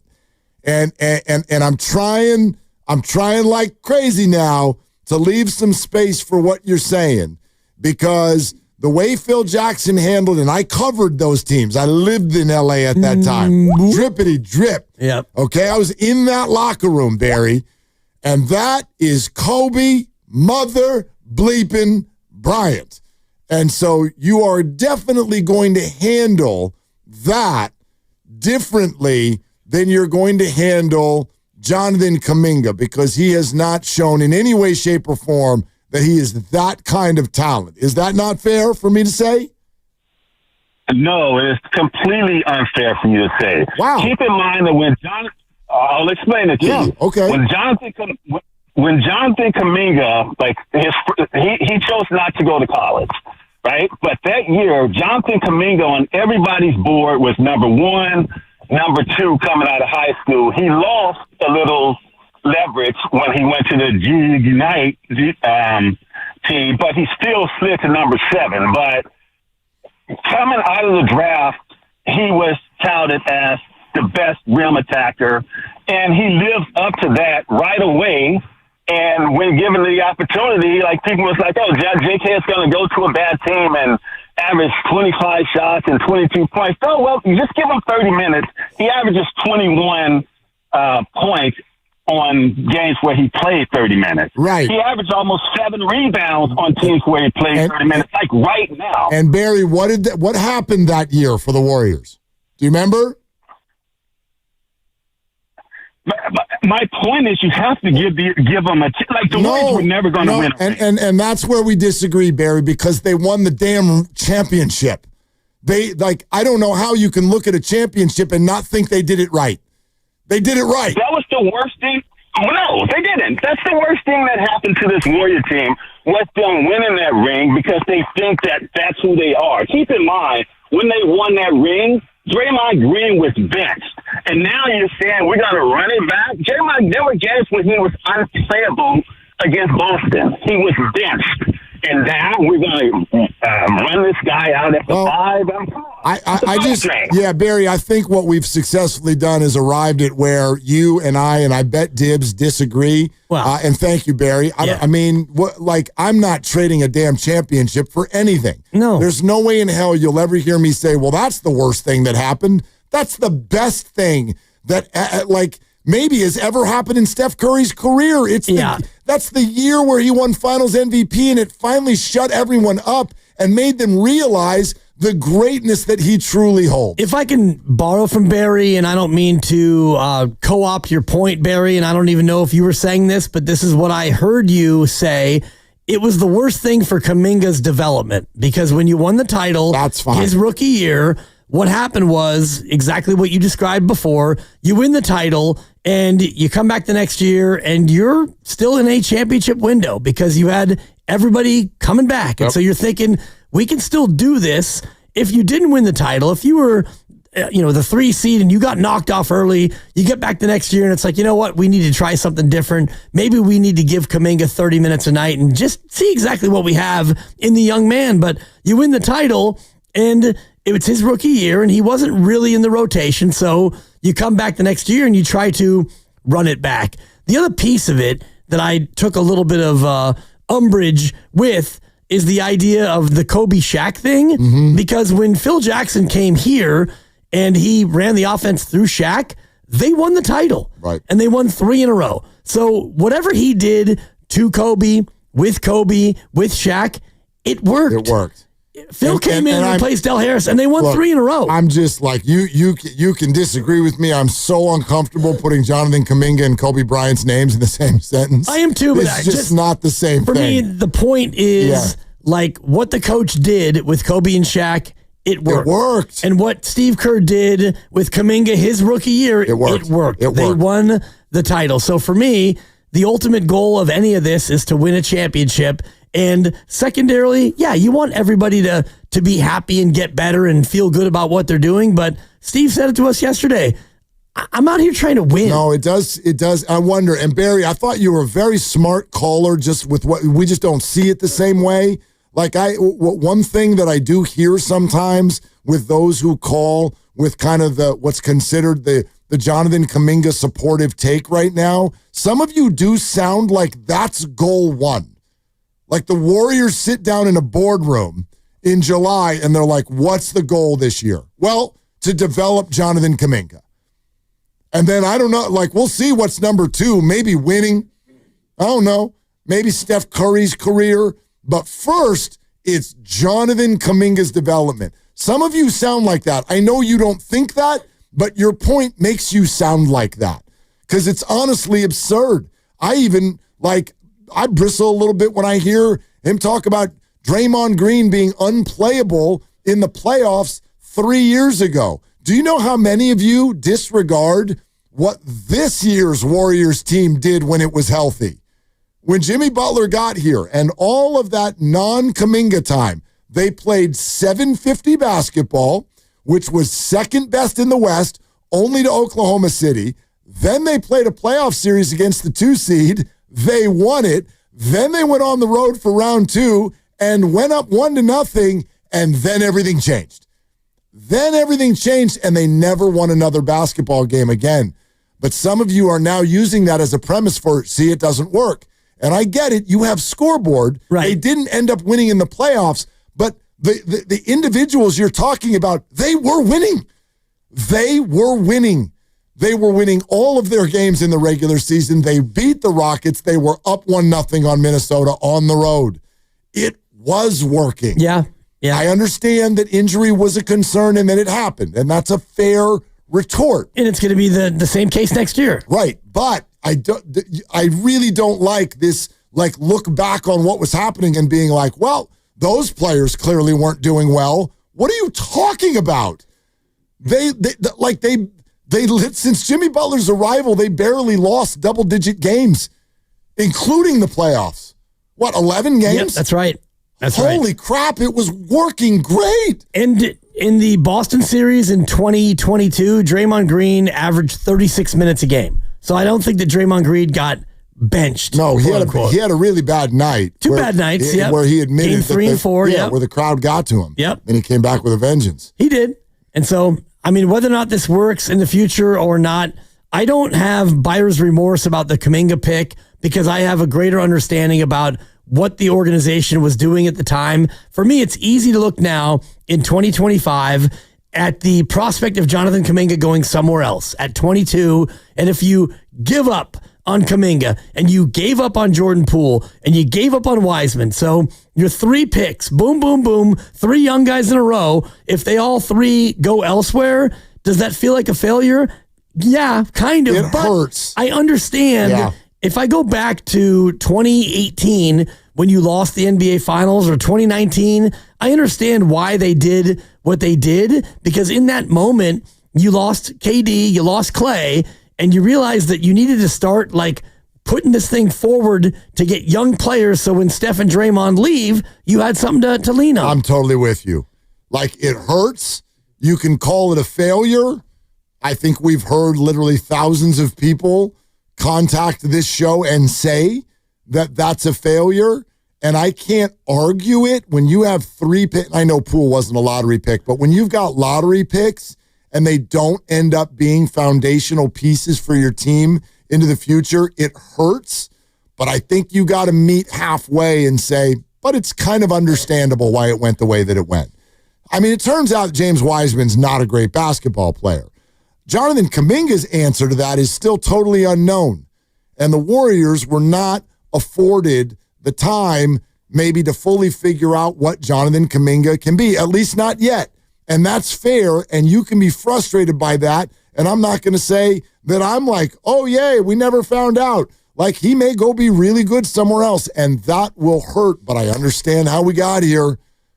We got here because we won a championship, and it sounds like Barry's willing to give it back. I'm not. Yeah, I'm not either. Whoa, no. I don't think that anybody in that building, and like you asked Steph Curry, hey, Steph, or Joe Lacob, Joe, would you give up that 4th title so that you would know by now how good Jonathan Kaminga could be? If you didn't get the title and you let J.K. cook 30 minutes a night, would you trade that?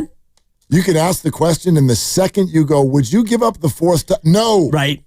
I don't care how you finish that. No, you don't. I don't care how you finish that question. We're sponsored by Crystal Geyser Alpine Spring Water. More of your phone calls coming up. Tim Kirkjian in 20 minutes. It's Willard and Dibs.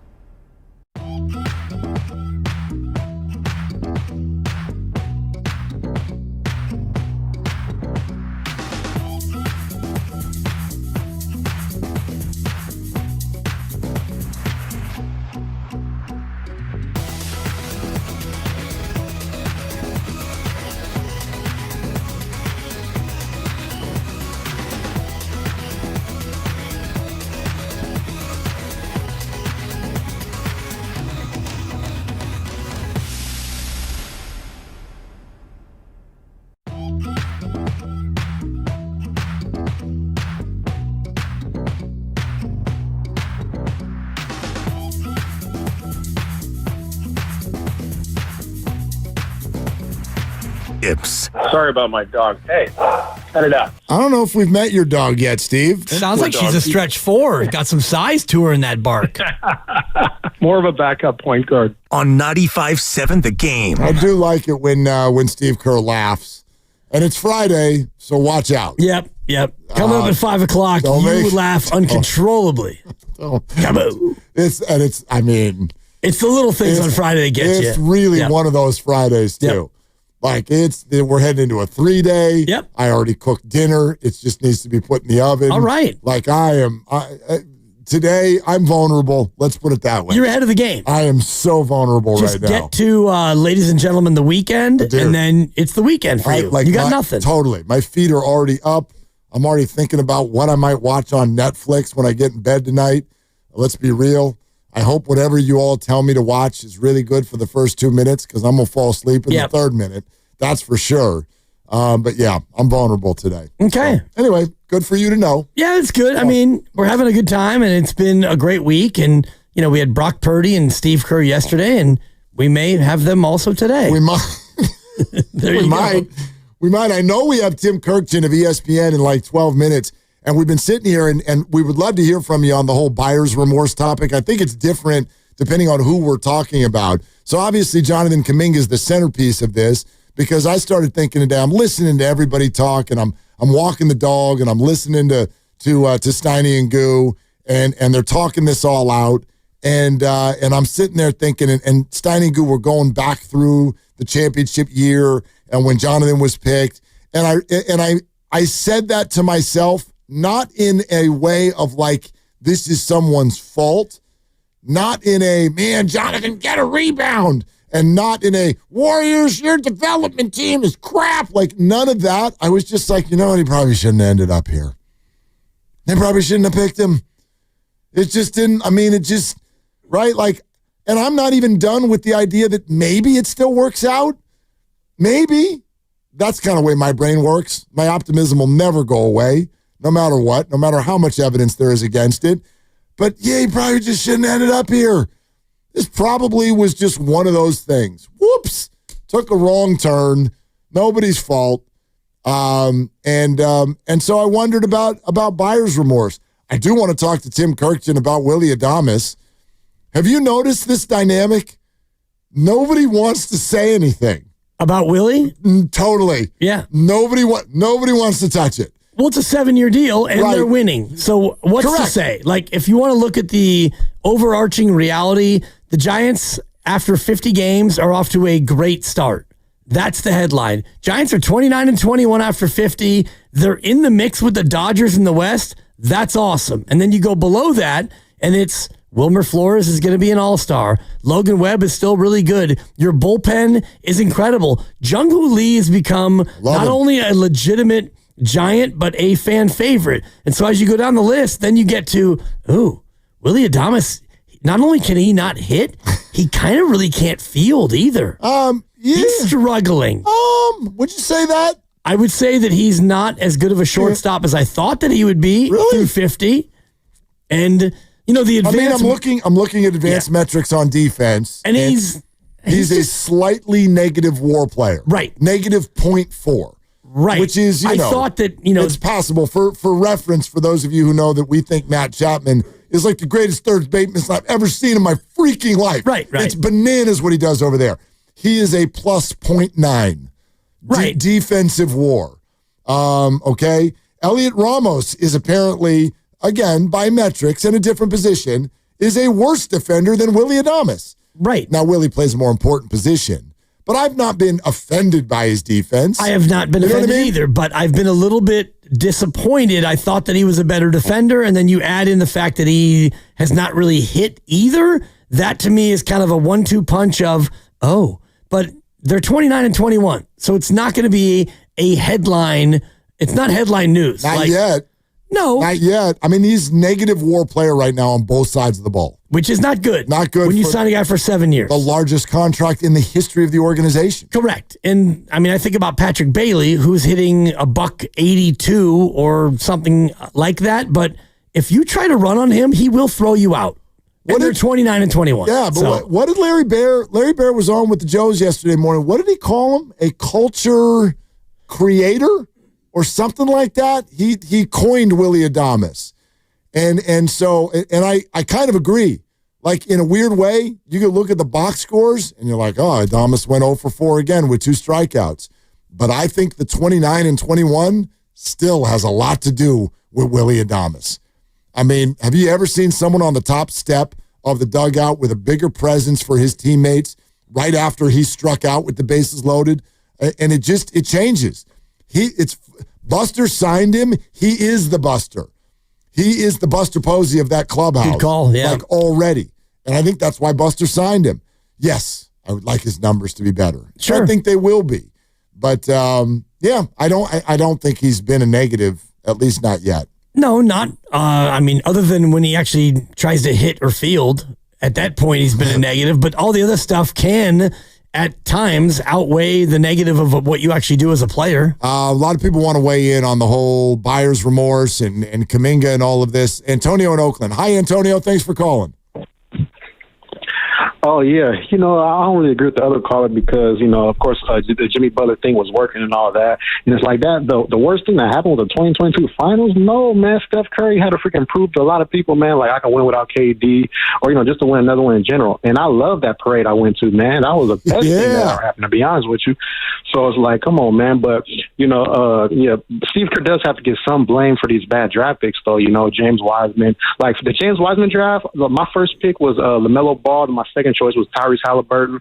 And that's what I wanted because Clay was coming off his injury. Steph was getting older. And look where Tyrese Halliburton's at now. He's in the conference finals. But anyway, and I'm not going to be all like, he has rings, so he can just, let it slide. Bill Walsh had rings. Are we not going to blame Bill Walsh a little bit for trading Charles Haley, starting the damn Cowboys dynasty? A little bit. And then, freaking the other guy named Bill Belichick. He won 6 rings with Tom Brady, our Bay Area native. Am I allowed to not say, Belichick can't draft receivers worth a damn? No, I can still say that even though he has rings. So, at the end of the day, I mean, you got to still give him some kind of blame. Yeah, you can. At the end of the day, Antonio, yeah, thanks. You can do that. It's funny when he's like, do we not blame Bill Walsh some? I'm like, I don't think I've ever had that thought cross my mind in my life of like, you know what, this Bill Walsh guy, I got something to say about him. And Steve Kerr doesn't draft the players. That's the other point. Steve Kerr is not, and I'm sure maybe there's some input there, but no. Steve Kerr does not draft the players. And then the third thing to bring in, I wonder what you think about this. Whenever someone does the LaMelo Ball, Tyrese Halliburton thing, what do you think those players would be if they had been drafted here? Would they have not suffered from a similar fate? Like, is it Steph or Clay that they would have supplanted? Right. How would they have grown? How would they have grown on this team in the midst of what was happening? I have no idea. I think that they would be similarly frustrated right now. No doubt, because the minutes just aren't there, and development comes not only in the offseason and in practice, but primarily from what you do when you actually go out there and play basketball. And so I think about the 2020 draft when they took James Wiseman. They were coming off a year where they were 15-50, and Jordan Poole had gone to the G League and come back and started to show signs. Clay was coming back from injury. You had Steph Curry. Draymond missed most of the year, but he was coming back. You weren't really looking for a LaMelo Ball. And Tyrese Halliburton, we can all say that now. There's a reason why he slid all the way down to 12.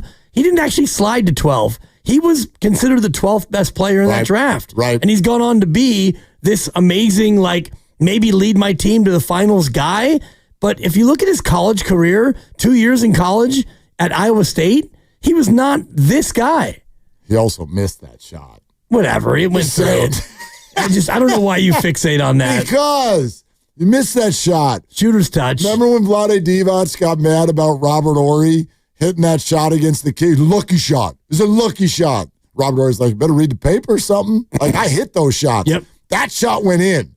This, where's Vlade? Was a lucky shot. That was a lucky shot. But anyway, if you look at the percentage of shots that hit the back rim and go 7 feet in the air and then go in, it's probably 1 in 1,000. I would imagine. At best. Right. At best. Trevor in Rohnert Park real quick. Hey, Trevor, what's up?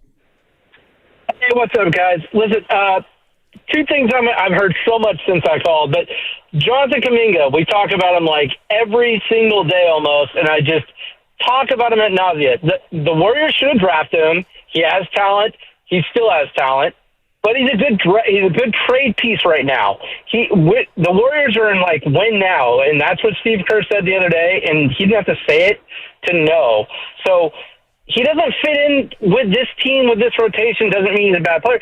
I'm glad the Warriors have him, because now what they can do is use him with a couple other players and trade for somebody else who's consistent, who can come in and help the team. So it's good they drafted him, but he clearly is on his way out. There's no doubt about it. He just doesn't have a spot. He doesn't fit on the team. When Curry is out, of course you're going to go to him because you need him out there on the court scoring when Curry's not in. That's why when Curry's out, you see him score 25, 30 points, and when Curry's in the game, you don't see Kaminga score more than 10 or 15. I mean, if he gets 20, that's a great game for him, but that's rare, and he's kind of spotty. But the Warriors, there's value there. They have trade value, which is good. Yep. So I can't wait for them to go ahead and make something happen this offseason and get some consistency around Curry and Butler and Green and really kind of go for it next year, because that's where I see the Warriors really being strong and making a push for a ring is next year. And they have the trade assets to do that. So I'm excited to see what happens. It's the great Trevor Beckman, by the way. Trevor, thank you for calling. I appeared on his podcast. If you want to hear more from Trevor and his great phone calls, just search up the Trevor Beckman podcast. He's a passionate fan. He does a nice little job there. Wow, that was a hell of a plug. Well, and Trevor from Rohnert Park, and I'm like, this sounds like the Trevor that I did a podcast with, and I'm sure he'll reach out to you. He had Steiny, he had Guru. He will now. Well, now, wait a minute. Now I'm offended. Dude, I was batting. Trevor? I'm like in the 5 hole. I almost didn't do it based on where I fell in the order, but apparently I'm in the 8 hole. It's something like that. I mean, my gosh. If Spadoni's busy, you might get the call. Anyway, Spadoni, good call, Trevor. He's always busy. Anyway, here comes summer. Before you hit the road for that well-earned getaway, stop by Valvoline Instant Oil Change, certified techs. We're going to have you in and out, about 15 minutes, no appointment needed. and you stay in your car. Visit BayAreaOilChange.com for Bay Area locations and coupons. All right, Tim Kirkjian, Willie Adamas buyer's remorse, among the things that we will talk to him about from ESPN, joins us next on Willard and Dibs. Meantime, it's Dan Dibley here to talk about Fremont Bank.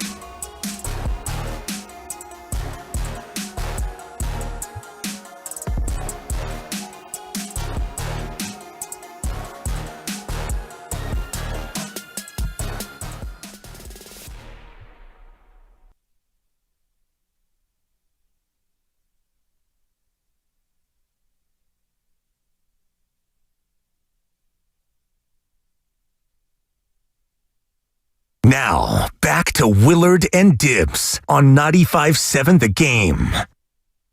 All right, continuing here with Willard and Dibs and bringing on one of our absolute favorites because, let's be real, the San Francisco Giants have raised eyebrows. There's no doubt about it. So that and more. Joining us on the River Islands guest line, Tim Kirkjian of ESPN. Hey, Tim, how you doing? I'm doing well, fellas. How are you? We're doing great. I mean, baseball out here doing a little bit better than certainly we thought it would. But so I'll kind of skip by the surprise level you have for the Giants and more ask you, I think, the question that Giants fans have right now. What is the sustainability of what they've done so far? I think they're a contender for the wild card in the National League, and it is a stout National League right now. I got a good look at the Giants this spring training. I really like what I saw. They've played even better than I thought in a really difficult division where we haven't seen the best of the Diamondbacks. The Padres are in a little slide. They're going to get better. The Dodgers are a monster when everybody's healthy, but the Giants are right there, and it's in part because their pitching is pretty darn good, as we kind of thought it would be. I didn't think Robbie Ray would be this good this year, but him, Logan Webb together, that's a pretty nice twosome to start. So I like where the Giants are right now, and I think they're going to start to hit. At least some of their guys who haven't hit yet are going to start to hit a little bit more. So I'm not suggesting they're the National League West champions. I'm not suggesting they're definitely going to make the playoffs, but I think they're a playoff contender, and I wasn't sure about that on, say, February the 15th, but I'm certainly more confident of that now that I've seen them play in spring training and now in the regular season. In the mix for sure, but do you look at the pitching staff, and the bullpen's been fantastic, lights out, but now you won't have Justin Verlander for a couple of starts at least, and it looks like they're going to rely on some younger pitchers to come in and take the ball every fifth day. Is that an area where you would maybe have some concern about the sustainability, as Mark said, of the starting pitching staff?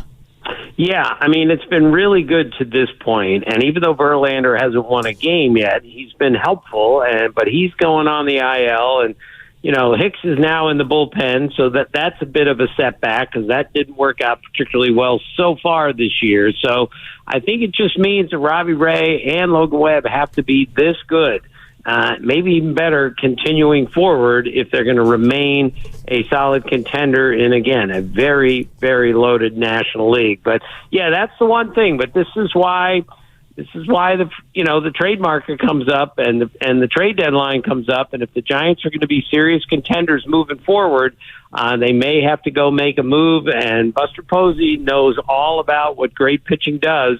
I wouldn't be surprised if he didn't hesitate at all. If they need a starting pitcher at the trade deadline, maybe they'll go get one. Okay, if you're going to bring up that idea of making a move, what do the Giants do about first base? Well, Lamont Wade Jr. is hitting 173. That doesn't make any sense. That's why I asked, yeah. He's a much better hitter than that. And, first base has been a big problem. I wrote a story about this in spring training, just how little production teams are getting out of first base. Last year, lowest batting average by first baseman since 1900. That's how unproductive first base was all around the major leagues. So, yes, the Giants need to address that. And, maybe they just put Wilmer Flores over there every day and say, you play every day there. But I don't think that's best for the team. They're going to have to get Wade going, and if that doesn't work, maybe they'll have to go get a hitter somewhere, but that's a little easier said than done. What happened to first base, Tim? I mean, in the year that Fred McGriff, the crime dog, is going into the Hall of Fame, and you've got a Giants team that's contending with a guy hitting $173, is first base the new catcher position where it's just not that important to be a big bopper anymore? Yeah, the industry has changed the position. With all the shifting, you needed a really active, athletic first baseman. So we took, say, just one example, Luis Arraez, who's not a first baseman, but he is for the Padres but he's a second baseman playing first base. We've kind of lost track of the big, strong, slugging first baseman in the big leagues. I mean, look at Pete Alonso, who's off to a pretty darn good start. It took him a long, long time just to get a 2-year contract with the Mets. So the position has clearly changed, and the days of the big, left-handed, long, lanky John Olerud, Mark Grace, Don Mattingly to a lesser degree, I think those days are over for the moment because the industry is looking to take somebody and just put them over at first base instead of being like a primary first baseman that we saw when Willie McCovey first came up. Tim Kirkjian, ESPN, with us here on Willard and Dibs 95.7 The Game. Hey, Tim, let's say a Giants fan stopped you on the street and said, hey, Willie Adames, this is not what we paid for. 646 OPS. This is not what we thought we were getting, but it's only 50 games in. What would you say to that fan? I would tell that fan not to worry because Willie Adames is better than a 214 hitter. He is a great teammate. He got so many big hits last year for the Brewers, all those 3-run homers that he hit. He's a tremendous clubhouse presence. The defense is not what the Giants, not what the Brewers had hoped it would be last year, but I don't think that has shown up quite so much. Look, I say this all the time, and I make too many excuses for big leaguers. This is the hardest game in the world to play. So he switches from one team to another, goes to a really big ballpark, gets a lot of money to do it.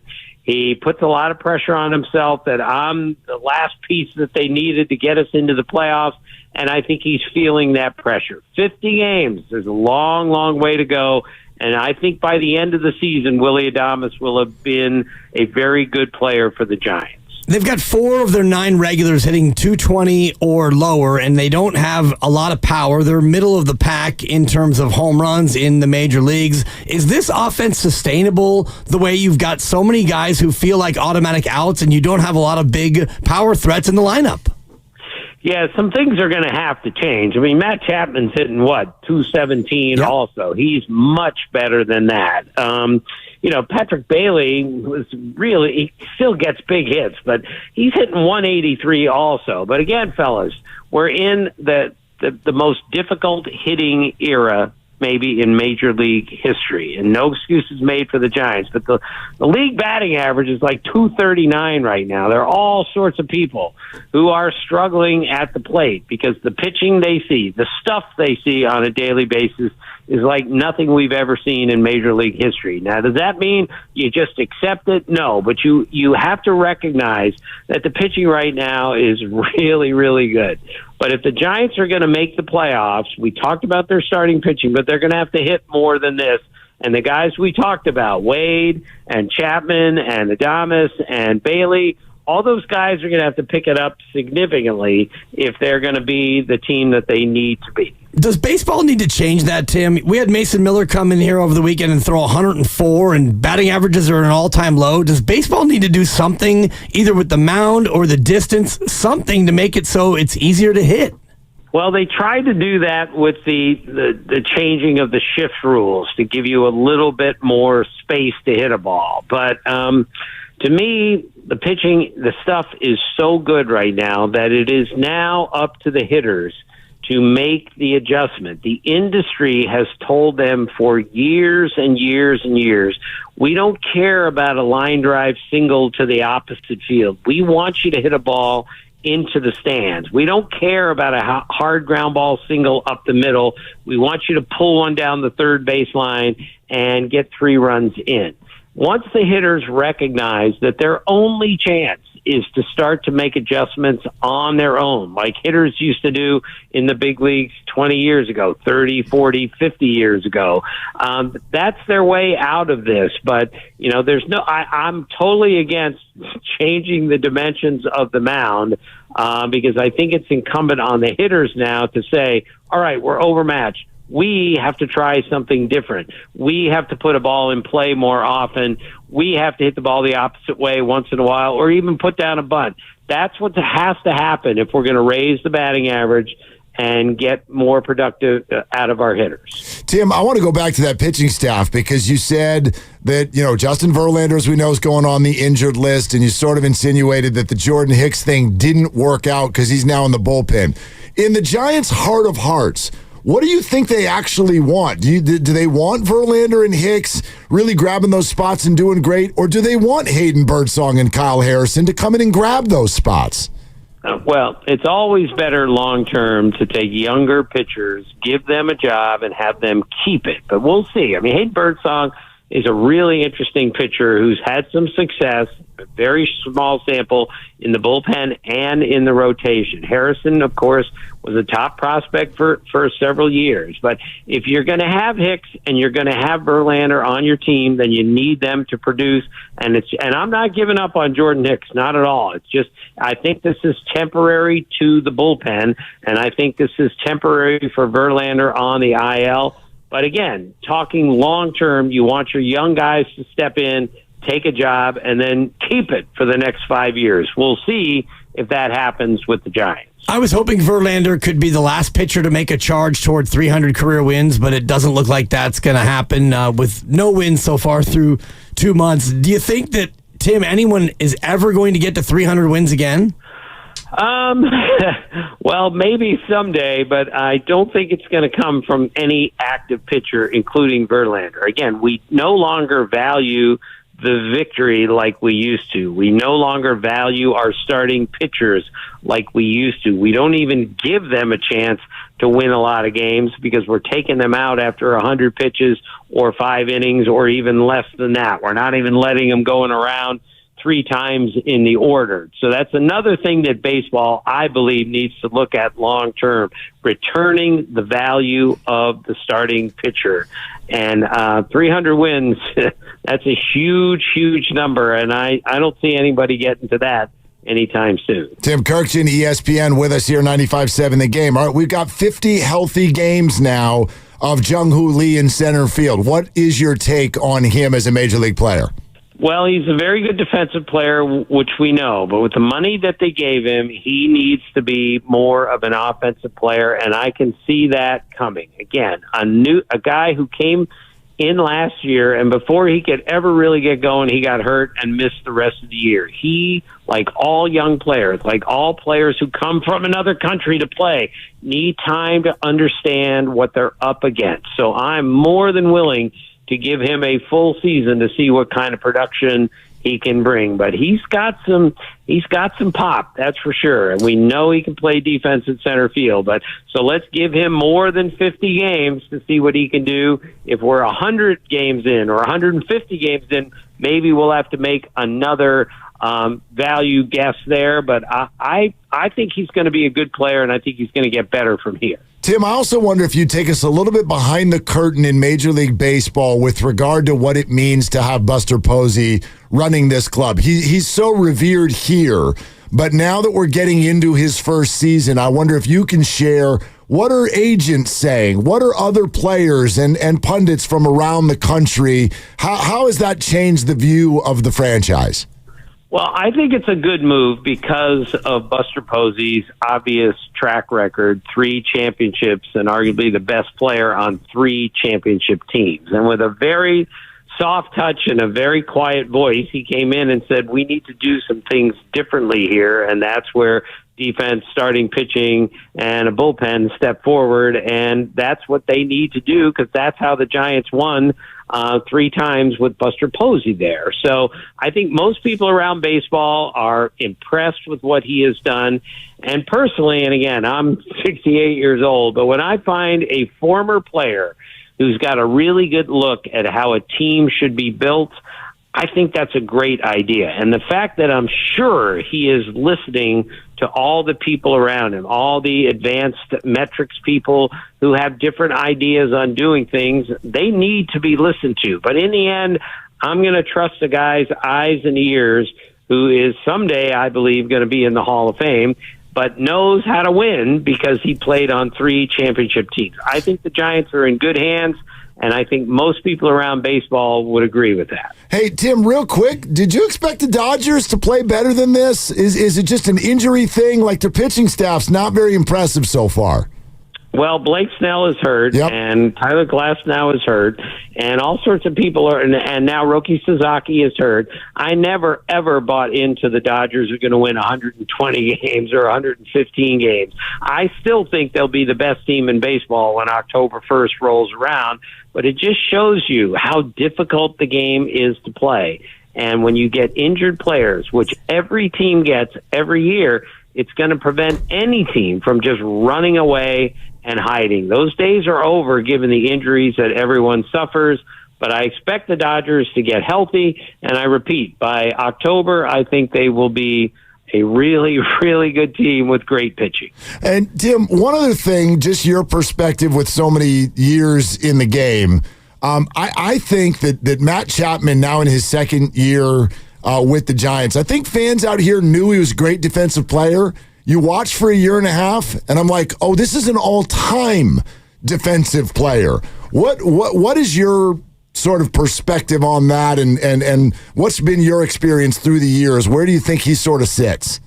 Well, he's really, really good, and I've said a million times, the only way to really evaluate a defensive player is to watch him every single day, and that's what the Giants fans have had the pleasure of doing.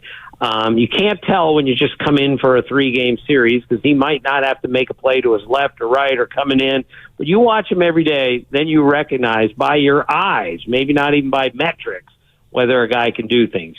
For me, and this is just my list, Brooks Robinson's the greatest third baseman, Nolan Arenado's second, Scott Rowland's third, Adrian Beltre's fourth, Mike Schmidt's fifth. However, Matt Chapman is climbing that list really fast because I'm not sure if I've seen a third baseman who throws better than him of all the third basemen I've seen, and he is really, really good defensively. So he'll climb more and more charts as we go along. And is the arm more valuable now with speedier hitters by and large as opposed to the old, DHs and, Boog Powell shuffling up the line?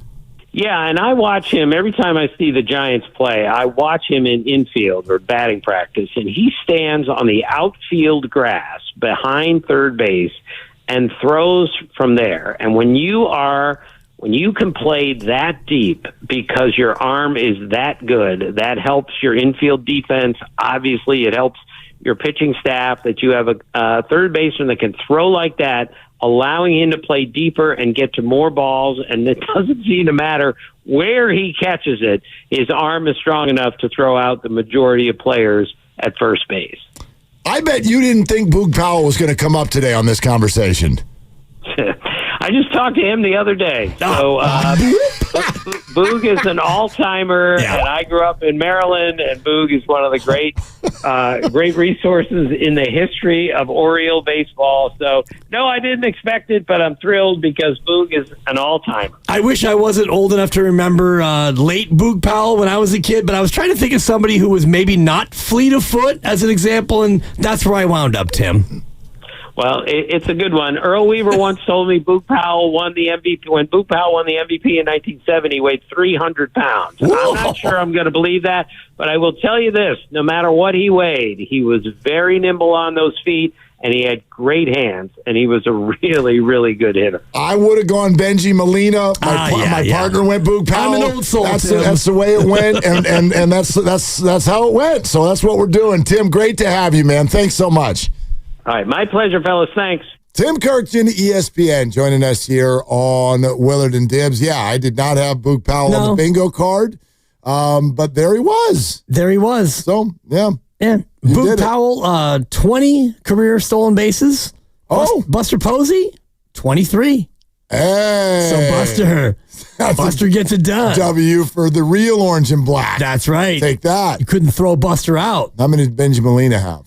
I'll look at it, but what do you think? What would your guess be? Benji Molina stolen bases? Yes, career. 7. You're going to put it at 7? 7. The answer is 3. Yeah! He got caught 7 times. Okay, so he's trying. Like 3 for 10? He's trying. So I'm going to take that as a W. Like, I think I came up with the slowest dude on planet Earth. Yep. Benji Molina. Good Lord. Remember that guy? I mean, slow, right? Just a bit. Yeah. I mean, I didn't know Boo could run like that. Well, he stole 7 bases in 1968. People used to steal bases. Right. Then people stopped stealing bases. And so they had to make the base bigger. Right. And I saw something over the weekend where, why didn't they make home plate bigger? And I do think that that's interesting. Like, well, that would make it even harder to hit, wouldn't it? Right. But as we get into robo umps, if you don't make the plate bigger, you're going to have a lot more walks because a lot of the strikes that you get now are not really strikes. That might work both ways. Could. That might work both ways, you know? I don't know about the whole robo ump thing. Yeah, and Tim didn't like my idea about either moving the mound back or lowering the mound, and I don't want to make any changes. No, I like it the way it is. It is pretty fundamental. Like, I get it. It's kind of it'd be like let's say people just get too tall someday, and the NBA's like, let's go 11 feet. Well, good Lord, like, I mean, you fundamentally changed the entire game from what it was. Right. I think moving the mound or raising the mound would be that. Well, you've done it before. I know. Like, you've lowered the mound before. You've lowered it. Right. Yeah, you're not moving it out towards second base. No, and Mason Miller throwing 104 for the A's. I know. Like, no, it may get to the point where you got no choice. Exactly. Yeah. Someone's going to be throwing $110. It's like, ooh, change up 99 on the black. What? We're not far from that already. Right? Yeah, we're brought to you by Fremont Bank, here for you, here for good. Also by Lucky California, would love to get back to your phone calls. And portions of the Steve Kerr conversation that we had yesterday, you're going to hear that in about a half hour. 888-957-9570. We're talking about buyer's remorse based off of the idea of, you know what, as it's turned out, maybe Jonathan Kaminga just shouldn't have come here. Maybe the Warriors should not have selected Jonathan Kaminga. But if you want to take this toward Brock Purdy, or if you want to take this toward Willie Adames, in terms of buyer's remorse, how are you feeling about all that? 888-957-9570. We'll take your calls right now. This is Willard and Dibs. Lucky is cutting prices on over 4,000.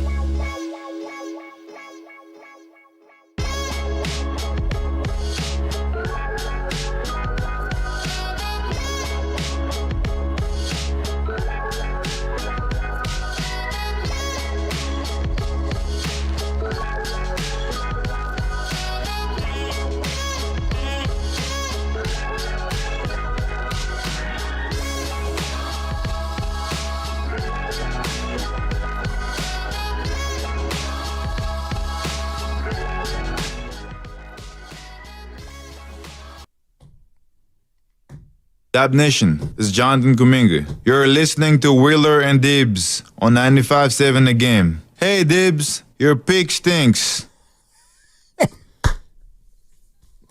I love everything about that delivery.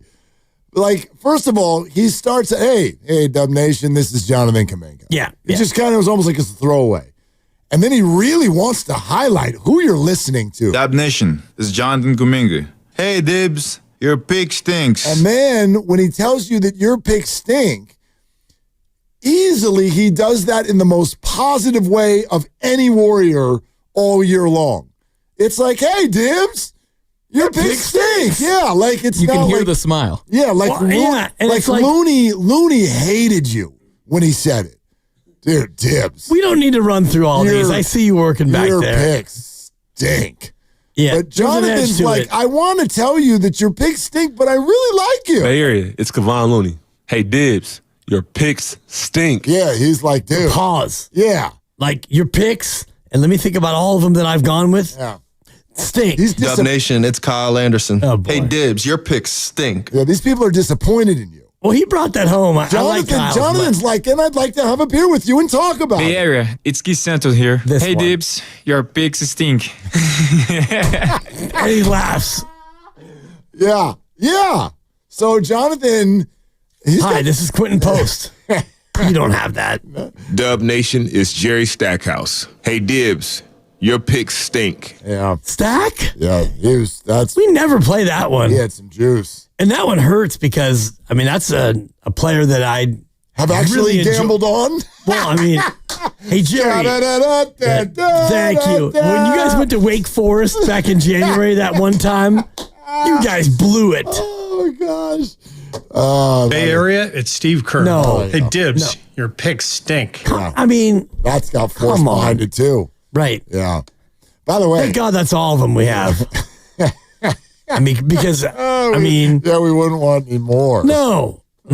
Dub Nation, it's Quentin Post. No. You're listening to Willard and Dibs on 95.7 The Game. Hey, Dibs, your picks stink. Hey, Dibs. Quentin, fancy bumping into you here. Hey, Dibs. Quentin appears to have just found out that his picks stink. Right. It's just like stumbled upon it. Well, and the element of surprise. Oh, hey, Dibs. While I have you here, your picks stink. Dub Nation is DeAnthony Melton. No. You're listening to Willard and Dibs on 95.7 The Game. Hey, Dibs, your picks stink. Okay. I've never That was like they smell bad. Dude, seriously. Let me get that again because the DeAnthony Melton era was way too brief, and I've never heard that one either. Dub Nation is DeAnthony Melton. You're listening to Willard and Dibs on 95.7 The Game. Hey, Dibs, your picks stink. Yeah, your picks stink. Hey, Dibs, your picks stink. Yeah. All right, give me the next read. Bay Area, it's Andrew Wiggins. No. It's game day, Dub Nation. Mark Grandy is on the pre and post tonight. Get locked in.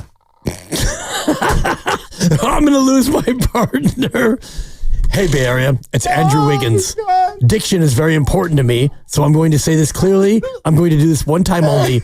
You're listening to Mark Grandy on the post game. Lock in, Dub Nation. P.S. Don't forget me when I'm gone. Shout out, Simple Minds. Andrew sounds like he's way too close to the microphone. Hey, Dub Nation, it's Andrew Wiggins. Totally. I'm very passionate about enunciation. You can almost. It's an enunciation sensation. You can hear what he had for lunch. Dub Nation, it's Lindy Waters. You're listening to Willard and Dibs on 95.7 The Game. Hey, Dibs, your picks stink. Okay, Lindy Waters even? Lindy Waters. Hi, Dub Nation. I'm wearing a name tag because none of you know who I am, nor will you remember me when I'm gone.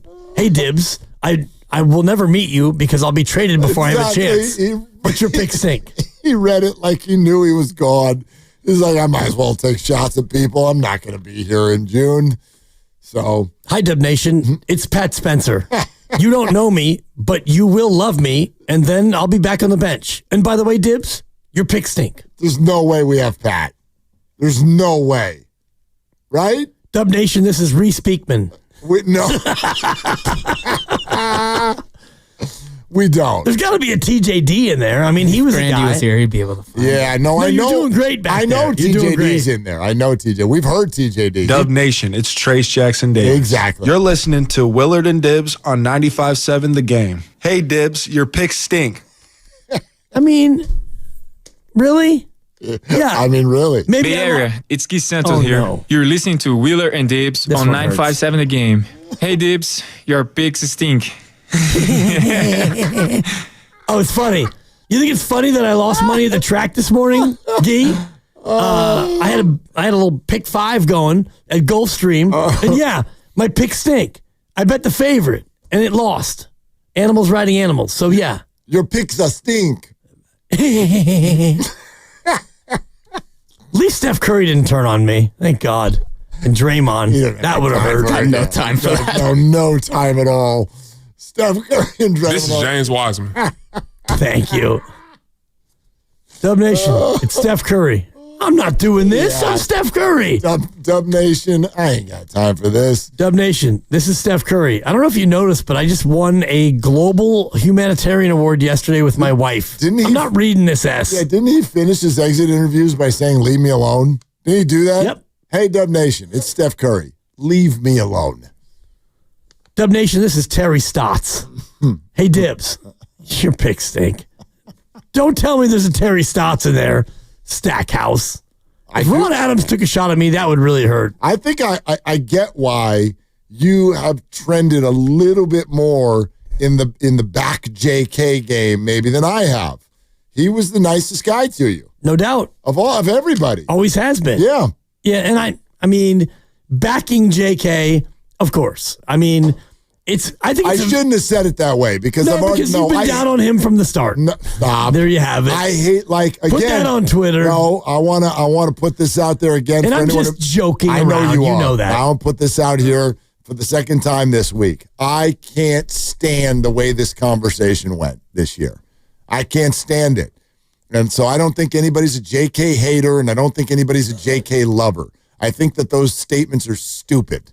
It's stupid. It's a bunch of people who've never met him before talking about who's a hater and a lover. Well, apparently he seems to know about my picks. Well, he knows you, yes. Yeah, well, I mean, you put them out in a public space and everybody's lost money.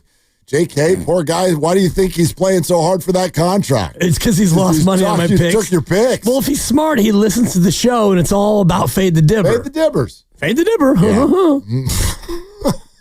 That was the whole bit. Yes, it was. Yeah. And it's coming back soon. Can't wait. Fall will be here before you know it. And the Niners preseason schedule's out. And I'll just say this now. The picks are in. No, they're not. They got 2 home, 1 road. Who they play? They played Chargers? And Denver once. And yeah, thank you. There you go. They got 1 other game. They got 2 at home, 1 on the road. Whatever. Who cares?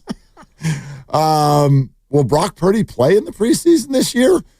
When you make $265 million, do you still have to play? A series, probably a quarter. Right. A quarter. Right. You want to get, get loose. Get a little sharp. Get a little loose. Yeah. Get loose. Listen, again, I wonder kind of where that fits in to the whole conversation. Oh, and by the way, speaking of people saying things with force like they just were to you, we can add this to the conversation. We didn't play this yet this week. Did you hear this from Boogie Cousins earlier this week? Did you hear this? No. I saw the text that came in our thread, and I was like, nah, I'll just wait to hear it live. This is DeMarcus Cousins on FanDuel TV's Run It Back. Listen to what he said. I think they lost Kaminga. I think Steve Kerr ruined that relationship with the DNPs. We've seen this happen time and time again when it comes to him and dealing with young talent. He just doesn't handle young talent well. He doesn't develop out of the years he's been there, we've seen one guy develop under Steve Kerr, and they ran him off as well, and that was Jordan Poole. When it comes to young talent, I just don't think they handle it well. I can see Kaminga being on the move. Okay, listen, I know a lot of people agree with that. A lot of people agree with that. I don't. And I think he's completely biased based on his experience here and elsewhere around the league. I don't know that DeMarcus Cousins has ever liked a coach. Has he? Has he ever liked a coach? Yeah, I'm not sure. I know he's never liked a broadcaster. I know that. But anyway, so I do say, A, consider the source. But B, I really don't like it when people do this and go, oh, what young player have they ever developed? Are you really going to sit here and tell us that while Steve Kerr is the coach, and by the way, he's not in charge of the developmental department, number one, and number two, are you really going to sit here and say, how many years has he been the coach now? What are we in? 11, 12? I believe. 11 Yep. and 12? Nobody's ever gotten better? Right. That's your take. No one has gotten better under Steve Kerr. That's actually a thing that we're going to go with. I mean, what if I threw it back at people? In fact, I heard someone do this yesterday. They almost kind of came at Steve Kerr because of Ty Jerome. Ty Jerome. Ty Jerome has had a really good year with the Cleveland Cavaliers this year. And I was like, wow, that's so unfair that someone is coming after Steve because Ty Jerome's good. Oh, I was here. I remember what you all said. Don't you dare say that you wanted Steve Kerr to play Ty Jerome. You got furious with Steve Kerr because he played Ty Jerome. And everyone was like, why the hell? It was Ty Jerome and Anthony Lamb. It's the same two guys. It was as if you couldn't say one of the names without the other one. And everybody was like, this Steve Kerr guy won't play any of the good young players, and instead he's sticking crap journeymen off the street like Ty Jerome in there. Ty Jerome is the Connor Joe of the Golden State Warriors. Connor Joe, wow. The exec was right, and all the fans were wrong. The exec and the coach were right about Ty Jerome. And it turns out he was really good. Boy, we could actually use Ty Jerome. But nobody wanted to see him in there because he represented almost blocking the drafted young players for the Golden State Warriors. Turns out he's a really good player. Yeah, could have used his skill set perfectly. Sure. And I wonder where we draw the line at young player. Do we only talk about like 18 and 19 and 20-year-olds? Because I'm looking at a couple of guys who were 24 when Steve Kerr took over the team, and they've gone on to be Hall of Famers. One was in his second year, Draymond Green. One was in his third year, Klay Thompson. So does he not get some credit for developing them?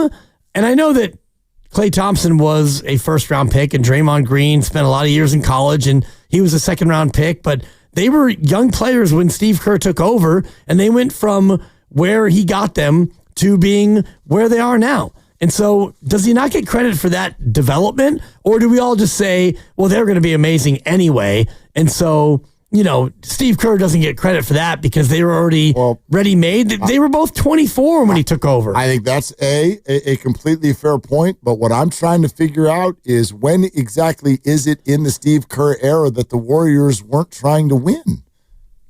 And why? It's always an interesting thing to me. Like, so many of us fans and media have abandoned the idea of two timelines, but then it's still there when you're talking about assessing Steve Kerr. You can't abandon two timelines and then in the next breath be like, why didn't they develop Jonathan Kaminga while they were winning a ring? That is two timelines. That's two timelines. That's literally the definition of two timelines, which is we're going to win now, and we're also going to bring 18-year-olds who've never played college basketball and turn them into stars so they're ready 6 years from now. How are you going to do that? How exactly are you going to do that? I have no idea. I know that I watch Warrior basketball, and I'm a huge fan. I want them to win. I want them to win.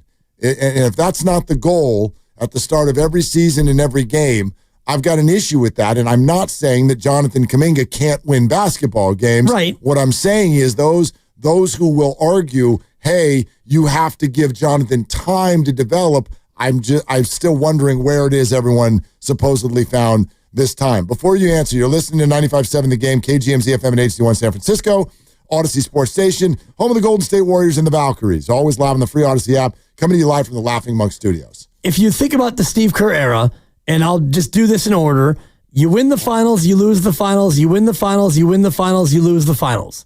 That was his first 5 years. And when you lose the finals in 2019, you lose Klay, you lose KD, and then the next year you immediately go into a little bit of a tank where you go 15-50. So when you lose Klay and KD in those finals, that's where the whole idea about getting younger and the future comes in, and you have 2 straight years where you don't make the playoffs, and then out of nowhere, you win the dang thing again. So that to me is where the 2 timelines had to be put on the back burner, because you again were a championship team. Yep. And you did it with Kaminga on the roster, Moody on the roster. Jordan Poole was 20 minutes a game in the regular year, and he was a factor, but he was not at a point where he was going to be the future. And the Draymond thing happened, and I do think that was the big reason why, or at least a reason why you traded him. But 2 timelines changed when you won the title in 2022. You could no longer look to the future and think, all right, Kaminga, Wiseman, Poole, whoever else we eventually draft, we're going to let them play a lot, and we're going to ease out of these other guys. Yeah, which is kind of why we started where we did today, where I'm like, look, I think, in fact, all of us, there's probably some level of exhaustion about sort of arguing the moment with Jonathan Kaminga. It's not like I don't see where Jonathan would be coming from, and he would be frustrated. I'm sure he is. We've gone over all of the statements from Steve Kerr. Some people accept them, some don't. I do. And I think we do. You arrive at a spot where you go, oh, they probably shouldn't have picked him. They probably shouldn't have picked him. They probably should have picked somebody who was more ready-made to help that team right then, but they had no idea that they were still elite. They had no idea. And I think that that's fair, because a lot of us didn't think they were still elite. Even halfway through that year, a lot of us still didn't think that they could compete at that level. And then they did. And then once you do, of course you're still going to think you can again the next year and the year after that and all of that. So has that gotten in the way of Kaminga's minutes? No doubt. No doubt. So I don't know if that qualifies as buyer's remorse or whatnot, but yeah, like in a perfect world, the Warriors probably could have gotten helped more by someone else, and Jonathan's career could have gotten helped more by being somewhere else. That's probably a true statement. Let's go back out to the phones. David in El Cerrito. Hi, David. Thanks for calling us. Hey, I think you guys are having the wrong conversation. I feel like you've been having it for days. Oh. How did the Warriors do in the playoffs last year?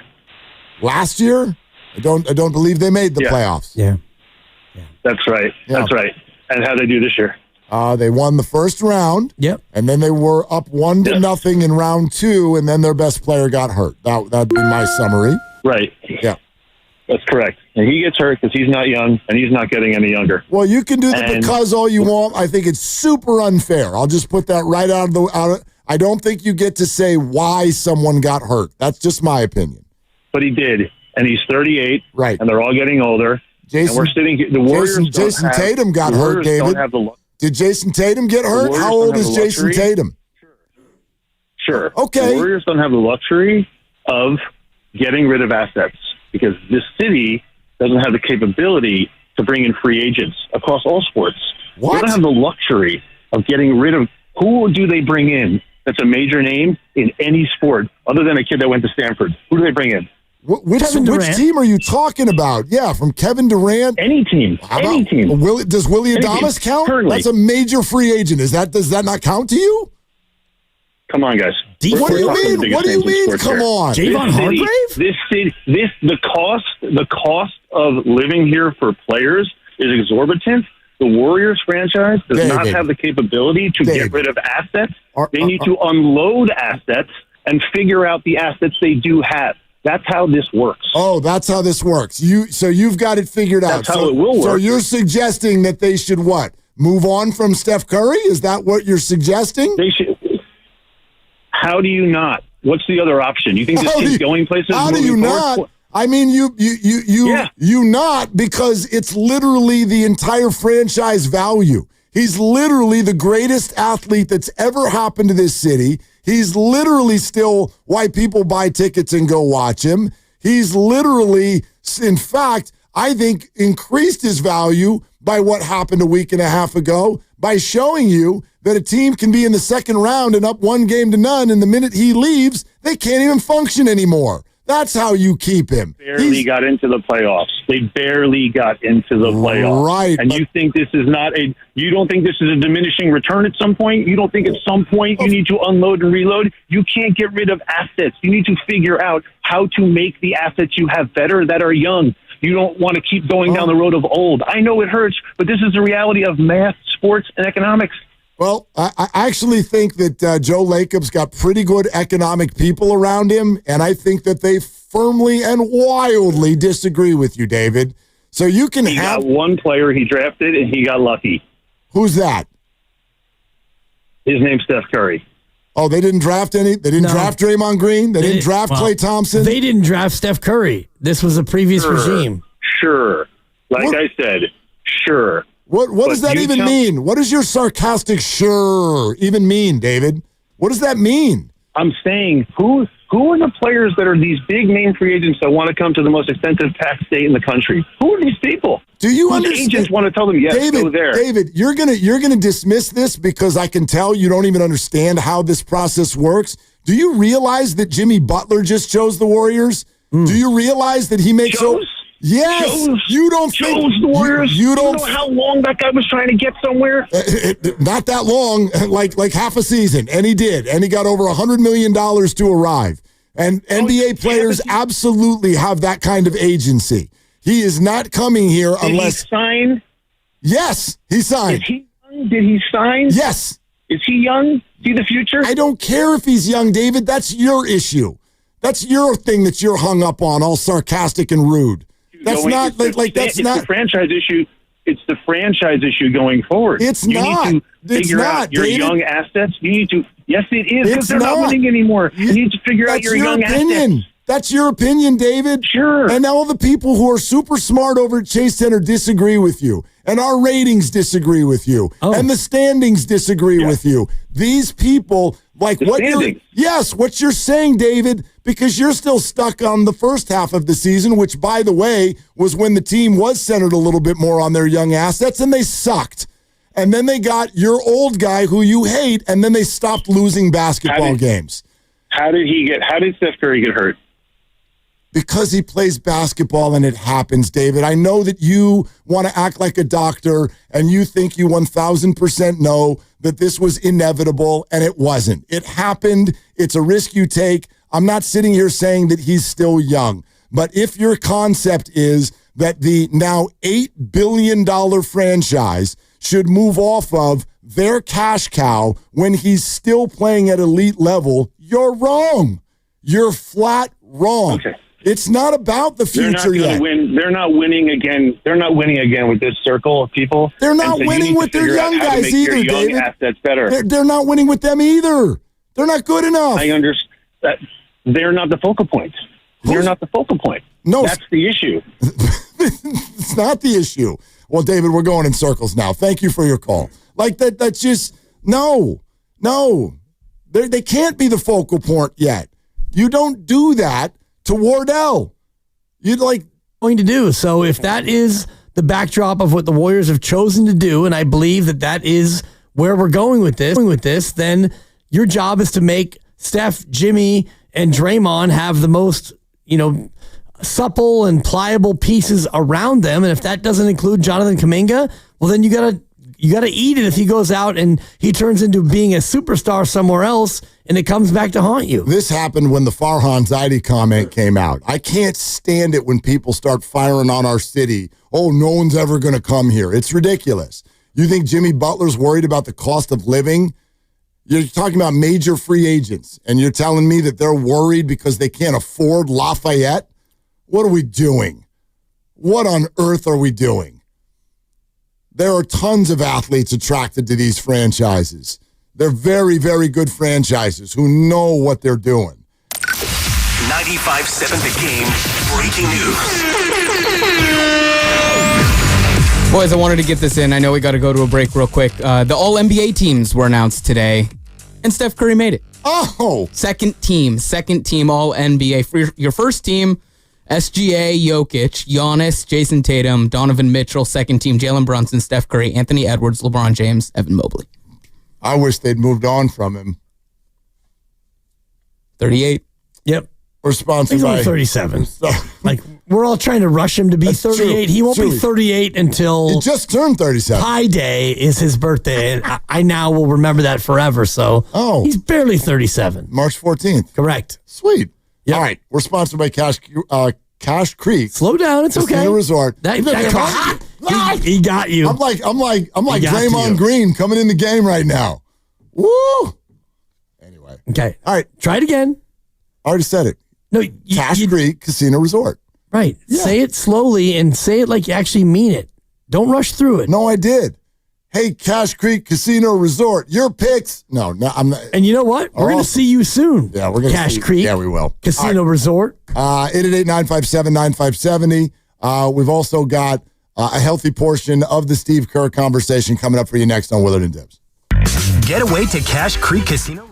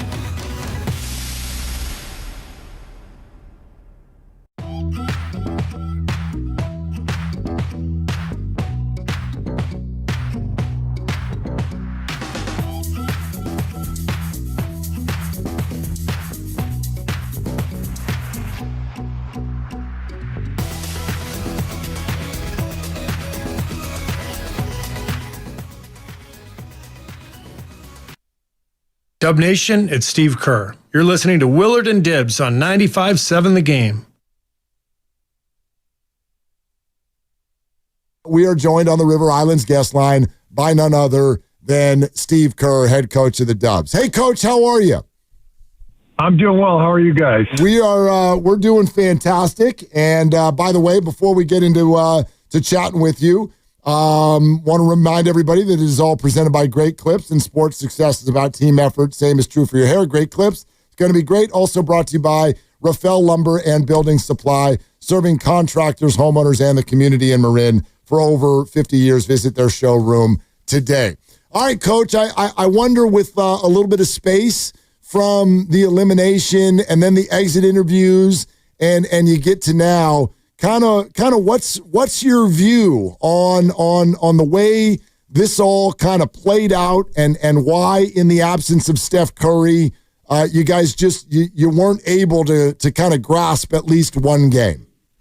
Well, I don't think my feelings have changed that much, frankly, even with having a week to think about it. There's a reason Steph Curry is Steph Curry, and he's one of the greatest players of all time. And when we lost him, that was a pretty tough blow. And I think Game 3 was the key.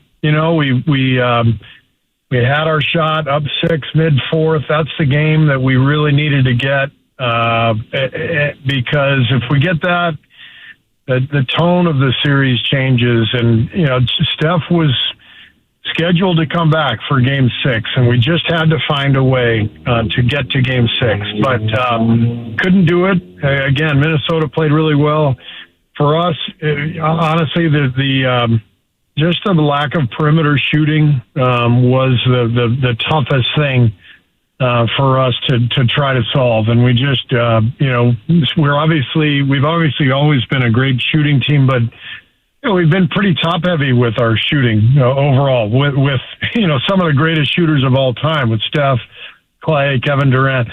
But we haven't been a team that's, sort of built with, 7 or 8 different perimeter shooters. So when Steph goes out, it's just a lot tougher to get the spacing you need in the modern game. You mentioned Game 3, and that's where Jimmy Butler was terrific shooting it. He had 26 attempts and then just 20 attempts combined in Games 4 and 5. Is it fair to say he took a back seat, or did Minnesota just focus more on him defensively, which made it so he couldn't try to be Batman with Steph out of the game? Well, if you think about Jimmy's game, the way he likes to play, I mean, he's the best ISO player in the league, but he does it in a very unique way. And I'm talking analytically, like if on ISO plays across the league. Jimmy, I don't know if he finished number 1, but basically he's number 1 in points per possession. If not number 1, then top few. But it's different. It's not. It's not like an ISO into a jump shot. It's an ISO into survey and find an open guy on the perimeter, or get fouled, or get to the rim. And so those last 3 games of the series, last 4 games, it just didn't have much spacing. Part of that was, we went away from Moses Moody and Quentin Post just from, the way the series was going. And so he didn't have as much shooting around him as he normally does, and so all of a sudden the pictures were much different. And Jimmy was basically going against McDaniels with Gobert at the rim, and not much shooting around him. So the game got way tougher, for Jimmy in those last few, and that was just kind of the way it shook out. Steve, just because you mentioned his name, we're very curious about Moses Moody, the struggles he had down the stretch, and then the news today that there's a thumb injury and that he needed surgery. Do you equate those two things? Is that what was going on for him down the stretch? Well, I don't know. I mean, you never really know, how much stuff like that factors in. You never want to make an excuse for it. And Moses definitely didn't make any excuses for it. I just think that, the way the Houston series shook out, they put Şengün on him. It kind of changed all the matchups. It changed the rhythm of the game. We turned to Buddy. Buddy gets going and has 33 in Game 7 and 24 in Game 1 of the Minnesota series. So things really shifted towards Buddy and away from Moses. So sometimes that's the way it works in the playoffs. That's how it worked out this time. I was really happy for Moses the way he came back and played so well in Game 5 in the fourth quarter when we got him back out there. But it just didn't work out for him that well or Quentin. In the series based on the matchups. And like I said, sometimes it just plays out that way. And it kind of played out in reverse for Jonathan Kaminga, where he kind of fell out of the rotation against Houston, and then Steph gets hurt, and suddenly you need some scoring, and so he comes in and takes on a much bigger share. Would Jonathan Kaminga have been a part of that series had Steph not gotten hurt? Well, you don't know. I mean, there's a reason that we were playing the guys we were, in the Houston series and down the stretch of the season, because we found a formula that worked, and we found lineup combinations that worked. And when you find something like that in the NBA, you stick with it, because winning is really hard. So, these are always questions that are tough to answer hypothetically. But I know that we had found a groove, and we were winning, and we advanced in the playoffs. And so we were going to keep doing, what we were doing. But as soon as you go down in a series, you have to rethink everything. And so we may have rethought it and gotten him out there, but who knows? Steve Kerr with us here, Willard and Dibs, 95.7 The Game. Coach, this may not surprise you. You were on the TK show with Tim Kawakami recently and thought what you were saying in that conversation about the Jonathan Kaminga umbrella overall topic was really, really interesting. And we've gotten a lot of conversation out of it today. And so I wanted to ask you this, because when you said that you guys have been trying to kind of hammer home the way that you want him to play, it felt to me like you were at least insinuating that you guys want him to play one way and maybe he doesn't. But I don't want to put words in the mouth. You tell me, is there a bit of a disagreement between the staff and Jonathan in terms of how he should be playing? I don't think there's a disagreement. I think that there is maybe a different view, from his perspective and what he's comfortable doing. He's obviously a natural scorer. You saw that in the Minnesota series when he got his opportunity. He scored really well, and that's what he's most comfortable doing.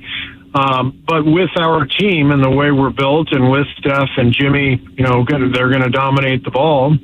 What we need from that spot is rebounding, and we need the passing, the connection, and yes, we need the scoring, but it has to come within the context of what we're really good at and what we're really great at for the last 2 months, with Jimmy and Steph. So I think, I said it to Tim yesterday. I mean, young players take some time sometimes to figure out, who they are and what kind of player they are and what their role is. And it's not always easy. And he, as I said, JK's 22. And I think there's plenty of growth ahead, but it's never an easy road when you're sort of going down a path like this. Yeah, I think it's a fair question to come out of that conversation for a lot of people and wonder if this is a can't do it or a won't do it kind of a conversation. In other words, these things you're asking him to do, you believe he's capable of doing them, right?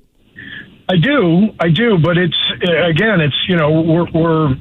you go down the path and you try to get kind of habits that are built, and you want them to be consistent, and so in year 4 you would hope that those things are coming, and I would say they have been inconsistent. I'm talking about the rebounding front and taking care of the ball. And so, look, I mean, I've tried to explain this, to our fans and to you guys over the course of the year. But the way the team is built, we've got two guys in Jimmy and Steph who are two of the very best in the league, and they're going to have the ball in their hands.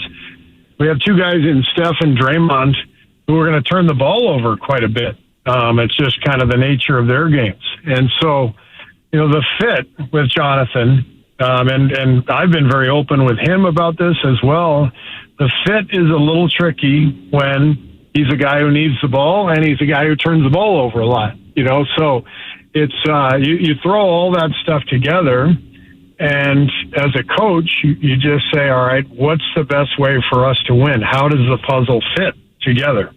And that's why we ended up kind of in the situation we did, where he fell out of the loop a little bit. And, not his fault, but, again, young player, we're trying to win, and we went down the path we felt gave us the best chance to do that. You made a great comp to Aaron Gordon on the TK pod, and we were playing that sound before, and you even mentioned that Aaron Gordon had to go elsewhere to kind of start to figure it out. Do you think that Jonathan Kaminga could develop into doing the things that you need him to do here in Golden State over the course of the offseason and, coming back with the veteran core, or will he have to try and find this sort of role elsewhere? Well, I mean, he's definitely capable of doing that here, and that's obviously what we're going to be focused on, as a coaching staff. JK told me he's going to be around here a lot more this summer. He hasn't been around our facility much the last couple summers, but he's got a couple of young girls.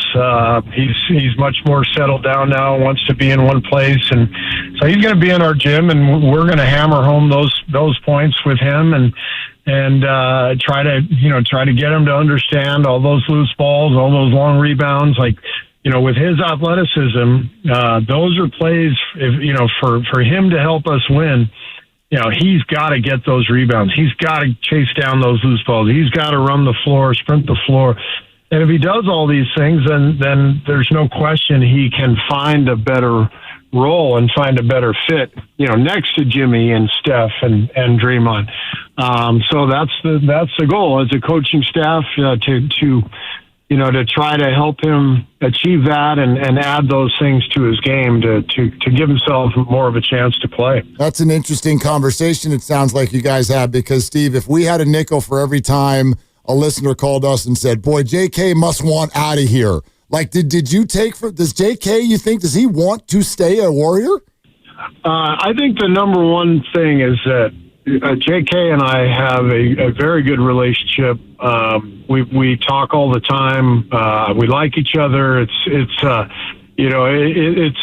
is all just basketball. This is not a case of JK coming in saying, "Hey, I got to get out of here. I want this. I want that."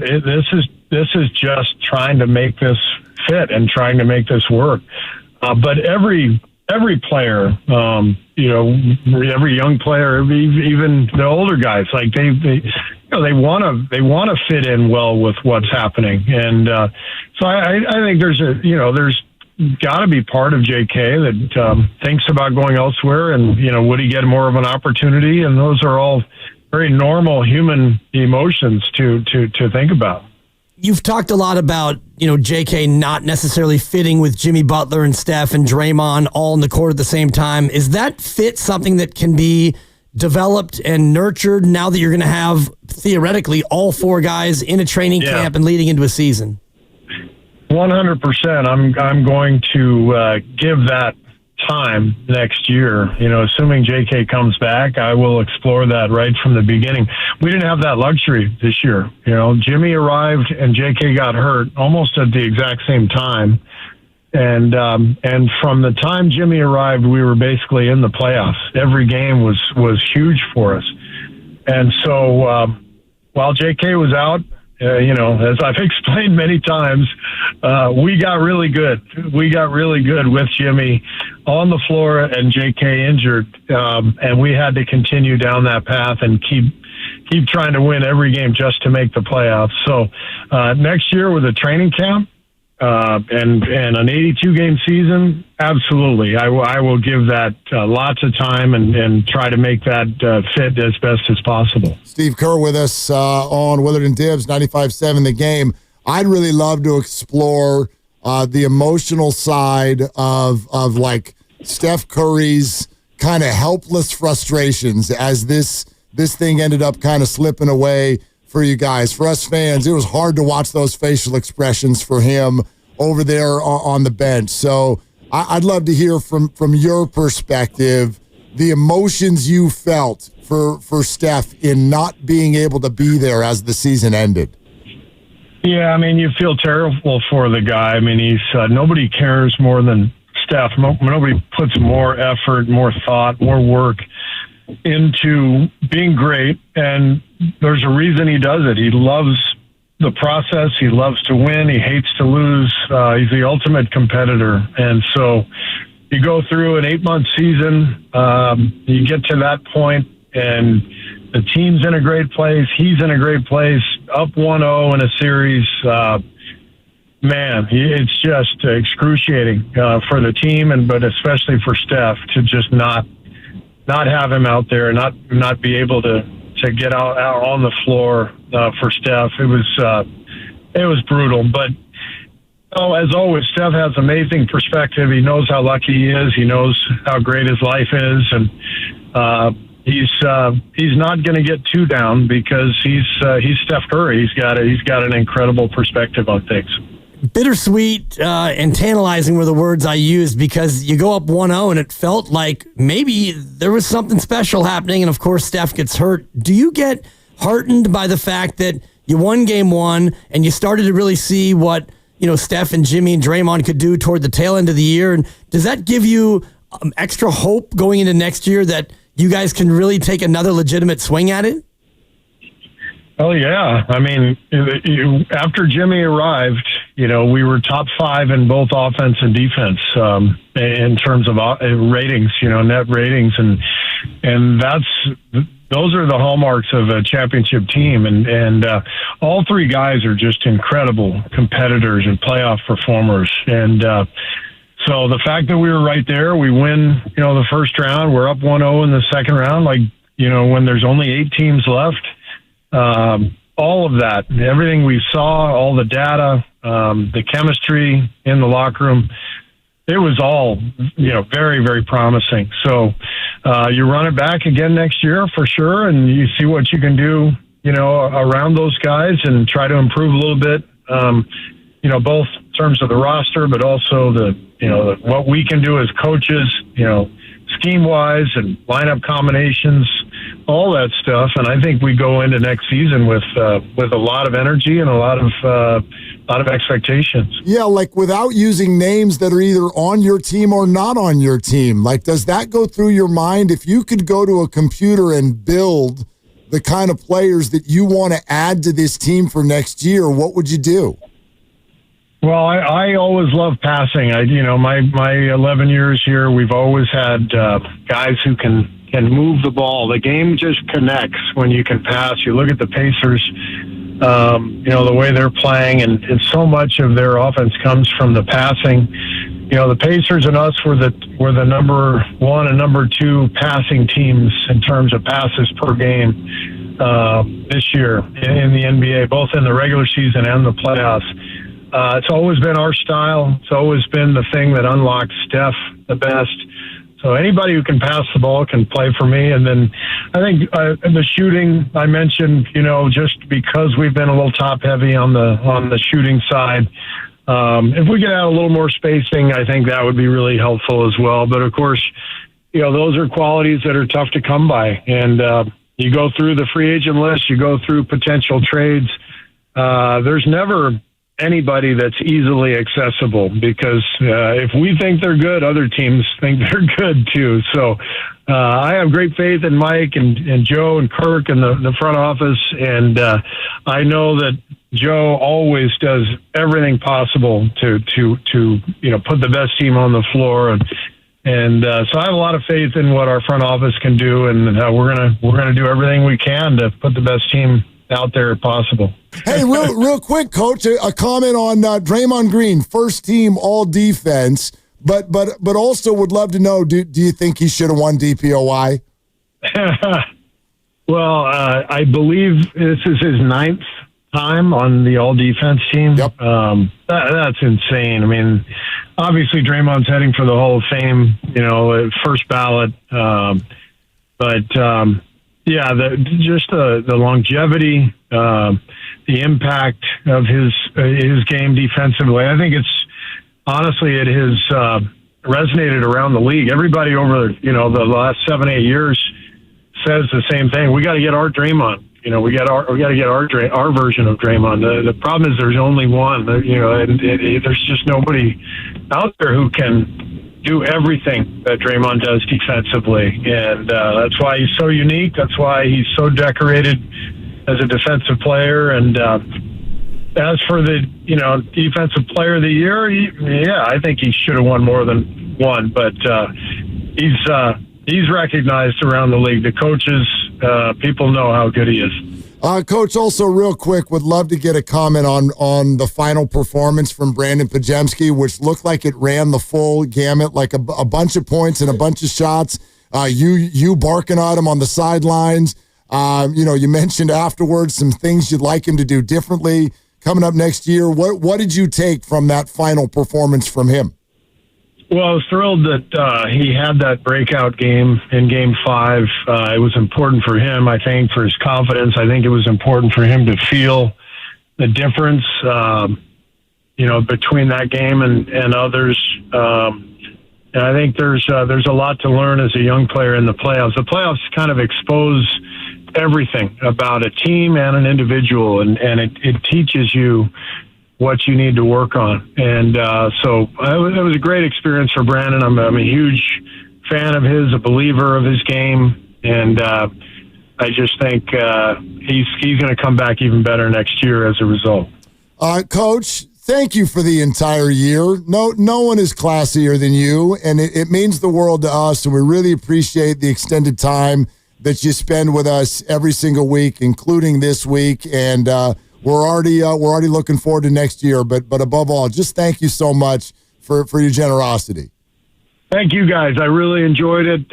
Look forward to our chats every week, and you guys do a great job. And we'll keep it rolling next year for sure. Coach, have a safe trip and hit those golf balls straight too. All right, thanks, fellas. Take care. There's Steve Kerr right here on Willard and Dibbs 95.7 The Game. We're brought to you by Fremont Bank. Here for you, here for good. Here for your calls, those of you who are hanging out, including Doug in Berkeley. Doug's going to get a big highlighter circling his name coming up next. 888-957-957 if you want to weigh in on any of this, including we've got a question about what might happen next with Jonathan Kaminga and how Warrior fans might feel about it. We got that, but also around the bend here within the next 20 to 25 minutes, Brock Purdy on 95.7 The Game yesterday. Got some highlights from that to go through as well on Willard and Dibbs. I can't wait to hear that. Such a good interview.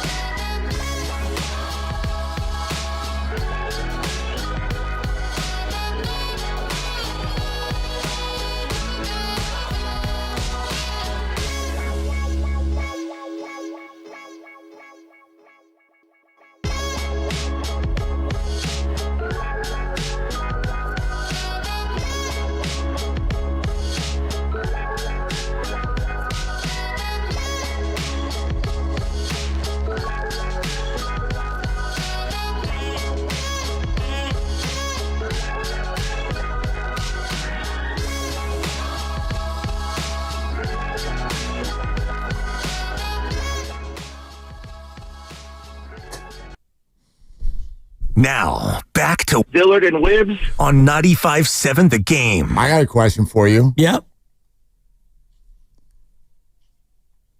Seeing as it appears that many conversations are arriving at the conclusion they need to do a sign and trade with Jonathan Kaminga, right? Okay. That's a conclusion of many, right? I mean, it's one of three options. It's sign and keep, sign and trade, or somebody makes him an offer and you don't match. And you let him walk, which I think is by far and away the least likely because the Warriors are allergic to the idea of letting assets walk out the door for nothing. Right. And he is that. He's a good player. Yep. I don't think really anyone has ever said otherwise. I think people have put that into Steve Kerr's mouth sometimes, but I don't think he thinks he's not a good player. I think, again, as Steve has said, it's about fit. It's about timing. It's about youth versus win now. It's all those things. Okay. I would put, if it was 100% of a pie, I would say 63% sign and trade, 27% you keep him, 10% he walks for nothing. I think your 63 on sign and trade is a little high only because I think it's just really hard. It's really hard for all parties to be on the same page. Yeah. Yep. But I think in theory, you're right. And I think the 10% is also too high. The letting him walk out the door, the only way that happens is if somebody walks in and offers him so much money that the Warriors are just like, they're like, oh, yuck, like we can't do that. And we are told that Brooklyn is the only team that can do that. Yeah. And I just don't think they will. And even if they do, the Warriors might still keep him.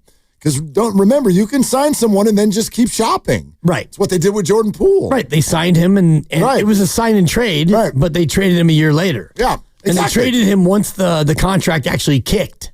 Exactly. Then they traded him. Right? Okay, so here's my question. Is everybody prepared for the idea that Jonathan could go elsewhere and be awesome?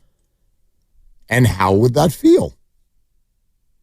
Well, it depends on how he's awesome and where he is awesome. Okay, what do you mean? Like, Jordan Poole has gone out and maybe he hasn't been awesome, but he's been really good. He's proven that he's an NBA player. He's proven that he can be a guy who goes out there with the ha-ha and the skeet, and he's 20 points a game. He's a guy who can go out there and be an NBA, I mean, he can be an NBA 1, but his team is not very good. So for me, if you want to talk about like Jordan Poole, is Jordan Poole a good NBA caliber basketball player? Absolutely.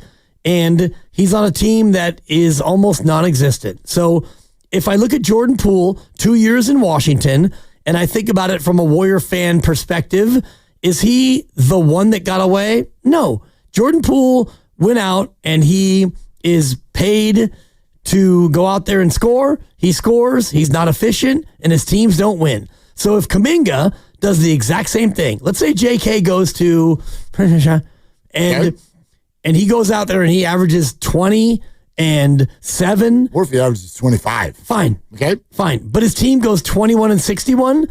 Do I really think about him as the one that got away? No. What if he averages 22 points and he's the second best player on Brooklyn and 4 years from now they're champions? Then I'm feeling bad. Then you are. Correct. See, if he goes out and he plays well and he plays in a situation where they go out there and they win and he becomes their Robin, for lack of a better way to describe it, then yeah, that's not good. Yeah, no, it's not good. It's not good, and I'll grant you that. I just wonder to what level does everybody either buy or not buy into, I think, what we're talking about today, which is timing. Above all else, the buyer's remorse, the idea that Jonathan just ended up in the wrong team. He didn't end up on the wrong team because he's a bad player. He didn't end up on the wrong team because the Warriors made a bad pick. The Warriors picked a style player, a project that they didn't have time to build. You know what I mean? They bought a plot of land and then never had time to break dirt. So it still sits here. It still sits here as unfinished product, and now it's time to pay the piper, and you don't really want to do that. And in fact, this other thing that has sort of distracted you the whole time is still here. Even if you don't think it should be, it is. 37, 38 years old, whatever, and a strained hamstring. He's still that dude, and he's still going to be that dude next year. If you fully buy into the idea of timing, then I think you sort of have to just accept whatever it is that happens, even if it's kind of painful. In other words, Jonathan goes somewhere else, averages 20-something a night. The team is really good. Do you still look at that and go, oh, we screwed up? Or do you just go, no, like we kind of always knew he could do that, but it didn't fit what they were doing at the time. And that made sense because the Warriors were really good and they did win another ring. And so it's frustrating, but I get it. Like, because that's where I always get stuck. When people talk about, oh, you should have developed Kaminga. But to what end? To what end? Like, even this year, all you did was end up in the second round. Would you give that up? Would you have given up everything that happened post Jimmy Butler if Jonathan Kaminga could have stayed healthy and you could have spent this whole year, in fact, just being like, we're going to center the offense around that guy, load manage Steph, and build Jonathan into a finished product. We won't make the playoffs, but we'll build him as we head for restricted free agency. Would you give up the second round run? Well, I would not, but many people would. Yeah. Because the idea is that if you did that, and let's say you wound up and you went, 39 and 43 and, Steph Curry and Draymond and whatever, and you probably don't have Jimmy Butler, and let's be fair with that. And, Kaminga, if you put aside the injury that he had that cost him 2 months, maybe Kaminga gets a full season and you let JK cook and he becomes a better player. Well, you turn out next year and then you try to go forward and what? Try to be an NBA championship caliber team. I don't think that the fit is such that even if he developed and got better, I still don't think that would make you good enough to where you could actually be a championship team. And I'll be fair and say this. I don't think that with Steph, Jimmy, and Draymond, I don't think that you're going to win a title. I don't think that you're going to threaten a title in the next 2 years. I just don't believe it. I think with age and you look at the West and like OKC, what they're doing to Minnesota, and Minnesota did that to you, and there are a lot of good younger teams than you, but the Warriors have chosen to go this route. So if you're going to go this route with older guys and you're going to try to hold on to Steph Curry in his window with every last grasp you can, well, then if you're going to do that, then Kaminga doesn't fit with that.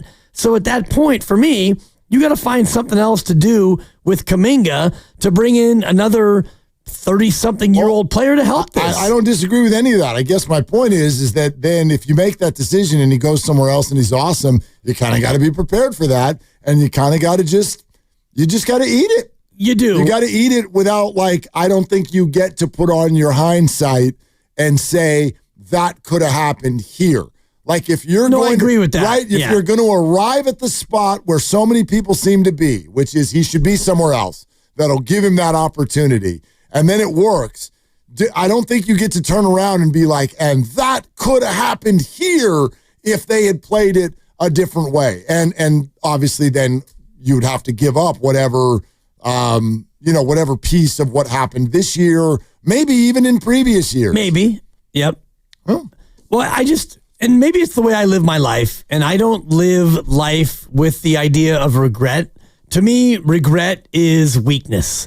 Like, you make your decisions. You've made decisions. I've made decisions. I'm a little older than you. You and I both have done a lot of things in a lot of places with marriages and jobs and a bunch of different things. Like, I'm not going to ever live my life with regret. And I think about it in terms of golf, where you've got a par 5 and your second shot is going to be over water. And, if you hit it good, you can clear the water like Tin Cup, He's sitting there and he's got a second shot and he could play it safe, but he chose not to. And he went for it, and, Roy hits it and it hits the green, and somehow he spun it back with a 3-wood. I don't even know how you do that.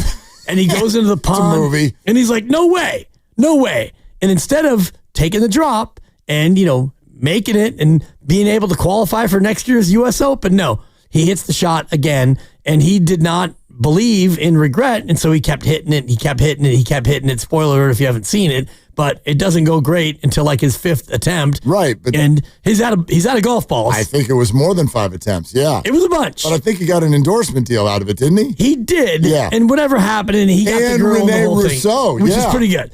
But my whole thing about this is you've made your choice, and if your choice is to maximize the Steph Curry window, and if you don't think that Jonathan Kaminga can be a guy who can help maximize that, then what are we talking about? You can't have both. You tried to have both, and Jordan Poole got punched, and Wiseman wasn't the guy, and now Kaminga seems to be the next one in line where maybe he's not going to work, so you don't get to pick both avenues. You pick one, and if you pick the Steph avenue, and Kaminga goes out, and he averages 24 and 8 for Brooklyn in 2030, and they win the title, well, you got to eat that. I'm with you. You're listening to 95.7 The Game, KGMZ FM and HD1 San Francisco, an Odyssey Sports Station, and the home of the Golden State Warriors and Valkyries, always live on the free Odyssey app, coming to you live from the Laughing Monk Studios. All right, let's go out to the phones. Doug in Berkeley, incredibly patient. Been waiting for Doug. Man, Doug, we got high hopes for this call, Doug. What do you got?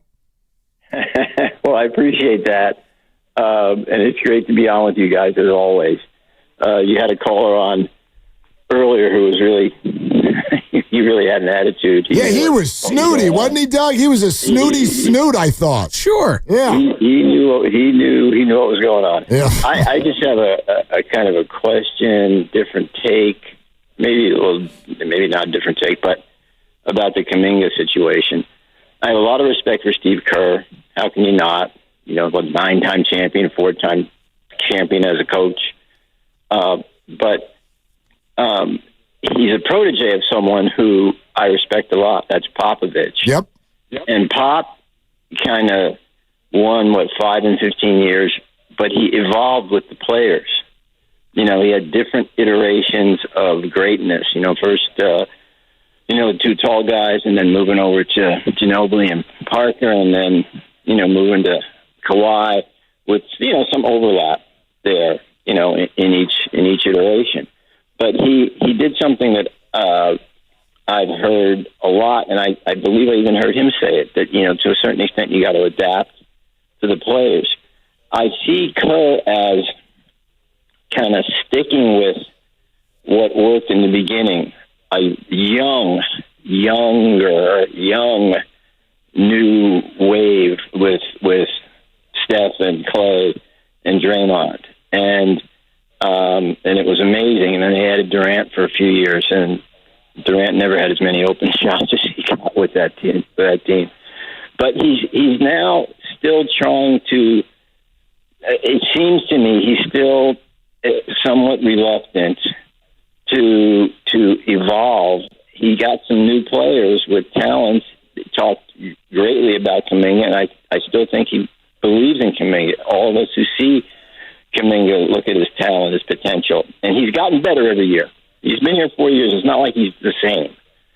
I think that, and I wonder what you guys think, that he could, and maybe he will next year, based on what he just said, not say, I can't play Kaminga with Steph and Draymond and Jimmy. It doesn't work. That he tries a little bit harder and becomes a little bit more flexible, like some of the other great coaches that we've seen, and not just try to run it back with the same formula, but adapt a little bit more, be a little bit more flexible. And the other final thing I want to say is, and this is a big question, and if I take Kerr at his word, and he can't play him with Draymond and Steph and Jimmy, do you wonder a little bit if Draymond has anything to do with that? Doug, let us weigh in on this. Thanks for the call, man. These are interesting questions and sort of ideas that you're throwing out there. I can only answer that last thing real quick by saying yes. I think that Draymond, I think that Steph I think that Jimmy Butler, I think people who have that cachet in this league, yes, I think they weigh in on who's playing with them. Absolutely. I think analytics play a big part of that too. I also don't think Steve has definitively said he can't play with those three players. He's talking again about this year. They didn't have time to really build that rapport with one another. Maybe they would if given a training camp. You asked him that yesterday. He gave you the affirmative answer and said yes. Yep. Right? So there's that. But as far as that lack of flexibility, can you accuse Kerr of being like too stuck in the mud on that? You can do that if you want. But I think that if that's your opinion, what comes with that is you're also saying that Steph Curry is done being the best player on a championship team, or he's done being an NBA one. You can also think that. I don't really agree with you. I think Steph is still phenomenal. I think that you've watched Steve go from, well, let's do it without Durant. Well, let's do it with Durant. Then they did it with Wiggins. But the centerpiece to all of it has always been Steph. And so I don't know why you would go away from that unless you really believe, like I hate all these names that keep getting brought up with Kaminga. Like we've gone from Kobe to Kawhi. Durant. What y'all doing? He not that. I mean, like unless you really think he's that, then I think the argument kind of falls flat. Sure. Yeah. Yeah. I mean, just like Kobe and Durant, you're talking about generational players who, to their part, were pretty much amazing from the jump. And, Kobe didn't have to wait 4 years to get a chance on a Laker team that, when he came in was a playoff team. Kobe came into a Laker team as an 18-year-old that was a playoff team, and immediately he was in the rotation at the very least. And Kevin Durant was a phenomenal player coming out of college and the rest of it. So if we're doing comps for Kaminga, I don't think that those two are ones that are fair, even for Jonathan Kaminga. And I think about something that I was talking to Steiny and Guru about off the air, like, is there a young player on a championship team who was kind of on the bench, who then went on to be a phenomenal player elsewhere? And I've been trying to find that player going through the championship teams, going backward, a young player, 18, 19, 20, who was a role player, who then broke free of that situation and went out and was just amazing somewhere else. I mean, I think, could I say that that's what Shai Gilgeous is trying to do this year? Crazy, I was just about to say that. like that's one. Right, but he was not a role player on a championship team. No. Yeah, he was not. That was kind of my thing. Like, and another name that again is not a perfect comp. Like James Harden was a role player on a team that made the finals. Yep, and then has gone out on his own, and then came very close to going back to the finals, but hasn't been able to break through. I don't know. Those are the first two names that come to mind with your idea, though. Yep. And I guess that's fair with James Harden, but he was the sixth man. And I'm thinking about that year where they went all the way deep. That was his third year in 2012. And in that year, he was sixth man of the year. Yeah. And he averaged 17 a game, and he played 31 minutes. So he wasn't necessarily as buried as Kaminga has been. Definitely not. Right. Oh, definitely not. Yeah. And I was thinking about Rajon Rondo, who was, I think, a rookie on the Boston team with Pierce and Garnett and Ray Allen. But even at that, I think that he started a lot of those games, so he wasn't really that player either. Yeah. And I'm just thinking about Kaminga and his trajectory. If he goes somewhere else, what's the likelihood that he becomes a multiple-time All-Star on whatever team he goes to? I mean, what the likelihood of those kinds of things is never good. Right. That's very, very hard to achieve.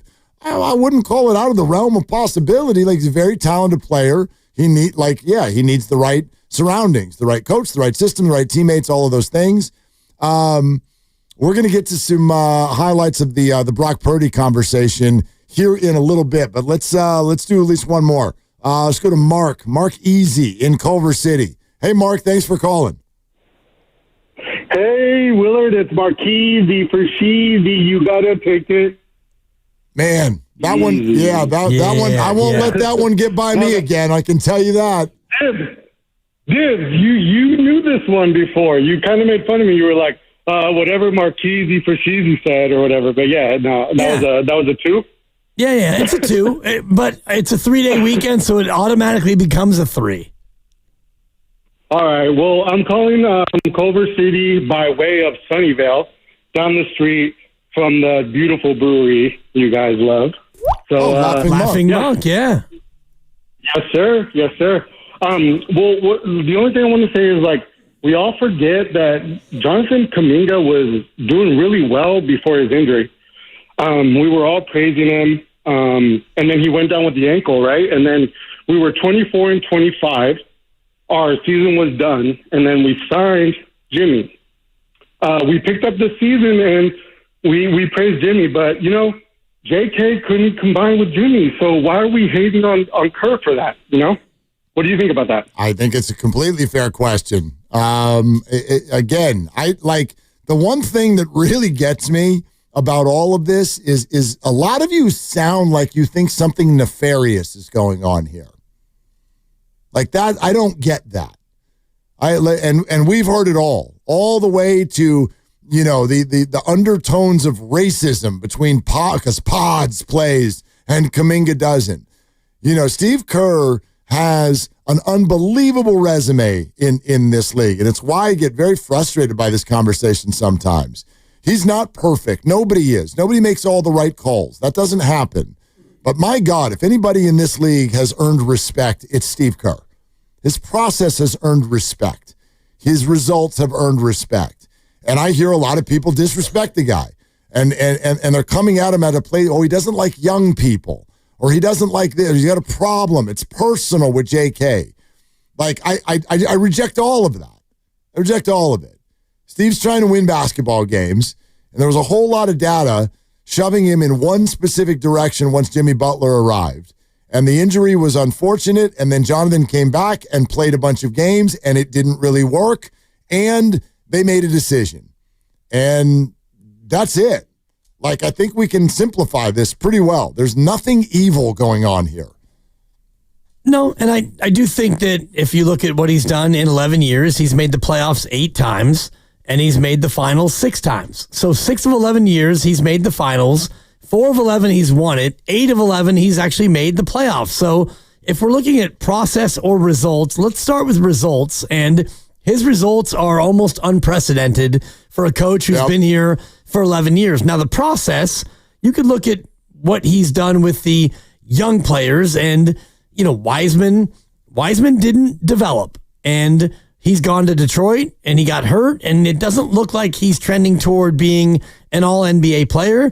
Jordan Poole actually did develop, and he developed to where you were able to get something for him in the market, and you traded him for a number of reasons. One of them was he and his teammate had a real incident, and so that was part of it. I do think that they were looking to make that move anyway, probably just based on how he plays, but you can't say that he didn't develop under Steve Kerr. He actually turned into a great player, and he's gone on to be even better. So the process, the results, it all lines up for Kerr to say that he's done a very good job. All right. Those of you who want to get in at 888-957-9570, stay right where you are. We'll circle back to this in a little bit. We do want to let you hear a good portion of what was going on yesterday when Brock Purdy came on the River Islands guest line. And it was awesome to talk to him. And we checked in with him on the start of everything for the Niners League year and obviously what's happened this week. And so we started off by saying, what's going on? Is there anything new with you this week, Brock? Man, just my future with the Niners, man, got extended and couldn't be happier, more grateful. And, man, just to be here with amazing teammates and an amazing organization. Obviously, my wife, my family, we're all pumped, man, to continue to be here in San Francisco and play for an awesome city and community, and we're pumped, man. Oh, congratulations from all of us, of course. And look, Brock, having watched you, having listened to you, I'm pretty confident that this contract is not going to change you, the person. But how does it change your leadership style? Man, I would say just going into my 4th year, and this is, you know, outside of my pay grade. I'm just saying in general as a teammate, I think going into my 4th year with the relationship that I have with the guys that have been here and even the new guys coming in, and whether they're rookies or free agents, just, getting to know them and showing love to them and building them up and showing them, what our culture is and what we stand for and how we do things around here. I feel like just going into my 4th year, I have a better sense of just doing it, especially being the starting quarterback and what that entails. But it's obviously showing the guys in the weight room, on the field, how to work and what communication looks like, and just continuing to build guys up. I mean, right now is a crucial time because, when fall comes around, that's what we're getting ready for is when everything starts moving fast and we face adversity. Like, what is it going to take to sustain success and a brotherhood? And so that's just where I'm at going into year 4. And that has nothing to do, I don't think, with, how much I get paid or anything. That's who I've always been and will continue to be. But was that a motivator in getting it done sooner rather than later? Because there's a sense that you could have held out or hardlined or whatever could have happened. We've seen it in the past. But was your desire to be in there early and lead a motivator in getting this done? Yeah, I mean, I think, for me, being here and getting better at football, I don't think that was ever going to be a question for me. Like, I wanted to be here and continue to build off of what we've done the last couple of years and not let, the negotiations and the money, get in the way of that. Like, I had faith that was going to get done when it needed to. And obviously I wouldn't have liked that to go, right up until the season. Like, that would have probably been a little bit more stressful and whatnot. But, coming here early in the off-season program and getting around the guys and getting on the field and throwing, getting the timing down, getting to know guys, like, that is some crucial stuff for how the season turns out to be. And so I knew from the get-go, whether the contract was done or not, that I was going to be here.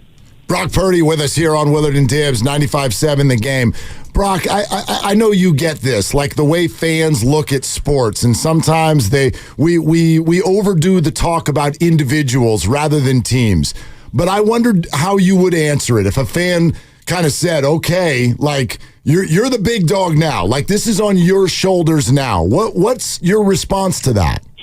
I think, just sort of like what I said a little bit before with the guys that have been here, man, the culture that we've established, and honestly, that was established before I got here. My whole goal, like, since I got in, was to continue to just do my job as a quarterback, help this team win and help this machine keep rolling. Obviously, if there's anything that comes up adversity-wise with our team, like, I feel like now, and I have been, last couple of years, it can be a guy that can step up and speak at the right time and help lead guys into the direction that I think we need to be going to. But, I mean, my mindset, man, I'm not going to lie, like, the process that I've had the last couple of years and the success that we've had, it works. And so I'm going to continue to do that. Obviously, I want to keep getting better as I get older into my career, but just because I get paid more doesn't mean I should change my process or my mindset or anything. So I'm going to continue to do what I have done. But part of the process now is going to the grocery store and being Brock Blank and Purdy. You're no longer Mr. Irrelevant. You're a quarterback making big money for a big-time franchise. How have you been able to deal with that, and your wife as well, with the new life of Brock Purdy outside the lines? Yeah, it's, I mean, obviously that component is definitely different. But we try to keep it as simple as we can. We still grocery shop, and for me, I just put on a hat and glasses, and I get away with it. But outside of that, we still have our date nights, and we go places and still show love to our community and supports all the local businesses and diners and stuff. So we try to keep it normal and simple. And outside of that, I do play, quarterback for the San Francisco 49ers, and I'm very thankful for that. But we try to keep it as simple as possible. Do you have a couple of go-to date night spots? Man, yeah, we do. Well, I don't know if I'm going to say them. That's fair. The jig would be up, essentially. Yeah, but we do. We definitely do. Well, let me ask it this way then, because I think your integration into the Bay Area is kind of an interesting thing. You're a small town guy. You went to college in Ames, Iowa, and now you're here for the long haul. So, first off, I wonder sort of, like, where in that process do you think you are? And you're also set apart from San Francisco. So where in the process of Bay Area integration would you describe yourself right now? I mean, obviously, I'm going into my 4th season, and so I've gotten a feel for, the area. Obviously, South Bay is where the stadium's at and where we, tend to do more things. But we've definitely done a lot more, going into the city for Warriors games, Giants games, checking out the San Francisco staples. And so just getting a feel more and more as I get into this thing is definitely what I'd like to do and will continue to do. But and then obviously just how passionate everyone is here, especially for the professional sports. Like it's a city where there's a lot of success and great historic moments and iconic moments with sports teams, and so for me to come out here and be a part of that and feel that from the fans and everybody and everywhere that we go, it's pretty cool. Obviously in Ames, Iowa, that's all they had was our college town and supported Iowa State, but out here, man, it's not just one specific team. It's multiple, like the Giants, Warriors, Niners. Like you just feel this love for the sports out here. And so for me, I'm very grateful for that. You mentioned the rabid fan base, and it's been 30 years now since the fan base has tasted the sweet nectar of a Super Bowl, and you're following in the footsteps of Montana and Young and Moore. How do you avoid feeling that pressure and the outside noise from a fan base that is desperate to see you guys hoist the Lombardi? Yeah, I mean, everyone here, man, obviously including myself, but my teammates, this organization, the coaches, everyone is chasing that for sure. And obviously we got close a couple times, the team in 19 and then us in 23.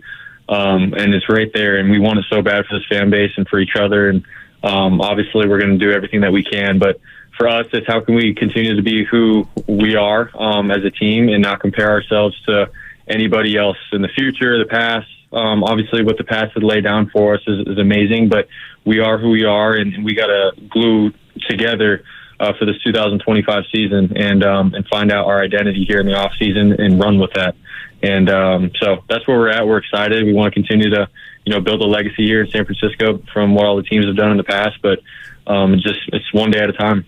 Brock, I know you know this. You get talked about a lot.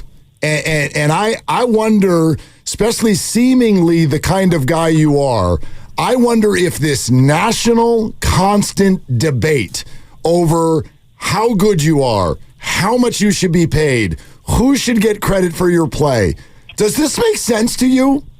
I mean, everybody has an opinion, and I'm not going to lie. I laugh, at some things that I do hear. Obviously, I don't tune into every single opinion or thing, and I'm a man of faith, and so for me, I just take it one day at a time. I just walk in the locker room, love on my guys here. We walk out to the field and get better, and I try to find ways to win on Sunday. And then I'm just grateful for my family and friends. Like I don't try to buy into what people think of me and who they say that I am. I know who I am, and I keep my head down and I go to work. But that's part of the business and the sport that we play. I get that everyone has to have a take and an opinion, but that doesn't, determine how I live my life and how I go about my business and win games. So, all right, come on, give me one or two of the opinions that makes you laugh. Man, you guys tell me what's out there because I don't know. You're a system quarterback. Well, would be one. Yeah, Kyle Shanahan made you in a lab. Yep. So there's that. Okay. Yeah, I mean the whole system quarterback thing, like early, in my career, it was just funny, hearing that. And I'm not gonna lie, like I took that as all right, like I'm a guy that can come in and like do what the coach says and win games because of that. So to me, that was more of a compliment, and I've sort of ran with that. But I don't know. Outside of that, it's I don't buy into really anything that anyone says. That's been the story of my life, man. Like from being a late recruit from high school to college to the last draft pick, like that's the story of my life, and I guess that's part of my story. But I just continue to be who I am and not compare myself. But the bad weather, Brock, you don't play well in bad weather other than when you won in Green Bay in the snow. But you hear that narrative a lot about, his hand size and the wet ball. Brock Purdy can't handle the wet ball. What do you think of that nonsense? I mean, again, that's their opinion. Green Bay, it was raining. We won the game. Seattle, my rookie year, started raining. In the playoff game, we won that game. The Buffalo game was crazy. I'm not gonna lie, just the snow and the blizzard and all that. Like that was on another level. But I don't know. Outside of that, man, I don't buy into it. I feel like I can play in any condition and find a way to win, and I've proven it too. So, how would you describe the dynamic between you and Kyle Shanahan professionally? Man, he has a great standard for what success looks like. I mean, from what he's learned from his dad growing up to how he's built this culture here in San Francisco. And so I respect him so much for that. And he thinks very smartly and intentionally about every player and the person that he brings in. And so for me, like just learning from him and his system and his offense, I'm like, this guy has a plan. He always has, and it's been successful. So I'm all in on it, and I have been the last 4 years. And so for me, it's like we have open conversations about where I need to get better, what I've done well, what I need to continue to build on, and who I need to elevate in the locker room. Like we have all these talks about, how do I handle things relationally with teammates, and he's got a great perspective on a lot of things. And so it's cool, hearing him tell me that, he's got my back and he's in it with me for the long haul, and we want to do it together. We want to win together. And so to me, that means a lot. And I know he's got my back and I got his. Brock Purdy here on 95.7 The Game. So when you look at it here in May, going into this upcoming season, what are some of the areas that you're looking to improve upon heading into this season? Man, I think, just going back and watching last year's film, it's like, all right, how can I, get back to just being on top of my assignment and, show really good fundamentals on film. I think last year there was times where I was going through my reads and plays and stuff where I feel like I could have just been quicker, getting my eyes across the field and progressing quickly and trusting the pocket. And, I went back and watched my rookie tape, and on my rookie tape, it was, I got thrown in and all I knew was what the coaches told me, and I was a machine that way. And, there's some good stuff last year too, but I feel like I can get back to those kind of fundamentals, and I'm on myself pretty hard. Coach Mick Lombardi, Clay Kubiak, they're on me right now, out in the field pushing me. And so I'm excited about that, and I just got to go out and apply it every day and in training camp and obviously in the season. Brock, my daughter is 16 and a humongous 49er fan, and she's very worried about, Dre Greenlaw and Deebo Samuel and Talanoa Hufanga. And so I've taken her to school this morning, and I said, do you have a question for Brock? And she said, well, first off, Dad, that's your job. But then she said, ask him how much confidence he truly has in this group right now, considering all of the newness and the unknown. Yeah, man. I mean, obviously, it does hurt, seeing some guys that you played with for a while in the locker room and what they meant to this team go and get paid. So, I mean, I'm happy for them, but also it's like, man, that's my brother, and he left. So, I mean, it definitely hurt at first. But also, man, I think sometimes some of the dangerous teams are the teams that, don't know exactly what to expect, and all they know is how to work and have that chip on their shoulder, and then they just go at it and find ways to win. I feel like we've seen that in the NFL. Year after year, you see these teams that come out of nowhere and they're like playing for something that, beginning of the year, no one ever thought they would have a chance. So for us, we obviously have the core group of guys that have been here for a while: Fred, Bosa, Kittle, Christian.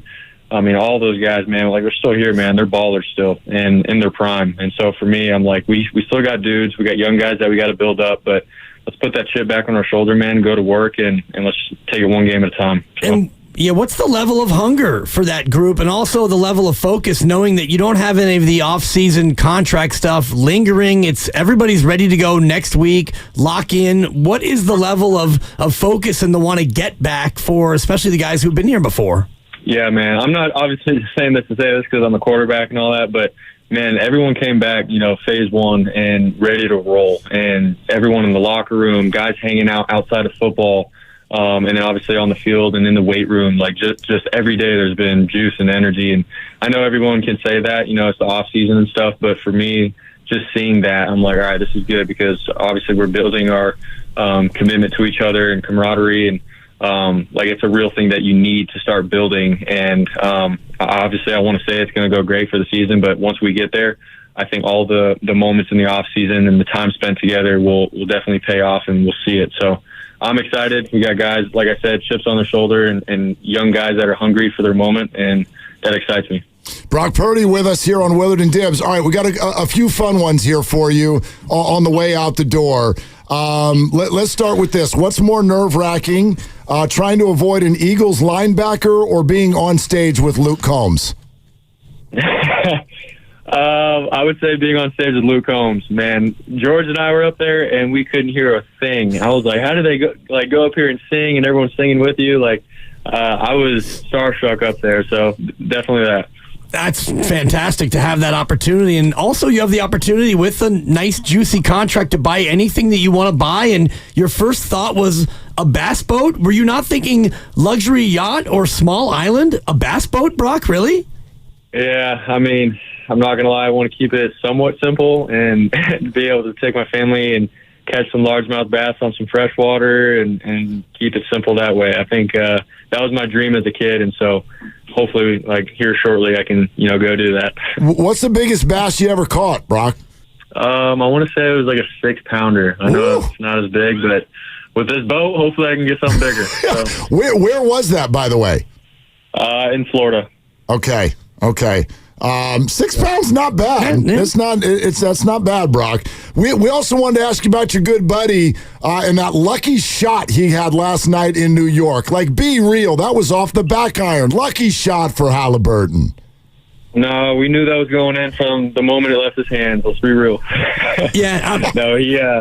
I'm so excited for him and just what he's done this whole playoff run so far, and just the competitive nature that Tyrese has, and the energy that he brings to this team. So I'm pulling for him, and I hope that they can pull off the whole thing, man. That'd be awesome, and I got his back. So.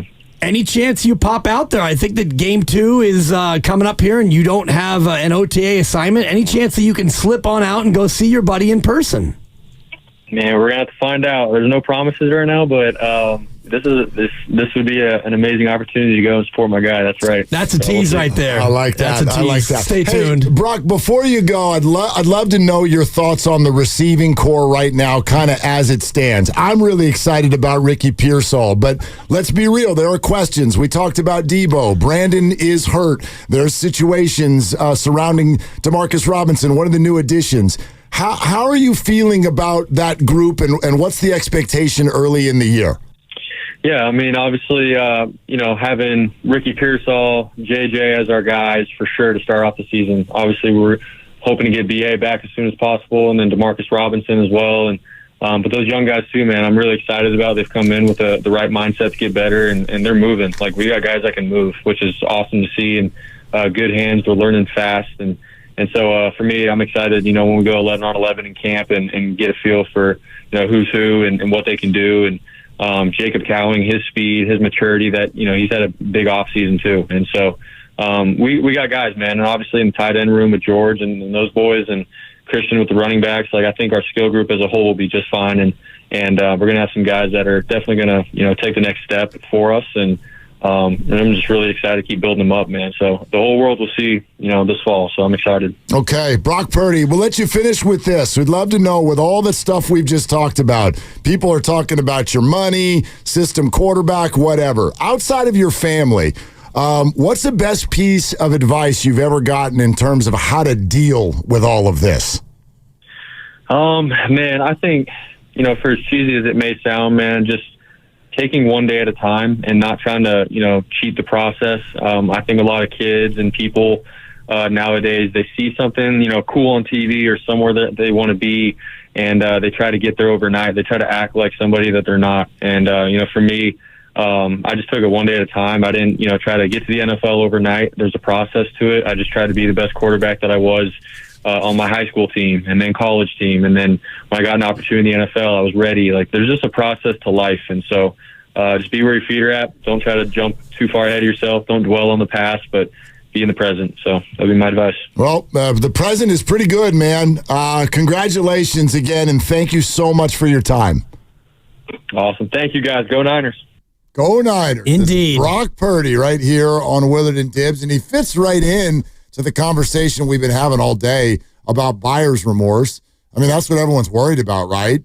You're worried about $53 million a year and how it's going to affect the rest of the roster, and if he's going to turn into a pumpkin or whatever it is everybody thinks is going to happen with Brock Purdy when I guess he inevitably gets exposed, or right. like whatever it is. Find him out. I mean, I don't know. Like, he's not an overwhelming superstar, but I thought we had moved past the whole idea of like whether he's good at quarterback.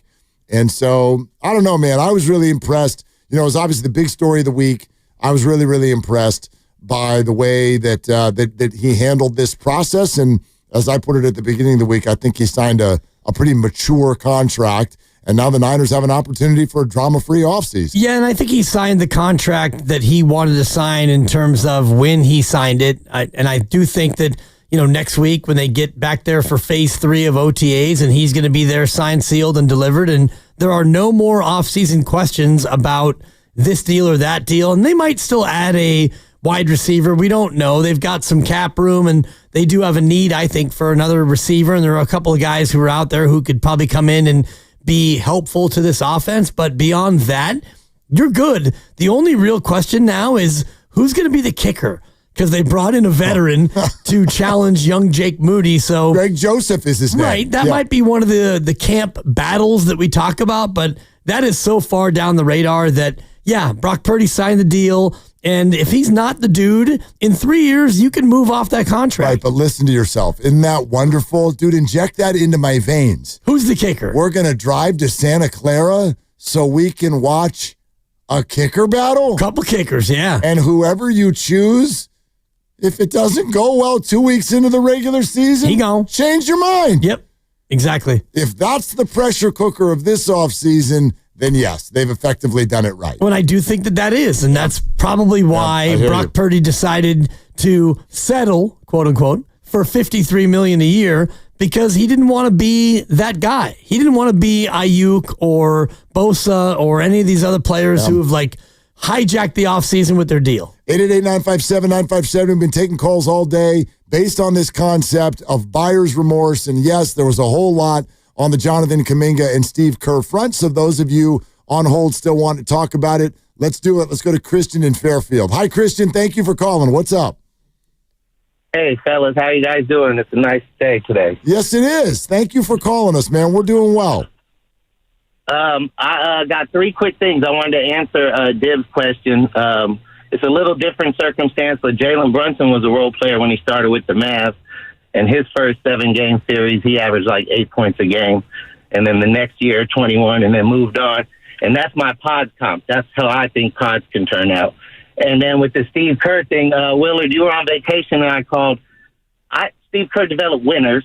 And while I used Andrew Wiggins as an example, but while waiting to talk to you guys, I thought about, how fans think he inherited something from Mark Jackson. Well, my question to the fans is they didn't say Phil Jackson inherited Doug Collins, Michael Jordan, or Phil Jackson inherited Kobe, Shaq, Del Harris. So I don't know why Warriors fans do that. And I think they have a misconception about Shawn Marion. That was actually a compliment to me, but I want them to all listen and watch. And Kaminga, watch Jalen Williams play with SGA. And that's all I wanted you guys to think about. And you guys enjoy the rest of your Friday. Hey, Christian, you too. Have a good weekend. Yeah, it's great. The only thing about Jalen Brunson, and I love the call, my whole thing was a role player on a championship team. And we've had role players emerge and become stars. And that was kind of my thing about, has there been a role player on a championship team who then went out and became a star somewhere else? And I think maybe he's sort of insinuating that give Brunson 3 more weeks, maybe he will be. Right, but they weren't a championship team when he was a role player on Dallas. Correct. Yeah, but he gets his flowers for listening and for actually chiming in on point. Yeah. I mean, no doubt they didn't draft any. They didn't draft Draymond Green. They didn't draft Klay Thompson. They didn't draft Steph Curry. This was a previous regime. Sure. Okay. Like I said, sure. Why are you playing that right now? I think it was an accident. Was that an accident, Lou? I'm going to play this one. Hold on. Sure. Okay, just sure. But yeah. It is so, this is the Friday afternoon of Friday afternoon. You think? Sure. I don't know if anybody else noticed that, but good Lord, it's Friday afternoon. Holy crap. I mean, hit whatever the hell you want in there. Dealer's choice. Just hit something. I was looking up today. Look it up. Google it. Yeah. You got to Google it. Just start mashing buttons back there. And you know what? Maybe next segment, and I know we're coming up to the end of the week, maybe we could do a segment where he just smashes a button and we react to it. Oh. Yeah. Now you have to go study something. You know what? I did a deep dive, and we never got to it. You did? Remember I did my deep dive on strikeout rate and runs per game. And nobody knew why you did that, though. Why did you do that? I did it because I was trying to see about this Giants team and their offensive anemia. Okay. But they're not really anemic. Well, they score more than they did when they won World Series. I mean, yes, but how does that relate to what other offenses do? Because they're in the top half of the National League. The one thing I did realize, and you and I shared this off the air, is only when he talks and turn it up. Well, and I'm actually talking now. The one takeaway I had, and you and I shared this off the air, is that Rob Manfred and Major League Baseball, they are the puppet masters for baseball. Because you were talking about the year when you came back to the market, 2019. Yes. And it felt like there was a lot of home runs. There were. 2.79 per game. More home runs than we had seen ever in Major League Baseball. And the strikeout rate's the same, but what that tells me is that when people actually hit the ball, it went over the fence because Major League Baseball decided that they wanted that to happen. Okay, Lucas, because I have to say that here comes summer. And before you hit the road, for that well-earned getaway, stop by Valvoline Instant Oil Change. Certified techs are going to have you in and out in about 15 minutes. No appointment needed, and you stay in your car. Visit BayAreaOilChange.com for Bay Area locations and coupons. Do you want to know what's coming up next? He mashes buttons and we react. That's possible. Yeah. But I have an even better idea. You tell me what that might be. Oh, man. Let's just put it this way. You want to talk about an ISO performer? Yeah. Clear out one side of the floor. Give him the ball. Yeah. And then go get out of the way. Go to the locker room. You going to let somebody cook? Cook. Who going to cook? You'll see. That's a tease, people. You'll see on Willard and Dibs. Sure. Bay Area. You know there's nothing.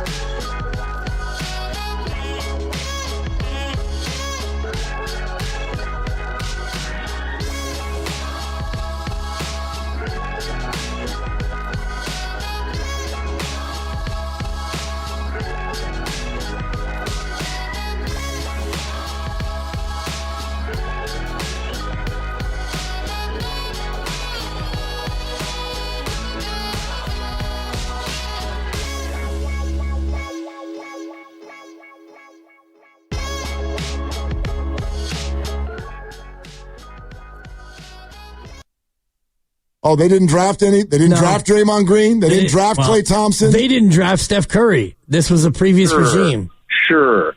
Like I said, sure.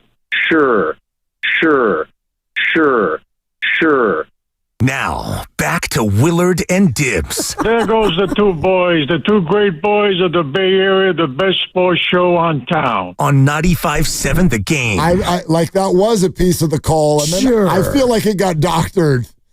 Sure. A little bit. Do I like the way he doctored it? Yeah. I do. Listen.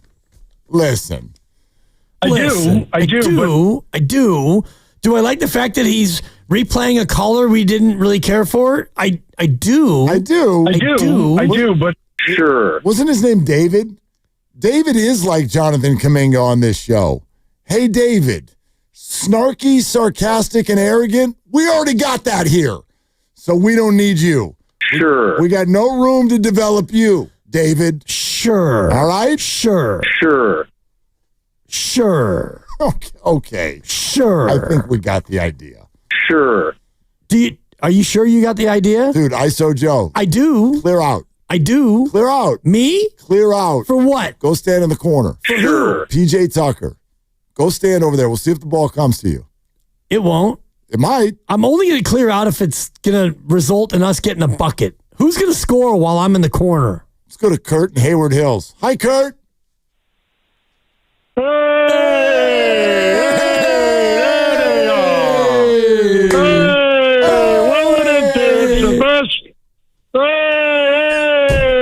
The best sports boys in the Bay Area, Willard and Dibbs, 95.7.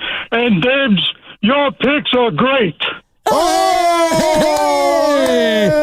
right. I thought that too, Kurt, until I blew the pick 5 this morning at Gulfstream. That's all right, brother. I've got to tell you, you're a great brother, and so is Willard. You guys are great. And let me tell you about Curry and the Warriors. Well, we already know what happened in the playoffs with Minnesota. When Curry went down, the ship went down. Ooh. And that's the bottom line. That is the bottom line. Yeah. Ooh. Yeah. Say it slow. Yep. Okay. I mean, ship with a P. It sunk. It sunk, boys. And I'm sorry to say that it's a disappointing season. But without the best player, everything revolves around Curry on that team. We know that. You know that. Without him, that's going to be a problem. But without Kaminga, listen, Kaminga, Joe, Curry, Green, everybody listening, you got to sign Kaminga. You got to sign Kaminga. This guy, the reason why he didn't do good with Jimmy, I feel, and I watched all the games, I feel they didn't give him enough time. They didn't give him enough time at all. When Jimmy came in, Kaminga went out on the court, and they played a few games with him. Curry said, it's not going to work. So they took him off. So what he did was he stayed on the bench for a while, and he took what he wanted to do. He took it like a man. He came out. He still performed on the last couple of games. They got to sign him. He's a young player. Do not get rid of him. This guy is a developing player. They got all season to work with Jimmy, Green, and Curry and Kaminga. Joe, sign him. Please, sign the guy. He's a great, electrifying player. He goes to the ball good. He slams dunks. He doesn't shoot 3 points too good. He doesn't dribble that good. He doesn't pass. But he can do a lot of great things for you, and that's the bottom line. And as far as Brock Purdy, they signed our boy. Just like I told you. Yeah, they signed our boy. Yeah. And not only that did they sign him, but I said 3 years for $50 million, but they gave him $53 million for 5 years. That's just what I thought. He was worth $50 million. He got his $50 million. Bottom line. Yeah. Now, what else we got to talk about, fellas? You know, it's a long weekend. There's not much basketball. I'm not interested in watching the playoffs. I hope Minnesota loses. I don't think they're going to win, that's for sure. And the Knicks are down 1-0. Who knows if the Knicks are going to come back and beat Indiana? That's a long series. I would like to see the Knicks win.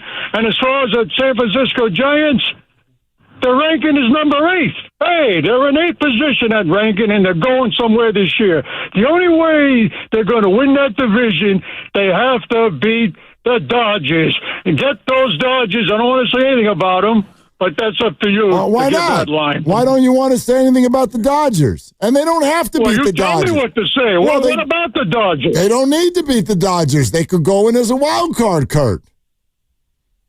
Well, that's true, but I don't like the Dodgers. I can't stand the Dodgers. I don't like the Dodgers either. I think you're saying wonderful things about the Dodgers right now. Yeah, so what are we going to do about them? You want me to tell you what I'm going to do with them? Yeah. Yeah.